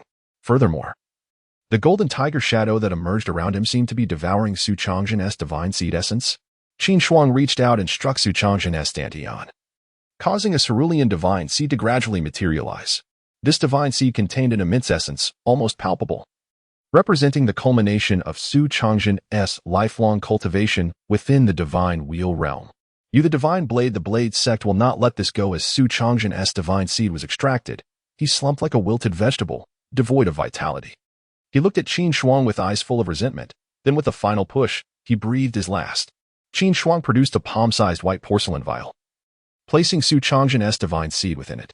He then turned to the side, where Negong Wana stood 3 paces away, caught in indecision, her expression wary. With a fleeting glance, he said nothing, hoisting Su Changzhen's lifeless body, and departed. Thank you for saving my life. Please, may I know your name? Negong Wana will remember it forever. Upon witnessing Qin Shuang carrying Su Changzhen's lifeless body away, Negong Wana respectfully clasped her fists and addressed Qin Shuang's retreating figure. Qin Shuang paused momentarily, uttering not a word, and gestured a peace sign with 2 fingers before turning and departing. He was acutely aware that he was now the target of an entire martial world hunt and could not afford to reveal his identity. Observing the earnest man's reluctance to speak, Negong Wana, with a sense of resignation, unfurled her skills and swiftly sped away. She had originally ventured to the Xian'an mountain range in search of Qin Shuang, only to unexpectedly encounter Su Changzhen of the Divine Blade sect, who had ensnared her. At 3 in the afternoon, Qin Shuang arrived within the bustling confines of Hongfeng City. The city's expanse rivaled that of Qingzhou City, situated conveniently near the banks of the Tianshu Grand Canal. At the bustling Hongfeng dock, various boats, black-sailed vessels, longboats, and flat-bottomed skiffs came and went, creating a lively atmosphere. Approximately 50 paces from the dock, a carpenter's shop stood, where a young boy with 2 skyward braids played with 2 miniature unicycles, each about a foot in size. As Qin Shuang, embodying the countenance of a simple yet sturdy man, passed by the carpenter's shop and beheld the tiny wooden vehicles, his eyes brightened with delight. He promptly entered the shop and inquired of the bald carpenter, who was diligently crafting tools within, "Good sir, are these small wooden carts for sale?" The bald carpenter, his expression clouded with hesitation, replied, "Brother, these unicycles are specially made for children as playthings. If you wish, perhaps you could return tomorrow, and I shall craft another for you." Qin Shuang, however, was insistent. "I require one immediately. Please give me a unicycle, and in addition, find me an iron chain. This silver shall be yours." He produced 3 taels of silver and handed them to the bald man. To him, silver held little value at this juncture. The amount mattered not, as he merely sought to acquire the miniature cart swiftly to facilitate the simplification of his martial skills. Power was paramount. "Ah, very well. I can do that. I have iron chains. Just wait a moment, and I shall fetch one for you," the carpenter exclaimed, a glimmer of joy illuminating his eyes upon seeing the 3 taels of silver, more than ample for the unicycle he offered, especially as it was crafted from leftover wood. The bald carpenter approached the boy with the skyward braids, conversing with him briefly before returning with a unicycle, which he handed to Qin Shuang. "Here you are, brother."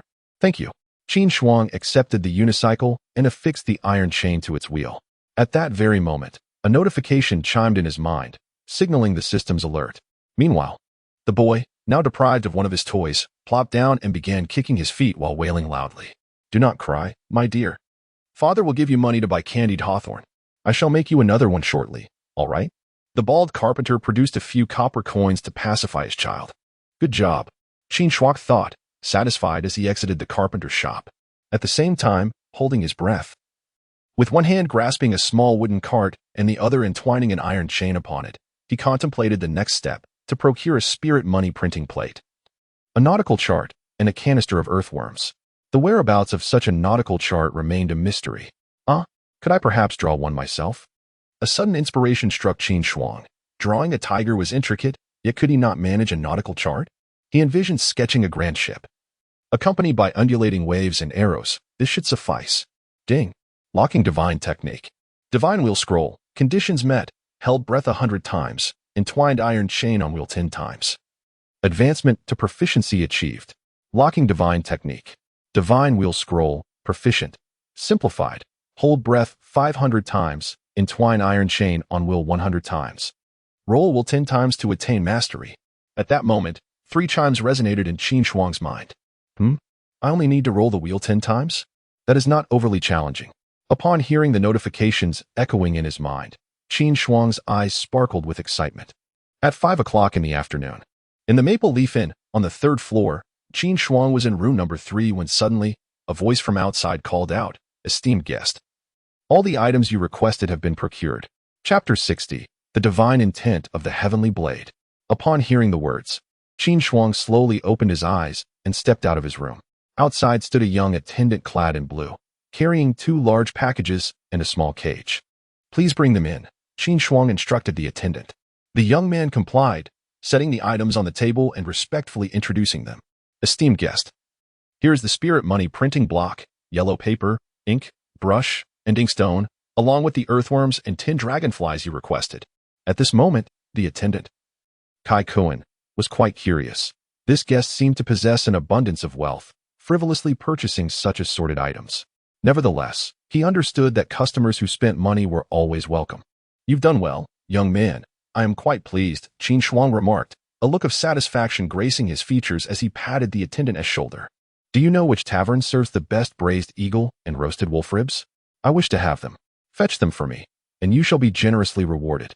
If you do well, you will not be neglected. Qin Shuang produced 10 taels of silver from his pocket and handed them to the attendant. Dinner of braised eagle and roasted wolf ribs would not only satiate his hunger, but also aid in cultivating martial arts, a dual benefit. He understood that with the Qinglong society having been merged into the Quickblade Hall and Shun Wang absent, he needed assistance to expedite his martial arts simplification. The clever attendant, recognizing the value of silver, was eager to help. Thank you for your generous reward, Kai Kuan exclaimed, his face lighting up with joy upon receiving the 10 taels, and he addressed Qin Shuang with even greater reverence. Rest assured, sir, my name is Kai Kuan, the 3rd son in my family. You may call me Xiao Kuan. I will ensure the braised eagle and roasted wolf ribs are delivered promptly. Very well, Qin Shuang nodded. Off you go. Kai Kuan turned and left. Qin Shuang closed the door, stepping onto the grass with a quiet breath. Using his left hand to manipulate the small cart bound by iron chains, while his right hand grasped the printing block, methodically stamping the spirit money on a sheet of yellow paper. Grass stepped on 1, printed spirit money 1, held breath 1, iron chain locked wheel 1. Within Qin Shuang's mind, the mechanical voice of the system echoed continuously. Ding. Conditions met. Held breath 500 times, locked the wheel with chains 100 times. Rolled the wheel 10 times. The locking divine art, divine wheel scroll has reached proficiency. Locking divine art, divine wheel scroll, proficient. Simplification, 1000 breath holds. 200 chain locks, 100 wheel rolls required for mastery. Half an hour later, a notification resonated within Qin Shuang's mind. Simultaneously, a stream of information surged into his consciousness, merging seamlessly with his awareness. It was the cultivation method and techniques of the locking divine art, divine wheel scroll at the proficient level. After assimilating the information, Qin Shuang felt as if he had been cultivating this divine scroll for 17 or 18 years. With a mere thought, he concealed his cultivation level entirely. First, let me draw a nautical chart and see. Qin Shuang concealed all his cultivation within the bone-forging realm. The blood surged like smoke, and he promptly picked up the brush and ink on the side, drawing a large sailboat with a mast on the fine rice paper purchased by Kai Kuan. He sketched some wave patterns and added arrows to signify the maritime routes. After a minute of gazing at his completed nautical chart, he heard the voice of the system. Realizing he could achieve 6 benefits in one go, a look of satisfaction gleamed in his eyes as he recognized the utility of his drawing. With his feet planted on the verdant grass, he held his breath, his left hand manipulating the wheel, bound by iron chains, while his right hand pressed the life and death seal, all the while keeping his gaze fixed on the nautical chart. Locking God technique, divine will scroll, great accomplishment, simplified. Hold breath 5,000 times, bind the wheel with chains 500 times, roll the wheel 200 times. Can achieve perfection. Life and death seal, great accomplishment. Simplified, stamp 10,000 pieces of the underworld money, condense the life and death seal to control 100 people. Save 1 and kill 1 enemy, can achieve perfection. At night, at 8 o'clock, the moonlight flowed like water. Qin Shuang looked at the prompt on his panel, satisfaction evident in his eyes. After more than 2 hours of effort, he had finally attained great mastery in both the locking God technique, divine will scroll, and the life and death seal. Sir, it is I, Kai Kuan. Everything you requested has been prepared. At that moment, the respectful voice of the innkeeper Kai Kuan echoed from outside. Thank you for your hard work. Qin Shuang opened the door to find Kai Kuan, panting and sweating profusely, each hand gripping an exquisite food box, evidently having rushed over. Sir, this is braised eagle meat, and this is roasted wolf ribs. Kai Kuan presented the 2 food boxes to Qin Shuang, speaking with utmost respect. I have tasted a piece with clean chopsticks. It is non-toxic, rest assured, sir. Indeed, you have done well. Qin Shuang acknowledged him with a nod, expressing his approval. If there is anything tomorrow, I will summon you again. Now, be off. Yes, thank you, sir. Kai Kuan expressed his gratitude profusely, nearly kneeling. Qin Shuang opened the food boxes. One contained braised eagle meat, and the other roasted wolf ribs, both exuding a delightful aroma and clearly prepared by the establishment's skilled chef. He tested it with a silver needle to confirm its safety before indulging. With the locking god technique, Divine will scroll now at great accomplishment. It was sufficient for his current needs. First, he would absorb Su Changzhen's divine seed to enhance his strength. Qin Shuang swiftly devoured the braised eagle and roasted wolf ribs, contemplating silently. Originally, he intended to absorb the divine seed first, but considering that the Rainmaster's concubine had summoned the entire martial world to hunt him, he deemed it necessary to elevate the locking god technique, Divine Will Scroll, to a state of great accomplishment for added security. Thus, he entered the city first to seek the wheel and iron chains, laboring on the locking god technique.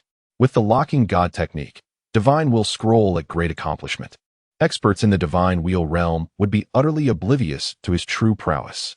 Furthermore, donning a perfectly fitted mask, he transformed into a seemingly simple-minded man, making it unlikely for the Rainmaster's concubine Urshan Feiyu to recognize him even in close proximity.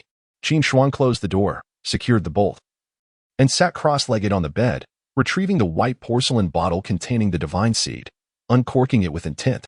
A seed of divine essence, the size of an egg and tinged with a verdant hue, emerged from a porcelain vial, emanating a terrifying aura that spread forth. Qin Shuang poured it into the palm of her hand, encircling it with both hands, and activated the true essence of the divine tiger roar. In an instant, a majestic golden tiger, standing 3 zhang high, manifested around her, a true embodiment of the divine prison tiger. A resounding roar of the tiger echoed, causing Qin Shuang to feel a jolt of trepidation. She promptly retracted the divine prison tiger manifestation. Although the assimilation would be slower, it was devoid of the tiger's roar, for they were in an inn, and such a sound might startle the patrons.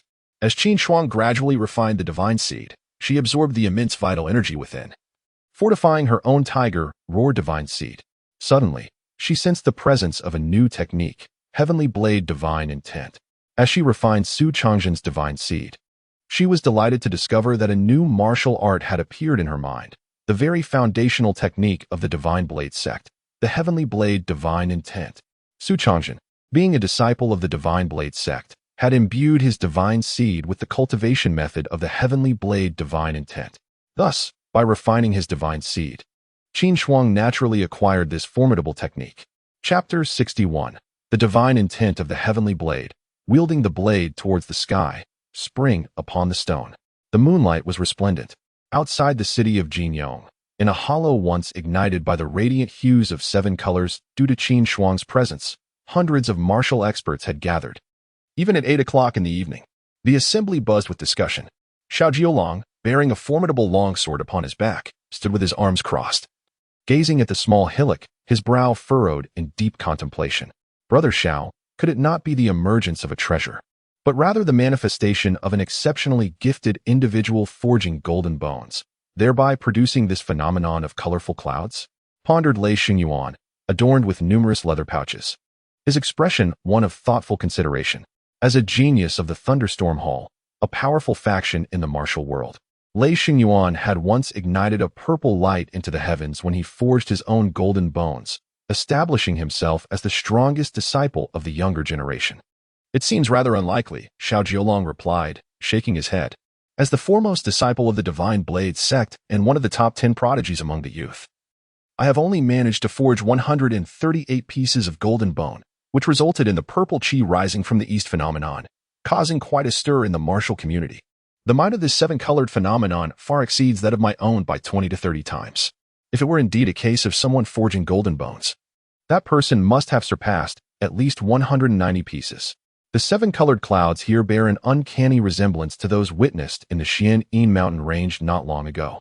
Although the purple lightning punishment is absent this time, I can't shake the feeling that there is a significant connection between these 2 phenomena, Lei Xingyuan mused. Intrigued by the purple lightning punishment, as he entertained a bold idea of applying the power of purple lightning to the weaponry of the thunderstorm hall. Brother Lei, since there are no extraordinary treasures emerging here, I must seize the opportunity to seek out the demon blade, Huang Quan. We shall meet again in the future. Farewell. Xiao Jiolong clasped his fists in respect to Lei Shenyuan, his gaze inadvertently flicking to the leather pouches at his waist, revealing a hint of apprehension. Very well, Brother Xiao. Do visit my thunderstorm villa when you have the chance. I shall entertain you with thundersound wine. Lei Shenyuan nodded, returning the gesture. With a slight stumble, Xiao Jiolong turned and departed. As time flowed by, dawn broke, and soon it was 5 o'clock the following morning. The sky gradually brightened. In room 3 on the 3rd floor of the Maple Leaf Inn, Qin Shuang completed the refinement of the divine seed. He discovered that after absorbing the essence of Su Changzhen's divine seed, the divine seed within his dantian had become even more substantial. With a golden tiger shadow flickering in and out of visibility, divine intent of the heavenly blade, entry level not yet achieved, simplified, wield the blade towards the sky 10 times and gaze upon it for 1 minute to achieve entry. Qin Shuang gazed at the system panel in his mind, noting the 2 prompts. To wield the blade towards the sky 10 times and gaze upon it for 1 minute to achieve entry. A look of surprise crossed Qin Shuang's face upon reading the requirements for the divine intent of the heavenly blade. This is exceedingly simple. He instinctively reached for his side, only to find himself momentarily taken aback. He had only grasped a sword. The Huangquan blade was hidden within the Xian mountain range, leaving him with naught but a decorative sword at his waist. First, procure a knife, then proceed to the Zizhu villa. Qin Shuang cast a glance at the system panel. Contemplating silently, he was acutely aware of the peril. The Rain Master of the Sacred Land had summoned the formidable masters of the martial world to hunt him down. And with the presence of powerful adversaries from the Sacred Land, lingering in one location was ill-advised. He resolved to head to Zizhu Villa first to retrieve the belongings of the renowned thief, Sikong Zheyue. As a master thief, Sikong undoubtedly possessed a plethora of treasures, and Qin Shuang felt a surge of anticipation. At 6:30, Qin Shuang exited the inn, only to discover that apart from the vegetable stalls and breakfast noodle shops, most establishments remained shuttered. He sought out the Niu family blacksmith shop, but found its doors firmly locked. With no other choice, he settled at a modest eatery named Zinseo Noodle House, ordering a bowl of pork noodles to satisfy his morning hunger. Due to the early hour, patrons were scarce. The dough was being kneaded by a woman in her 30s, known as Zinseo. As she cut the freshly kneaded dough into long strands and dropped them into the broth, Qin Shuang observed her wielding the kitchen knife with keen interest. With the blacksmith shop closed, would a kitchen knife suffice? Staring at the knife for 1 minute, after finishing his bowl of pork rib noodles, a notification echoed in his mind. Indeed, it was possible. As the sound resonated in his consciousness, Qin Shuang's eyes sparkled with excitement. He set down his chopsticks and approached the proprietress, inquiring, "Madam, I wish to purchase this kitchen knife. Is it for sale?" "Ah, you wish to buy my kitchen knife?" The proprietress, Zinseo, appeared taken aback. This customer was rather peculiar. Why would he opt to purchase her old knife rather than go to the blacksmith's? "Yes, I will pay in silver," Qin Shuang nodded, producing a tael of silver and placing it on the kneading board. Having finished his meal, he could not afford to wait for the Niu family blacksmith shop to open. "Very well, take it." Upon seeing the silver, Zinseo's eyes brightened. She had a spare knife, and this tael could procure many new ones. She promptly fetched a cloth bag and carefully wrapped the knife for Qin Shuang. With the knife secured in his belongings, Qin Shuang made his way towards the outskirts of the city. Outside the city, 10 miles ahead, he gripped the kitchen knife in his right hand, waving it towards the sky as he hastened towards Zizhu Villa. Beneath his feet, the grass brushed against him, and a cloth bag hung at his waist containing a jar of earthworms.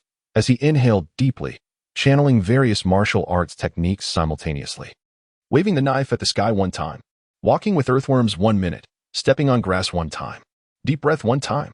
In his mind, the system chimed with notifications. Heavenly Blade Divine Intent Technique, Beginner, Simplified. Wave the knife towards the sky 100 times. Gaze at the knife for 10 minutes.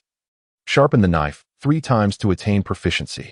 After waving the knife 10 times, a notification resonated in his mind. Sharpen the knife 3 times.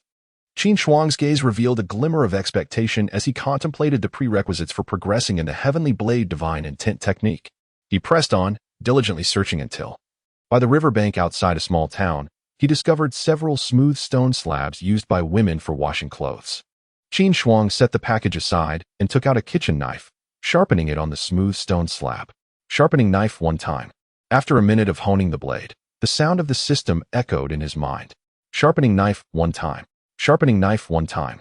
Qin Shuang continued to sharpen the knife for 3 minutes, and upon hearing the notification that he had met the sharpening condition 3 times, he stood up, placed the knife into the package, and prepared to depart. At that moment, on the road about 10 paces away from Qin Shuang, a scholar dressed in plain clothing, with a festering sore on his forehead and a box slung over his back, approached slowly.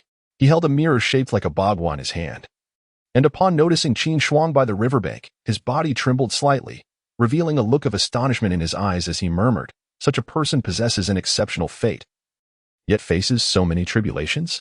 As Qin Shuang lifted his package, he noticed the scholar standing not far away, scrutinizing him. His brow furrowed. Given that he was currently being hunted by the Rain Master's concubine, it was unwise to engage with others. Focusing solely on enhancing his strength was the true path. Disregarding the scholar, Qin Shuang prepared to leave when the scholar, with a courteous demeanor, clasped his hands in greeting. "Esteemed brother, I am Shi Yuan, and I extend my respects to you. Might I inquire if you have any matters at hand?" Qin Shuang paused, assessing the scholar. His gaze swept over the sore on the scholar's forehead, and he perceived an unusual aura emanating from him. Despite appearing frail and afflicted, the scholar exuded an air of extraordinary presence. Chapter 62. The Tianji Pavilion, Shishangquan, Ning Jingyuan, forgive me. I was merely struck by your extraordinary demeanor and remarkable fate, which compelled me to seek your acquaintance. May I inquire your name?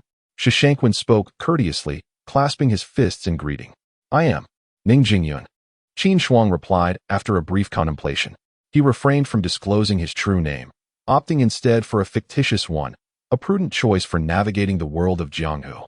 Oh, so it is Brother Ning. Might I ask if you have heard of the Tianji Pavilion? Shishangquan inquired, again bowing respectfully. I have not. Qin Shuang shook his head, returning the gesture. Brother Shi, I have urgent matters to attend to. I bid you farewell. With that, Qin Shuang turned on his heel to depart. He truly had no knowledge of the Tianji Pavilion and was eager to reach Zizhu Mountain Villa to inspect Sikong Zheyue's treasures, focusing instead on honing his martial skills along the way, with no time for idle chatter. Ah, brother, Shishangquan called out, hastening to keep pace with Qin Shuang. Brother Ning, our Tianji Pavilion specializes in divination and fortune-telling, meticulously cataloging the rankings of notable figures, young prodigies, treasures, and divine weapons within Jianghu. I perceive that your fate is extraordinary, rivaling that of the renowned Ba Dao Xiao Jiolong and the sacred maiden Yu Shijie. You are destined to face a significant calamity in the future, yet if you heed my counsel, you may surely transform misfortune into fortune. Rivaling Ba Dao Xiao Jiolong and the sacred maiden? Qin Shuang felt a jolt of surprise at Shishangquan's words as he sprinted ahead. This Shishangquan possesses considerable insight. I am but a small fry in Jianghu. How could I possibly deserve such praise from Brother Shi? He halted, turning to regard the breathless Shishangquan. He was acutely aware of his own capabilities and had even employed the locking god technique to conceal his aura. How could Shishangquan discern it? Could it be that Shishangquan's true cultivation level exceeds the divine wheel realm? Brother Ning, you are far too modest, Shishangquan remarked, observing Qin Shuang intently. Truly, in my eyes, your fate is on par with that of the sacred maiden, the Buddha's son, and the elite of the sections. Your future achievements will undoubtedly be significant. Would you consider ascending to our Tianji Pavilion's Tianji ranking? Tianji ranking? What is that? Qin Shuang's eyes flickered with curiosity as he inquired. It is a ranking established by our Tianji Pavilion annually for the prodigies, strong practitioners, divine weapons, and divine skills of Jianghu. Given your auspicious fate, Brother Ning, you are more than qualified to be listed among the top 10 of our Tianji Pavilion's Earth ranking. Shishangquan's eyes glimmered with fervor as he regarded Qin Shuang. What advantages does being on the Tianji Earth ranking confer? Qin Shuang pondered, casting a scrutinizing glance at Shishangquan. As long as you consent to be included in the Tianji ranking, you may inquire about one piece of information from our pavilion free of charge each year. We possess unparalleled knowledge of worldly affairs, and our information is guaranteed to be authentic, Shishangquan replied with a slight smile, bowing again. Moreover, should you face a significant calamity in the future, I can assist you in navigating it. What calamity might I face in the future? Perhaps you would care to elaborate, Brother Shi? Qin Shuang asked, regarding Shishangquan with mild curiosity. There is no such thing as a free helping hand in this world.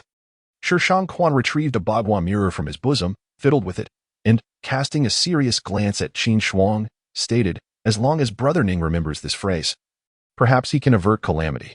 No free help." Upon hearing this, Qin Shuang was stirred, recalling two individuals who had aided him, Nangong Waner and Hu Sanren. "Thank you. Brother Shi, I take my leave." Qin Shuang clasped his fists in respect to Shi Quan and turned to depart. "Alas, Brother Ning, you have yet to respond to whether you wish to be listed." Shi Quan called out, waving his hand in pursuit. "I shall not." Qin Shuang paused for a moment, then hastened away. Ning Jingyuan, stirring the winds and clouds of the world.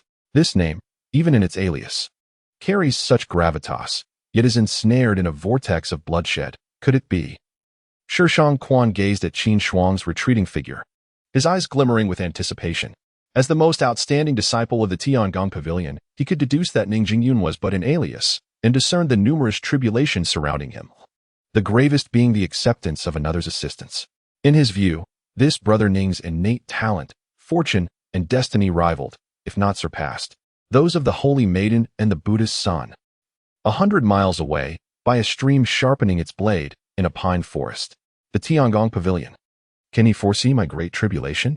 My destiny exceeds the Buddha's son and Holy Maiden? Could he truly perceive my strength? Qin Shuang regarded the path he had traversed, his eyes revealing a profound wariness. First, I must secure the treasures of Sikong Jiyue. Taking a deep breath, Qin Shuang understood that to attain greatness, he must relentlessly refine his martial skills, further simplify. With this thought, he promptly plucked fresh grass to replace the damp earth for the earthworms at his waist. Wielding a kitchen knife, he swung it towards the sky, while employing the grass on flying technique to dash forward. The following morning, Qin Shuang arrived at the outskirts of Ziyun City, 600 miles from Qingzhou City, within a dense forest spanning 10 miles. Ding. Requirement met. Swing the knife towards the sky 100 times. Gaze at the knife for 10 minutes. Sharpen the knife 3 times. The Heavenly Blade Divine Intent technique has advanced to proficiency. Heavenly Blade Divine Intent, proficient, simplification. Swing the knife towards the sky 500 times. Gaze at the knife for 1 hour. Sharpen the knife 10 times to master it. With the kitchen knife in hand, Qin Shuang swung it lightly, when suddenly, 3 mechanical tones of the simplification system resonated in his mind. A surge of information flooded into his consciousness, merging instantaneously with his awareness. It was the cultivation methods and insights regarding the proficient realm of the Heavenly Blade Divine Intent technique. Simultaneously, a terrifying and immense vitality surged within him. In that moment, Qin Shuang felt his body swell with energy, his black hair rising without wind, and his robe billowing incessantly. The advancement of the Heavenly Blade Divine Intent technique to proficiency surprisingly amplified his vitality to such an extent. Sensing the terrifying surge of vital energy within, Qin Shuang immediately activated the true resolution of the Divine Tiger's roar, fervently absorbing the enhanced life force and transforming it into his divine seed. He discovered that the amplified vital energy from the Heavenly Blade Divine Intent was indistinguishable from that of the earthly extreme Qi Divine Intent and the Tiger's Howl Divine Intent. All 3 schools of Divine Intent were essentially of the same caliber, resulting in a comparable enhancement of life force. As Qin Shuang channeled the true resolution of the Divine Tiger's roar, circulating it throughout his body, the surge of vital energy transformed into the formidable aura within his divine seed, rendering it even more resplendent and crimson. As the enhanced life force within him was converted, another wave of amplification emerged. Time passed. At 10 o'clock in the morning, Qin Shuang slowly opened his eyes and discovered that a golden halo had appeared around the divine wheel on his back. Why does my divine will possess a golden halo? It is unlike anyone else's. Displaying the divine wheel, he was astonished to find a striking golden rim encircling its edge, measuring a radius of 10 feet. He recalled that Nangong Waner and Situ Rui's divine wheel halos had 2 layers, yet they were not golden. Chapter 63. The Golden Divine Wheel. It appears that the golden hue emanating from the edges of the divine wheel is attributable to my golden bones. Qin Shuang retracted the divine wheel, attributing the golden aura to his entire body of golden bones. In his left hand, he held a small wooden cart with iron chains that rolled the wheels, while his right hand wielded a knife. A bag containing earthworms hung from his waist. Holding his breath, he treaded upon the grass, making his way towards Ziyun City. He intended to satiate his hunger there before continuing his journey to the Zizhu Villa. At the east gate of Ziyun City, in the first floor of the Drunken Cloud Tavern, a pair of young men and women occupied a window-side table. The young man, charming and debonair, skillfully picked up vegetables with his chopsticks in his right hand, while elegantly fanning himself with his left. Opposite him sat a slender maiden adorned with an ancient sword on her back, her form graceful and alluring. She was veiled in white, with a bowl of thin porridge, 2 steamed buns, and a plate of vegetables before her. Gently, she lifted a corner of her veil to sip the porridge with grace. Many patrons around them occasionally stole glances at the enchanting maiden, their eyes reflecting astonishment and infatuation. "Fairy, perhaps you should order a couple more dishes." Qin Feiyu observed the enchanting maiden, his heart in turmoil. Since accompanying her, he had adhered to a bland diet, avoiding any meat, which had rendered his palate rather unsatisfied. At that moment, the aroma of roasted meat and delectable dishes wafting through the tavern became too tempting to resist. "I am of the Buddhist order, accustomed to such simplicity. If you find it unsuitable, Master Shan, there is no need to accompany me," replied the enchanting maiden, lifting her veil to take a delicate bite of her bun. Hearing her words, Qin Feiyu hastily donned a smile. "No worries, since the fairy is not accustomed to it. I shall naturally follow your lead." He had finally persuaded the fairy to allow him to accompany her. He certainly could not afford to displease her. "Fairy, I am truly curious. Where is that fiend Qin Shuang hidden? He seems to have vanished during this time." Noticing the fairy engrossed in her meal, seemingly displeased, he swiftly changed the subject. "The Sacred Heart Buddha order has been issued. He cannot escape." Upon hearing Qin Feiyu's words, a flicker of determination ignited in the fairy's eyes as she spoke resolutely. "I vow not to return to the mountains until this fiend is vanquished." The fairy gazed out of the window, her words brimming with unwavering resolve. In that moment, she recalled the former saintess of the sacred land, Bai Ziyuan, the traitor who brought shame upon their sect. 20 years ago, a notorious fiend named Shi Jing'ang emerged in the martial world. He possessed exceptional talent and hailed from the evil path, having created the Yin-Yang ultimate technique, subtly threatening to unify the demonic realm. As a sacred place of the martial world, they could not allow the demonic forces to prevail and wreak havoc. Bai Ziyuan, the previous saintess, was tasked by her master to descend the mountains and eliminate this fiend. However, to their astonishment, Bai Ziyuan was bewitched by the fiend and married him, bringing disgrace upon the sacred land. The sect dispatched formidable experts to hunt him down, but ultimately, both Bai Ziyuan and the fiend Shi Jing'ang vanished from the martial world. Over the years, her master had consistently cited the example of the former saintess, urging her to steadfastly guard her Buddhist heart and avoid following in Bai Ziyuan's footsteps. The humble figure, transformed into Qin Shuang, tucked a kitchen knife into a bundle, a jar of earthworms hanging at his waist. In his left hand, he lifted a cage containing over a dozen dragonflies caught along the way, while his right hand grasped a small wooden cart secured with a slender iron chain. A sword was slung over his back as he entered the city of Ziyun. At this moment, he embodied the essence of an ordinary wandering swordsman. The bustling street was alive with the ebb and flow of pedestrians, and the cries of vendors echoed in the air. The Zuiyan Tavern was rumored to serve roasted wolf ribs and braised eagle. As Qin Shuang continued forward, his eyes suddenly brightened upon spotting a 3-story tavern. The likelihood of finding such delicacies there was greater, for hunters often exchanged their catches of wolves and eagles for silver coins at large establishments. "Welcome, esteemed guest," greeted a cheerful attendant draped in a white cloth as Qin Shuang appeared at the entrance. "Do you serve braised eagle and roasted wolf ribs?" he inquired, sweeping his gaze over the many diners on the first floor. "You have arrived just in time. We still have some available," the attendant promptly replied. "Bring me 5 portions. 1 for dining here, and the rest to take away," Qin Shuang commanded with a wave of his hand. "Certainly." The attendant turned to fulfill the order. "Brother, are you saying that the veiled fairy who just dined here is none other than the holy maiden of the sacred land, Yuxianzi? How could she appear in our Ziyan city?" "Indeed, Yuxianzi has issued the Sacred Heart Buddha decree to track down the demon Qin Shuang, who wields the Yellow Springs demon blade. She must be merely passing through our city. My heavens! To see the holy maiden of the sacred land at such close proximity is truly a stroke of fortune. This trip has not been in vain." At that moment, Qin Shuang's ears caught snippets of discussion among the diners. "That wretched nun, the Yushur concubine, just dined here?" As he overheard the conversation, Qin Shuang narrowed his eyes towards 5 men clad in the robes of a martial arts academy. Their words implied that the Yushur concubine had already departed. "Please enjoy your meal. The ribs are being grilled and will be served shortly," the attendant announced. Before long, the attendant returned with a platter of braised eagle and a plate of roasted wolf ribs, the latter adorned with cumin and green onions, exuding an enticing aroma. With the right hand, Qin Shuang picked up a rib to savor, taking a deep breath while his left index finger fiddled with the wheels of the small wooden cart on the table. An hour later, 50 miles outside Xian City, a dense forest spread over an area of 50 miles, filled with trees as thick as a man's embrace, blocking out the sun. Ding. Criteria met. Swing the knife towards the heavens 500 times, gaze upon the blade for 1 hour, and sharpen the blade 10 times. The Heavenly Blade Divine Intent skill has reached the Proficient realm. Heavenly Blade Divine Intent, Proficient, Simplified. Swing the knife towards the heavens 1,000 times. Gaze upon the blade for 2 hours, sharpen the blade 20 times to reach mastery. Deep within the forest, Qin Shuang stood, and a system notification echoed in his mind.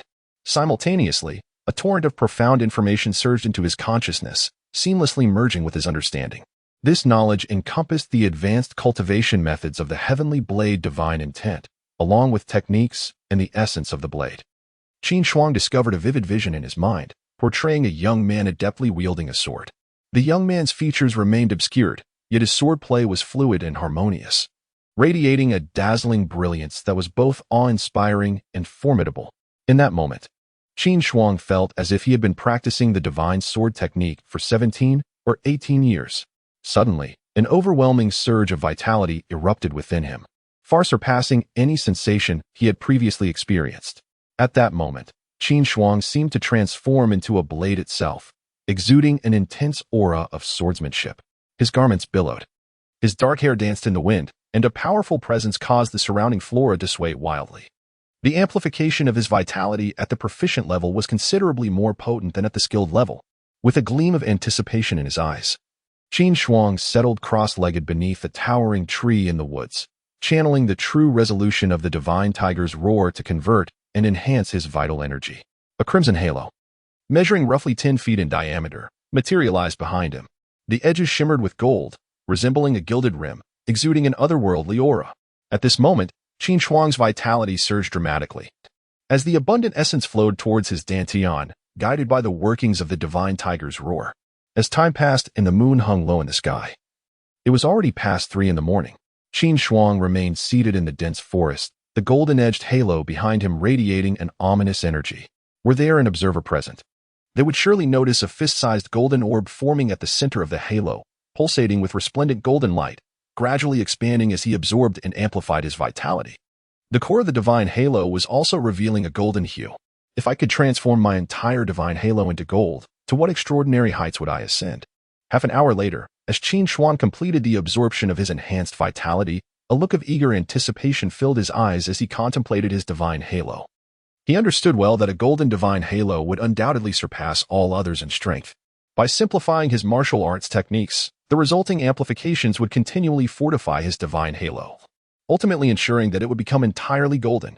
Chapter 64, The Purple Bamboo Manor, A Great Harvest. Second update. It appears that I must delve deeper into the mastery of divine intent.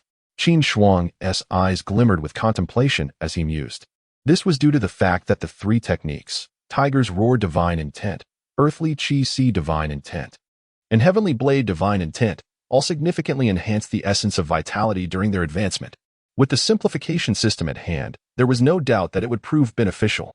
In the future, as my martial arts repertoire expands, even the simplest of actions such as breathing, sleeping, or sneezing might fulfill the criteria of martial practice. 5 days later, 1,000 miles from Xian City, in a hilly area blanketed with purple bamboo, a tranquil manor perched elegantly atop a rise. The structure, adorned with black tiles, white walls, and red pillars, featured a grand courtyard that exuded a majestic aura, with the imposing characters Purple Bamboo Manor inscribed on the entrance plaque. A man of average build, appearing to be around 40, resembling a steward, was sipping tea in the courtyard, with a tea set laid out on a round stone table beside him. Clad in azure garments, Qin Shuang leaped into the courtyard. Who are you? The steward, startled by Qin Shuang's sudden entrance, rose with a wary expression. "Si Kongjia, you sent me to retrieve something," Qin Shuang replied coolly, moving deeper into the manor. "Stop right there." Qi Hui discerned that the intruder was merely at the bone refinement stage. His aura was inferior to his own, and he frowned, questioning how such a lowly individual could be a friend of the master. How could he simply waltz in? In a flash, Qi Hui lunged forward, a glint of cold light flashing in his hand as he aimed a strike at Qin Shuang's back. Swish! Without even glancing back, Qin Shuang reached out and seized the man's wrist. With a sharp crack, the bone shattered, and the dagger clattered to the ground, emitting a blue luminescence. Qi Hui screamed in agony, his expression a mixture of horror and disbelief as he trembled. He had not anticipated that this seemingly simple young man concealed such formidable prowess, with his bone refinement, chi, and blood stage. He had been effortlessly subdued in a single encounter. "Where's the basement?" Qin Shuang inquired, his gaze fixed on the blue dagger on the ground, his murderous intent palpable. I don't know." Qi Hui shook his head, cold sweat beading on his forehead from the pain. "Is that so?" Qin Shuang pointed, a mark of life and death manifesting at his fingertip and landing on Qi Hui's brow. Struck by the mark of life and death. Qi Hui writhed on the ground, frantically clawing at his body as blood welled forth, his eyes filled with sheer terror as they met Qin Shuang's. 3 minutes later, in the rear courtyard of the Purple Bamboo Manor, before the door of a side hall, Qi Hui, trembling in fear, pointed at the tightly locked door and stammered, "Master, I know nothing of the basement, but this is where the master often resides." With a decisive motion, Qin Shuang dragged the steward to the door and, with a powerful stroke, shattered the heavy iron lock, swinging the door open. Inside the grand hall, an octagonal table stood surrounded by 8 chairs, while ferocious paintings of tigers descending the mountains adorned the walls, accompanied by various literary and artistic murals. Qin Shuang stepped forward, unveiling the paintings, and in the corner, discovered a protrusion the size of an egg, its surface smooth, evidently resulting from frequent pressing. Pressing down on this small bump, a dull sound echoed. A square hole, 3 feet on each side, appeared in the floor, revealing a stone staircase that extended downward. Qin Shuang dragged his steward, Qi Hui. As they descended, the staircase led to a corridor of approximately 3 to 4 zhang, paved with blue stone slabs, above which were embedded 4 or 5 luminous pearls. Standing in the corridor, Qin Shuang observed 2 stone chambers on either side. He pushed open the wooden door of the first stone chamber on the right. This chamber, roughly 3 zhang in size, was adorned with 2 luminous pearls overhead, and the floor was piled with over 20 large red boxes, each measuring 5 feet square. Approaching, Qin Shuang opened each one, discovering they were filled with gold and silver ingots, as well as 3 boxes of jewels. A preliminary estimation revealed these treasures to be worth no less than 400,000 to 500,000 taels of silver. My heavens! Truly a master thief. Qin Shuang gazed at the gold and silver, a profound shock evident in his eyes. Although these riches held little value for him at present, he proceeded to the second stone chamber. This chamber was filled with exquisite swords, daggers, and bows, each item sure to incite a frenzy in the martial world. In the third stone chamber, ancient artifacts, paintings, and curiosities were displayed. Qin Shuang then approached the outermost chamber. This room contained a bed, a table, a chair, and several built-in cabinets along the walls, all filled with various items. So many elixirs? Qin Shuang's eyes widened as he looked into the first cabinet. Filled with white porcelain vials, tiger blood pills, dragon blood pills, healing pills, numbering around 300 to 400 bottles. Beside the elixirs, he discovered a 3-foot-long box, within which lay a humanoid ginseng, aged a millennium. Floating shadow technique. Suddenly, beside the ginseng, Qin Shuang spotted 3 books. The topmost volume was a manual on lightness techniques, inscribed with the characters floating shadow. The other 2 books, half an inch thick, detailed thievery and tracking skills, alongside a compendium of strange tales from the divine continent. Astonishingly, there were also 2 tiger inner pills. Qin Shuang's eyes brightened at this revelation. Next to the manuals were 2 palm-sized white porcelain vials, each containing a tiger inner pill.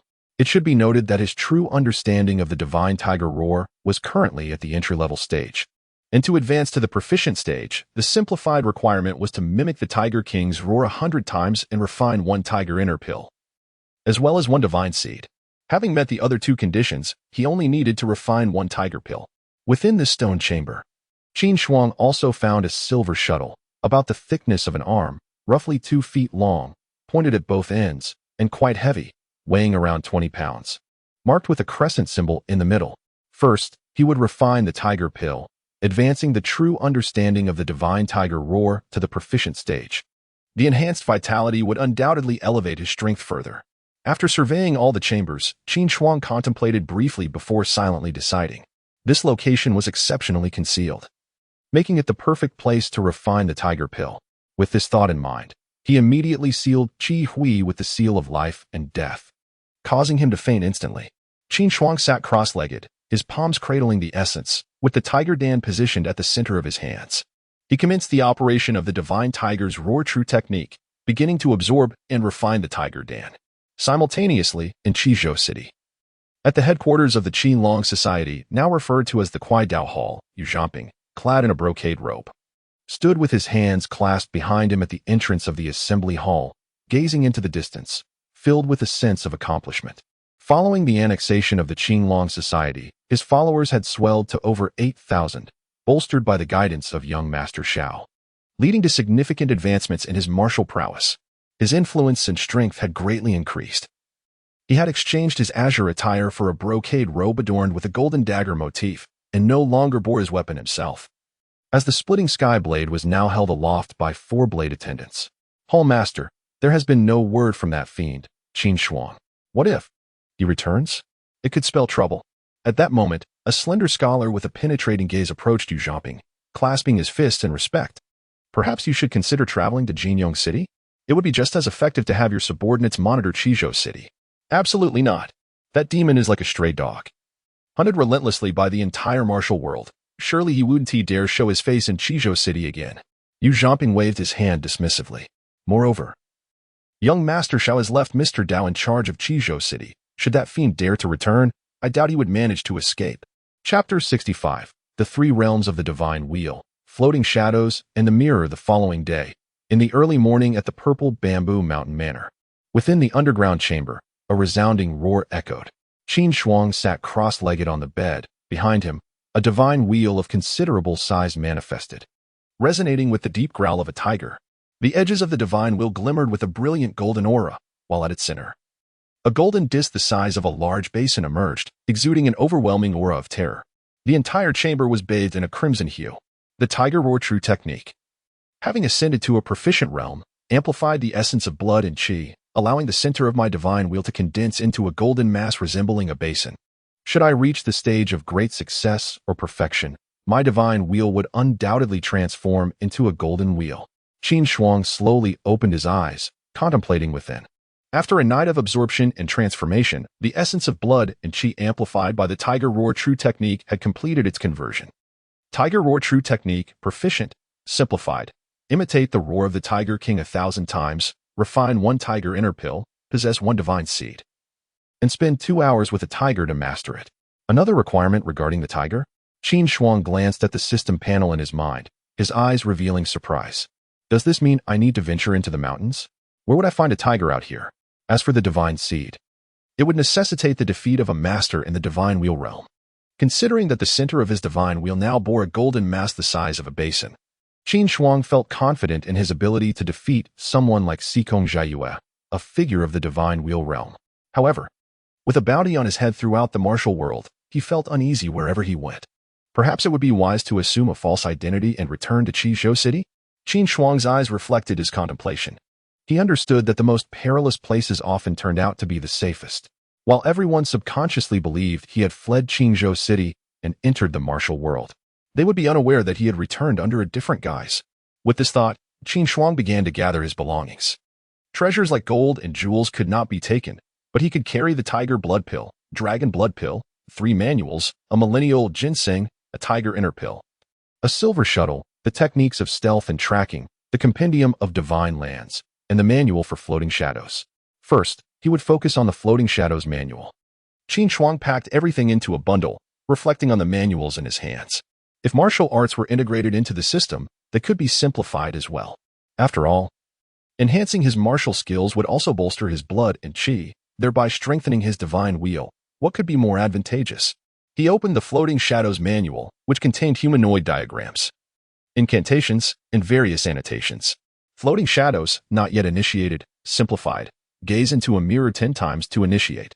Upon completing his review of the Floating Shadows, 2 system prompts resonated in his mind. Gaze into a mirror? Qin Shuang regarded the simplified requirements with astonishment. This truly is a simplification. He tucked away the Floating Shadows manual and opened the Compendium of Divine Lands and the tracking technique, contemplating the significance of these texts. Having become well-versed in the art of tracking, one can adeptly elude pursuit, thereby facilitating escape from the clutches of formidable adversaries. Furthermore, his knowledge of the various masters, sects, and regions within the martial world remains rather scant. Perhaps the Shinjo-ji holds the answers he seeks. To his astonishment, it delineates the realms of the divine will stage. Qin Shuang gazed at the Shinjo-ji in his hand, somewhat taken aback. To be candid, he possessed only a vague understanding of the blood-chi realm, which included the stages of blood condensation, bone forging, and jade marrow. Beyond the divine will stage, his comprehension was rather nebulous. Unexpectedly, he discovered clarity within the pages of this tome. According to the records within the Shinjo-ji, the strength classifications of the divine will stage are as follows. Condensed wheel manifested form divine power. The first to third divine wheels are classified as condensed wheel. The fourth to sixth divine wheels are termed manifested form. The seventh to ninth divine wheels signify divine power. During the condensed wheel period, the color of the manifested divine will varies according to each individual's cultivation method, ranging from red, black, white, to green, among others. The more solidly condensed the wheels, the stronger the combat prowess. Upon reaching the manifested form stage, the divine wheel will exhibit manifestations of divine intent. For instance, cultivating the heavenly blade divine intent would yield a blade manifestation, sharp and incisive. Similarly, training in serpent-like divine techniques would produce a dragon manifestation, embodying dragon might and formidable physical strength. Techniques associated with tigers would yield a tiger manifestation, capable of devouring foes, with the divine prison tiger manifestation falling into this category. Elephant-based techniques would manifest as a giant elephant, possessing boundless strength and resilience. Eagle-based techniques would yield a giant eagle manifestation, renowned for its unparalleled speed and expertise in ambush. Possessing a manifested form augments one's combat abilities, enhancing foundational strength, thereby facilitating the cultivation of divine power in the later stages of the divine wheel. Divine power represents a further enhancement of the manifested form, exhibiting unmatched might. Often, a single divine power is sufficient to obliterate those in the manifested form stage. What then? Of my divine prison tiger manifestation? After perusing the descriptions of the divine will stages, Qin Shuang's eyes glimmered with contemplation.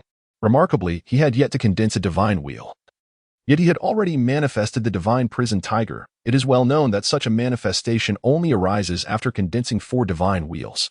Does this imply that my current strength rivals that of a manifested form master? I must locate a mirror and return to Chizhou City post-haste.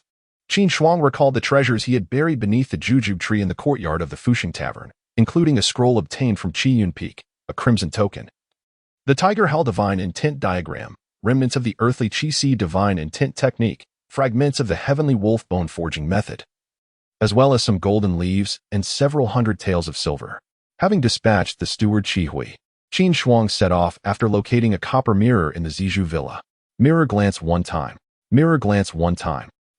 As he ventured forth, Qin Shuang inhaled deeply, treading upon the grass, with a bag of earthworms hanging at his waist, a small card in his left hand, and a mirror in his right, casting glances at his reflection.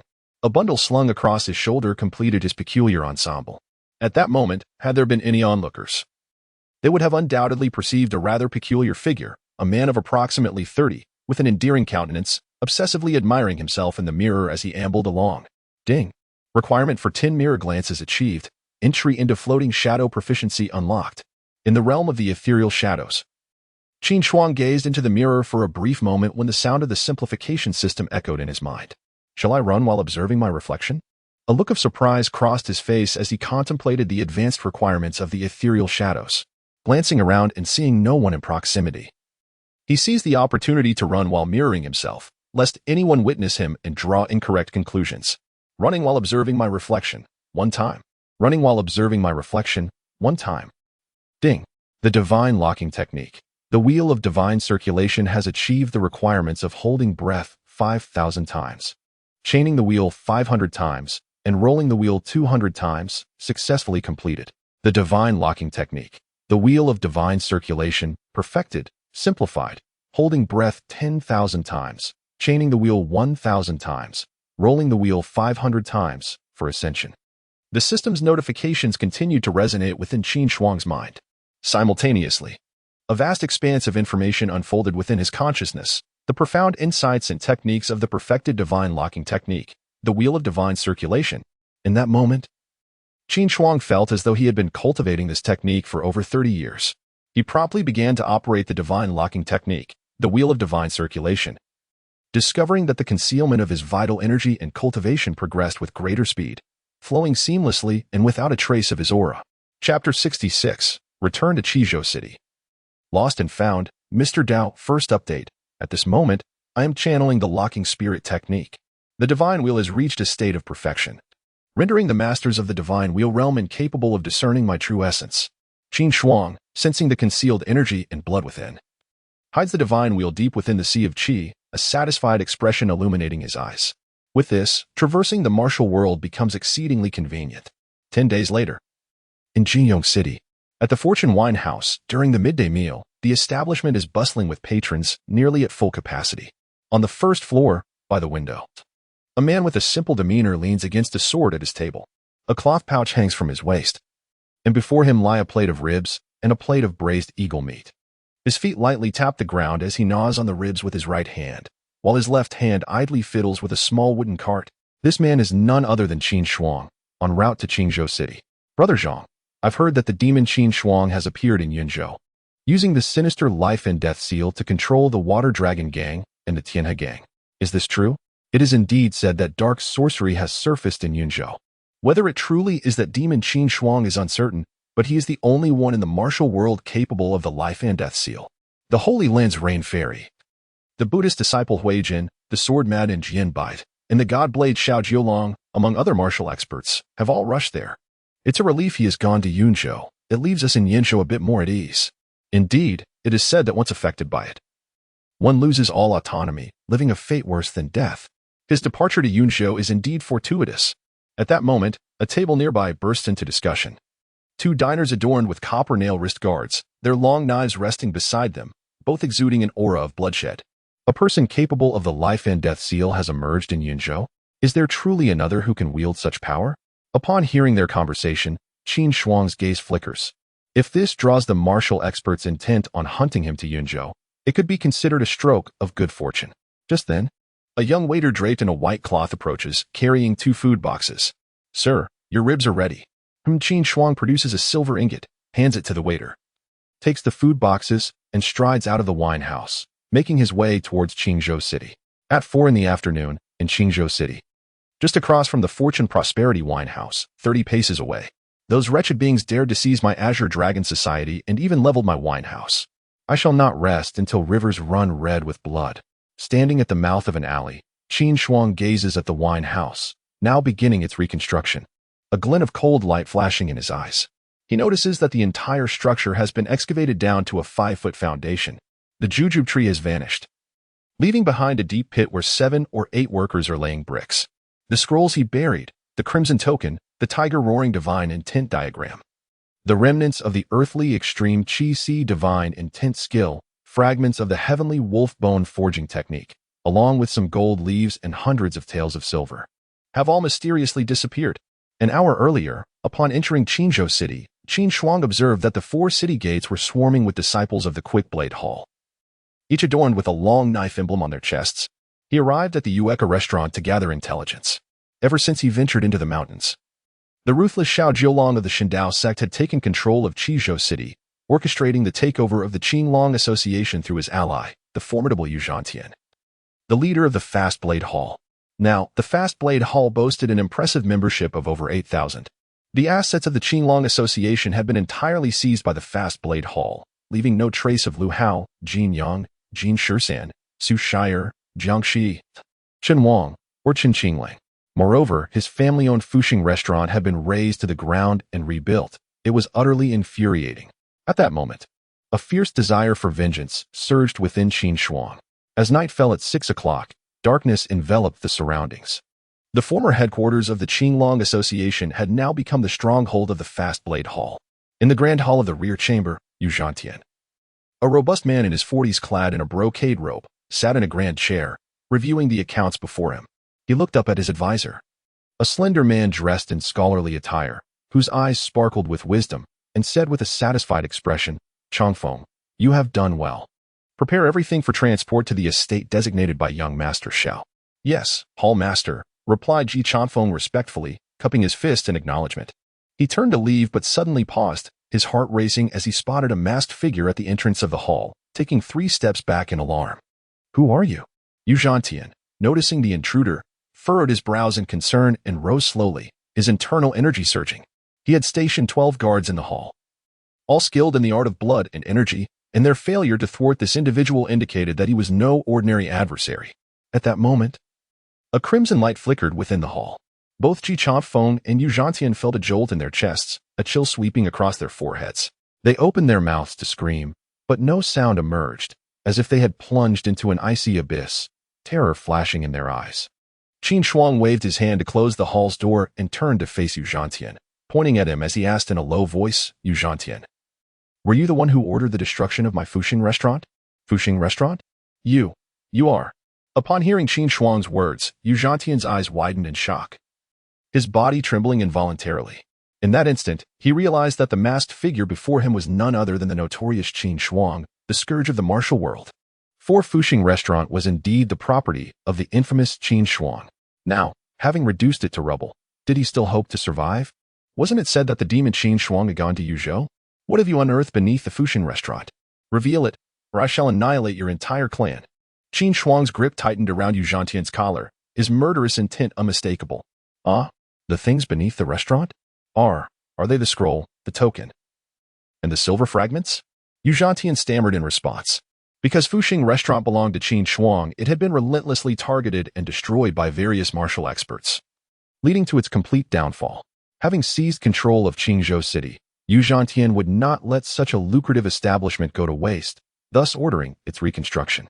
The individual responsible for overseeing the construction of the restaurant is Tang Sanyuan, a former hall master of the Flying Eagle gang, who later chose to ally himself with us. His subordinates unearthed a scroll, a token, and a fragment of silver, among other items, which Tang Sanyuan has duly submitted. Let me see. Qin Shuang's gaze narrowed as she spoke in a low voice. Yu Zhanping hurried to the back hall, opening a chest that contained a scroll, a crimson token, a silver piece of the celestial wolf bone refinement technique, the beast skin of the earth extreme chi si divine intent skill, and the diagram of the tiger howl divine intent. After Qin Shuang assessed the items, her mood lightened somewhat, but suddenly a thought struck her, prompting her to inquire. What other experts remain in Qizhou City? All have departed. Only Master Dao remains, Yu Zhanping replied, his mind still haunted by the image of Qin Shuang dispatching the steward as one would a mere chicken, his heart filled with dread. Master Dao? Upon hearing this, Qin Shuang's interest was piqued, and she asked, what is his cultivation level? His strength is modest. I cannot discern Master Dao's realm. I only know that his divine wheel possesses 2 auras.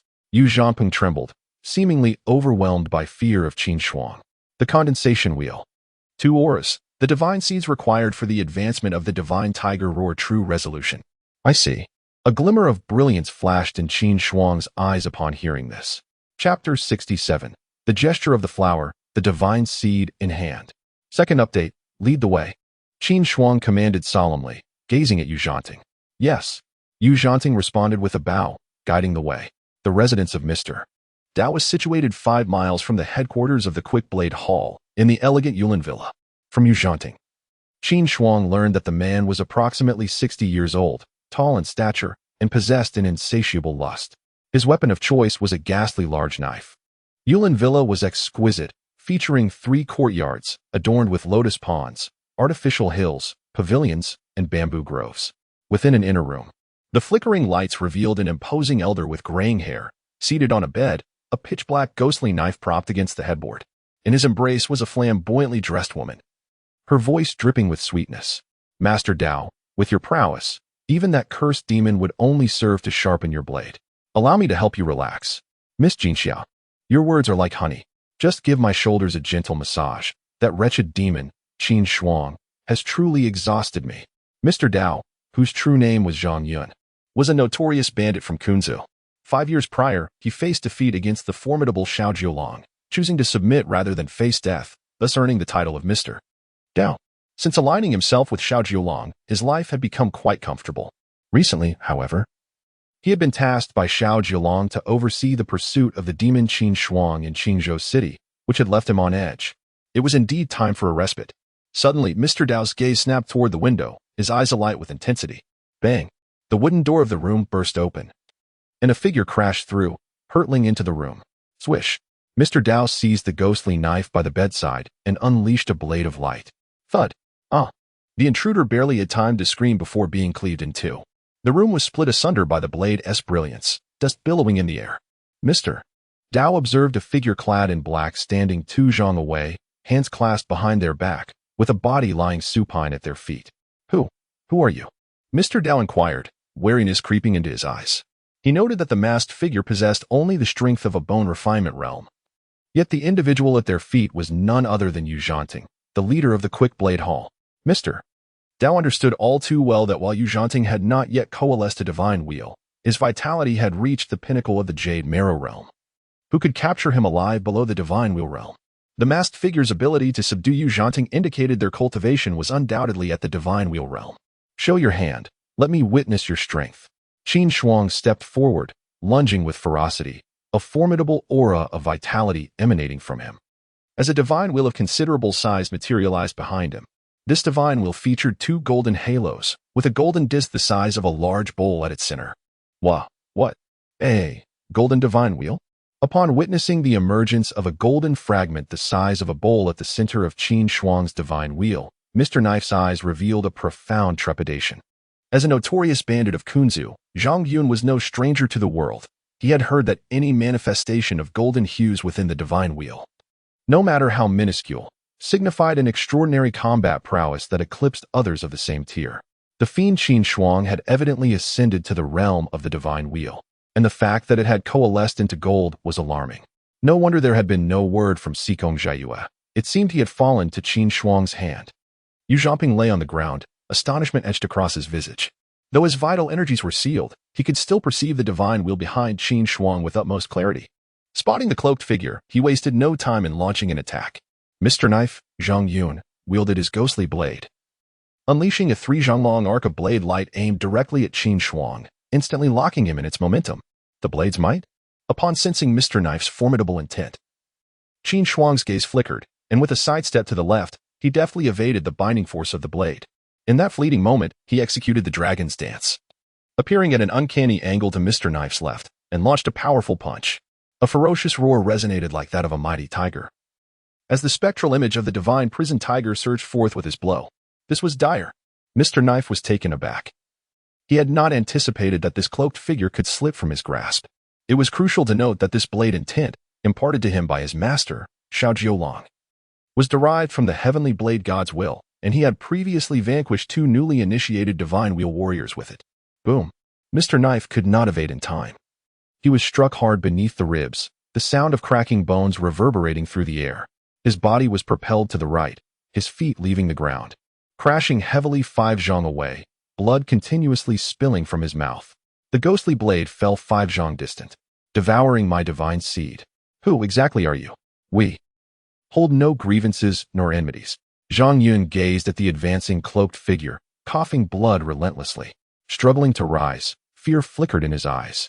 In the moment of impact, he realized that the blood-colored tiger illusion had gnawed away a portion of his divine seed, resulting in a considerable loss of its essence. Heh! Were you not all scouring the rivers and lakes for me? Qin Shuang's divine will pulsed with a formidable aura as he spoke calmly, advancing toward Mr. Knife. Zhang Yun. What? You are Qin Shuang? Upon hearing Qin Shuang's words, Mr. Knife was taken aback, horror flooding his eyes as he muttered, "Why, you were supposed to be in Yunzhou." According to reports, a life and death imprint has emerged in Yunzhou, and many distinguished figures, including my master Xiao Jiolong, the Rain Fairy, Tang Jia, and the Thunder Saint Yuan, have all rushed to Yunzhou to encircle the fiend Qin Shuang. I never imagined that the fiend Qin Shuang had returned to Qizhou City. Prepare to meet your end. Qin Shuang's eyes glinted with murderous intent as he flashed to Mr. Knife's side, reaching out to grasp his divine seed. Young Master Qin, spare my life. I am willing to become your blade servant. Upon witnessing the approach of Qin Shuang, Mr. Dao's eyes widened in terror as he hastily begged for mercy. No need, Qin Shuang replied coolly, delivering a sharp strike to Mr. Dao's abdomen. Gradually, a divine seed, the size of an egg and of a dull yellow hue, was extracted. Qin Shuang produced a palm-sized white porcelain vial, carefully placing the divine seed within. Ah, Mr. Dao's divine essence was siphoned away, leaving his eyes devoid of luster as he collapsed backward, lifeless and unable to close his eyes in death. Qin Shuang secured the divine seed and, grasping Mr. Dao's lifeless body, swiftly dispatched Yu Zhanpeng with a single blow of his palm, deeming his guiding purpose complete and unnecessary to preserve.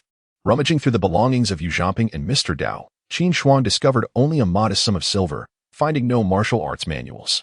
The quality of the ghost head broadsword was hardly distinguishable from the weapons within the chamber of Si Kong Jiayue, and thus it did not pique his interest. He promptly made his way towards the room. The striking woman within exhibited signs of fear, a foul odor wafting through the air. Qin Shuang approached her and remarked coolly, "Allow me to accompany you on your journey. Since action has been taken, it is essential to eradicate all threats." Inside the room, he uncovered a package containing a modest amount of silver and a manual titled Nianhua Finger. With both the divine seed and the inner tiger dance secured, he now sought to find an old tiger to tame, yet it was clear he needed to leave Qizhou City. As Qin Shuang pocketed the Nianhua Finger manual, he contemplated his plans. Circumstances had shifted unexpectedly. He had initially intended to remain in Qingzhou City for a period of cultivation, but with Mr. Dao's presence and the availability of such valuable divine seeds, he felt compelled to act. Having eliminated Mr. Dao and Yu Zhanping, it was certain that Xiao Jiolong and Yu Shiqie would return from Yunzhou to Qizhou City. By that time, he would be far removed from Qinzhou. And the thought of Xiao Jiolong and Yu Shiqie toiling tirelessly brought immense satisfaction to Qin Shuang's heart. Chapter 68.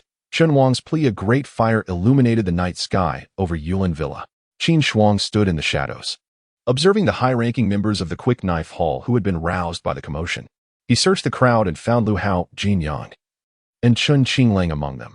It appeared they were thriving in the Quick Knife Hall. However, he did not see Jin Shisan or Qin Wang.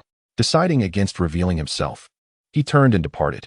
Since these three were faring well, they could endure the burden of the life and death mark. In the eastern part of the city, at number 13 in the T-shaped alley, within a modest two-section earthen dwelling, a young man of about 23 or 24, with a simple demeanor, knelt in the main room. At the center of the room stood a memorial tablet. "Father, Mother, please bless the leader to successfully escape. In the future, may he return in strength," Qin Wang implored, bowing deeply before the spirit tablet. Just then, a familiar voice echoed from the entrance. "Leader, is that you?"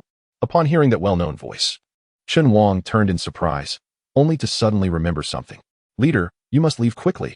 He was acutely aware of the growing power of the Quick Knife Hall and the formidable presence of the Divine Blade sect. "Qin Wang, what has happened to you?" Qin Shuang inquired, noticing the bruises on Qin Wang's face and the fracture in his hand, his brow furrowing in concern. He had intended to leave Qizhou City, passing by Qin Wang's home when he saw the light, prompting him to check in. After all, Qin Wang had made a lasting impression on him for having volunteered to bear the life and death mark in his pursuit of greatness. "It was Tang San Yuan's subordinates from the Quick Knife Hall who attacked me," Qin Wang replied honestly. "You will surely have your revenge," Qin Shuang stated solemnly, then withdrew 2 manuals from his robe, presenting them to Qin Wang. "Take these and practice diligently until I return." One manual was the stone tablet technique, and the other was the flying eagle technique obtained from Yin Tianqing. "Master, your immense kindness is a debt I shall never forget." Qin Wang's face lit up with gratitude as he knelt before Qin Shuang, realizing that his perseverance had not been in vain, nor had he chosen the wrong ally. "Rise. I shall be leaving shortly. Here is some silver for your training. Remember, wealth should not be flaunted. Only by enhancing your strength will you be able to assist me in the future." Qin Shuang gestured for him to stand and handed him a handful of banknotes he had brought from Si Kong Jiayue's chamber. To him, money was merely a means. What truly held value was the divine seed.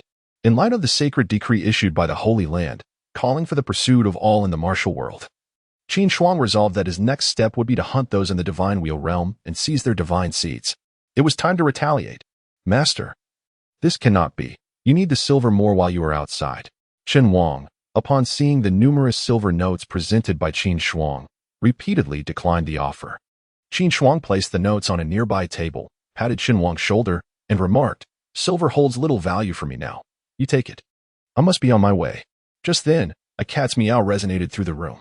Qin Shuang turned to discover an orange cat crouched at the doorway, regarding him with a wary gaze. Can one pet a tiger? Or is it acceptable to pet a cat? Intrigued by the large, orange feline, Qin Shuang recalled that cats and tigers share a common ancestor, having diverged into distinct species millions of years ago. Fundamentally, they are of the same lineage. Qin Shuang. From whence did this cat come? Qin Shuang inquired. Master, this cat is a stray I found a few days ago. I offered it a small fish, and it has since refused to leave. Qin Shuang promptly replied. If you like it, take it with you. Let me have a look. With a swift motion, Qin Shuang appeared beside the orange cat, seizing it and affectionately stroking its head. Cats and tigers share the same ancestry. Petting a tiger grants 1 minute. Qin Shuang indulged in this affectionate act for nearly a minute when a system notification echoed in his mind. Indeed, it is possible. Upon hearing the notification, Qin Shuang turned to Qin Wan and declared, I shall take the cat. Yes, master. I shall diligently train and await your return. Qin Wang, with tears welling in his eyes, knelt to bid farewell as Qin Shuang's figure vanished in an instant.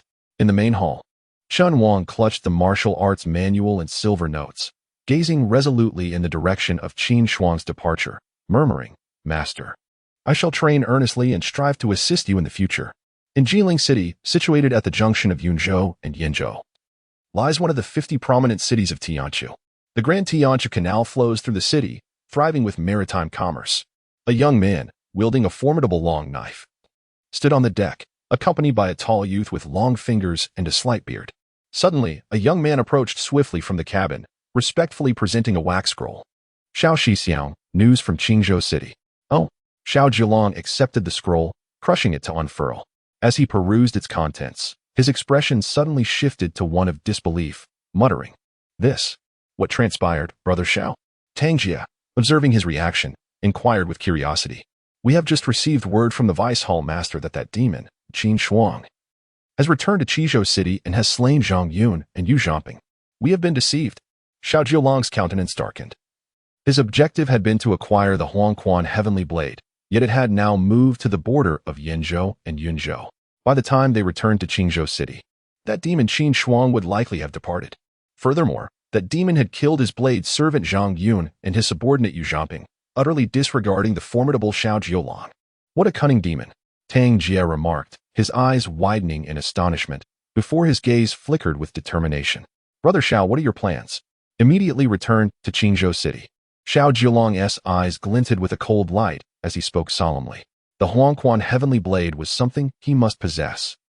Baisher City, located in Yinzhou, is 500 miles beyond Yinzhou, leading to Kunzu. To the north of the city, on the bustling Long Street, throngs of people moved about, accompanied by the incessant calls of various vendors. A stout man, with 3 pouches hanging from his waist and a sword slung across his back, walked leisurely while cradling a large orange cat in his arms, gently stroking its head, perhaps due to excessive fondling. A patch the size of an egg had become bald atop the cat's head, and its back bore a few bald spots as well. The large orange cat, with a despondent expression, seemed utterly devoid of hope. As Qin Shuang continued on his way, the persistent notifications of the simplified system echoed in his mind. At that moment, a graceful figure approached, a young girl clad in purple, her skin as white as snow. Upon catching sight of her, Qin Shuang's heart jolted, and he instinctively glanced at the large orange cat in his arms, quickening the pace of his affectionate strokes. Chapter 69, The Sword Debate at Lishan. The divine intent of flowing clouds, the young maiden exuded an enchanting aura that seemed to captivate the passers-by along the bustling street, merchants, wanderers, and wayfarers alike, all pausing in a state of mesmerized reverie. She resembled a sorceress from a realm of darkness, particularly with her bewitching, luminous eyes that ensnared the gaze of anyone who dared to look, drawing them into an abyss of fascination. With a slender waist that could be clasped with a single hand, she cast a fleeting glance at the plump orange cat cradled in Qin Shuang's arms, then turned her attention back to him, choosing to disregard him entirely before continuing on her way. This was the young woman in purple who had battled the Rain Mistress's consort on that fateful day. Qin Shuang observed her retreating figure, a contemplative expression dawning in his eyes. He understood well that anyone capable of holding their own against the saintess of the Pudu Jing'an, the Rain Mistress, was far from ordinary. Moreover, the ferocity of their clash outside the Xian'an mountain range had been nothing short of terrifying, with a divine halo of 7 or 8 rings illuminating her presence. What could have brought her to this place? Could it be that the Rain Mistress was nearby as well? As this thought crossed his mind, a chill ran down Qin Shuang's spine. He was acutely aware of his own capabilities. Although he had ascended to the divine halo realm and possessed 2 golden halos, The Rain Mistress wielded 7 or 8. He would need to summon 8 halos to stand a chance against her, carefully surveying his surroundings. Qin Shuang noticed an array of armed wanderers on the street, heightening his sense of caution. He approached a blue-clad swordsman who appeared to be lost in thought while watching the purple-clad maiden. "Good sir," he inquired, "why are there so many figures from the martial world on the street today? You are unaware?" The blue-clad man scrutinized Qin Shuang closely, noting the vigor in his blood, which prompted a more courteous demeanor. "A trader from the Divine Weapon sect has absconded with a high-grade spiritual artifact and has entered the martial realm. It is said he is hiding in our Baishur city. These martial artists have come seeking the spiritual treasure. I have heard that not only has the Divine Weapon sect dispatched numerous disciples to hunt down the traitor, but many experts from the Demon sect have also arrived, poised to seize the treasure." "I see," Qin Shuang replied, a look of enlightenment crossing his face. "Thank you for enlightening me, good sir." "You're welcome," the blue-clad man replied with a respectful gesture. At the boundary between Yunzhou and Yanzhou, the landscape was dotted with hills, awash in a sea of maple trees. Clad in flowing white garments, the ethereal Rain Mistress, her face veiled in white gauze and bearing an ancient sword upon her back, traversed the mountain path with swift strides. A dashing young man, elegantly fanning himself, trailed a short distance behind her. "Rain Fairy, I never imagined that 2 practitioners of the life and death seal would emerge in the martial world," Shen Feiyu exclaimed, employing his lightness skill to hasten his pace, his brow furrowed in concern. "The life and death seal is a malevolent sorcery, insidious and cruel. The emergence of even one is a calamity for the martial realm. Each must be eradicated." The Rain Mistress's delicate features bore a deep-seated worry as she spoke with resolute conviction. "As the sacred sanctuary of the martial world, it is our duty at Pudu Jing'an to eradicate this threat at its inception. My master has already led a group to Yunzhou. We must hasten to Qingzhou City and strive to eliminate that fiend." "Agreed," Shen Feiyu nodded. At that moment, a scholar dressed in plain clothes, with a festering sore on his forehead and a box on his back, approached slowly from a distance of several dozen paces, occasionally glancing at a mirror resembling a bagua in his hand. Upon seeing the approaching scholar, Yusher Chia and Shen Feiyu exchanged glances and halted their steps. Unexpectedly encountering Brother Shi here was indeed a fortuitous meeting. Yusher Chia clasped her hands in salute towards Shi Shangquan. Shen Feiyu followed suit, also offering his respects. "Oh, it is you too. Since our parting at the Lishan Tianjiao platform, Fairy Yu, your grace remains as radiant as ever, and your swordsmanship has evidently ascended to new heights. Brother Shun, your demeanor is even more composed, and you appear even more dashing." Shi Shangquan returned the gestures of respect to both of them. "Are you heading to Yinzhou, Brother Shi?" Shen Feiyu stepped forward, instinctively drawing closer to Yusher Chia, and inquired warmly. "Indeed. I must return to my sect to prepare for the Lishan Sword Conference next year.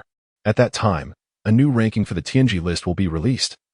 Shi Shangquan replied with a slight smile. "Oh." Shen Feiyu's eyes brightened at this revelation. As a disciple of the Lufeng Pavilion, he was naturally well known. Yet he wondered what his rank would be this time. "I shall not intrude upon Fairy Yu and young Master Shin's journey to Qingzhou City. Until we meet again." Shi Shangquan regarded the two, clasping his hands in farewell. "Until we meet again." Yusher Chia and Shen Feiyu returned the gesture and turned to leave. In the realm of martial arts, if one harbors righteousness in their heart, then they walk the righteous path. How can one's martial prowess be the sole criterion? Conversely, if one entertains malevolent thoughts, even the practice of Buddhism is but a form of wickedness. Shi Shangquan watched the departing figures of Yusher Chia and Shen Feiyu, sighing softly as he murmured to himself. It was not until the silhouettes of Yusher Chia and Shen Feiyu faded from view that Shi Shangquan shook his head and turned to depart. At 8 o'clock that night, the moonlight poured down like liquid silver. Outside Baishur City, 20 miles away, lay a dense forest spanning 30 miles. Towering trees obscured the sky and shielded the sun. Qin Shuang sat cross-legged beneath a grand tree, holding a palm-sized white porcelain vial containing the divine seed extracted from Mr. Dao. Beside him lay a large, bald orange cat, tethered by a thin rope around its neck, its eyes occasionally casting forlorn glances at Qin Shuang. Having left Qizhou City for 7 or 8 days, Qin Shuang had traveled tirelessly without pause. Today, he finally had the opportunity to refine this divine seed. He had already fulfilled the requirement of spending an hour with the cat. Once he refined this divine seed, the true solution of the divine tiger's roar would advance from proficiency to mastery, enhancing his vital essence and further fortifying his divine wheel. To avoid drawing attention, Qin Shuang had packed some braised eagle meat and roasted wolf ribs in Baishur City before retreating to this secluded forest to commence the refinement of the divine seed. Boom. Qin Shuang embraced the essence, placing the divine seed in his palm, and activated the true solution of the divine tiger's roar. Suddenly, the magnificent essence within the divine seed was refined and transformed into the vital blood essence of his body by the divine tiger's roar, flowing into the divine seed. Simultaneously, a divine wheel, approximately a zhang in size, materialized behind him. A powerful and terrifying aura emanated from Qin Shuang. His black hair danced without the need for wind, and his robe billowed like a balloon. As he continuously absorbed the vital essence from the divine seed, Qin Shuang noticed that his divine seed grew increasingly resplendent, while the divine wheel behind him, once the size of a large bowl, steadily expanded. Time passed, and in the blink of an eye, a night had gone by. As the first light of dawn appeared on the horizon, Qin Shuang sat cross-legged in the woods. He slowly opened his eyes, realizing that only the last trace of the divine seed's essence remained in his hands. The divine wheel behind him, surrounded by two radiant golden halos, shone even more brilliantly. At the center of the divine wheel, the golden portion had grown from the size of a large bowl to that of a grinding disc. Flowing cloud divine intent technique, uninitiated, simplified. Observe the reflection of white clouds in water for 10 minutes to initiate. Divine tiger roar, mastered, simplified. Imitate the roar of the Tiger King 10,000 times. Refine 2 tiger inner elixirs and 2 divine seeds. And engage with the tiger for a day to achieve great success, as Qin Shuang refined the final trace of the divine seed's essence. For distinct system voices resonated in his mind. At the same time, a surge of formidable vital blood essence suddenly manifested in Qin Shuang's dantian and throughout his limbs and bones. Chapter 70, The Worries of Jingyi, the Nine Nether Mansion. In the invitation of Nailin Xiaoqian, second update, the Divine Tiger Roar technique has reached a level of advanced mastery and can now be further enhanced. Sensing the overwhelming surge of vitality, Qin Shuang's eyes sparkled with excitement as he swiftly activated the Divine Tiger Roar technique, channeling it to nourish his divine seed and the divine will behind him. A 3-zhang-long crimson tiger silhouette suddenly materialized.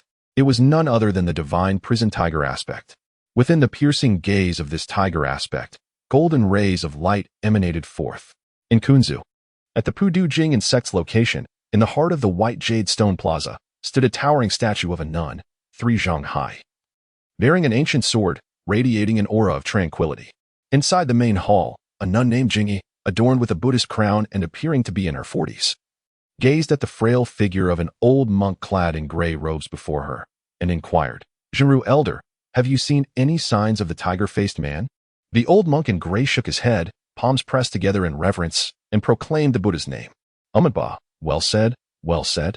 Although this humble monk did not encounter the tiger-faced man during my visit to the Xianyin mountain range, I did come across a masked figure in black, practicing the yin-yang ultimate technique. In our encounter, I found myself at a disadvantage. What? The yin-yang ultimate technique? Even you? Could it be that fiend?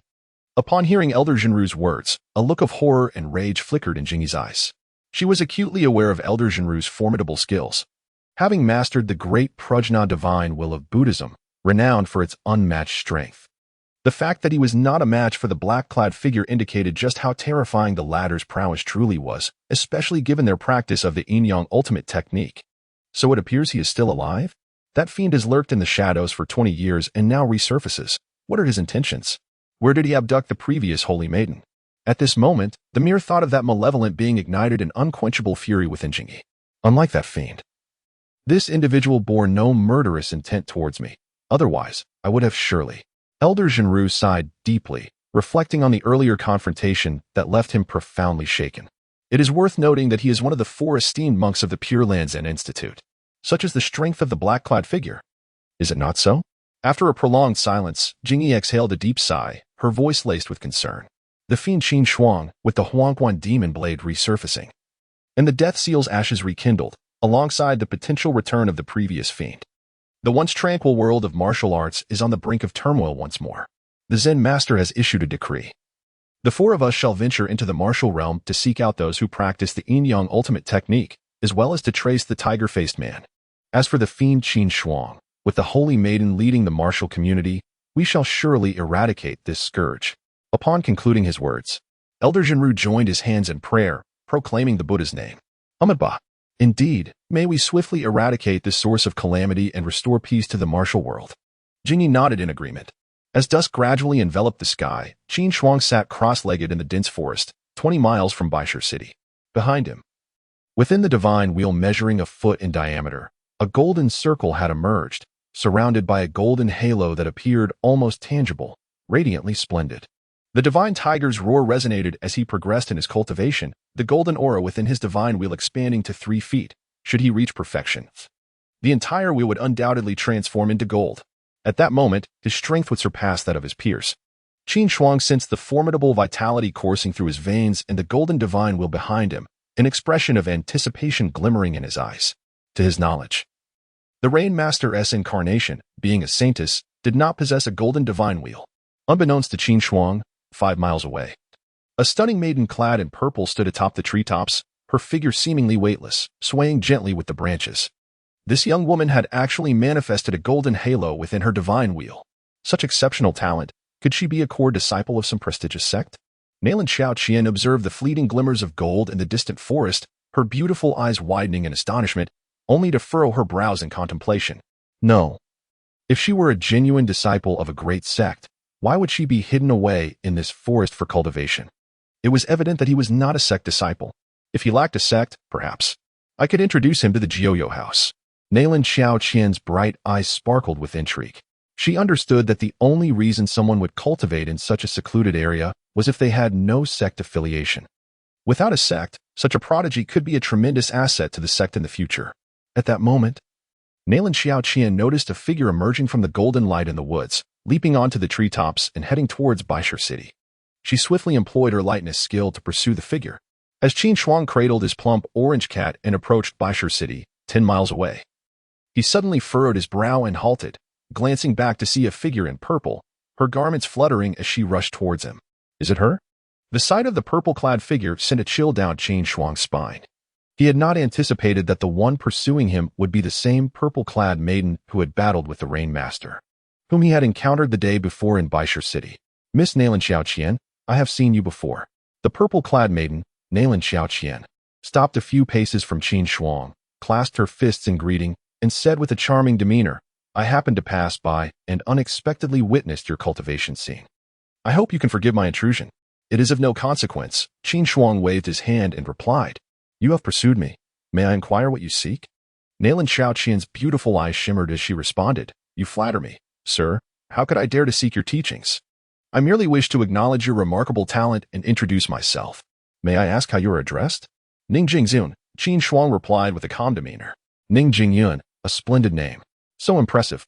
Nalan Xiaoqian beamed, her smile akin to a garden in full bloom, captivating and enchanting, causing Qin Shuang's heart to skip a beat as he promptly activated the divine tiger's roar, remaining vigilant. Young Master Ning, I harbor no ill intentions. May I inquire about your sect?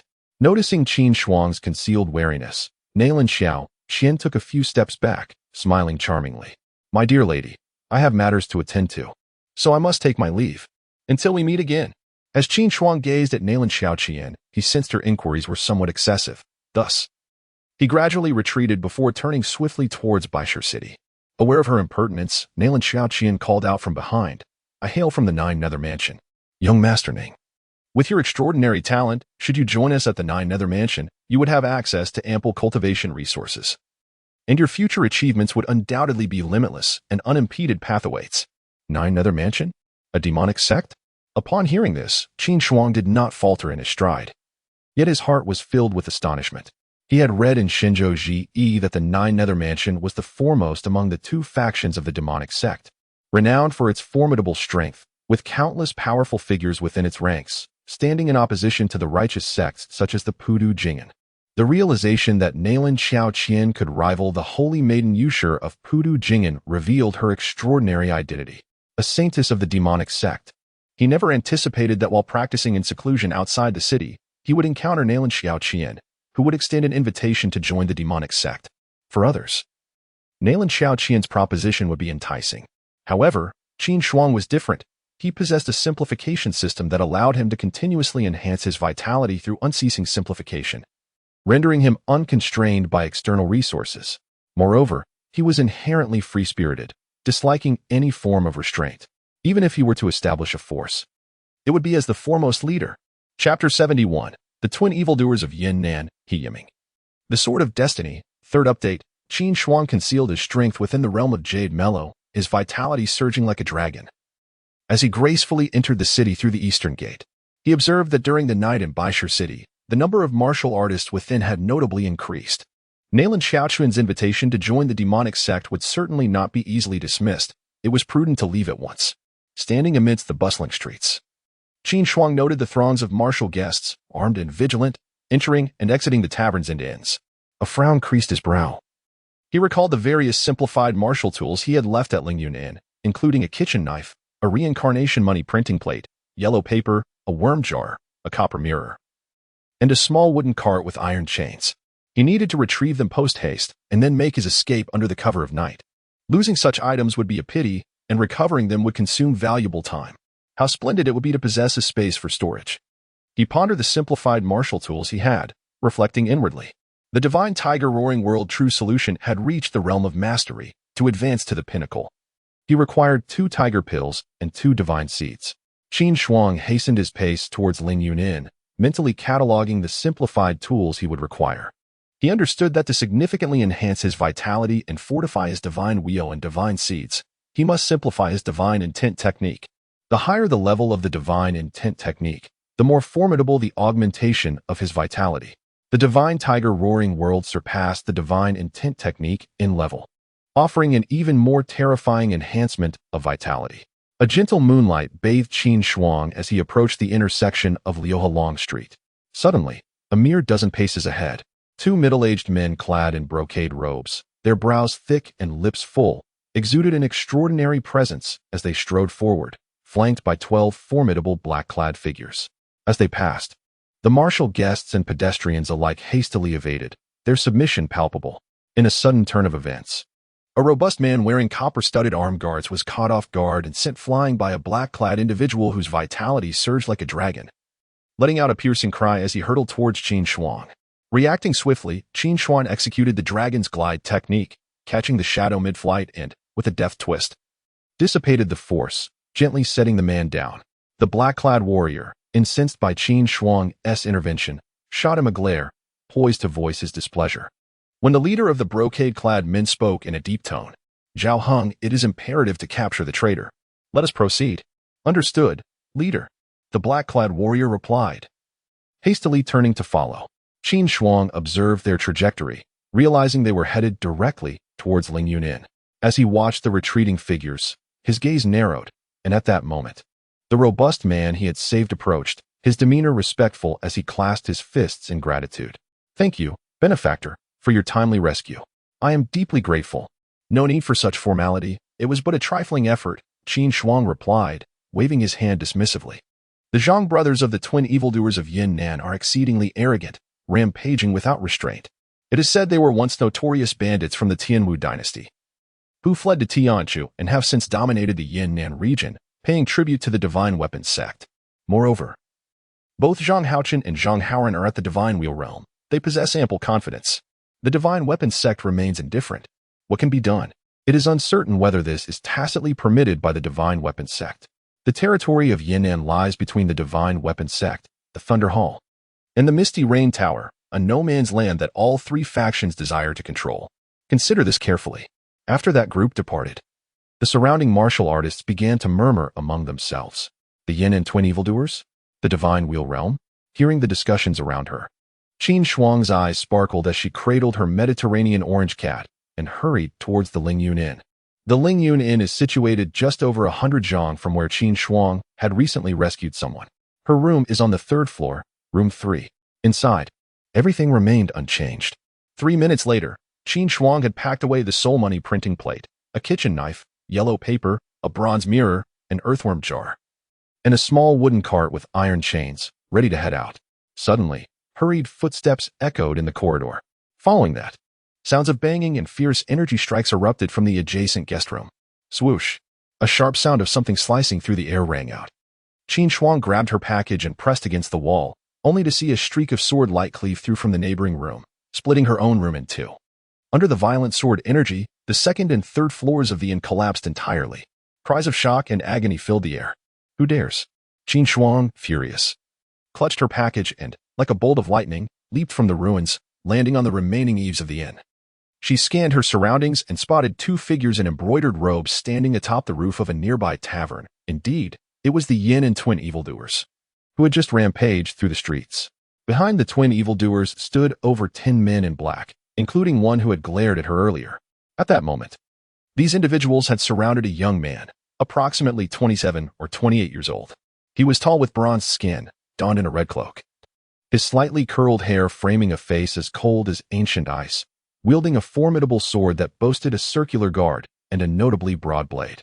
He Ming, surrender the destiny sword, or you shall perish today. One of the slightly older figures in embroidered robes glared at the young man in the red cloak, a trace of bloodlust flashing across his lips as he spoke in a deep voice. The sword light that destroyed my room nearly cost me my life. Qin Shuang placed her package on the eaves and, holding her bald orange cat, stepped forward to scrutinize the two figures in embroidered robes, asking nonchalantly, "What do you want?" "Get lost." Before she could finish her sentence, the older figure in embroidered robes shot a glance at Qin Shuang, his eyes gleaming with menace. He waved his hand to the black-clad men behind him, and immediately, 4 men in the Jade Essence realm lunged forward. Thud, thud. Just as the 4 black-clad men surged towards her, Qin Shuang transformed her hand into a blade, striking like lightning in rapid succession. Each of the 4 black-clad men suffered a grievous wound to their chests and tumbled down into the inn's courtyard. At this moment, the surrounding taverns, inns, and pedestrians on the long street, including martial artists, all hid in the shadows, utterly astonished by Qin Shuang's swift and decisive execution of the yin and twin evildoers. "You seek death."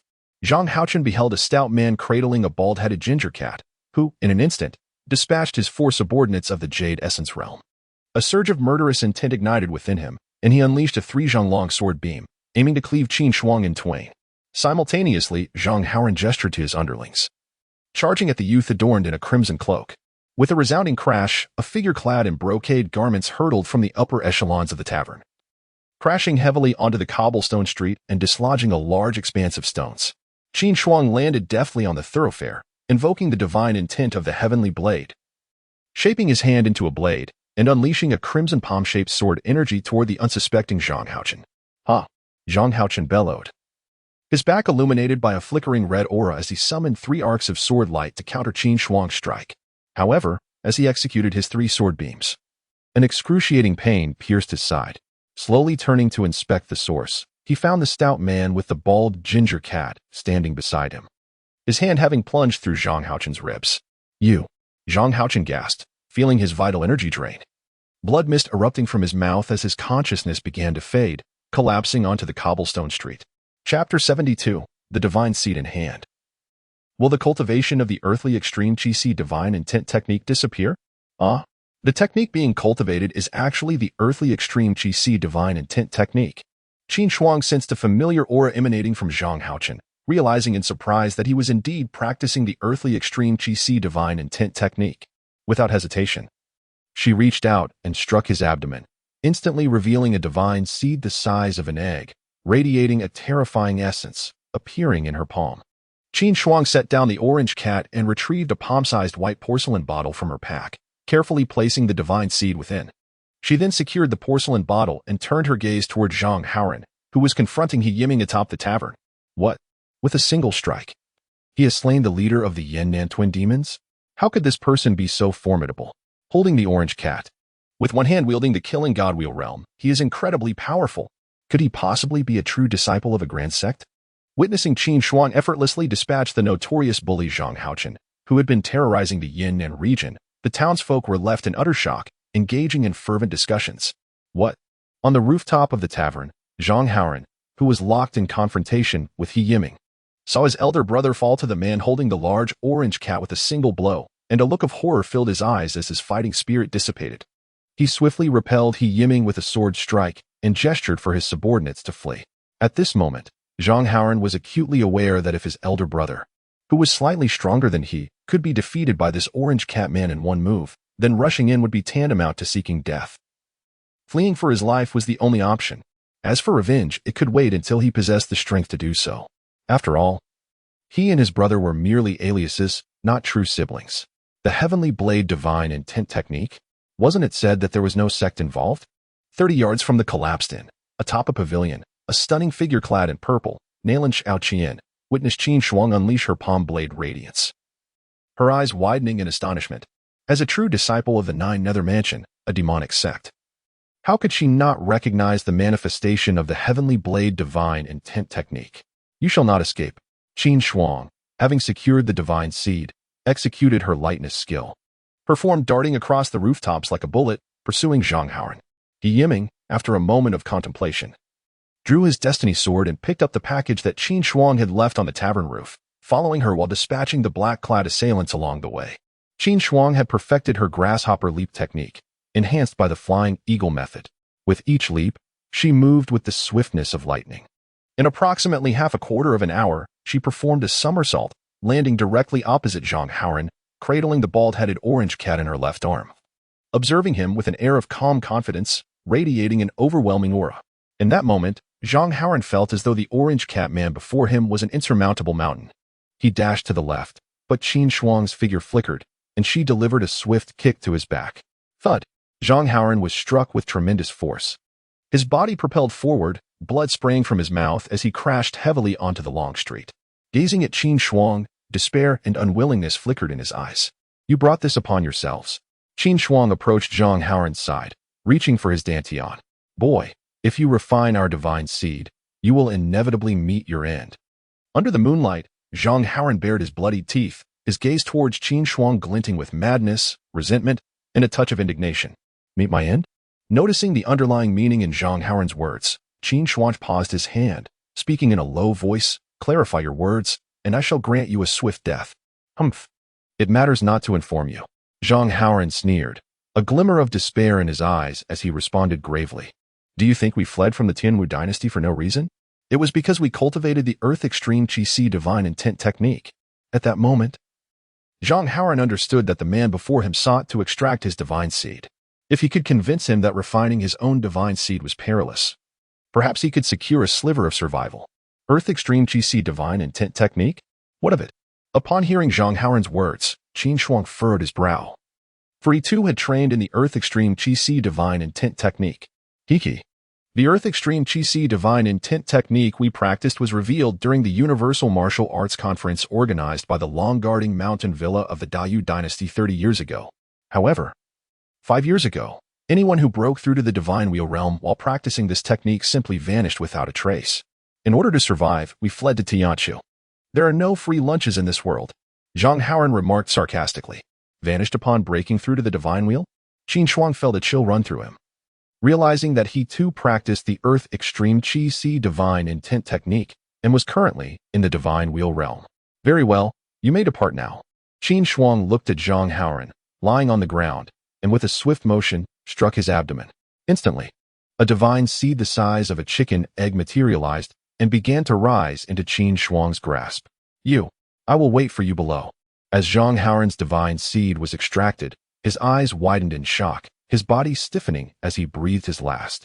As Qin Shuang held the divine seed, a swift shadow appeared a distance away, revealing a tall figure who placed a package down before him. The figure respectfully clasped his fists and said, He Yiming. Thank you for saving my life. It was but a trivial act. You flatter me, he brother. Qin Shuang waved his hand dismissively. Benefactor, this is your package. Please allow me to know your name, and I shall remember it, vowing to repay you in the future. He Yiming reverently placed the package before Qin Shuang and clasped his fist again. My name is Ningjingzun. Qin Shuang smiled slightly and returned the gesture. Benefactor, I am being pursued by the Divine Weapon Sect, so I must take my leave. Until we meet again. He Yiming understood he could not linger too long and promptly took his leave with a respectful bow. Indeed, I must depart as well. Qin Shuang picked up the package and nodded at He Yiming. The Divine Tiger's Roar has reached an advanced stage, with the conditions for 2 divine seeds already fulfilled. Only 2 inner tiger elixirs remain, and the orange tabby cat is still present. Next, he intends to venture into the Lishan Mountains, where only the formidable tiger beasts possess the elixirs, akin to the divine seeds of human martial artists. The likelihood of acquiring them externally is minimal. It would be more prudent to hunt them directly in the mountains. The Lishan Mountains, located in the southern region of the Tianchu dynasty, stand alongside the Xian'an Mountains as one of the 4 great mountain ranges of Tianshu. It is indeed the most favorable destination. The following morning, in the land of Yan'an, 100 miles from Baishur city, amidst a dense forest in the deep mountains, Qin Shuang pried open a large stone to reveal 7 or 8 red earthworms, each as thick as chopsticks. He retrieved a jar from his waist and swiftly placed the worms inside. Dragon step technique, fully realized. Condition: walking with the earthworms for a month and hunting a python for another month to achieve completion. Qin Shuang observed the panel, contemplating the conditions for the dragon step technique, murmuring to himself, "The earthworms are secured. Now I must capture a python." Chapter 73, The Blood Orange Lord. Born with a sword heart, second update. An hour later, deep within the forest, Qin Shuang gazed at a python as thick as his arm. He reached out to extract its fangs, gently caressing its head as the serpent coiled around his arm. Python petting 1 minute. After a minute, a notification sound resonated in his mind from the simplified system. It would be much better if he had subordinates to his system. Qin Shuang recalled the Qinlong Society in Qizhou City, feeling a twinge of regret. How much time could be saved if the members of the Qinlong Society were tasked with catching snakes? However, the infamous death seal in the martial world instilled fear in everyone. His presence would undoubtedly draw attention and lead to being hunted by the Rain Master's concubine. Once he reached the Lishan mountain range, he would need to establish another faction. Qin Shuang bound the python to his arm, with one hand petting the snake and the other holding a large orange, his feet resting on the lush grass. Taking a deep breath, he set off towards Lishan. At that moment, a cacophony of shouts and clashing swords erupted from a distant mountain. A figure clad in a red cloak dashed toward him, closely pursued by 23 brown-clad individuals wielding blades. Could it be? He Ming is in such dire straits again? Hiding behind a large tree, Qin Shuang observed as the distance between the fleeing parties diminished. To his astonishment, the one being chased was none other than He Ming, whom he had encountered just the previous night. At this moment, He Ming's lips were stained with blood, his complexion pale, and he was gasping for breath. Behind him, the 23 brown-clad pursuers were all at the Jade Cavity realm, with the strongest among them being at the Blood Furnace stage, each adorned with an exquisite sword embroidered across their chests. "Rebel, will you not surrender?" The leader of the brown-clad men, Zhou Yuxing, brandished his long sword, encircling He Ming, his eyes revealing a trace of apprehension. He Ming, a traitor of equal strength, had become a source of great wariness due to the Destiny Sword, which had thwarted over 20 of their attempts to capture him. He Ming remained silent, his gaze wary, gripping the Destiny Sword, despair flickering in his eyes. His vitality was nearly depleted, teetering on the brink of exhaustion. At that moment, He Ming spotted a familiar figure landing beside him, and upon recognizing him, a glimmer of surprise and hope illuminated his eyes. "Benefactor." He Ming respectfully clasped his fist towards Qin Shuang, fully aware that his benefactor had single-handedly slain 2 early-stage divine will experts the night prior. However, he couldn't help but wonder why his benefactor was cradling a large orange cat while a python coiled around his arm. Embracing a bald orange cat. You are the Blood Orange Lord." Zhou Yusheng, noting the newcomer appeared to be around 30, holding a large orange cat in one arm and a snake in the other, instantly recalled the night before in Baishur City when the infamous Yin Nan Shua Sha had been brutally slain by a man with a bald orange cat. His eyes widened in horror as he took 5 steps back.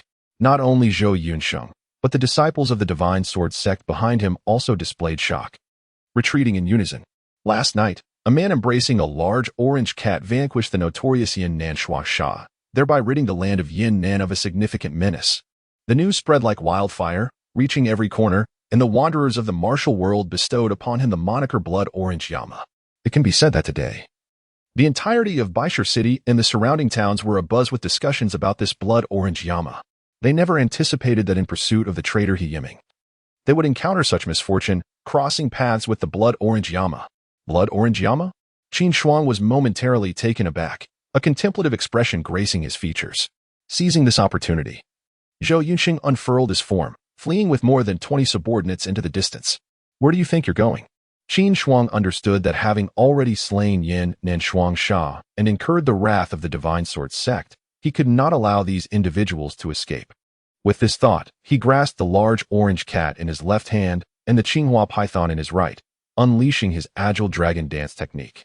His figure flickering ominously as a terrifying aura surged forth, akin to a tiger entering a flock of sheep. Bang! Bang! Bang! Ah! Ah! The sounds of bones cracking and anguished screams echoed relentlessly as the over 20 experts from the Divine Sword sect were sent sprawling in the distance, spewing blood and rendered immobile. Kill count 1. Kill count 1. The sound of notifications resonated within Qin Shuang's mind. You. My Divine Sword sect will not let this go. Zhou Yunxing, gazing at Qin Shuang, was filled with terror before he could finish his words. A massive foot struck his chest, collapsing his ribcage and sending him crashing heavily into the mountainside, lifeless. After dispatching Zhou Yunxing and the others, Qin Shuang commenced the search for valuables, discovering only a modest sum of silver. Thank you, benefactor. You have saved my life once more. He Yiming expressed his gratitude towards Qin Shuang, his demeanor one of deep respect. He Yiming was acutely aware that had it not been for the benefactor Ning Jingyun, he would undoubtedly have met his demise today. I was here hunting snakes and unexpectedly encountered you. It seems we are fated, Qin Shuang remarked, pocketing the silver he had found, a faint smile gracing his lips. He then added in a solemn tone, this place is not suitable for lingering. We must depart. Indeed. He Yiming nodded in agreement, recognizing the potential danger should the experts of the Divine Sword sect arrive. An hour later, 50 miles from the forest where he encountered He Yiming, Qin Shuang inquired, you say your master is adept in alchemy and intends to exchange your heart? He regarded He Yiming and the Heaven's Fate sword in his hand, a look of contemplation in his eyes. Yes, I possess an innate sword heart that resonates most harmoniously with the spirit of the Heaven's Fate sword. Once my sword heart evolves to a certain level, it signifies my demise. I refuse to accept such a fate and have seized the opportunity to escape. He Yiming reflected on the sinister motives hidden behind his master's gentle facade, feeling a pang of discomfort. How did you come to know this? Qin Shuang's gaze flickered as he posed the question. He was not surprised by the revelation. I was initially unaware, but an unexpected incident led me into my master's alchemical chamber, where I discovered a ledger documenting my growth. It spoke of a heart transformation technique to be performed during the transition of yin and yang. He Yiming spoke solemnly. I intend to venture into the Lishan Mountains to hunt for the tiger Dan. What are your plans? Qin Shuang, having set aside her previous concerns, inquired of He Yiming. Do you require the tiger Dan, benefactor? I have heard that the Wan Yao Pavilion offers various inner elixirs for sale, or perhaps we could barter for one. The Lishan Mountains are quite distant. Upon hearing Qin Shuang's words, He Yiming replied, the Wan Yao Pavilion sells the tiger Dan? Qin Shuang felt a flicker of hope. If purchasing or trading was an option, that would indeed be preferable. He too was reluctant to journey to the Lishan Mountains as he sought to simplify his martial tools, which would be more readily available in a bustling city. Indeed, He Yiming nodded, the Wanyao Pavilion has branches throughout Tianchu and even within the Tianwu dynasty. My master has previously visited to procure tiger Dan for alchemical purposes. Very well, let us proceed to a city that houses the Wanyao Pavilion. Qin Shuang resolved decisively. In Qingzhou City, at the headquarters of the Swift Blade Hall, Xiao Jiulong, with a formidable long blade slung across his back, gazed at Fu Chuanying, the vice master of the Swift Blade Hall, who knelt before him, his countenance dark and foreboding. Have you found any suspicious individuals in the city resembling the notorious Qin Shuang? Reporting to you, young master, there have been none, Fu Chuanying responded, shaking his head. Chapter 74, The Ghostly Ruins, Third Update. Cursed be it. That wretched creature has escaped once more. Should I ever lay my hands upon him, he shall pay a bloody price. Xiao Jiulong clenched his fists tightly, his heart heavy with frustration. It seemed that this fiend, Qin Shuang, was toying with him, leading him in circles. First, he arrived at Qingzhou City, then ventured to the Xian-Yin mountain range, and then to Yunzhou. Midway, this demon returned to Qingzhou City. And by the time he arrived, that scoundrel had fled again. My lord, I surmise that the fiend Qin Shuang possesses the art of disguise. Or perhaps he has some means to conceal his visage. Fu Chuanying stepped forward, his expression respectful.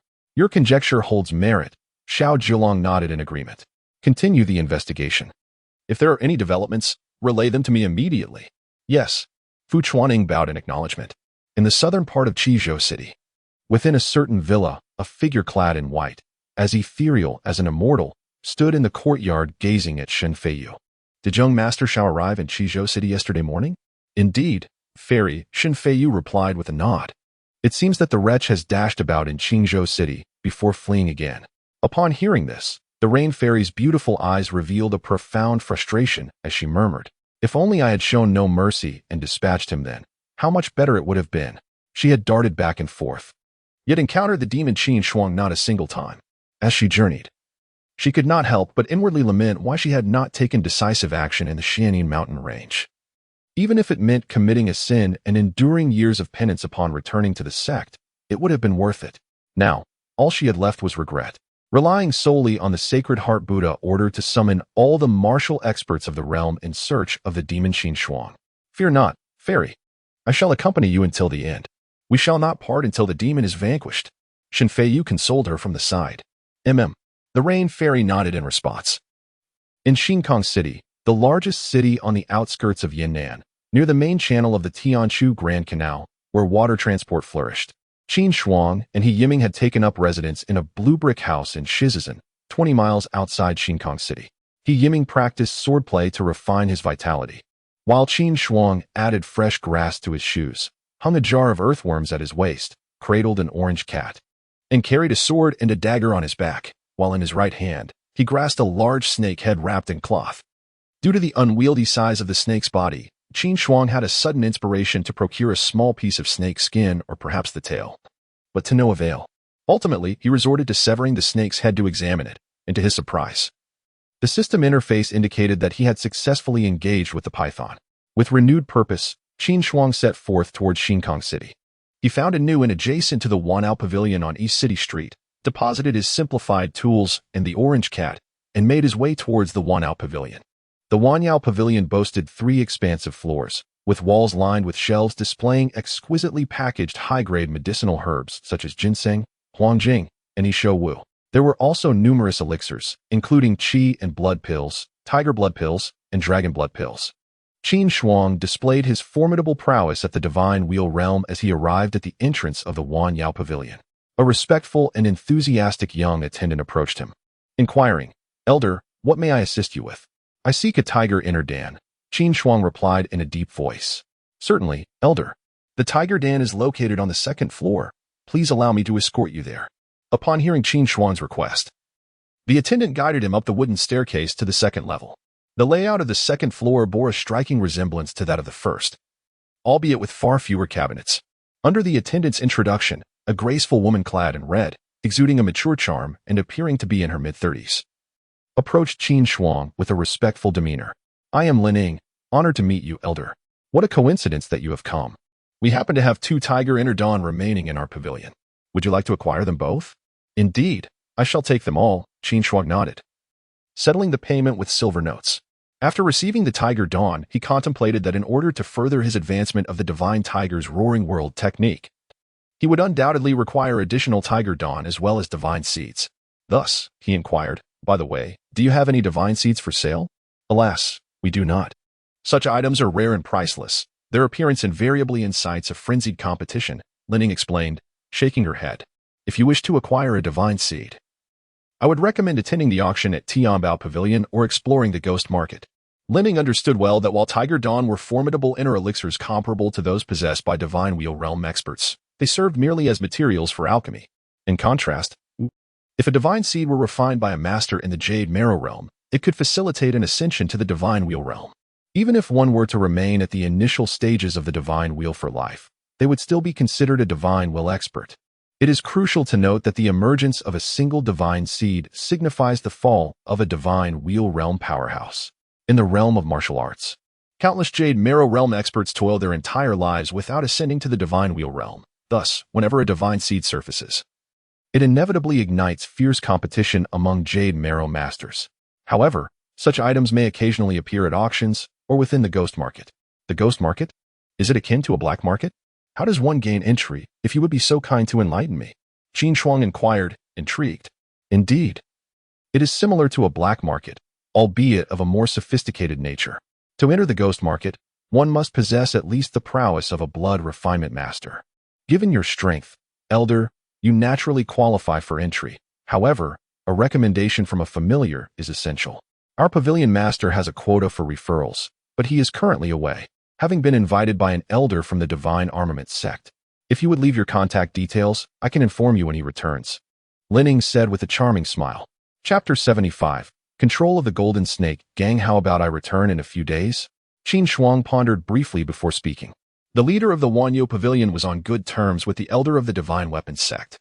Now that he had assumed the guise of the Blood Orange Yama, having slain Yin Nanshuang and over 20 members of the Divine Weapons sect, it was imperative that he avoided contact with the leader of the Wanyo Pavilion and refrained from leaving any trace of his whereabouts.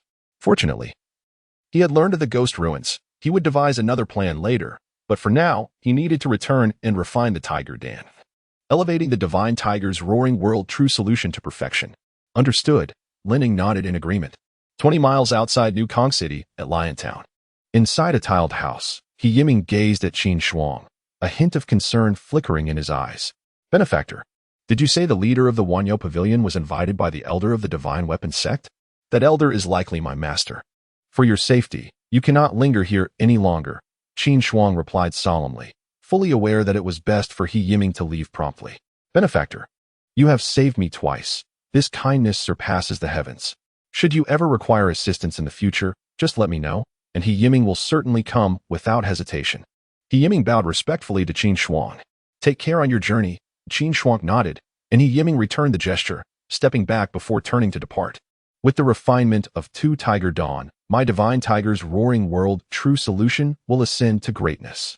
At that moment, Qin Shuang reached into his robe, his eyes gleaming with anticipation. Just then, footsteps echoed at the door.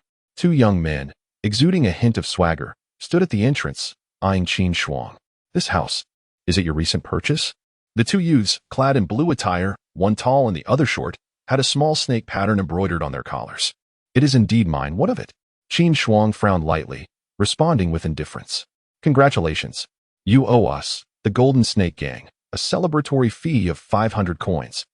And additionally, a monthly tribute of 12 coins, totaling 512 coins. The shorter one, slightly older, around 24 or 25, said as he scrutinized Qin Shuang.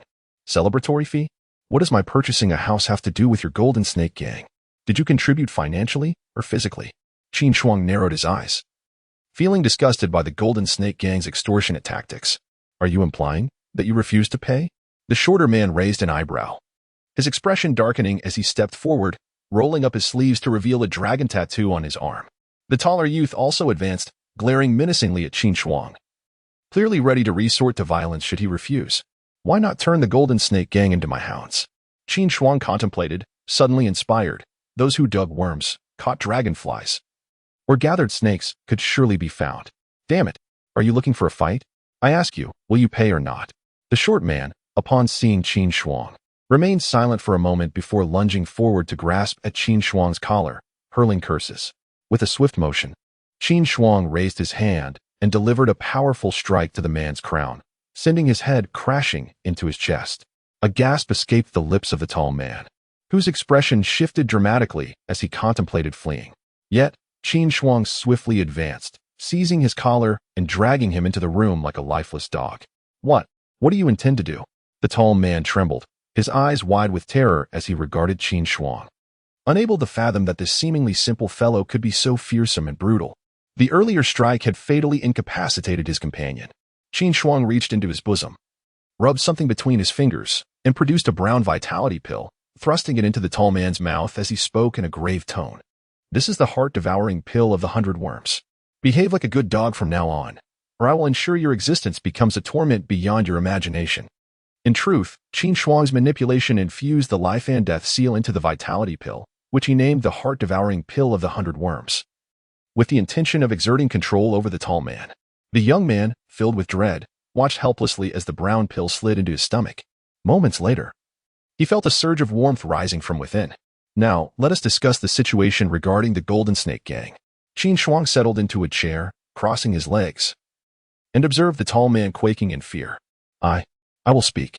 The tall man, face pale with terror, divulged every detail about the Golden Snake Gang. Through his revelations, Qin Shuang learned that the tall man was named Mei Shuang, and that the Golden Snake Gang was one of the two major factions in New Kong City, boasting a membership of 3,500. Under the leadership of one chief and 5 subordinates. The chief, Lan Kaihong, had attained mastery in the Golden Snake Sword technique, making him one of the foremost experts in New Kong City. The headquarters of the Golden Snake Gang was located in the northern part of New Kong City, at the Golden Snake Villa. The expansive villa encompassed a 5-mile radius, where numerous disciples of the gang diligently practiced swordsmanship, martial arts, and techniques with blades, creating a vibrant atmosphere of fervor. In the central grand hall, a tall, gaunt man clad in a brocade robe sat regally at the head, flanked by nearly 20 individuals, each exuding a powerful aura. "Chief, the White Lotus gang has been reclusive, avoiding confrontation with us. According to our intelligence, Pan Balian has fallen into a state of madness during his training, significantly weakening his strength. This is our prime opportunity to strike." At that moment, a scholar wielding a feather fan rose from the right side of the hall, respectfully clasping his fists in salute to the brocade-clad man. "Excellent. Pass the orders.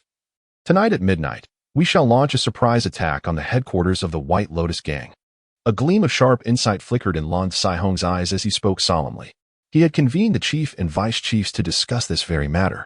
"Not yet," he added, just as a faint voice echoed from outside the grand hall. "Who goes there?" Lan Saihong exclaimed in surprise, turning his gaze toward the entrance. Numerous hall masters, deputy hall masters, and strategists turned their gazes toward the entrance of the hall. There, a man in his 30s, with a simple and honest demeanor, stood at the threshold, carrying a cloth bag. He strode into the hall with an air of indifference, seemingly disregarding the multitude of skilled individuals present. "Just now, 2 of your subordinates sought protection fees from me, and coincidentally, I require a group of individuals to assist me, so here I am. You must be Lan Saihong. Am I right? Step down. Allow me to take your seat." Qin Shuang's eyes swept over the man in the brocade robe seated at the head, speaking with a nonchalant tone. "You seek death." Lan Saihong's fury ignited, his gaze darkening as he swiftly drew his sword. A formidable wave of vitality surged forth, pressing ominously toward Qin Shuang. In that moment, Lan Saihong perceived that, despite the honest man's cultivation being at the Jade Marrow realm, his golden snake sword technique had reached a consummate level. In New Kong City, apart from Pan Balian, no one could rival him. Moreover, so many hall masters and deputies were present. How dare this man audaciously claim the position of hall master? If he did not eliminate him, his anger would remain unquenched. Ding! Qin Shuang extended a finger and lightly flicked Lan Saihong's sword, causing it to shatter into countless fragments that scattered throughout the hall. The hall masters and deputies hastily evaded the flying debris. "You." Lan Saihong gazed at the hand gripping his throat, fear evident in his eyes, his heart pounding in terror.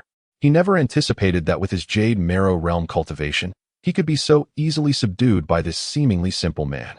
Qin Shuang produced a blood essence pill marked with the seal of life and death from his robes and forced it into Lan Saihong's mouth. The pill slid down his throat and settled in his abdomen, unleashing a wave of warmth. In that instant, Qin Shuang felt the seal of life and death coursing through Lan Saihong's meridians, integrating into his mind's eye. In that moment, Lan Saihong's life and death rested in his hands. Chapter 76. The Great Han Gang. 3 golden halos illuminated the scene as Qin Shuang retrieved a blood essence pill from the cloth bag in his hand. Channeling his vitality, he infused the pill into the life and death seal, placing it upon the table in the grand hall. He gazed at the numerous hall masters and vice hall masters, calmly declaring, "Each of you shall take one, or you shall not leave this hall." The assembly of hall masters and vice hall masters was struck with horror, retreating in unison, their eyes wide with fear. Suddenly, a portly figure clad in black, positioned at the edge of the hall, executed a swift maneuver to flee outside. In an instant, Qin Shuang's gaze turned icy. He vanished from sight and reappeared before the fleeing man, delivering a resounding strike that sent him crashing to the ground, his head crushed into his chest, lifeless, eyes bulging in disbelief. Zhang Hall Master. The remaining hall masters gasped in shock at the brutal demise of Vice Hall Master Zhang Huan, some collapsing to the ground, their bodies trembling in terror. "Predecessor, I am willing to take the pill. I wish to know, what is this medicine?" At that moment, a scholar wielding a goose feather fan approached Qin Shuang, bowing respectfully. "This is the 100-worm heart-devouring pill. If you are loyal to me, you shall live without harm for life. However, should you betray me, death will be your only escape." Qin Shuang replied with a detached demeanor. His reasoning for this was clear. The life and death seal would undoubtedly attract the attention of righteous forces. By invoking the name of the 100-worm heart-devouring pill, he could proceed with greater discretion, avoiding undue attention. After all, in the southern region of Tianshu, there existed many who reared poisonous insects, such as the 7 absolute corruption powder, the 9 soul-severing pill, the 100-worm heart-devouring elixir, and the 1,000 spider 10,000 venom ointment, countless varieties indeed. Among them, the heavenly worm sect stood as a representative of insect breeding. 100 Worm Heart Devouring Pill. The scholar, after a moment's contemplation, declared, "I am willing to take it." With that, he stepped forward, took a pill, and swallowed it with a tilt of his head. Then, looking at Qin Shuang with utmost respect, he proclaimed, "Hall Master, I, Sun Shu, have consumed the 100 Worm Heart Devouring Pill. For life, I shall remain loyal to you and never betray." At this moment, Sun Shu understood that there was no choice left. Refusal meant certain death. He had witnessed the ghastly fate of Vice Hall Master Zhang Huan firsthand. As Sun Shu ingested the pill, Qin Shuang sensed the life and death seal embedding itself into his brow. "Excellent." Qin Shuang nodded approvingly at Sun Shu, then turned his gaze to the other hall masters present. Seeing that the strategist Sun Shu had already complied, the remaining masters stepped forward in succession, each taking a pill, fully aware that hesitation would lead them to the same grim fate as Zhang Huan. From this day forth, the Golden Snake Gang shall cease to exist in New Kong City, and it shall be renamed the Great Han Gang. Lan Kaihong and Sun Shu shall serve as vice masters. Qin Shuang addressed the hall, his expression solemn, revealing a hint of satisfaction as he observed the reverent assembly of Lan Kaihong and the other masters, who dared not even breathe audibly. With the 3,500 members of the Han Gang at his disposal, he would be well equipped to gather various materials for simplified martial arts in the future, thus saving himself a great deal of trouble. At 3 in the morning, in the main hall of the Han Gang located in Shinkong City, a sturdy man of around 30, with a simple and honest appearance, sat cross-legged. His palms formed a circular embrace, and a torrent of vigorous energy surged within him, accompanied by a flickering shadow of a tiger extending 3 yards long. The divine wheel behind him shimmered with golden light, casting a golden hue upon the hall. Even the bald orange cat nestled in the corner was bathed in this radiant glow. Suddenly, a series of system notifications echoed in Qin Shuang's mind. Achievement unlocked.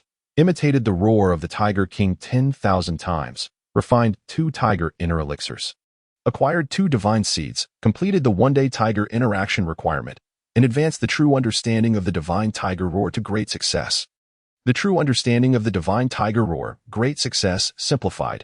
Imitate the roar of the Tiger King 20,000 times. Refine 4 Tiger Inner Elixirs. Acquire 4 Divine Seeds. Engage in Tiger Interaction for a month to achieve perfection. At this moment, a flood of profound insights and techniques regarding the cultivation of the true understanding of the Divine Tiger Roar at the great success level surged into Qin Shuang's consciousness. In an instant, he felt as though he had been cultivating this technique for 24 or 25 years. Simultaneously, a powerful surge of energy coursed through his dantian and meridians, causing his black hair to rise without wind and his robe to billow incessantly. Qin Shuang immediately activated the great success level of the true understanding of the Divine Tiger Roar, channeling and transforming the enhanced energy within him.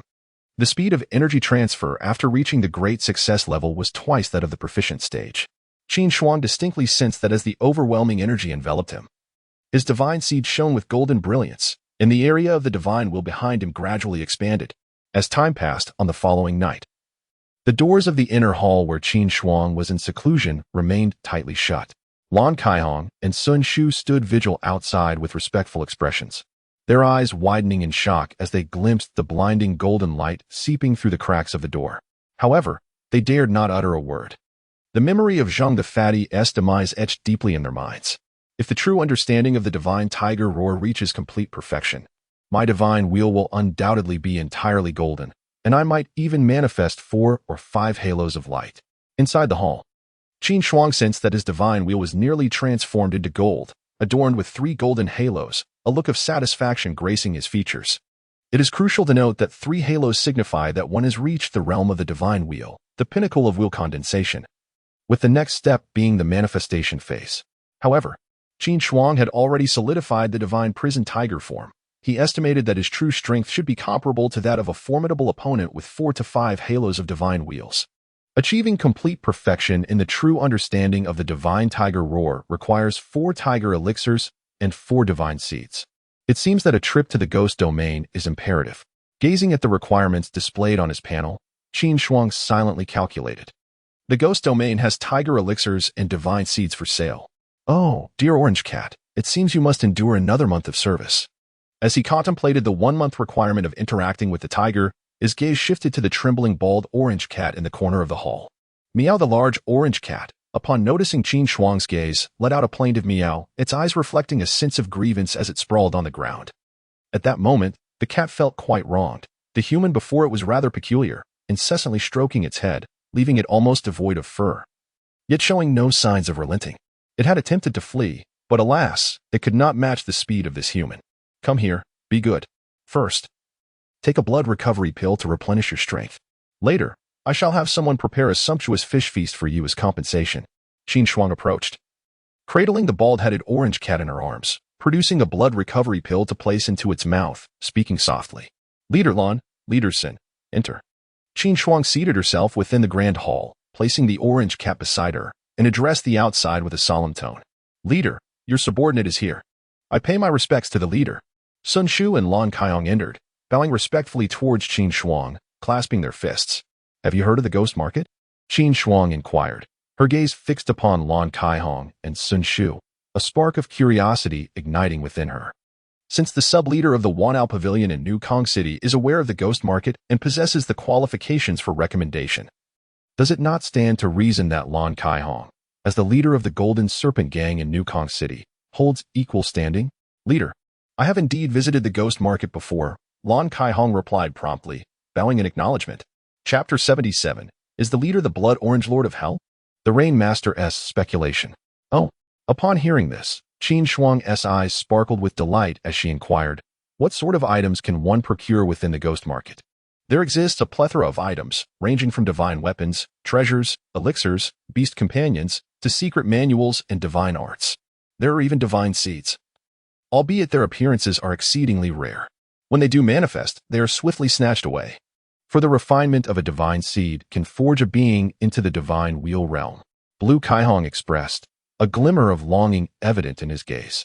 He had been striving to ascend to the Jade Marrow realm for many years, his vitality and energy having reached a peak, yet he remained stagnant, unable to progress. The establishment of the Golden Serpent Gang was solely to acquire a divine seed. Even if he were to remain at the initial stage of the divine wheel realm for the entirety of his life, he would accept it willingly. After all, it would still be the divine wheel realm. Serve me diligently, and should I be satisfied, your cultivation may one day ascend into the divine wheel realm. Qin Shuang remarked, casting an encouraging glance at Blue Kaihong. She was acutely aware that with her simplified system, she would inevitably ascend beyond the divine wheel realm in the future.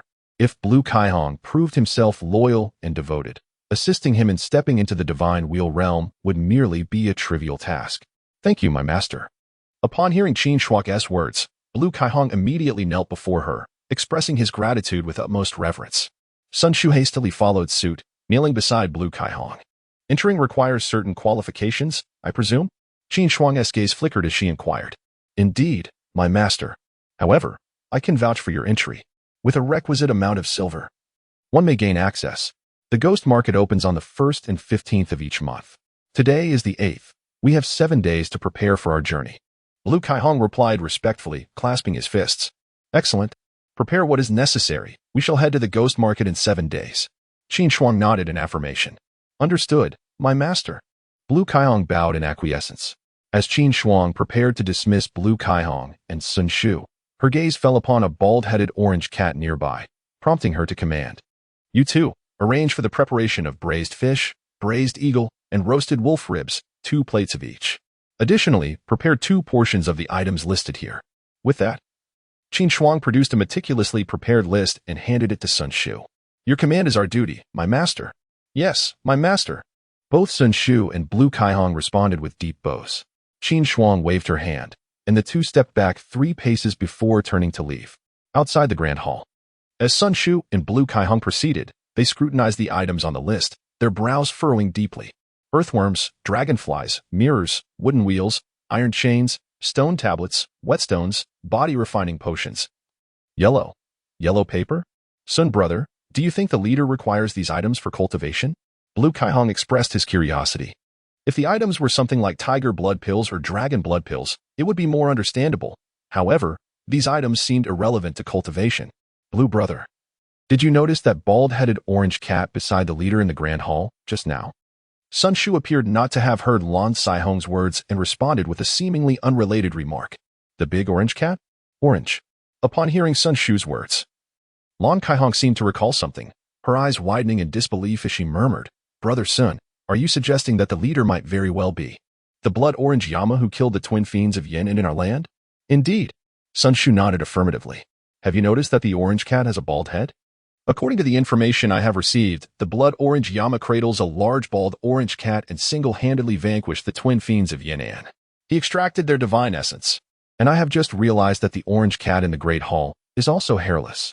Lan Kaihong gasped in astonishment, slapping her thigh. "Brother Sun, your keen intellect and meticulous observation are commendable. The leader is evidently a formidable being at the divine wheel realm. It is no wonder he mentioned that if we serve him well, we might have the opportunity to ascend to the divine wheel realm ourselves. To my knowledge, the twin fiends of Yin are lackeys of the divine weapon sect. The leader's slaying of them and extraction of their divine essence must have created enmity with the sect. Therefore, we must ensure that this information remains concealed. No one should know that the leader is, in fact, the blood-orange Yama. We are currently in the same boat as the leader, and he represents our hope of entering the divine wheel realm." Sun Shu spoke solemnly. "Indeed," Lan Kaihong replied, nodding. "Let us hasten to procure everything the leader requires." At that moment, unbeknownst to them, Qin Shuang, standing merely 10 feet away, had overheard every word they exchanged. "Very well," she murmured to herself, "as long as you can serve me faithfully, I shall not hesitate to assist you in the future." In the Nukong city, at the Yu Bamboo Villa, Qin Shuang stood in the great hall, her feet planted on the verdant grass. Taking a deep breath, she wielded a wooden cart with iron chains in her left hand and a long blade aloft in her right, all while munching on a wolf rib, and a jar of earthworms hung at her waist. With the simplified tools provided by Lan Kaihong and Sun Shu, Qin Shuang finally had the opportunity to delve into various martial arts. Stepping on grass 1 time, deep breath 1 time, iron chain lock wheel 1 time, wielding the blade to the sky 1 time, walking with earthworms 1 minute. The rhythmic chimes of the simplified system echoed in her mind. Ding. Achieve 3 hours of seated consciousness observing the Qi Si, 1,000 deep breaths. In 10 minutes of studying maritime charts, the divine intent of the extreme Qi Si has reached proficiency. Divine intent of the extreme Qi Si, proficient. Simplification. Seated consciousness observing the Qi Si for 3 days, 5,000 deep breaths. And 1 hour of studying maritime charts can lead to mastery. As Qin Shuang engaged with her various tools, a sudden mechanical voice echoed in her mind. Simultaneously, a torrent of profound information surged within her consciousness, imparting insights and techniques regarding the mastery of the divine intent of the extreme Qi Si. In an instant, a surge of vital energy coursed through her meridians. Qin Shuang immediately activated the divine tiger roar true solution, absorbing and converting the essence of blood to nourish his divine seed, while continuously reinforcing the divine will behind him, where the golden light flickered incessantly. In the land of Yan'an, 500 miles away in Guangping City, within the Ru Yi restaurant, a figure clad in white, her face veiled in silk, the Rainmaster's concubine, crushed the wax scroll in her hand. After gazing at it for a considerable time, she set the letter aside, her eyes betraying a profound sense of confusion. "Has there been any news of that fiend, my lady?" inquired Shin Feiyu, seated beside her. The Rainmaster's concubine shook her head and replied, "No, the divine eagles from all corners of the martial world have brought no tidings of that devil, Qin Shuang. It is as if he has vanished into thin air. Even the yellow spring blade has gone silent. How peculiar. Fairy. I suspect that fiend has assumed a new identity to traverse the martial realm. Moreover, his ability to slay Master Dao indicates he has undoubtedly advanced to the divine will stage. Thus, we should be vigilant and keep an eye on any rising experts of the divine wheel in the recent martial landscape. This would significantly increase our chances of locating him." Shin Feiyu mused thoughtfully. "Indeed, young Master Shun, your conjecture aligns perfectly with mine." The Rainmaster's concubine nodded in agreement. "That devil is truly cunning." Chapter 78. The Golden Divine Wheel. The ominous sign reappears. The divine weapon sect is situated atop the Xuanwu mountain range, a vast expanse of over 100 miles characterized by a striking contrast of red and green. The crimson rocks stand in stark juxtaposition to the lush greenery of the dense forests, creating a vivid distinction. Within the red rocky terrain, numerous caves abound, serving as the forge for the divine weapons sect, where weapons of unparalleled caliber are crafted, aided by the abundant core fire of the red flames that lie beneath the earth, making the forging process remarkably efficient. Within a cave spanning 5 zhang, an elder with a formidable presence, his face a deep crimson and garbed in gray, reclines in a grand chair. At this moment, His gaze is fixed upon a tall young man clad in a brocade robe, anger flickering in his eyes. What did you say? No news of Yiming? And none of the blood orange lord either? The tall young man, with long hair cascading over his shoulders, exudes an aura of wildness. Indeed, master, he replies, his tone respectful, refraining from further comment. Damn that blood orange lord Ning Qingyun. How dare he thwart the affairs of the divine weapons sect? The elder strikes the armrest of his chair with a hand, his expression darkening. Junjia, you are to travel to the southern Yin region and seek out the blood orange lord. Bring back his head. At this moment, Ji Qinyun is seething with anger. As an elder of the divine weapons sect, he excels in weapon forging, mastering both the alchemical and medical arts. He had taken He Yiming under his wing due to the latter's innate sword heart. Originally, the twin fiends of southern Yin had pursued He Yiming. Yet the blood orange lord has now intervened. Until this lord is eliminated, tranquility will remain elusive in his heart. His eldest disciple, Zhao Junjie, has already ascended to the divine wheel realm, currently possessing 4 halos in his divine wheel, having entered the phase of transformation. Slaying the blood orange lord poses no challenge at all. Yes, master. Zhao Junjie bows in acquiescence. As for Yi Yiming, I shall personally intervene to capture him. The elder rises, speaking solemnly. In truth, had it not been for his critical seclusion, He Yiming would not have been able to infiltrate the cultivation chamber unnoticed. Now that he has emerged from seclusion, both He Yiming and the fated sword shall not escape. In the southern Yin region at Baisher City. In the Tianshuang Tavern, on the second floor by the window, 2 figures, one old and one young, sit together. It is truly detestable. That wretched woman and the spawn of Qin Shuang have yet to make an appearance. Situ Rue downs his drink, a hint of frustration evident in his eyes. He and his father have journeyed from the Jinwu Hall to Qizhou City, and now to this southern Yin region. Yet news of Nanong Waner and the Yellow Spring Sword Qin Shuang remains elusive. It is as if these two have vanished into thin air. Rue, one must remain calm in all matters to uncover a turning point. Presently, the sacred land has unleashed the Sacred Heart Buddha order to hunt down that little wretch Qin Shuang. He shall inevitably reveal himself. As for that wretched woman Nangong Waner, neither shall escape. Situ Zhan reassures his son in a deep voice. Let us exercise patience in our search. In Baisher City, at the Rui Tavern, a figure draped in white, her face veiled and bearing an ancient sword upon her back, gazes thoughtfully at a letter in her hand. A contemplative expression gracing her beautiful eyes.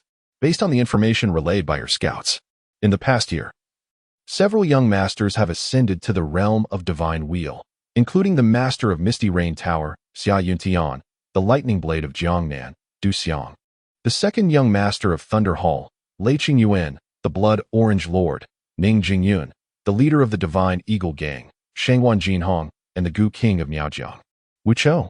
Beside them, Shen Feiyu set aside his beautiful fan, took the letter, and after a moment's contemplation, spoke solemnly. Fairy, I believe we must focus our investigation on those unaligned individuals, particularly Du Xiang, Ning Jingjun, and Wu Chou. Of course, Xia Yutian, Lei Qingyuan, and Shangguan Jinhong also warrant scrutiny. Indeed, the Rain Master's consort nodded. Recently, that demoness from the infernal sect has been trailing me. We must hasten our pace to elude her. Understood, Fairy. Shen Feiyu's countenance brightened as he nodded in agreement. 6 days later, in Xinkang City, at the Yuzhu Villa, Qin Shuang sat cross-legged in the grand hall, silently channeling the true art of the divine tiger's roar, absorbing the essence of vitality to nourish the divine will behind him. At that moment, his divine wheel was merely a hair's breadth away from transforming entirely into gold. Qin Shuang's heart swelled with anticipation. During these 6 days, he had not only fulfilled the requirements of sitting and observing the Qi Si for 3 days, taking 5,000 deep breaths and studying nautical charts for 1 hour, elevating his earthly Qi Si divine intent to a consummate level, but also completed the tasks of waving the blade towards the heavens 1,000 times, gazing at the blade for 2 hours, and sharpening the blade 20 times, advancing his heavenly blade divine intent to a grand mastery. His flowing cloud divine intent also successfully reached proficiency. The life and death seal attained perfection. The eagle flight technique advanced to mastery. The floating shadow technique achieved proficiency, with the essence of vitality from the 3 divine intent techniques. Alongside the 2 movement techniques and the perfected life and death seal, his divine wheel was nourished to achieve a resplendent golden hue. Even the divine seed within his dantian radiated with golden brilliance. Thus, as Qin Shuang channeled the true art of the divine tiger's roar, absorbing the enhancing essence of vitality and transforming the final traces of crimson in his divine wheel to gold. A tremor resonated in his mind. His body erupted with golden light. The golden divine wheel was utterly perfected. Simultaneously, he felt the first golden bone in his chest resonate, and a rune suddenly sprang forth, floating before him. This rune exuded an enigmatic aura. Seeing the rune, which had remained dormant on his chest, reappear, Qin Shuang's eyes widened in astonishment. With a sudden impulse, he exited the grand hall and stepped outside. Instantly, he beheld a colossal rift in the sky, through which cascading waves of colorful clouds poured down. This time, the vibrant clouds were double the size of the last occurrence. Like a resplendent rainbow dragon, they descended from the heavens towards the Yuzhu Villa's grand hall where Qin Shuang stood. The colorful clouds enveloped Qin Shuang, drawing him into the embrace of the rune. He felt himself surrounded by an icy coolness. Heavens! The colorful clouds have appeared once more. Recently, the breathtaking phenomenon of colorful clouds descended upon both the Xian'an mountain range and the city of Jinyong. To our astonishment, the same spectacle has now graced our own Xian Kong city. The vibrant clouds appear to be falling toward the headquarters of the Dahan gang. Let us hasten to witness this marvel. At the very moment the colorful clouds manifested, the citizens of Xian Kong city, along with wandering heroes, collectively gazed skyward, filled with awe and wonder, engaging in animated discussions. Meanwhile, at the Dahan gang's headquarters, a voice exclaimed, "What? The colorful clouds have descended upon the very heart of our leader's grand hall?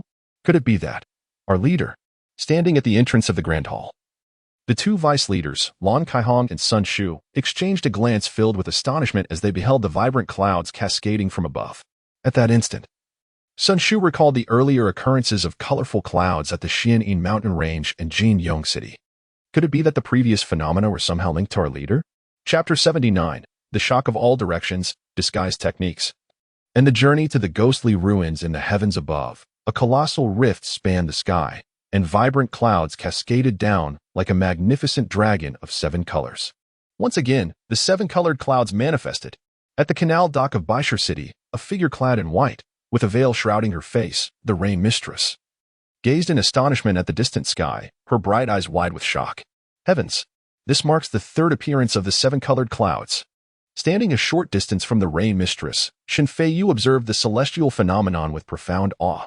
He vividly recalled the prior occurrences. First, the 7-colored clouds over the Xian'an mountain range, followed by their emergence in Jinyong city, which had drawn countless wanderers of the martial world, all believing that a rare treasure was about to surface. However, there were no reports of anyone discovering any treasures at those sites. Only traces of cultivation left behind by an unknown practitioner at the location of the phenomenon in Jinyong city. Fairy, I sense that this is not a manifestation of a treasure's emergence, but rather a celestial phenomenon induced by someone's cultivation, Shen Feiyu remarked solemnly, his gaze fixed on the colorful clouds overhead. Indeed, as we currently lack any news of the demon Qin Shuang, let us proceed to investigate. The Rain Mistress's eyes reflected her contemplative nature. She too was curious. If this truly was the result of someone's cultivation, what extraordinary talent must that individual possess?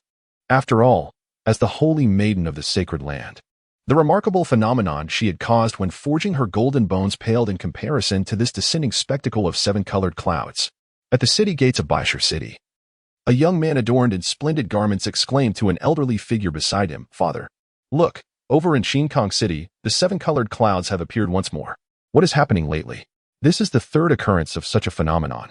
The youth, approximately 23 or 24 years of age, wore a golden long sword pattern embroidered on his attire and was none other than Situ Rue from the Divine Swords sect. The elderly man beside him was his father, Situ Zhan. The father and son duo were preparing to depart Baishur City in search of the Huangquan Heavenly Sword, Qin Shuang, and Nangong Waner, when they unexpectedly witnessed the celestial spectacle in the distance towards Xinkong City.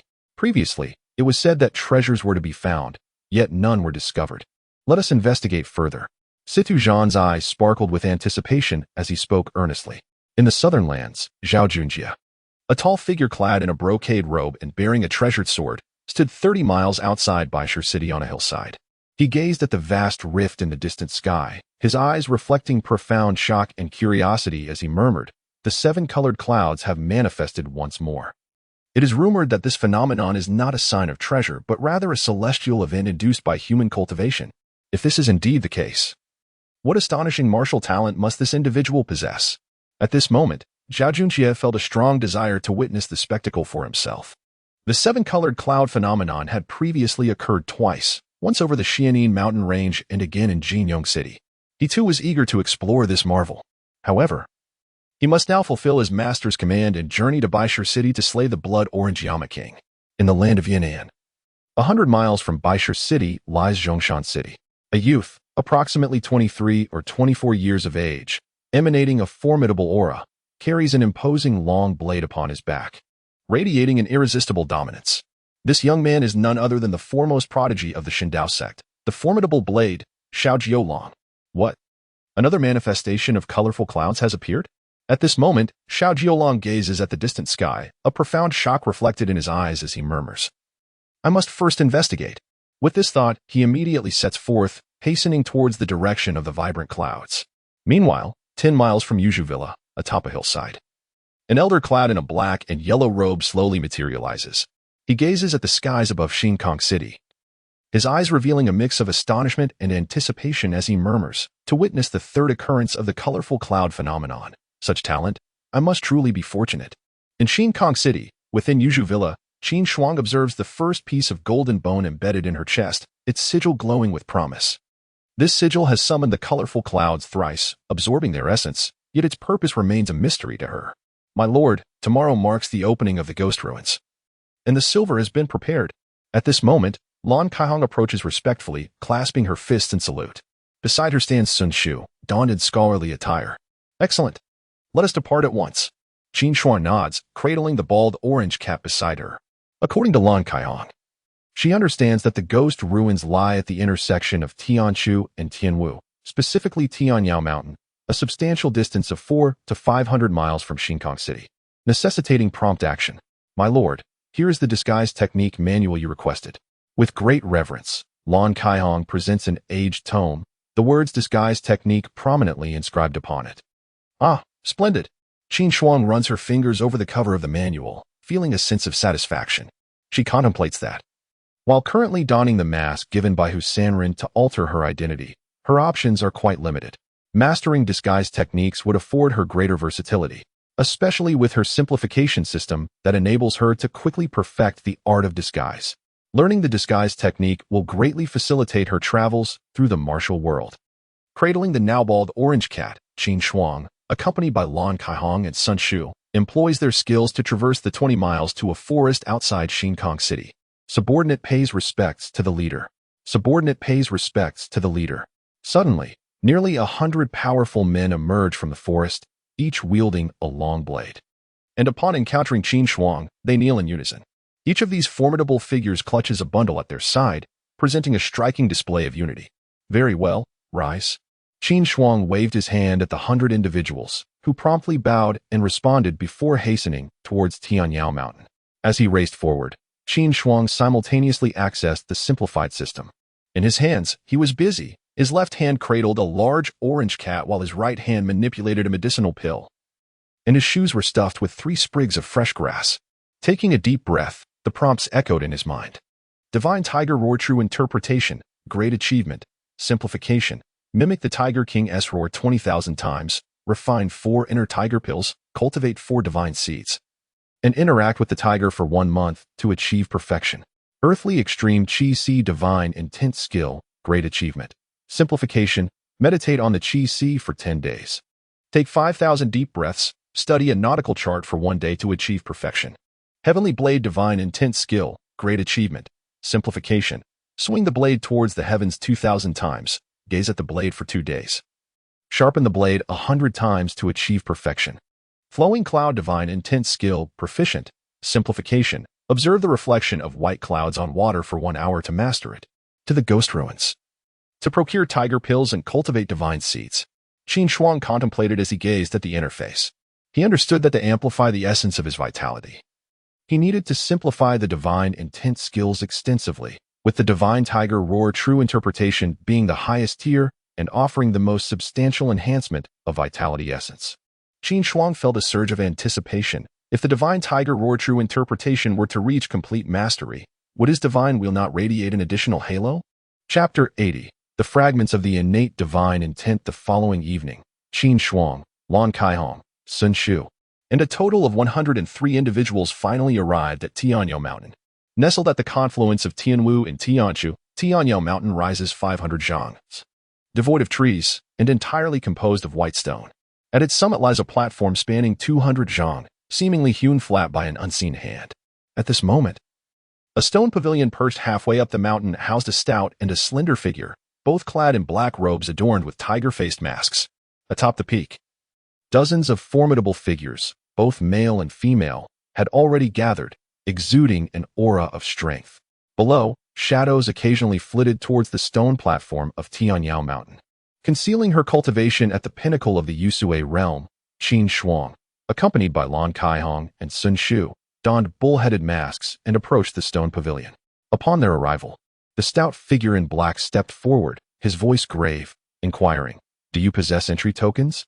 "Respected elder, I have 2 tokens and wish to recommend someone for entry." Lan Kaihong replied respectfully, clasping her fists in a gesture of reverence, and presented 2 black wooden plaques. She felt compelled to show deference, for before her stood 2 guards of the Guishu, both formidable beings in the divine wheel realm, tasked with maintaining order and preventing disturbances. "Very well. You may proceed with a fee of 500 taels of silver," the stout figure remarked, accepting the tokens and inspecting them with a casual demeanor. "Certainly," Lan Kaihong complied, handing over 500 taels in banknotes to the stout figure, who then returned a plaque to Qin Shuang. The trio then made their way towards the white stone platform atop the mountain. At the summit, over 50 individuals had already assembled, most of whom were at the Yusui realm, while only 4 boasted the strength of the divine wheel realm. Leader, this Guishu resembles a black market. Once inside, one may freely set up stalls to sell unwanted items or trade. However, engaging in violence is strictly forbidden. Those who do so will be apprehended by the 2 divine wheel realm guardians at the entrance and face severe punishment. Furthermore, it is said that the Guishu has a powerful backing, Lan Kaihong elaborated as they advanced inward. Indeed, Qin Shuang nodded, scanning the gathered crowd. She observed many individuals displaying their treasures for sale, ranging from an array of weapons, armor, spiritual herbs, elixirs, fragments, rare items, beast eggs, to curious and bizarre objects. However, she noticed the absence of anyone offering divine seeds or the divine intent technique, although various ordinary martial arts were plentiful. "Master, let us wait a while longer. The crowd will be at its peak by 8 o'clock this evening," Lan Kaihong respectfully suggested to Qin Shuang. Qin Shuang nodded, making her way toward a stall that sold manuals. "Esteemed brother, what type of manual are you seeking? We offer a diverse selection, including lightness skills, cultivation methods, palm techniques, and swordplay." The vendor, a gray-clad elder around 50 years of age, donned a ghostly mask and spoke with robust vitality, his cultivation at the Yusui realm. "May I take a look?" Qin Shuang inquired. "Certainly, feel free to browse." The gaunt old man in gray nodded. Qin Shuang immediately squatted in front of his stall, her gaze sweeping across the various martial arts manuals: the Xiantian technique, the Prajna skill, the orchid finger technique, the One-Yang finger, the dragon subduing palm, the golden jade palm technique, the Mingyu divine skill, the Qiyang divine skill, the turtle breathing technique. Qin Shuang discovered that, purely in terms of martial arts techniques, these were indeed far superior to those found in the ghost market. Furthermore, all were newly copied, each technique having numerous volumes available. "How much for these few volumes?" Qin Shuang inquired, glancing at the One-Yang finger, the Xiantian technique, the Mingyu divine skill, the dragon subduing palm, and the turtle breathing technique. Although what she truly needed was the divine intent technique, as only the essence of qi and blood enhanced by it would suffice. She planned to utilize her simplification system to first catalog these martial arts. In the future, with an abundance of skills at her disposal, even her slightest movements or moments of repose could bolster her strength. Even the smallest mosquito possesses a morsel of flesh. Who wouldn't he wish to enhance their power while sleeping? For these 5 volumes, you may take them for 600 taels of silver," the gaunt old man declared in a grave tone. "What? 600 taels?" Qin Shuang was taken aback. It was evident that these manuals were merely copied. The cost of the paper wouldn't even amount to a tael. How dare he demand such an exorbitant price? Even though she had ample silver prepared by Lan Kaihong, she did not wish to be taken for a fool. "Indeed, do not underestimate these copies. They represent a tremendous effort on my part. Each manual has been meticulously transcribed without a single error. If you purchase them, they are surely worth their price, and you would be acquiring a legacy. Such teachings can be passed down to future generations. The so-called divine skills endure through the ages, and the legacy of the greatest swordsman of the past. Seeing Qin Shuang hesitate, the old man quickly began to extol the virtues of his techniques, recounting how various practitioners had achieved mastery after studying them. What is this? Suddenly, Qin Shuang noticed a fragment of a scroll-like object on the old man's stall and inquired. The scroll was a dull yellow, stained and marked with dried blood, measuring only about a foot in length, and was bound with a red thread, resembling a piece of a torn painting. This is remarkable. It is the Xiantian divine intent technique. The old man exclaimed with enthusiasm upon noticing Qin Shuang's interest. Though it is only half. If you take it back and contemplate it, with sufficient comprehension, you might uncover its secrets. If you desire this piece, it would be 3,000 taels of silver. 3,000 taels for this half? Qin Shuang pondered, recalling her own beast skin of the extreme Qi divine intent technique. A spark igniting in her mind as she asked, "May I take a look?" Of course, the old man nodded. Loosening the red thread and handing the half-scroll to Qin Shuang, she accepted it and unfurled the scroll. Indeed, it was half of a scroll. The opposite side showing a tear, clearly a remnant of a struggle between two individuals who had each held a portion. Qin Shuang examined the scroll with great care. The surface bore 5 distinct droplets of blood, upon which was depicted a figure seated in a meditative posture, with only the upper half of the torso visible, the lower half having been torn away. Surrounding this humanoid image was an ethereal glow, encased within a shimmering aura. Radiating from the aura were beams of brilliant light. "My good sir, this is only a fragment. It is utterly impractical for practice," Qin Shuang remarked. His gaze fixed intently upon the tattered scroll as he conversed with the elderly figure known as the Ghost Face. "I am quite intrigued by it. Perhaps, along with these 5 volumes, I could procure it for 600 taels of silver?" 600 taels altogether? That simply will not do. I originally paid a hefty 3,000 taels for it, the old man replied, his demeanor agitated like a rattle drum. "I perceived your extraordinary presence and innate wisdom, believing you capable of unraveling the mysteries contained within this fragment. Thus, I am not seeking to profit from you in this sale." Once, he had held great confidence in his own understanding, investing 2,500 taels in this item from the ghostly ruins. However, as 3 years slipped by in vain, yielding no insights, he now merely wished to recover his initial investment. Chapter 81, Divine Seed. The mastery of divine intent acquired. Thank you for the kind words, my esteemed friend. However, I am quite aware of my own level of insight. Purchasing this merely stems from curiosity and the pursuit of amusement. Thus, I can offer 700 taels of silver. It cannot be more, as silver is exceedingly difficult to come by these days. As Qin Shuang spoke, he intently examined the fragmented chart of divine intent. "Good sir, your price reduction is rather severe. How about this? 2,600 taels of silver, and I shall sell it to you at a loss." The elderly man with a ghostly visage lamented, his face contorted in pain.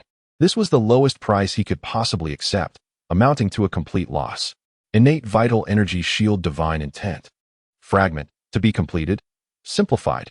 Touch the kidney 100 times. Iron shield the body 100 times. May be completed at that moment. 2 notifications suddenly appeared in Qin Shuang's mind. The panel? Upon seeing the notifications in his mind, Qin Shuang felt a surge of joy, his eyes sparkling. Touching the kidney 100 times and iron shielding the body 100 times could indeed complete the technique. It was akin to discovering a hidden treasure. This trip has certainly not been in vain. Never mind, I shall purchase these few volumes. I will take them for 100 taels of silver. Feeling elated after acquiring the innate vital energy shield divine intent, Qin Shuang immediately pointed to the 5 selected tomes and addressed the elderly man. "That is 500 taels, no less." The elderly man, upon seeing that the divine intent scroll had not sold, sighed inwardly. After all, it was far too expensive, and he could only settle for the profit from these 5 tomes. "At most 200. I shall take it for 200. Qin Shuang shook his head and replied, "My friend, 200 is indeed impossible to accept. Alas, I concede. 300, and you may take it." The elderly man exclaimed, his expression one of deep regret, as though he had just made a decision that betrayed his ancestors. "Deal." Qin Shuang nodded, producing 300 taels in banknotes, which he handed to the elderly man before securing the 5 tomes close to him. "How splendid. This time, I have even acquired a divine seed. What an auspicious turn of events." The emergence of a divine seed is extraordinary. If I can procure it, I shall undoubtedly ascend to the divine wheel realm. At that moment, Qin Shuang suddenly heard a commotion erupt from the other side of Baishir Square. Divine seed? Upon hearing the ruckus, Qin Shuang's heart jolted, and he turned to investigate, noticing a throng of people gathered around a stall. "Master, let us go take a look," exclaimed Lan Kaihong and Sun Shu, having also heard the noise as they respectfully clasped their fists toward Qin Shuang. "Very well." Qin Shuang nodded, and the three made their way toward the source of the commotion. Upon arriving at the stall, they discovered a figure clad in black, wearing a bronze mask, whose cultivation was evidently at the divine wheel realm, condensing wheel. Spread out before him was a black and yellow striped tiger skin upon which lay an array of elixirs, including tiger pills, ginseng, and a variety of materials. The divine seed was contained within a palm-sized white porcelain bottle, prominently displayed at the forefront. This divine seed is a testament to the prowess of the god wheel realm, emanating 2 luminous halos. I ask not for silver, but rather for 2 mid-grade spiritual artifacts, or a high-grade artifact supplemented with my own items. Naturally, should you present something to my satisfaction, I may consider it. He surveyed the gathering crowd of martial artists around him and spoke with a dispassionate tone. 2 mid-grade spiritual artifacts. A single high-grade artifact. Even if I were to be sold, I would not be worth a high-grade artifact. Alas, mid-grade spiritual artifacts. I am at a loss. How regrettable it is. If only I could refine this divine seed, I would ascend to the god wheel realm. Upon hearing the words of the bronze-masked individual, the surrounding martial artists revealed expressions of disappointment. It is essential to recognize that mid-grade spiritual artifacts can significantly enhance one's attack power, with some capable of negating 30% of an adversary's assault. These weapons are utilized by god wheel realm experts, and their emergence inevitably incites fierce competition among martial practitioners. The vast majority of them are merely at the blood furnace realm, lacking mid-grade artifacts to offer in trade. As for high-grade artifacts, they possess nascent artifact spirits, representing the foundational heritage of sects, passed down through generations. Such individuals possess none. Even if they did, why would they part with it for a divine seed? How much for a tiger dan? Qin Shuang stepped forward, addressing the black-clad figure behind the bronze mask. He noticed 4 tiger dawn displayed at the black-clad man's stall, and since his divine tiger roar technique had reached full mastery, he required precisely 4 tiger dawn, each priced at 10,000 taels of silver. The black-clad man replied nonchalantly. The tiger dan, derived from the inner core of the fierce tiger beast king, despite its comparability to a human god wheel realm expert, can only serve as a material for concocting pills that enhance cultivation. Therefore, its value pales in comparison to that of a divine seed. After all, a divine seed, once refined, can transform a master of the jade crystal realm and blood furnace into a god wheel realm expert. I shall take it, regardless of the cost. Qin Shuang stepped forward, clasping his hands in respect. 35,000 taels of silver, and it is yours, the bronze-masked figure stated in a low voice. Deal. Qin Shuang nodded, refraining from further words as he allowed Lan Kaihong beside him to count out the banknotes and hand them over. He understood well that those capable of hunting tiger dawn must possess a strength exceeding the god wheel realm with 2 halos, perhaps even more. Although this individual was merely at the early stages of the god wheel realm, his backing must be extraordinary. Furthermore, a tiger dan at 10,000 taels is indeed worth that price. The bronze-masked man accepted the banknotes and handed over the 4 tiger dawn to Qin Shuang. He took them and cast a glance at the divine seed, his eyes reflecting a sense of regret, as he had nothing to offer in exchange. Presently, he possessed several treasures: the divine tiger's intent, a token, a scroll, a silver needle, and remnants of the heavenly wolf bone forging technique, yet none were suitable for trade. It seemed that to acquire the divine seed, he would need to take matters into his own hands. Qin Shuang gazed at the bronze-masked figure seated on the ground, sighing inwardly. With nothing left to exchange, there lay only one final path, to unearth it through sheer strength. At this moment, Qin Shuang recalled the formidable duo, Yin Nanshuang and Sha. They had proven themselves worthy, presenting him with 2 divine seeds, and he felt a twinge of regret for not expressing his gratitude in person. Let us continue our exploration, Qin Shuang remarked, casting a glance at Lan Kaihong and Sun Shu before meandering towards another stall. Just as Qin Shuang departed, the bronze-masked vendor exchanged a knowing look with the lean weapons seller beside him, both observing the retreating figures of Qin Shuang and his companions, nodding in silent understanding. After 2 more hours of wandering, having circled the stone platform several times without encountering another seller of divine seeds, Qin Shuang turned to Lan Kaihong and Sun Shu. Let us return. We may not have procured the divine seeds, but we did secure 4 tiger pills. The seeds will have to be sought through other mates. Indeed, master, they replied in unison. Both Lan Kaihong and Sun Shu had each acquired a tome of secrets and a weapon forged from mysterious iron. The trio then rose and made their way towards the exit of the ghost market. As soon as Qin Shuang and his companions departed, the previous vendor of tiger pills and the lean weapon seller exchanged glances once more, gathering their wares and following suit towards the exit of the ghost market. Chapter 82, Thunderous Strike, Counterattack. Outside the ghost ruins, a distance of 1 mile.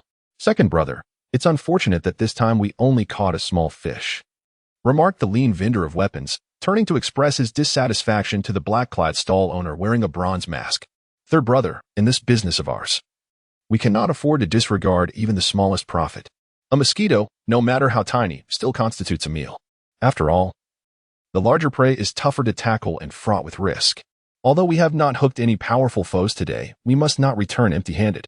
Let us capture a few more of these little mosquitoes to present as tribute, the stall owner with the bronze mask replied solemnly. Indeed, second brother's words resonate. Alas, we have already refined the divine seeds and surpassed our potential for advancement in this lifetime. Sigh. The lean vendor sighed deeply. Third brother, as the saying goes, those who are content are always happy. If it were not for Elder Ji, we would likely still be trapped in the blood chi furnace. Unable to ascend to the esteemed realm of the divine wheel, Zhao Lai spoke with a heavy tone.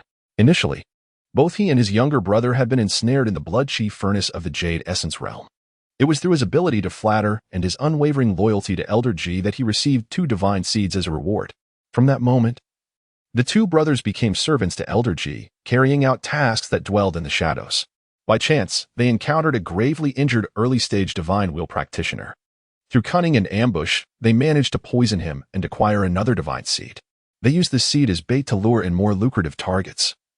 Thriving in their nefarious endeavors, they sold tiger pills and divine seeds, drawing in the most profitable gain. They left their aura on the items sold, and anyone who purchased from them would soon find themselves pursued and eliminated. Indeed, Zhao Jun nodded, acknowledging the truth in second brother's statement. Yet, he was acutely aware that human desires are insatiable. Initially, his aspiration was merely to reach the divine wheel realm in this lifetime. However, upon achieving that goal, his ambitions grew, yearning for even higher realms. Third brother, hurry up. Those 3 prime targets have headed towards the yin-and direction. We must not let them escape. Zhao Lai urged his younger brother Zhao Jun, grabbing his package and hastening toward the direction where Qin Shuang and the others had departed. 20 miles away, within the ghost ruins, in a dense forest, 100 members of the gang of brutes lay concealed. Greetings, gang leader. We pay our respects. Qin Shuang, accompanied by Lan Kaihong and Sun Shu, arrived at the forest's edge, where the 100 gang members approached to pay their respects. Everyone, rise and return to your posts. Qin Shuang commanded as he accepted a large, bald orange kit handed to him by a member of the gang. Just as he was about to leave, his brow furrowed, and he turned to face the direction of the ghost ruins, where 2 masked figures in black were racing towards them. These 2 individuals made no effort to conceal their formidable cultivation aura, exuding a fierce presence that unmistakably marked them as powerful figures of the divine wheel realm. This aura was familiar to Qin Shuang, 2 practitioners of the divine wheel. The atmosphere was charged with an air of trepidation as Lan Kaihong, Sun Shu, and the 100 members of the Han gang were struck with shock. The oppressive aura of the approaching figure, shrouded in the terrifying presence of the divine wheel realm, instilled a compulsion to kneel before such might. What is this?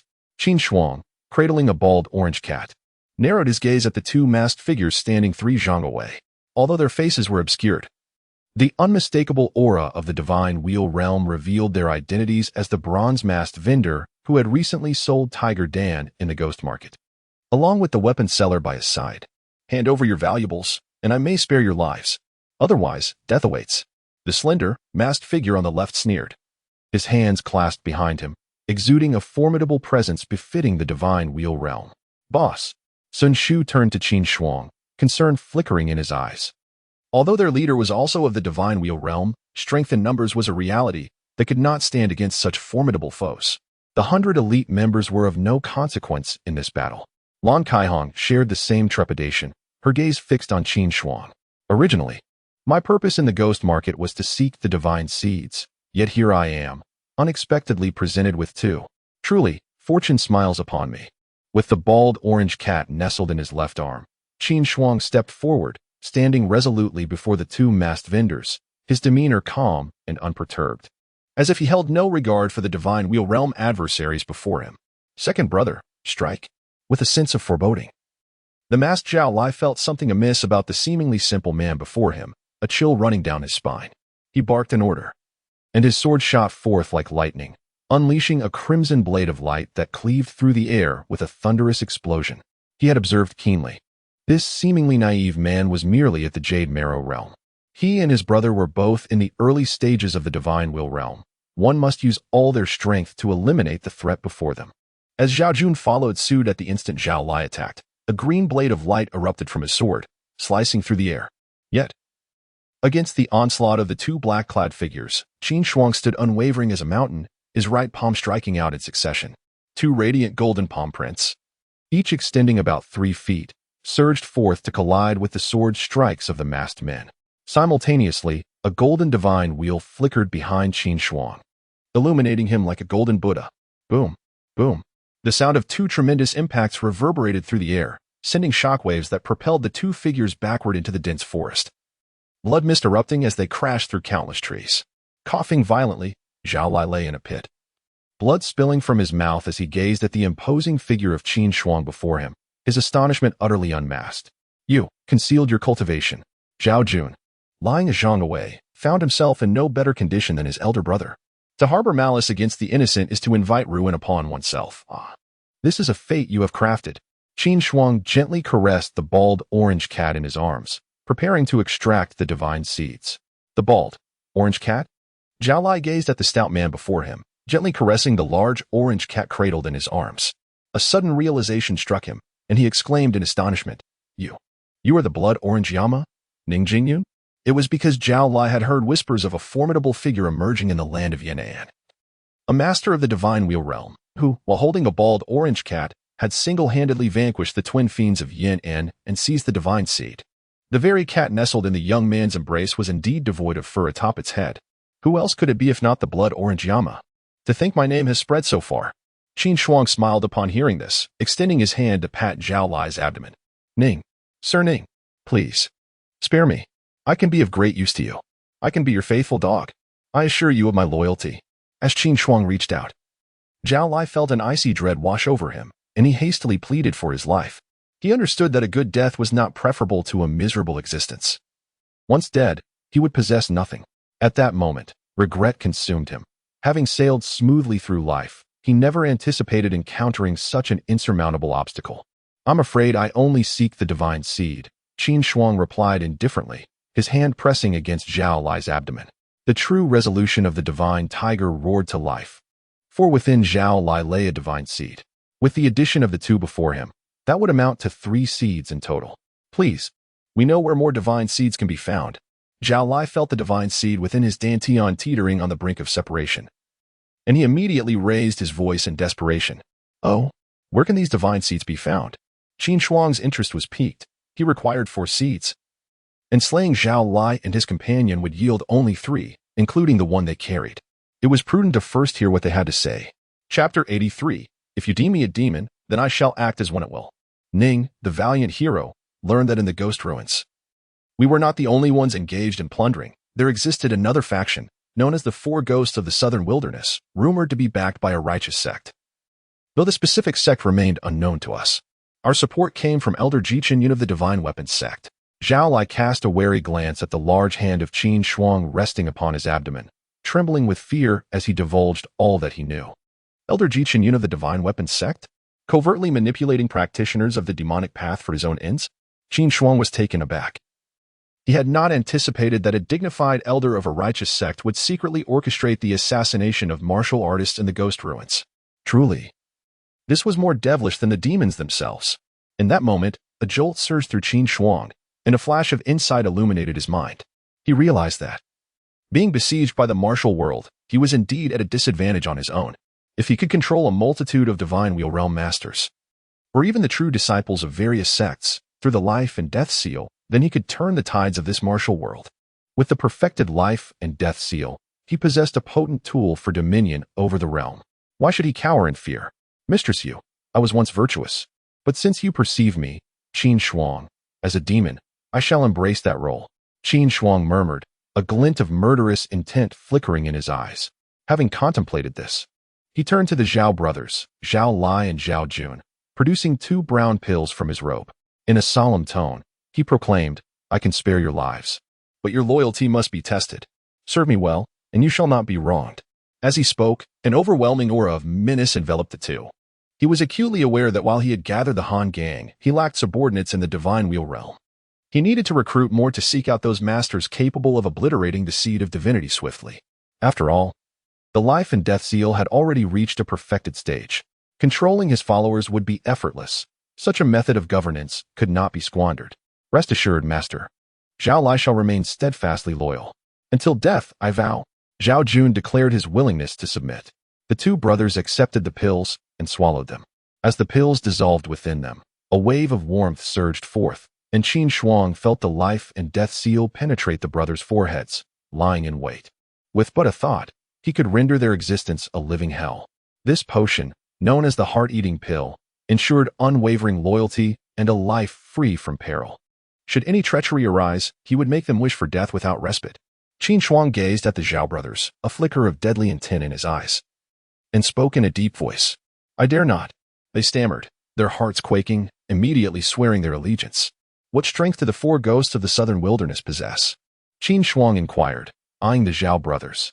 Master, the 4 ghosts of the southern wilderness, like us, ascended to the divine wheel realm through the refinement of the seed of divinity. They practice the phantom spirit technique and are adept in combined attacks, boasting formidable strength that could rival even the transformation of the divine wheel realm. Zhao Lai respectfully addressed Qin Shuang. The shadow spirit technique? Upon hearing this, Qin Shuang's heart stirred. The name of this technique clearly indicated a mastery of agility and speed.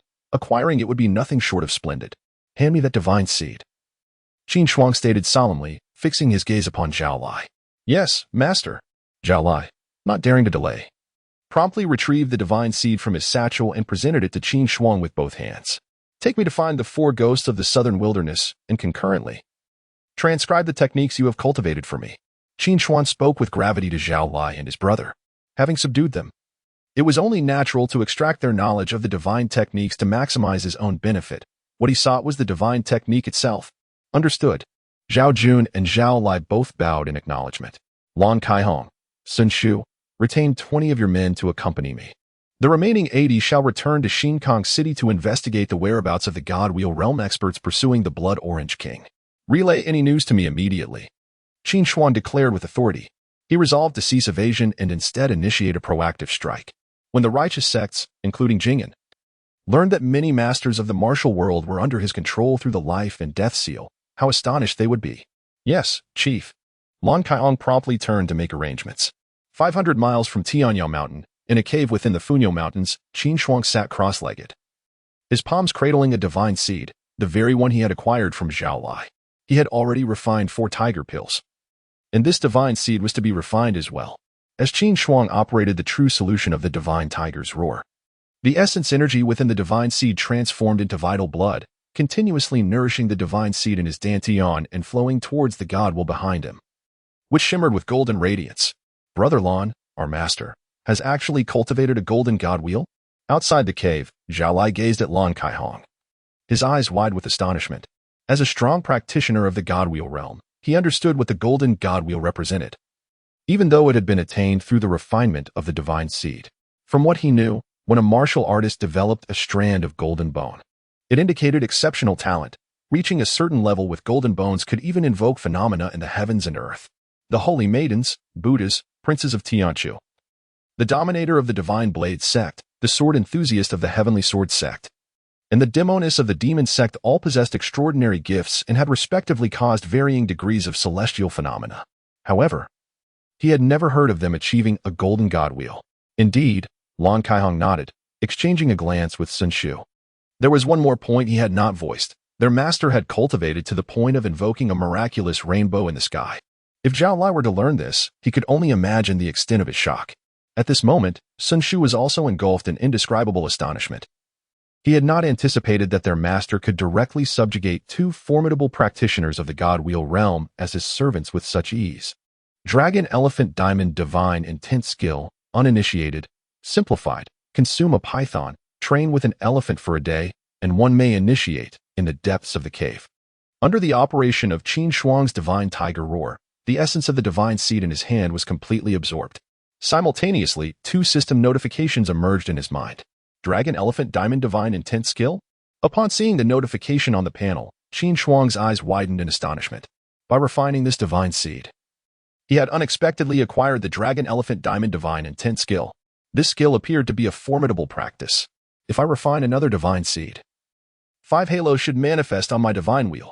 Qin Shuang, feeling the divine will behind him, revealed a profound anticipation in his gaze. Suddenly, at that moment, a figure appeared at the entrance of the cave. It was Zhao Jun. Master, I have just gathered intelligence that the 4 ghosts of the south have returned. They are currently at a villa 30 miles from the Shanhai Pass on the Tianshu border. Zhao Jun respectfully clasped his fist towards Qin Shuang. Chapter 84. The 4 Ghosts of the South. The Condensation of the Tao. Volume of the Tao Platform. First update. Excellent. Upon hearing this, Qin Shuang's eyes sparkled with excitement. Having learned of the whereabouts of the 4 Ghosts of the South, it was only natural that he would set out to capture them. After all, they possessed 4 divine seeds. Qin Shuang recalled the recently acquired Dragon Elephant Diamond Divine Intent, which required the consumption of a python and an elephant, and immediately conveyed his instructions to Lan Kaihong. Lan, take 5 men back to Shinkong City and procure a python, an elephant, a set of chess, and a large iron hood standing a zhang tall. I will need them upon my return. Qin Shuang understood that the Dragon Elephant Diamond Divine Intent likely pertained to body refinement, while the innate Vitality Shield Divine Intent was probably associated with cultivating the Vitality Shield. Both preparations needed to be expedited. If he could refine his body to be as unyielding as diamond, impervious to blades and spears, and augment it with a Vitality Shield, his safety would be greatly enhanced. Should he achieve perfection in both, he would become an invulnerable force, akin to a human-shaped diamond. Yes, Master. Lan Kaihong promptly assembled 5 sturdy members of the gang and turned to depart. Let us proceed to Shanhaiguan. Qin Shuang instructed Zhao Jun. Yes, Master. Zhao Jun respectfully clasped his hands in acknowledgement. Thus, Qin Shuang, Zhao Lai, Zhao Jun, Sun Shu, and 20 others, all clad in black, made their way toward the villa located 30 li from Shanhaiguan. From Zhao Jun, they learned that this villa was named Funyo Villa. Nestled against the mountains and bordered by water, situated by the Grand Canal, and was the stronghold of the 4 Ghosts of the South. These 4 specters not only ambushed at the ghost market, but also engaged in numerous nefarious deeds, including the assassination of wealthy merchants and rampant street violence, amassing considerable wealth over the years. At this moment, beneath Qin Shuang's feet lay several sprigs of fresh tender grass. He contemplated crafting a pair of grass sandals, but it required tender grass. He was holding his breath, with a worm jar hanging at his waist and a large orange cat cradled in his arms, occasionally patting his waist, while the system's notification echoed in his mind. Ding! You have fulfilled the requirements of holding your breath 10,000 times, binding the wheel of the iron chain 1,000 times, and rolling the wheel 500 times. Your locking divine art, divine wheel volume has successfully ascended. Condensation of the Tao. Volume of the Tao platform, entry level. Simplified. Condense your gaze 100 times, read the Tao De Jing 10 times, and construct a stone platform to master. At that moment, 3 notifications from the simplification system resonated in Qin Shuang's mind. Condensation of the Tao? Volume of the Tao platform? Hearing the auditory cue within his consciousness, Qin Shuang's eyes brightened instantly. Simultaneously, a torrent of profound information surged into his awareness, seamlessly merging with his consciousness. It was the cultivation method pertaining to the condensation of the Tao, volume of the Tao platform. At this juncture, Qin Shuang reflected with gratitude. His efforts over the past period, binding the wheel with iron chains, holding his breath, and rolling the wheel, had not been in vain. He had finally elevated the locking divine art, divine wheel volume, from the records in the chronicles of the divine states. He knew that beyond the divine wheel realm lay the Tao platform realm. The divine wheel would ultimately undergo a transformation, evolving into the Tao platform. Within the divine wheel, the image of the divine prison tiger will be imprinted upon the Tao platform, transforming into mystical runes. The stronger the divine wheel, the more potent the condensed Tao platform becomes. The The condensing Dao technique allows the Dao platform to enter a state of concealment, rendering it imperceptible to those below the realm of Dao platform. Qin Shuang gazed at the annotations of the condensing Dao technique, her eyes glimmering with excitement. This condensing Dao technique is truly remarkable. As the group journeyed forth, they arrived at the Funyo Mountain Villa, nestled by the river, the stronghold of the four ghosts of the south at sunset. Let us proceed directly. Qin Shuang instructed Zhao Lai, Zhao Jun, and Sun Shu who accompanied her. Inside the Funyo Mountain Villa, in the spacious courtyard, four slender, green-robed middle-aged men, identical in appearance, were seated around a stone table. Upon the table rested a purple clay teapot and four exquisite teacups, from which steam wafted gently. Brother, the high-grade medicinal materials and wealth we acquired this month are twice that of last month. If we send half to the Master's designated villa, we shall still retain a substantial amount. One of the green-robed men remarked, setting down his teacup, satisfaction gleaming in his eyes. Indeed, the eldest among them nodded. This is all thanks to the young Master's nurturing. Without him, how could we possess our current cultivation in the divine wheel? How could we enjoy today's fortune? Brother speaks true, yet the thought of having consumed the young Master's poison pill leaves me uneasy, lamented the first green-robed man, his eyes filled with concern. To gain immense power without paying a price, where in the world does such a thing exist? At that moment, a faint voice drifted from outside the villa. Who goes there? The eldest ghost of the south, startled, rose abruptly, his formidable aura surging forth. Concurrently, the second, third, and fourth ghosts also stood, warily eyeing the entrance. Whoosh, whoosh, whoosh. The four beheld a stout man clad in blue, with a simple countenance, cradling a large orange cat, landing gracefully in the courtyard, followed closely by two others. You, Zhao Lai, Dao Jun, is it truly you? The eldest ghost narrowed his eyes, his voice deepening as he questioned the Zhao brothers who had leapt into the courtyard. Zhao Lai, we have no enmity between us. What brings you here? As the four ghosts of the south, who thrived on the spoils of the ghostly realm, they were well acquainted with the Zhao brothers. They understood that both parties had their own backing and maintained a mutual understanding of non-interference. The appearance of the Zhao brothers today, however, seemed foreboding. Yet, the youth with the orange cat, clearly of extraordinary status, accompanied them. Even if this youth was merely at the early stage of the divine wheel, they dared not treat him with disdain. Allow me to introduce our new master, Ning Jingjun. Zhao Lai stepped forward, clasping his hands in respect towards the four ghosts of the south. Ning Jingyun? The orange cat? Upon hearing Zhao Lai's words, the eldest ghost's mind raced, locking his gaze upon Qin Shuang, his expression sharpening as he spoke. Are you, the blood-orange Lord Yin Jun Ning Jingyun, who recently vanquished the twin evildoers of Yan'an? Indeed, the youth before me possesses an amiable countenance, cradling a large orange cat, and notably, he is bald. Quite so. Qin Shuang nodded and spoke. I have come here today because I require your divine seed. You wish to acquire our divine seed? Such audacity. Do you believe we are akin to those two worthless fools from Yan'an, who can be easily manipulated? Upon hearing Qin Shuang's words, the great ghost's eyes ignited with fury, his formidable divine will cultivation erupting with a thunderous force, causing the treetops beyond the courtyard walls to sway violently from the pressure. The other three ghosts also glared fiercely, their energy surging as a glimmering short sword materialized in their hands. At this moment, the four ghosts of the southern wilderness were engulfed in inexplicable rage. This individual before them had the audacity to directly demand their divine seed, completely disregarding their presence. It is important to note that the four of them excelled in coordinated attacks. Even a divine will transformation would meet with defeat against them. They were not to be trifled with like the soft persimmons of Yan'an. Kill! Kill! The four ghosts of the southern wilderness exchanged glances, their forms shifting and moving with the swiftness of lightning, vanishing from the courtyard in an instant. Chapter 85, The South Border's Four Ghosts Submit. The power of the life and death seal, second update. Qin Shuang discovered that the South Border's four ghosts had vanished in an instant, causing him to raise an eyebrow. He activated the divine tiger roar true solution, and suddenly, a cold gleam flashed to his right. Qin Shuang propelled himself skyward, and behind him, a golden divine wheel materialized. In an instant, radiant light burst forth, resembling a resplendent sun. Simultaneously, a golden palm print soared forth. Boom! A tremendous sound erupted, and the golden light burst forth within a radius of 10 feet, rippling through the air. Qin Shuang observed that his golden palm print had been partially neutralized by a mysterious force, as if his strike had landed upon cotton. Nevertheless, Despite the formidable power of the south borders for ghost counteraction, it was insufficient to withstand the terrifying might of Qin Shuang's golden palm print, which shattered their combined assault. The four green figures were sent flying backward, crashing against the walls of the manor, collapsing them as the force radiated outward, with debris scattering dramatically. His master actually repelled four formidable opponents with a single hand?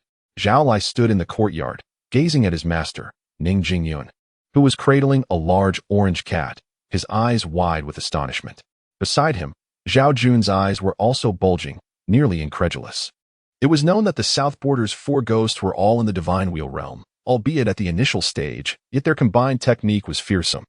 To hear that the supposedly indomitable four ghosts were sent flying by their master, Ning Jingjun, with merely a single hand and one strike, was astounding. Truly, my master is deserving of the colorful clouds that gather around him. Sun Shu stood in the corner of the courtyard, observing the fallen South Borders for ghosts. His heart filled with an indescribable shock. Do you still think my words were overly bold? Qin Shuang, one hand holding the bald orange cat, landed before the leader of the South Borders for ghosts, Ma Chun, and spoke coolly. After speaking, he stepped forward to seal the blood energy of the four. If you dare to kill us for the divine seed, my master will not spare you. Ma Chun glared at Qin Shuang, his tone laced with a hint of menace. Who is your master? Qin Shuang inquired, intrigued, recalling Zhao Lai's mention of the South Border's four ghosts having a powerful backing. Ma Chun's eyes flickered with hesitation. Yet faced with the current predicament, he displayed a resolute determination, declaring, Master Ba Dao Xiao Jiulong. Ba Dao Xiao Jiulong? Is he not the foremost disciple of the righteous sect, the divine sword sect? Qin Shuang's heart trembled at the revelation. He knew that Ba Dao Xiao Jiulong was the most gifted talent of the divine sword sect, whose martial prowess could be compared to that of revered figures such as the saintess of the Pure Land Zen Temple, the sword master Jian Bu heir of the heavenly sword sect, the saintess of the demon sect, Nailan Xiao Qian, and the crown prince of Tianchu, Chu Tianong. He never anticipated that such a martial genius, a pillar of righteousness, would engage in these underhanded dealings. This was akin to the elder Jichin Yun of the divine sword sect. We shall offer you all our possessions, spare us our lives. Ma Chun, observing Qin Shuang's silence, mistakenly believed he was intimidated by young Master Xiao, and a glimmer of hope flickered in his eyes as he added more to the stakes. Truth be told, having painstakingly attained the divine wheel realm, he did not wish for death. He now fervently hoped that the reputation of the young master would instill fear in the present blood orange Yama, Ning Jingjun, allowing him a chance to survive. Consume this heart-eating pill of 100 worms, and become my servant to live. Qin Shuang regarded the four ghosts of the southern wilderness, his gaze momentarily shifting, and spoke in a deep voice. The unique shadowy divine intent of these four was indeed remarkable. When they united their strength, they were nearly invincible. The reason he could defeat and scatter them was solely due to the overwhelming power of his golden divine wheel. Should he manage to control such a combination, he would possess 6 formidable subordinates in the divine wheel realm. This would aid in subjugating more righteous sects of the same realm. When the time came, confronting righteous divine wheel practitioners, he could overwhelm them, inflict wounds, and imprint the terrifying life and death seal. Even if the target was unyielding, a paragon of virtue, they would likely kneel before the imprint. If it were someone akin to Wu Dang's third-generation Shaoqing Shu, it would be even more effortless. The heart-eating pill of 100 worms upon hearing Qin Shuang's words, Ma Chun's heart sank. Initially, he believed that young Master Zhao's reputation would cause Ning Jingjun to hesitate. But it appeared that this Ning Jingjun held no regard for young Master Xiao. Young Master Ning, we have already consumed young Master Zhao's, the second ghost. Ma Xia hesitantly began, glancing at Qin Shuang. It seemed necessary for them to experience the potency of my heart-eating pill of 100 worms. Before Ma Xia could finish, Qin Shuang coldly snorted, stepped forward, grasped Ma Xia's chin, pried it open, and inserted a pill from his robe, then closed his mouth. He proceeded to do the same with the remaining 3 ghosts, administering the pills infused with the life and death seal and activating the imprint. What is this? The 4 ghosts of the southern wilderness, Ma Chun, Ma Xiao, Ma Qiu, and Ma Dong, all widened their eyes as they swallowed the brown pills. Feeling a sudden rush of warmth envelop their bodies, a heat radiating from their foreheads. In the next moment, an unbearable itch surged from within, their skin erupting with an insatiable itch, and their hands began to scratch incessantly. Why is it so itchy? Hiss, it itches to death. The southern wilderness 4 ghosts immediately collapsed to the ground, rolling about in agony, emitting pitiful wails. Their hands clawed at their bodies, nails digging into flesh, and even as blood oozed, they continued to scratch wildly, as if their bodies were not their own. Is this the true power of the heart-eating pill of 100 worms? Zhao Lai, Zhao Jun, Sun Shu, and the others, witnessing the torment of the southern wilderness, 4 ghosts collectively gasped in horror, for they too had been marked by this heart-eating pill of 100 worms. Before Qin Shuang stood the 4 ghosts of the southern frontier. Their plight was truly pitiable. They had no desire to find themselves in such a state. Embracing a large orange cat, Qin Shuang observed the astonishment etched on the faces of Zhao Lai, Zhao Jun, Sun Shu, and the others, silently nodding in approval. This was precisely the effect he sought to achieve. It was imperative for them to grasp the terrifying potency of the heart-devouring pill, nay, to comprehend the formidable nature of the life and death seal. It served as a warning. After 5 minutes had elapsed, Qin Shuang sensed that it was time to alleviate their torment. With a snap of his fingers, he unleashed 4 streams of vital energy, easing the grip of the life and death seal upon the 4 ghosts of the southern frontier. The unbearable itch that had consumed them subsided, and they gazed at Qin Shuang with a mix of horror and trepidation. Master, I was wrong. Ma Chun crawled at Qin Shuang's feet, bowing deeply. I vow to remain eternally loyal to you, never to betray. At that moment, Ma Chun was gripped by an indescribable fear. The heart-devouring pill was truly terrifying. He never wished to endure such an experience again in his lifetime. The sensation had penetrated to the very depths of his being. In that instant, he found himself unable to even contemplate death. I am willing to submit, never to betray. Master, I would willingly brave fire and water for you, without hesitation. The other 3 ghosts, witnessing this, also prostrated themselves at Qin Shuang's feet, swearing their eternal allegiance. Chapter 86. The Rain Master's Speculation Rise. Qin Shuang gazed at the 4 bloodied figures of the southern Jiang 4 ghosts, prostrate before her, and felt it was time to speak. I hope you remember my words today, and never betray me. Yes, Master. We shall remember. The southern Jiang 4 ghosts responded with utmost reverence as they stood. At the Funyo Mountain Manor, in the main hall, Qin Shuang sat in the principal seat, gently stroking her bald orange cat. Seated to her left and right were Zhao Lai, Zhao Jun, and the southern Jiang 4 ghosts, Ma Chun, Ma Xiao, Ma Qiu, Ma Dong, and Sun Shu among others. Did Xiao Zhilong bestow upon you the divine seeds? Qin Shuang inquired, her gaze fixed on the southern Jiang 4 ghosts. Indeed, Master. He implanted the 9 soul-severing pills within us to exert control.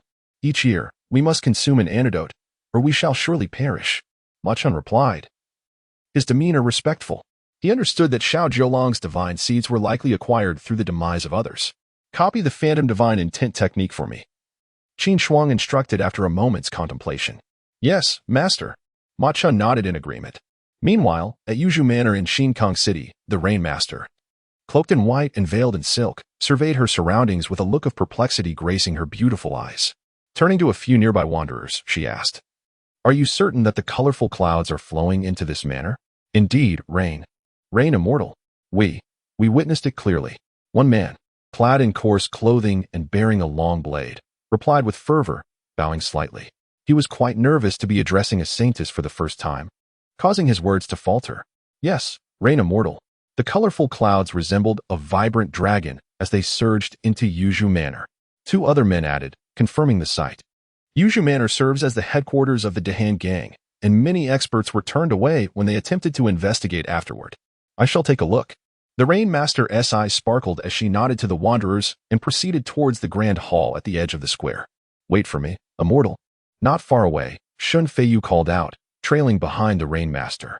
In a fleeting moment, the Rain Master and Shun Feiyu entered the hall where Qin Shuang was in seclusion. Upon a table against the wall lay various iron chains, stone tablets, and cages with dragonflies alongside mirrors resembling mere toys for children. Observing the ordinary hall, the Rain Master furrowed her brow deeply and murmured, this does not seem to harbor any treasures, nor can I sense the presence of the colorful clouds. Could it be immortal? According to my investigation, this is the training ground of the Dahan gang's leader, who resides here when the colorful clouds appear. Shun Feiyu stepped forward, his expression obsequious. Where is the leader of the Dahan gang? Have him come to see me. The Rain Mistress spoke in a tone that was calm and composed. As the holy maiden of the revered sanctuary, Pudu Jing'an, she wielded the Sacred Heart Buddhist order, possessing a significant influence over the martial world. For the leaders of minor sects to have the privilege of meeting her was indeed an honor. However, she was taken aback by the absence of the leader of the Dahan gang.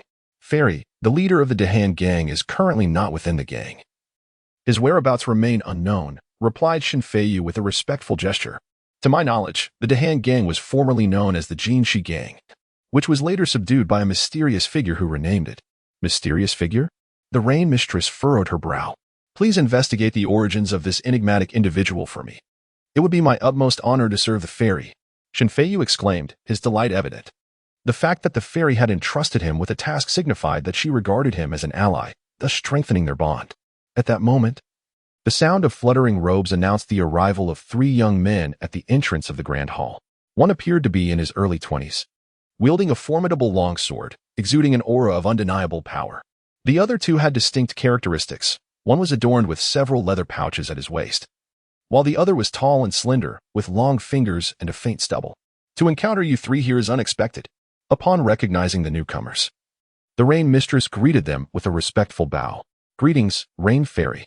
It is a pleasure to see you again, exclaimed Lei Xingyuan, as the trio, Xiao Zhilong, Tang Jia, and Lei Xingyuan, respectfully acknowledged both the Rain Mistress and Shen Feiyu. It appears that all of you were drawn here by the colorful clouds, she continued. I have already investigated, and based on the previous occurrences of this phenomenon, it is highly unlikely to be the emergence of a rare treasure. It is more probable that someone has undergone a breakthrough in their cultivation, resulting in this celestial anomaly. The Rain Mistress observed Xiao Zhilong and the others with a hint of concern reflected in her beautiful eyes, articulating her apprehension. Chapter 87, Lightning Blade Du Xiang. The speculation of the Rain Fairy aligns perfectly with my own conjectures.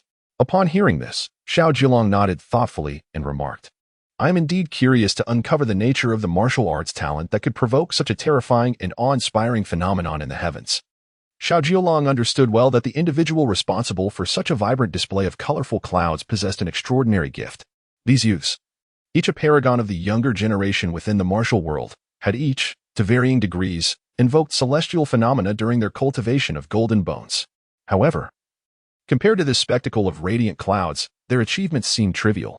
As a formidable figure among the youth, he yearned to discover the identity of the person with such formidable martial prowess. Indeed, the ability to summon a cascade of colorful clouds from the heavens during cultivation is a talent unheard of in the realm of martial arts. I am genuinely eager to learn who this individual is. Tang Jie gazed at the hall where Qin Shuang was cultivating, a contemplative expression crossing his features. He pinched his right wrist with his left hand, his fingers long and exquisitely fair, reminiscent of a woman's delicate hands, displaying remarkable dexterity. To my knowledge, this place is the sanctuary of the leader of the Great Han Gang. The celestial phenomenon of colorful clouds first manifested here. Our primary focus should be to investigate the leader of the Great Han Gang. The Rain Fairy cast a glance at Xiao Zhilong, her voice melodious as a nightingale, enchanting beyond measure. Her implication was clear. She sought only the outcome. By sharing information with Xiao Zhilong, Tang Jia, Lei Xingyuan, and other luminaries of the younger martial generation, she believed it would facilitate the discovery of the individual responsible for the celestial phenomenon. It is essential to recognize that they represent the Divine Blade sect, the Tang clan, and the Thunder Hall. This alliance could be invaluable to their cause. The leader of the Great Han Gang, Xiao Zhilong pondered deeply, then clasped his fists towards the Rain Fairy, expressing his gratitude. Thank you, Fairy, until we meet again. Having said that, he turned to depart. Tang Jie and Lei Xingyuan followed suit, each bowing respectfully to the Rain Fairy before instructing their subordinates to gather intelligence regarding the leader of the Great Han Gang. In Xinkong City, 200 miles away, in Shun City, Qin Shuang sat on the second floor of the Tian Shun Tavern, a feast laid before her that included roasted wolf ribs, marinated beef, braised pork, and beggar's chicken. Beside her, a large orange cat, balding on top, was voraciously devouring a generous plate of sweet and sour fish, its tail wagging excitedly. Has the cat's fur begun to grow back? Qin Shuang mused as she picked up a roasted wolf rib, glancing towards the plump orange cat with newfound interest. She noticed that tufts of short, soft fur had indeed sprouted around the edges of its bald spot. Moreover, she observed that the cat had gained some weight. Perhaps it was the result of consuming a substantial amount of vitality pills and an improved diet, as its limbs and bones appeared noticeably sturdier. Have you heard? The Rain Fairy from the Holy Land, young Master Xiao from the Divine Blade sect, Tang Jie from the Tang clan, Lei Xingyuan from the Thunder Hall, and many other martial artists are all seeking the leader of the Great Han Gang. Our leader has declared that anyone who provides information will be rewarded with 3 Longhu pills. 3 Longhu pills. This indeed is a medicinal elixir that can elevate one's vitality. Regrettably, I have yet to encounter the leader of the Great Han Gang. Alas, I too have not laid eyes on the leader of the Great Han Gang. At that moment, Qin Shuang overheard the discussions of nearby diners. The Rain Master's concubine, the renowned Xiao Jiolong of the Divine Blade sect, Tang Jia, Lei Xinyuan, and numerous other wanderers of the martial world are all searching for me. Upon hearing the chatter around him, Qin Shuang furrowed his brow deeply, pondering to himself. It seems that the 7-colored cloud phenomenon has drawn attention. He understood well that the 3 occurrences of the 7-colored cloud phenomenon were exceedingly shocking. These esteemed figures of the martial realm surely recognized that it was not a treasure from heaven and earth, but rather an anomaly caused by someone's cultivation. Thus, they wished to ascertain whether the leader of the Great Han Gang was indeed the one responsible for the 7-colored cloud phenomenon. At that moment, a figure entered the tavern, a young man clad in gray, around 23 or 24 years of age, with an upright posture, carrying a long saber, and long hair cascading over his shoulders. Upon entering the establishment, his gaze swept the room and landed on Qin Shuang. Briefly glancing at the bald orange cat dining at Qin Shuang's table, his eyes suddenly brightened as he approached and clasped his fist in greeting. "Might I ask if you are the esteemed Ning Jingxian, who has recently made waves in the martial world?" "And you are?" Qin Shuang inquired, lifting his gaze to regard the gray-clad swordsman, his eyes flickering. This young man recognized his identity as Ning Jingyun, undoubtedly due to the bald orange cat. However, he also noticed that this individual exuded an extraordinary aura and was surprisingly at the initial stage of the Divine Wheel realm. "I am Du Xiang, hailing from Jiangnan, without any sect or affiliation, known as the Lightning Blade. I have long admired your esteemed name, Ning brother. It is a great honor to meet you today. To meet is to be fated. May I ask if we could share a table and drink together?" The gray-clad youth stepped forward, a broad smile on his face as he spoke, clasping his fists. "Certainly." Qin Shuang nodded in agreement. As far as he knew, Du Xiang, known as the Lightning Blade in the martial world, was a rising young master of the Divine Wheel realm from Jiangnan. He had not anticipated encountering him here. Chapter 88. The Seal of Life and Death Controls Thousands. The Money Gang. "Thank you, Brother Ning." Du Xiang seated himself opposite Qin Shuang, instructing the waiter to bring 2 jars of bamboo leaf wine. He removed the clay seal and filled Qin Shuang's cup, speaking in a low voice. "Brother Ning, are you aware that the Divine Blade sect has dispatched the young master Zhao Junjie to pursue you?" "Zhao Junjie?" Qin Shuang's heart stirred at the mention, prompting him to inquire, "What is his cultivation level, Brother Dill?" "Divine Wheel realm. His Divine Wheel has already coalesced 6 halos and forged 88 golden bones. He once caused the extraordinary phenomenon of 10,000 swords converging," Du Xiang replied thoughtfully. "Oh." Qin Shuang's eyes glimmered with contemplation. 88 golden bones is far from my own full complement. The 10,000 swords phenomenon pales in comparison to the vibrant spectacle of the 7-colored vision. I am but a step away from condensing 5 halos, coupled with my full set of golden bones and the golden divine wheel. Should Zhao Junjie come, I would not fear him. If he dares to approach, I shall simply eliminate him. Brother Ning's spirit is commendable. To be honest, I have never liked Zhao Junjie. If you can slay him, I would gladly drink 3 cups in celebration." Du Xiang raised his cup and laughed heartily, downing the wine in one gulp. It must be said that Du Xiang was indeed loquacious, well-versed in the affairs of the martial world. From his words, Qin Shuang learned that Zhao Junjie from the Divine Weapons sect had appeared in Xinkong City the previous day. After advising Qin Shuang to remain cautious, Du Xiang took his leave and departed gracefully. Meanwhile, in Shun City, to the east of the city, there lay a vast courtyard shrouded by towering Nan bamboo, the headquarters of one of Shun's major factions, the Money Gang. Within the grand hall, over 20 formidable martial artists were seated. At the head of the table sat a tall elder, who gazed with delight at a short man in green attire before him, inquiring, "Deputy Hall Master Zhang, have you uncovered the whereabouts of the Blood Orange King, Ning Jingyun? Where is he currently?" Reporting to the gang leader, "We have just received word from our scouts that he is at the Tianshun Tavern, drinking with the Lightning Blade, Du Xiang." The short man reported respectfully. "Good. Quickly inform the young master to come, and closely monitor that man." Ouyang Qing, clad in a brocade robe, responded with satisfaction. "If we can assist the young master in capturing the Blood Orange King, it will be a significant merit, potentially earning us a divine seed as a reward. With a divine seed, I could ascend to the ranks of the Divine Wheel realm." Qin Shuang, cradling an orange cat, exited the Tian Shun Tavern just as the Gue Makon approached, respectfully cupping his fists. Master, we have captured the spies from the money gang, who have been monitoring you. Please give your orders. Oh, Qin Shuang's eyes narrowed at this revelation. Take me to see them. Yes, master. Makon led the way, and soon they traversed an alley. Arriving behind a large brick house, where the other three ghosts from the southern border, along with Zhao Lai, Zhao Jun, and Sun Shu, stood in respectful postures. Qin Shuang observed that ever since he had allowed the southern four ghosts to experience the power of the life and death seal, Sun Shu, Zhao Jun, and Zhao Lai had shown him even greater respect than before. This pleased Qin Shuang immensely. It was precisely the effect he desired. A slender man, as wiry as a monkey, lay on the ground, his pallor indicating he had recently endured torture. Master, the Golden Money Gang has 2,500 members. With its headquarters located at the Baiyun Mountain Villa in the eastern city, 5 miles from here, reported Ma Chun as he stepped forward, cupping his fist respectfully. Very well. Let us head to the Golden Money Gang's headquarters. I shall claim this gang for myself. Qin Shuang's eyes sparkled with excitement. His life and death seal had reached perfection. And to advance, he needed to control 1,000 people with the seal, save 5 lives, and eliminate 5 enemies. He realized he only needed to gather the strength to control 1,000 individuals, and the more he could amass, the more advantageous it would be for his ascension. With over 1,000 members in the Golden Money Gang, it was the perfect opportunity to utilize the life and death seal and facilitate his advancement. In the eastern city, at the Golden Money Gang headquarters, more than 20 vice leaders exited the main hall, preparing to depart.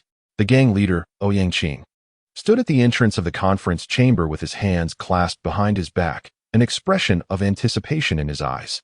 He had dispatched all the hall leaders, instructing his subordinates to closely monitor the blood orange Yama, Ning Jingyun. Aware of his own limitations against Ning Jingyun, he awaited the arrival of his son.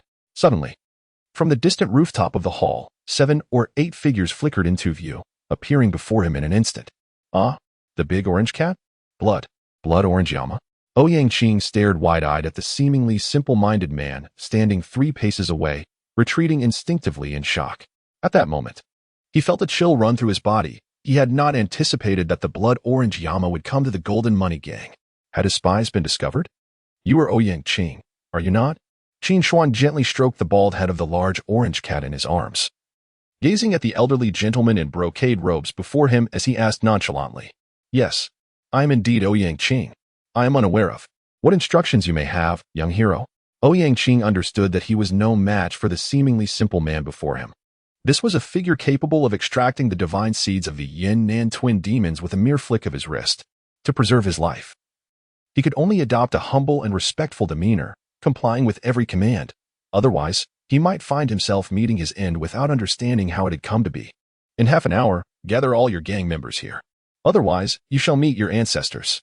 Qin Shuang cast a glance at Ouyang Qing, stepping forward to pat his shoulder lightly as he spoke in a calm tone. In that fleeting moment, he infused the life and death seal into Ouyang Qing's body. Yes, I shall attend to it immediately.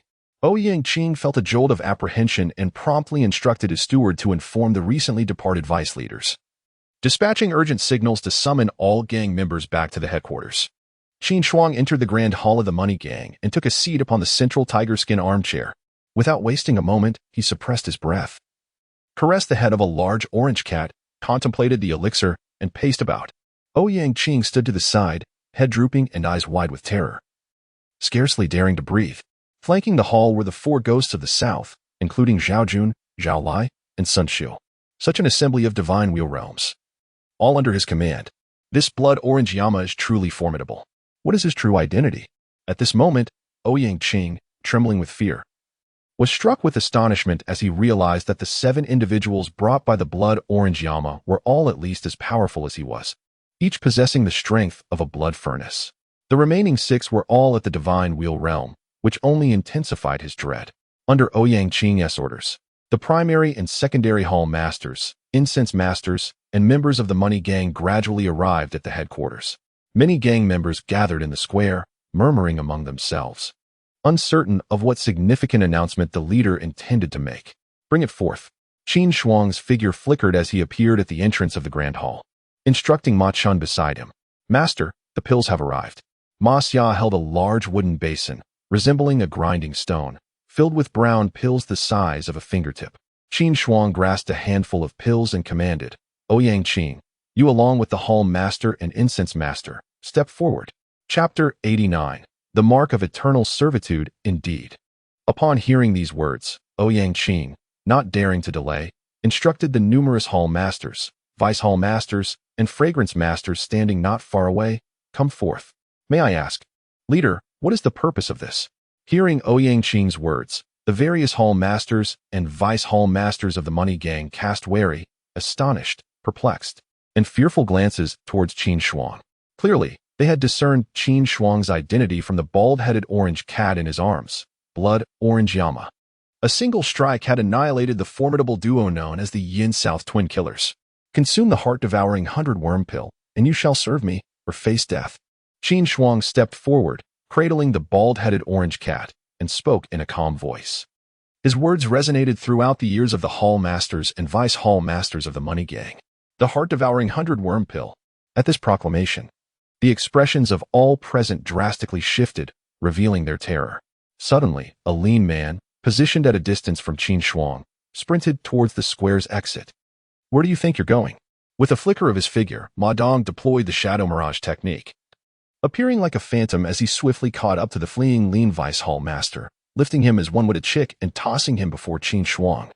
Bowing respectfully, "Master." Qin Shuang unleashed a golden handprint that struck the top of the lean Vice Hall Master's head, causing his eyes to bulge in shock as he shrank back, akin to a turtle retreating into its shell. Upon witnessing the agile Vice Hall Master Zhang captured and reduced to such humiliation, all present, Hall Masters, Vice Hall Masters, Fragrance Masters, and gang members, took a step back in fear. Their eyes filled with dread. None dared to flee. "Consume this heart-devouring 100-worm pill, and with an annual antidote, your loyalty shall grant you life. Should anyone attempt to escape, they shall meet their end." Qin Shuang's piercing gaze swept across the gathering of over 1,500 individuals, as if penetrating their very souls, compelling them to tremble and bow their heads. "Ouyang Qing, if any among them refuse the pill, you shall be held accountable." Qin Shuang turned his gaze upon Ouyang Qing, his tone grave. "Yes, I understand." Ouyang Qing, trembling at the gravity of the situation, stepped forward to accept a red pill, closing his eyes as he swallowed it down.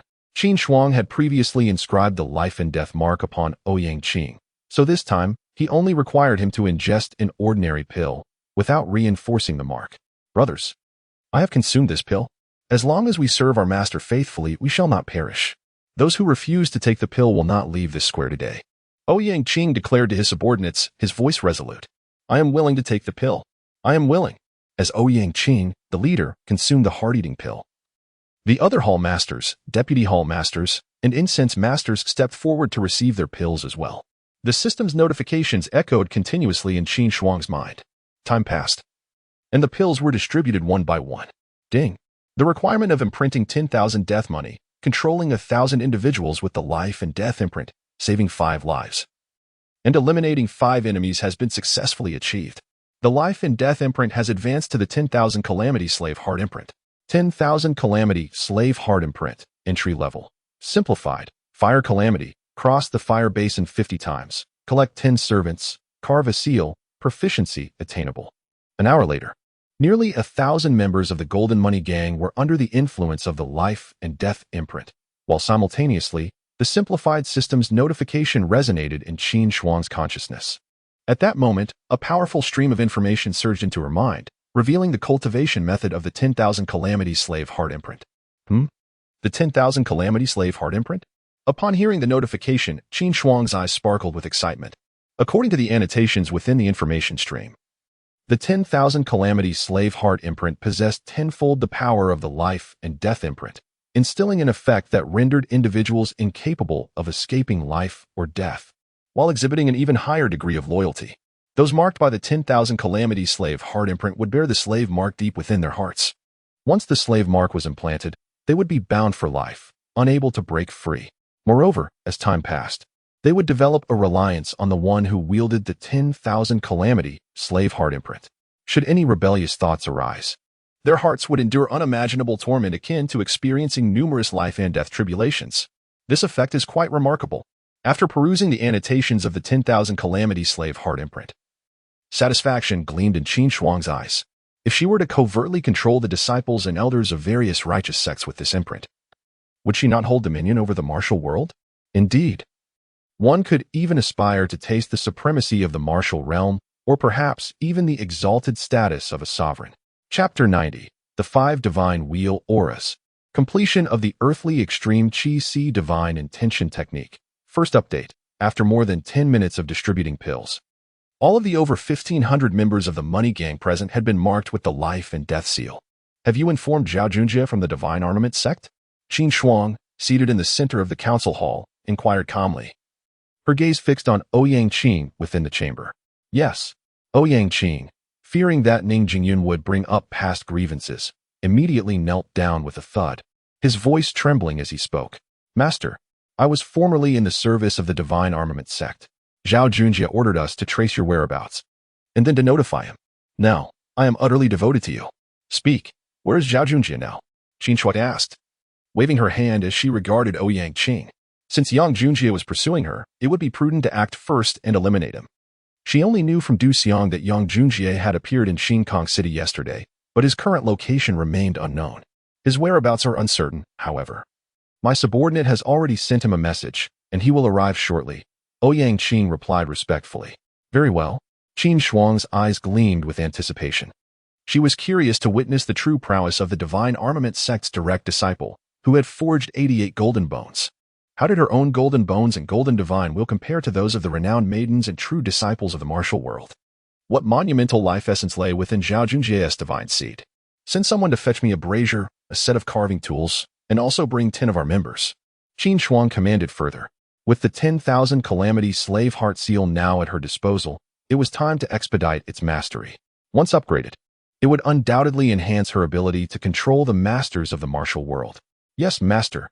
Ouyang Qing replied with utmost reverence before turning to leave. The life and death seal instilled fear among the martial world. If the Rain Master's concubine and the martial experts knew that her 10,000 Calamity Slave Heart Seal was even more terrifying than the life and death seal, they would likely lose sleep for nights on end. Qin Shuang contemplated her 10,000 Calamity Slave Heart Seal, secretly filled with anticipation. In the hall, before her lay the navigational chart she had drawn. Taking a deep breath, she discreetly observed the Qi, her left hand caressing a cat, her right hand holding a pill, and her feet resting on the grass. The sound of the simplified system's notifications echoed in her mind. Ding. Completed 10 days of seated observation of the Qi, 5,000 deep breaths, and 1 day of studying the navigational chart. The Earthly Extreme Qi Divine Intention Technique has achieved completion. Earthly Extreme Qi Divine Intention Technique, completion, simplification. Sit for 1 month observing the Qi. Take 10,000 deep breaths and study the navigational chart for 10 days to upgrade. At that moment, a surge of profound information and imagery flooded into Qin Shuang's consciousness. Merging with her awareness, insights and techniques regarding the perfected practice of the Earthly Extreme Qi Divine Intention Technique. In that instant, Qin Shuang felt as if she had been cultivating this technique for 30 or 40 years. A surge of potent vital essence manifested within his Qi and throughout his entire being. A testament to the completion and amplification bestowed by the Earth Extremity Qi Divine Intent Technique. Qin Shuang immediately activated the Divine Tiger Roar True Solution, channeling the vital essence that filled his dantian and radiated through his limbs, continuously nourishing his divine seed and divine wheel. The perfected Divine Tiger Roar True Solution transformed the vital essence at an astonishing rate, twice as fast as it had during the proficient realm. As time passed, the sky gradually darkened. Just as Qin Shuang finished absorbing the enhanced vital essence from the Earth Extremity Qi Divine Intent Technique, he felt a tremor coursing through his body. The golden divine wheel behind him radiated brilliantly, soaring skyward. Above the wheel, 5 golden halos materialized. Had he finally condensed 5 divine wheel halos? As Qin Shuang sensed the terrifying power that had doubled within him, satisfaction gleamed in his eyes. Golden light ascended. Outside the conference hall of the Money Gang, Ouyang Qing gazed in astonishment at his master, Ning Jingyun, who was immersed in cultivation. His eyes widened in shock. The master's divine wheel was golden in hue. Sun Shu, standing nearby, spoke gravely, a hint of admiration and envy flickering in his gaze. A golden divine wheel? Ouyang Qing felt an inexplicable awe at Sun Shu's words. Although he was merely at the Jade Marrow realm, he had heard of the rarity of golden divine wheels.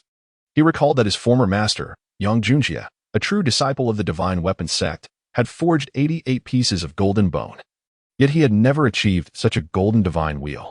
To think that his master had forged a golden divine wheel. The future accomplishments were beyond imagination. The four ghosts of the southern wilderness, Zhao Jun, Zhao Lai, and others, stood respectfully at a distance, awaiting their master's cultivation with reverence, though their eyes betrayed their own astonishment and envy. Suddenly, a soft exclamation pierced the air from the distant entrance. A tall youth in a brocade robe appeared in the square, his gaze directed at the hall where Qin Shuang resided, surprise evident in his expression. This brocade-clad youth bore a treasured sword upon his back, exuding a formidable and terrifying aura. He stood tall, with an extraordinary demeanor, resembling a sword poised to ascend the heavens.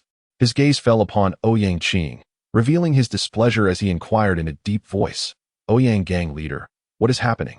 At that moment, Zhao Junjie felt quite irked. Previously, whenever he visited the money gang, Ouyang Qing had treated him with utmost respect and hospitality, yet today, it seemed as though he were invisible. Such audacity.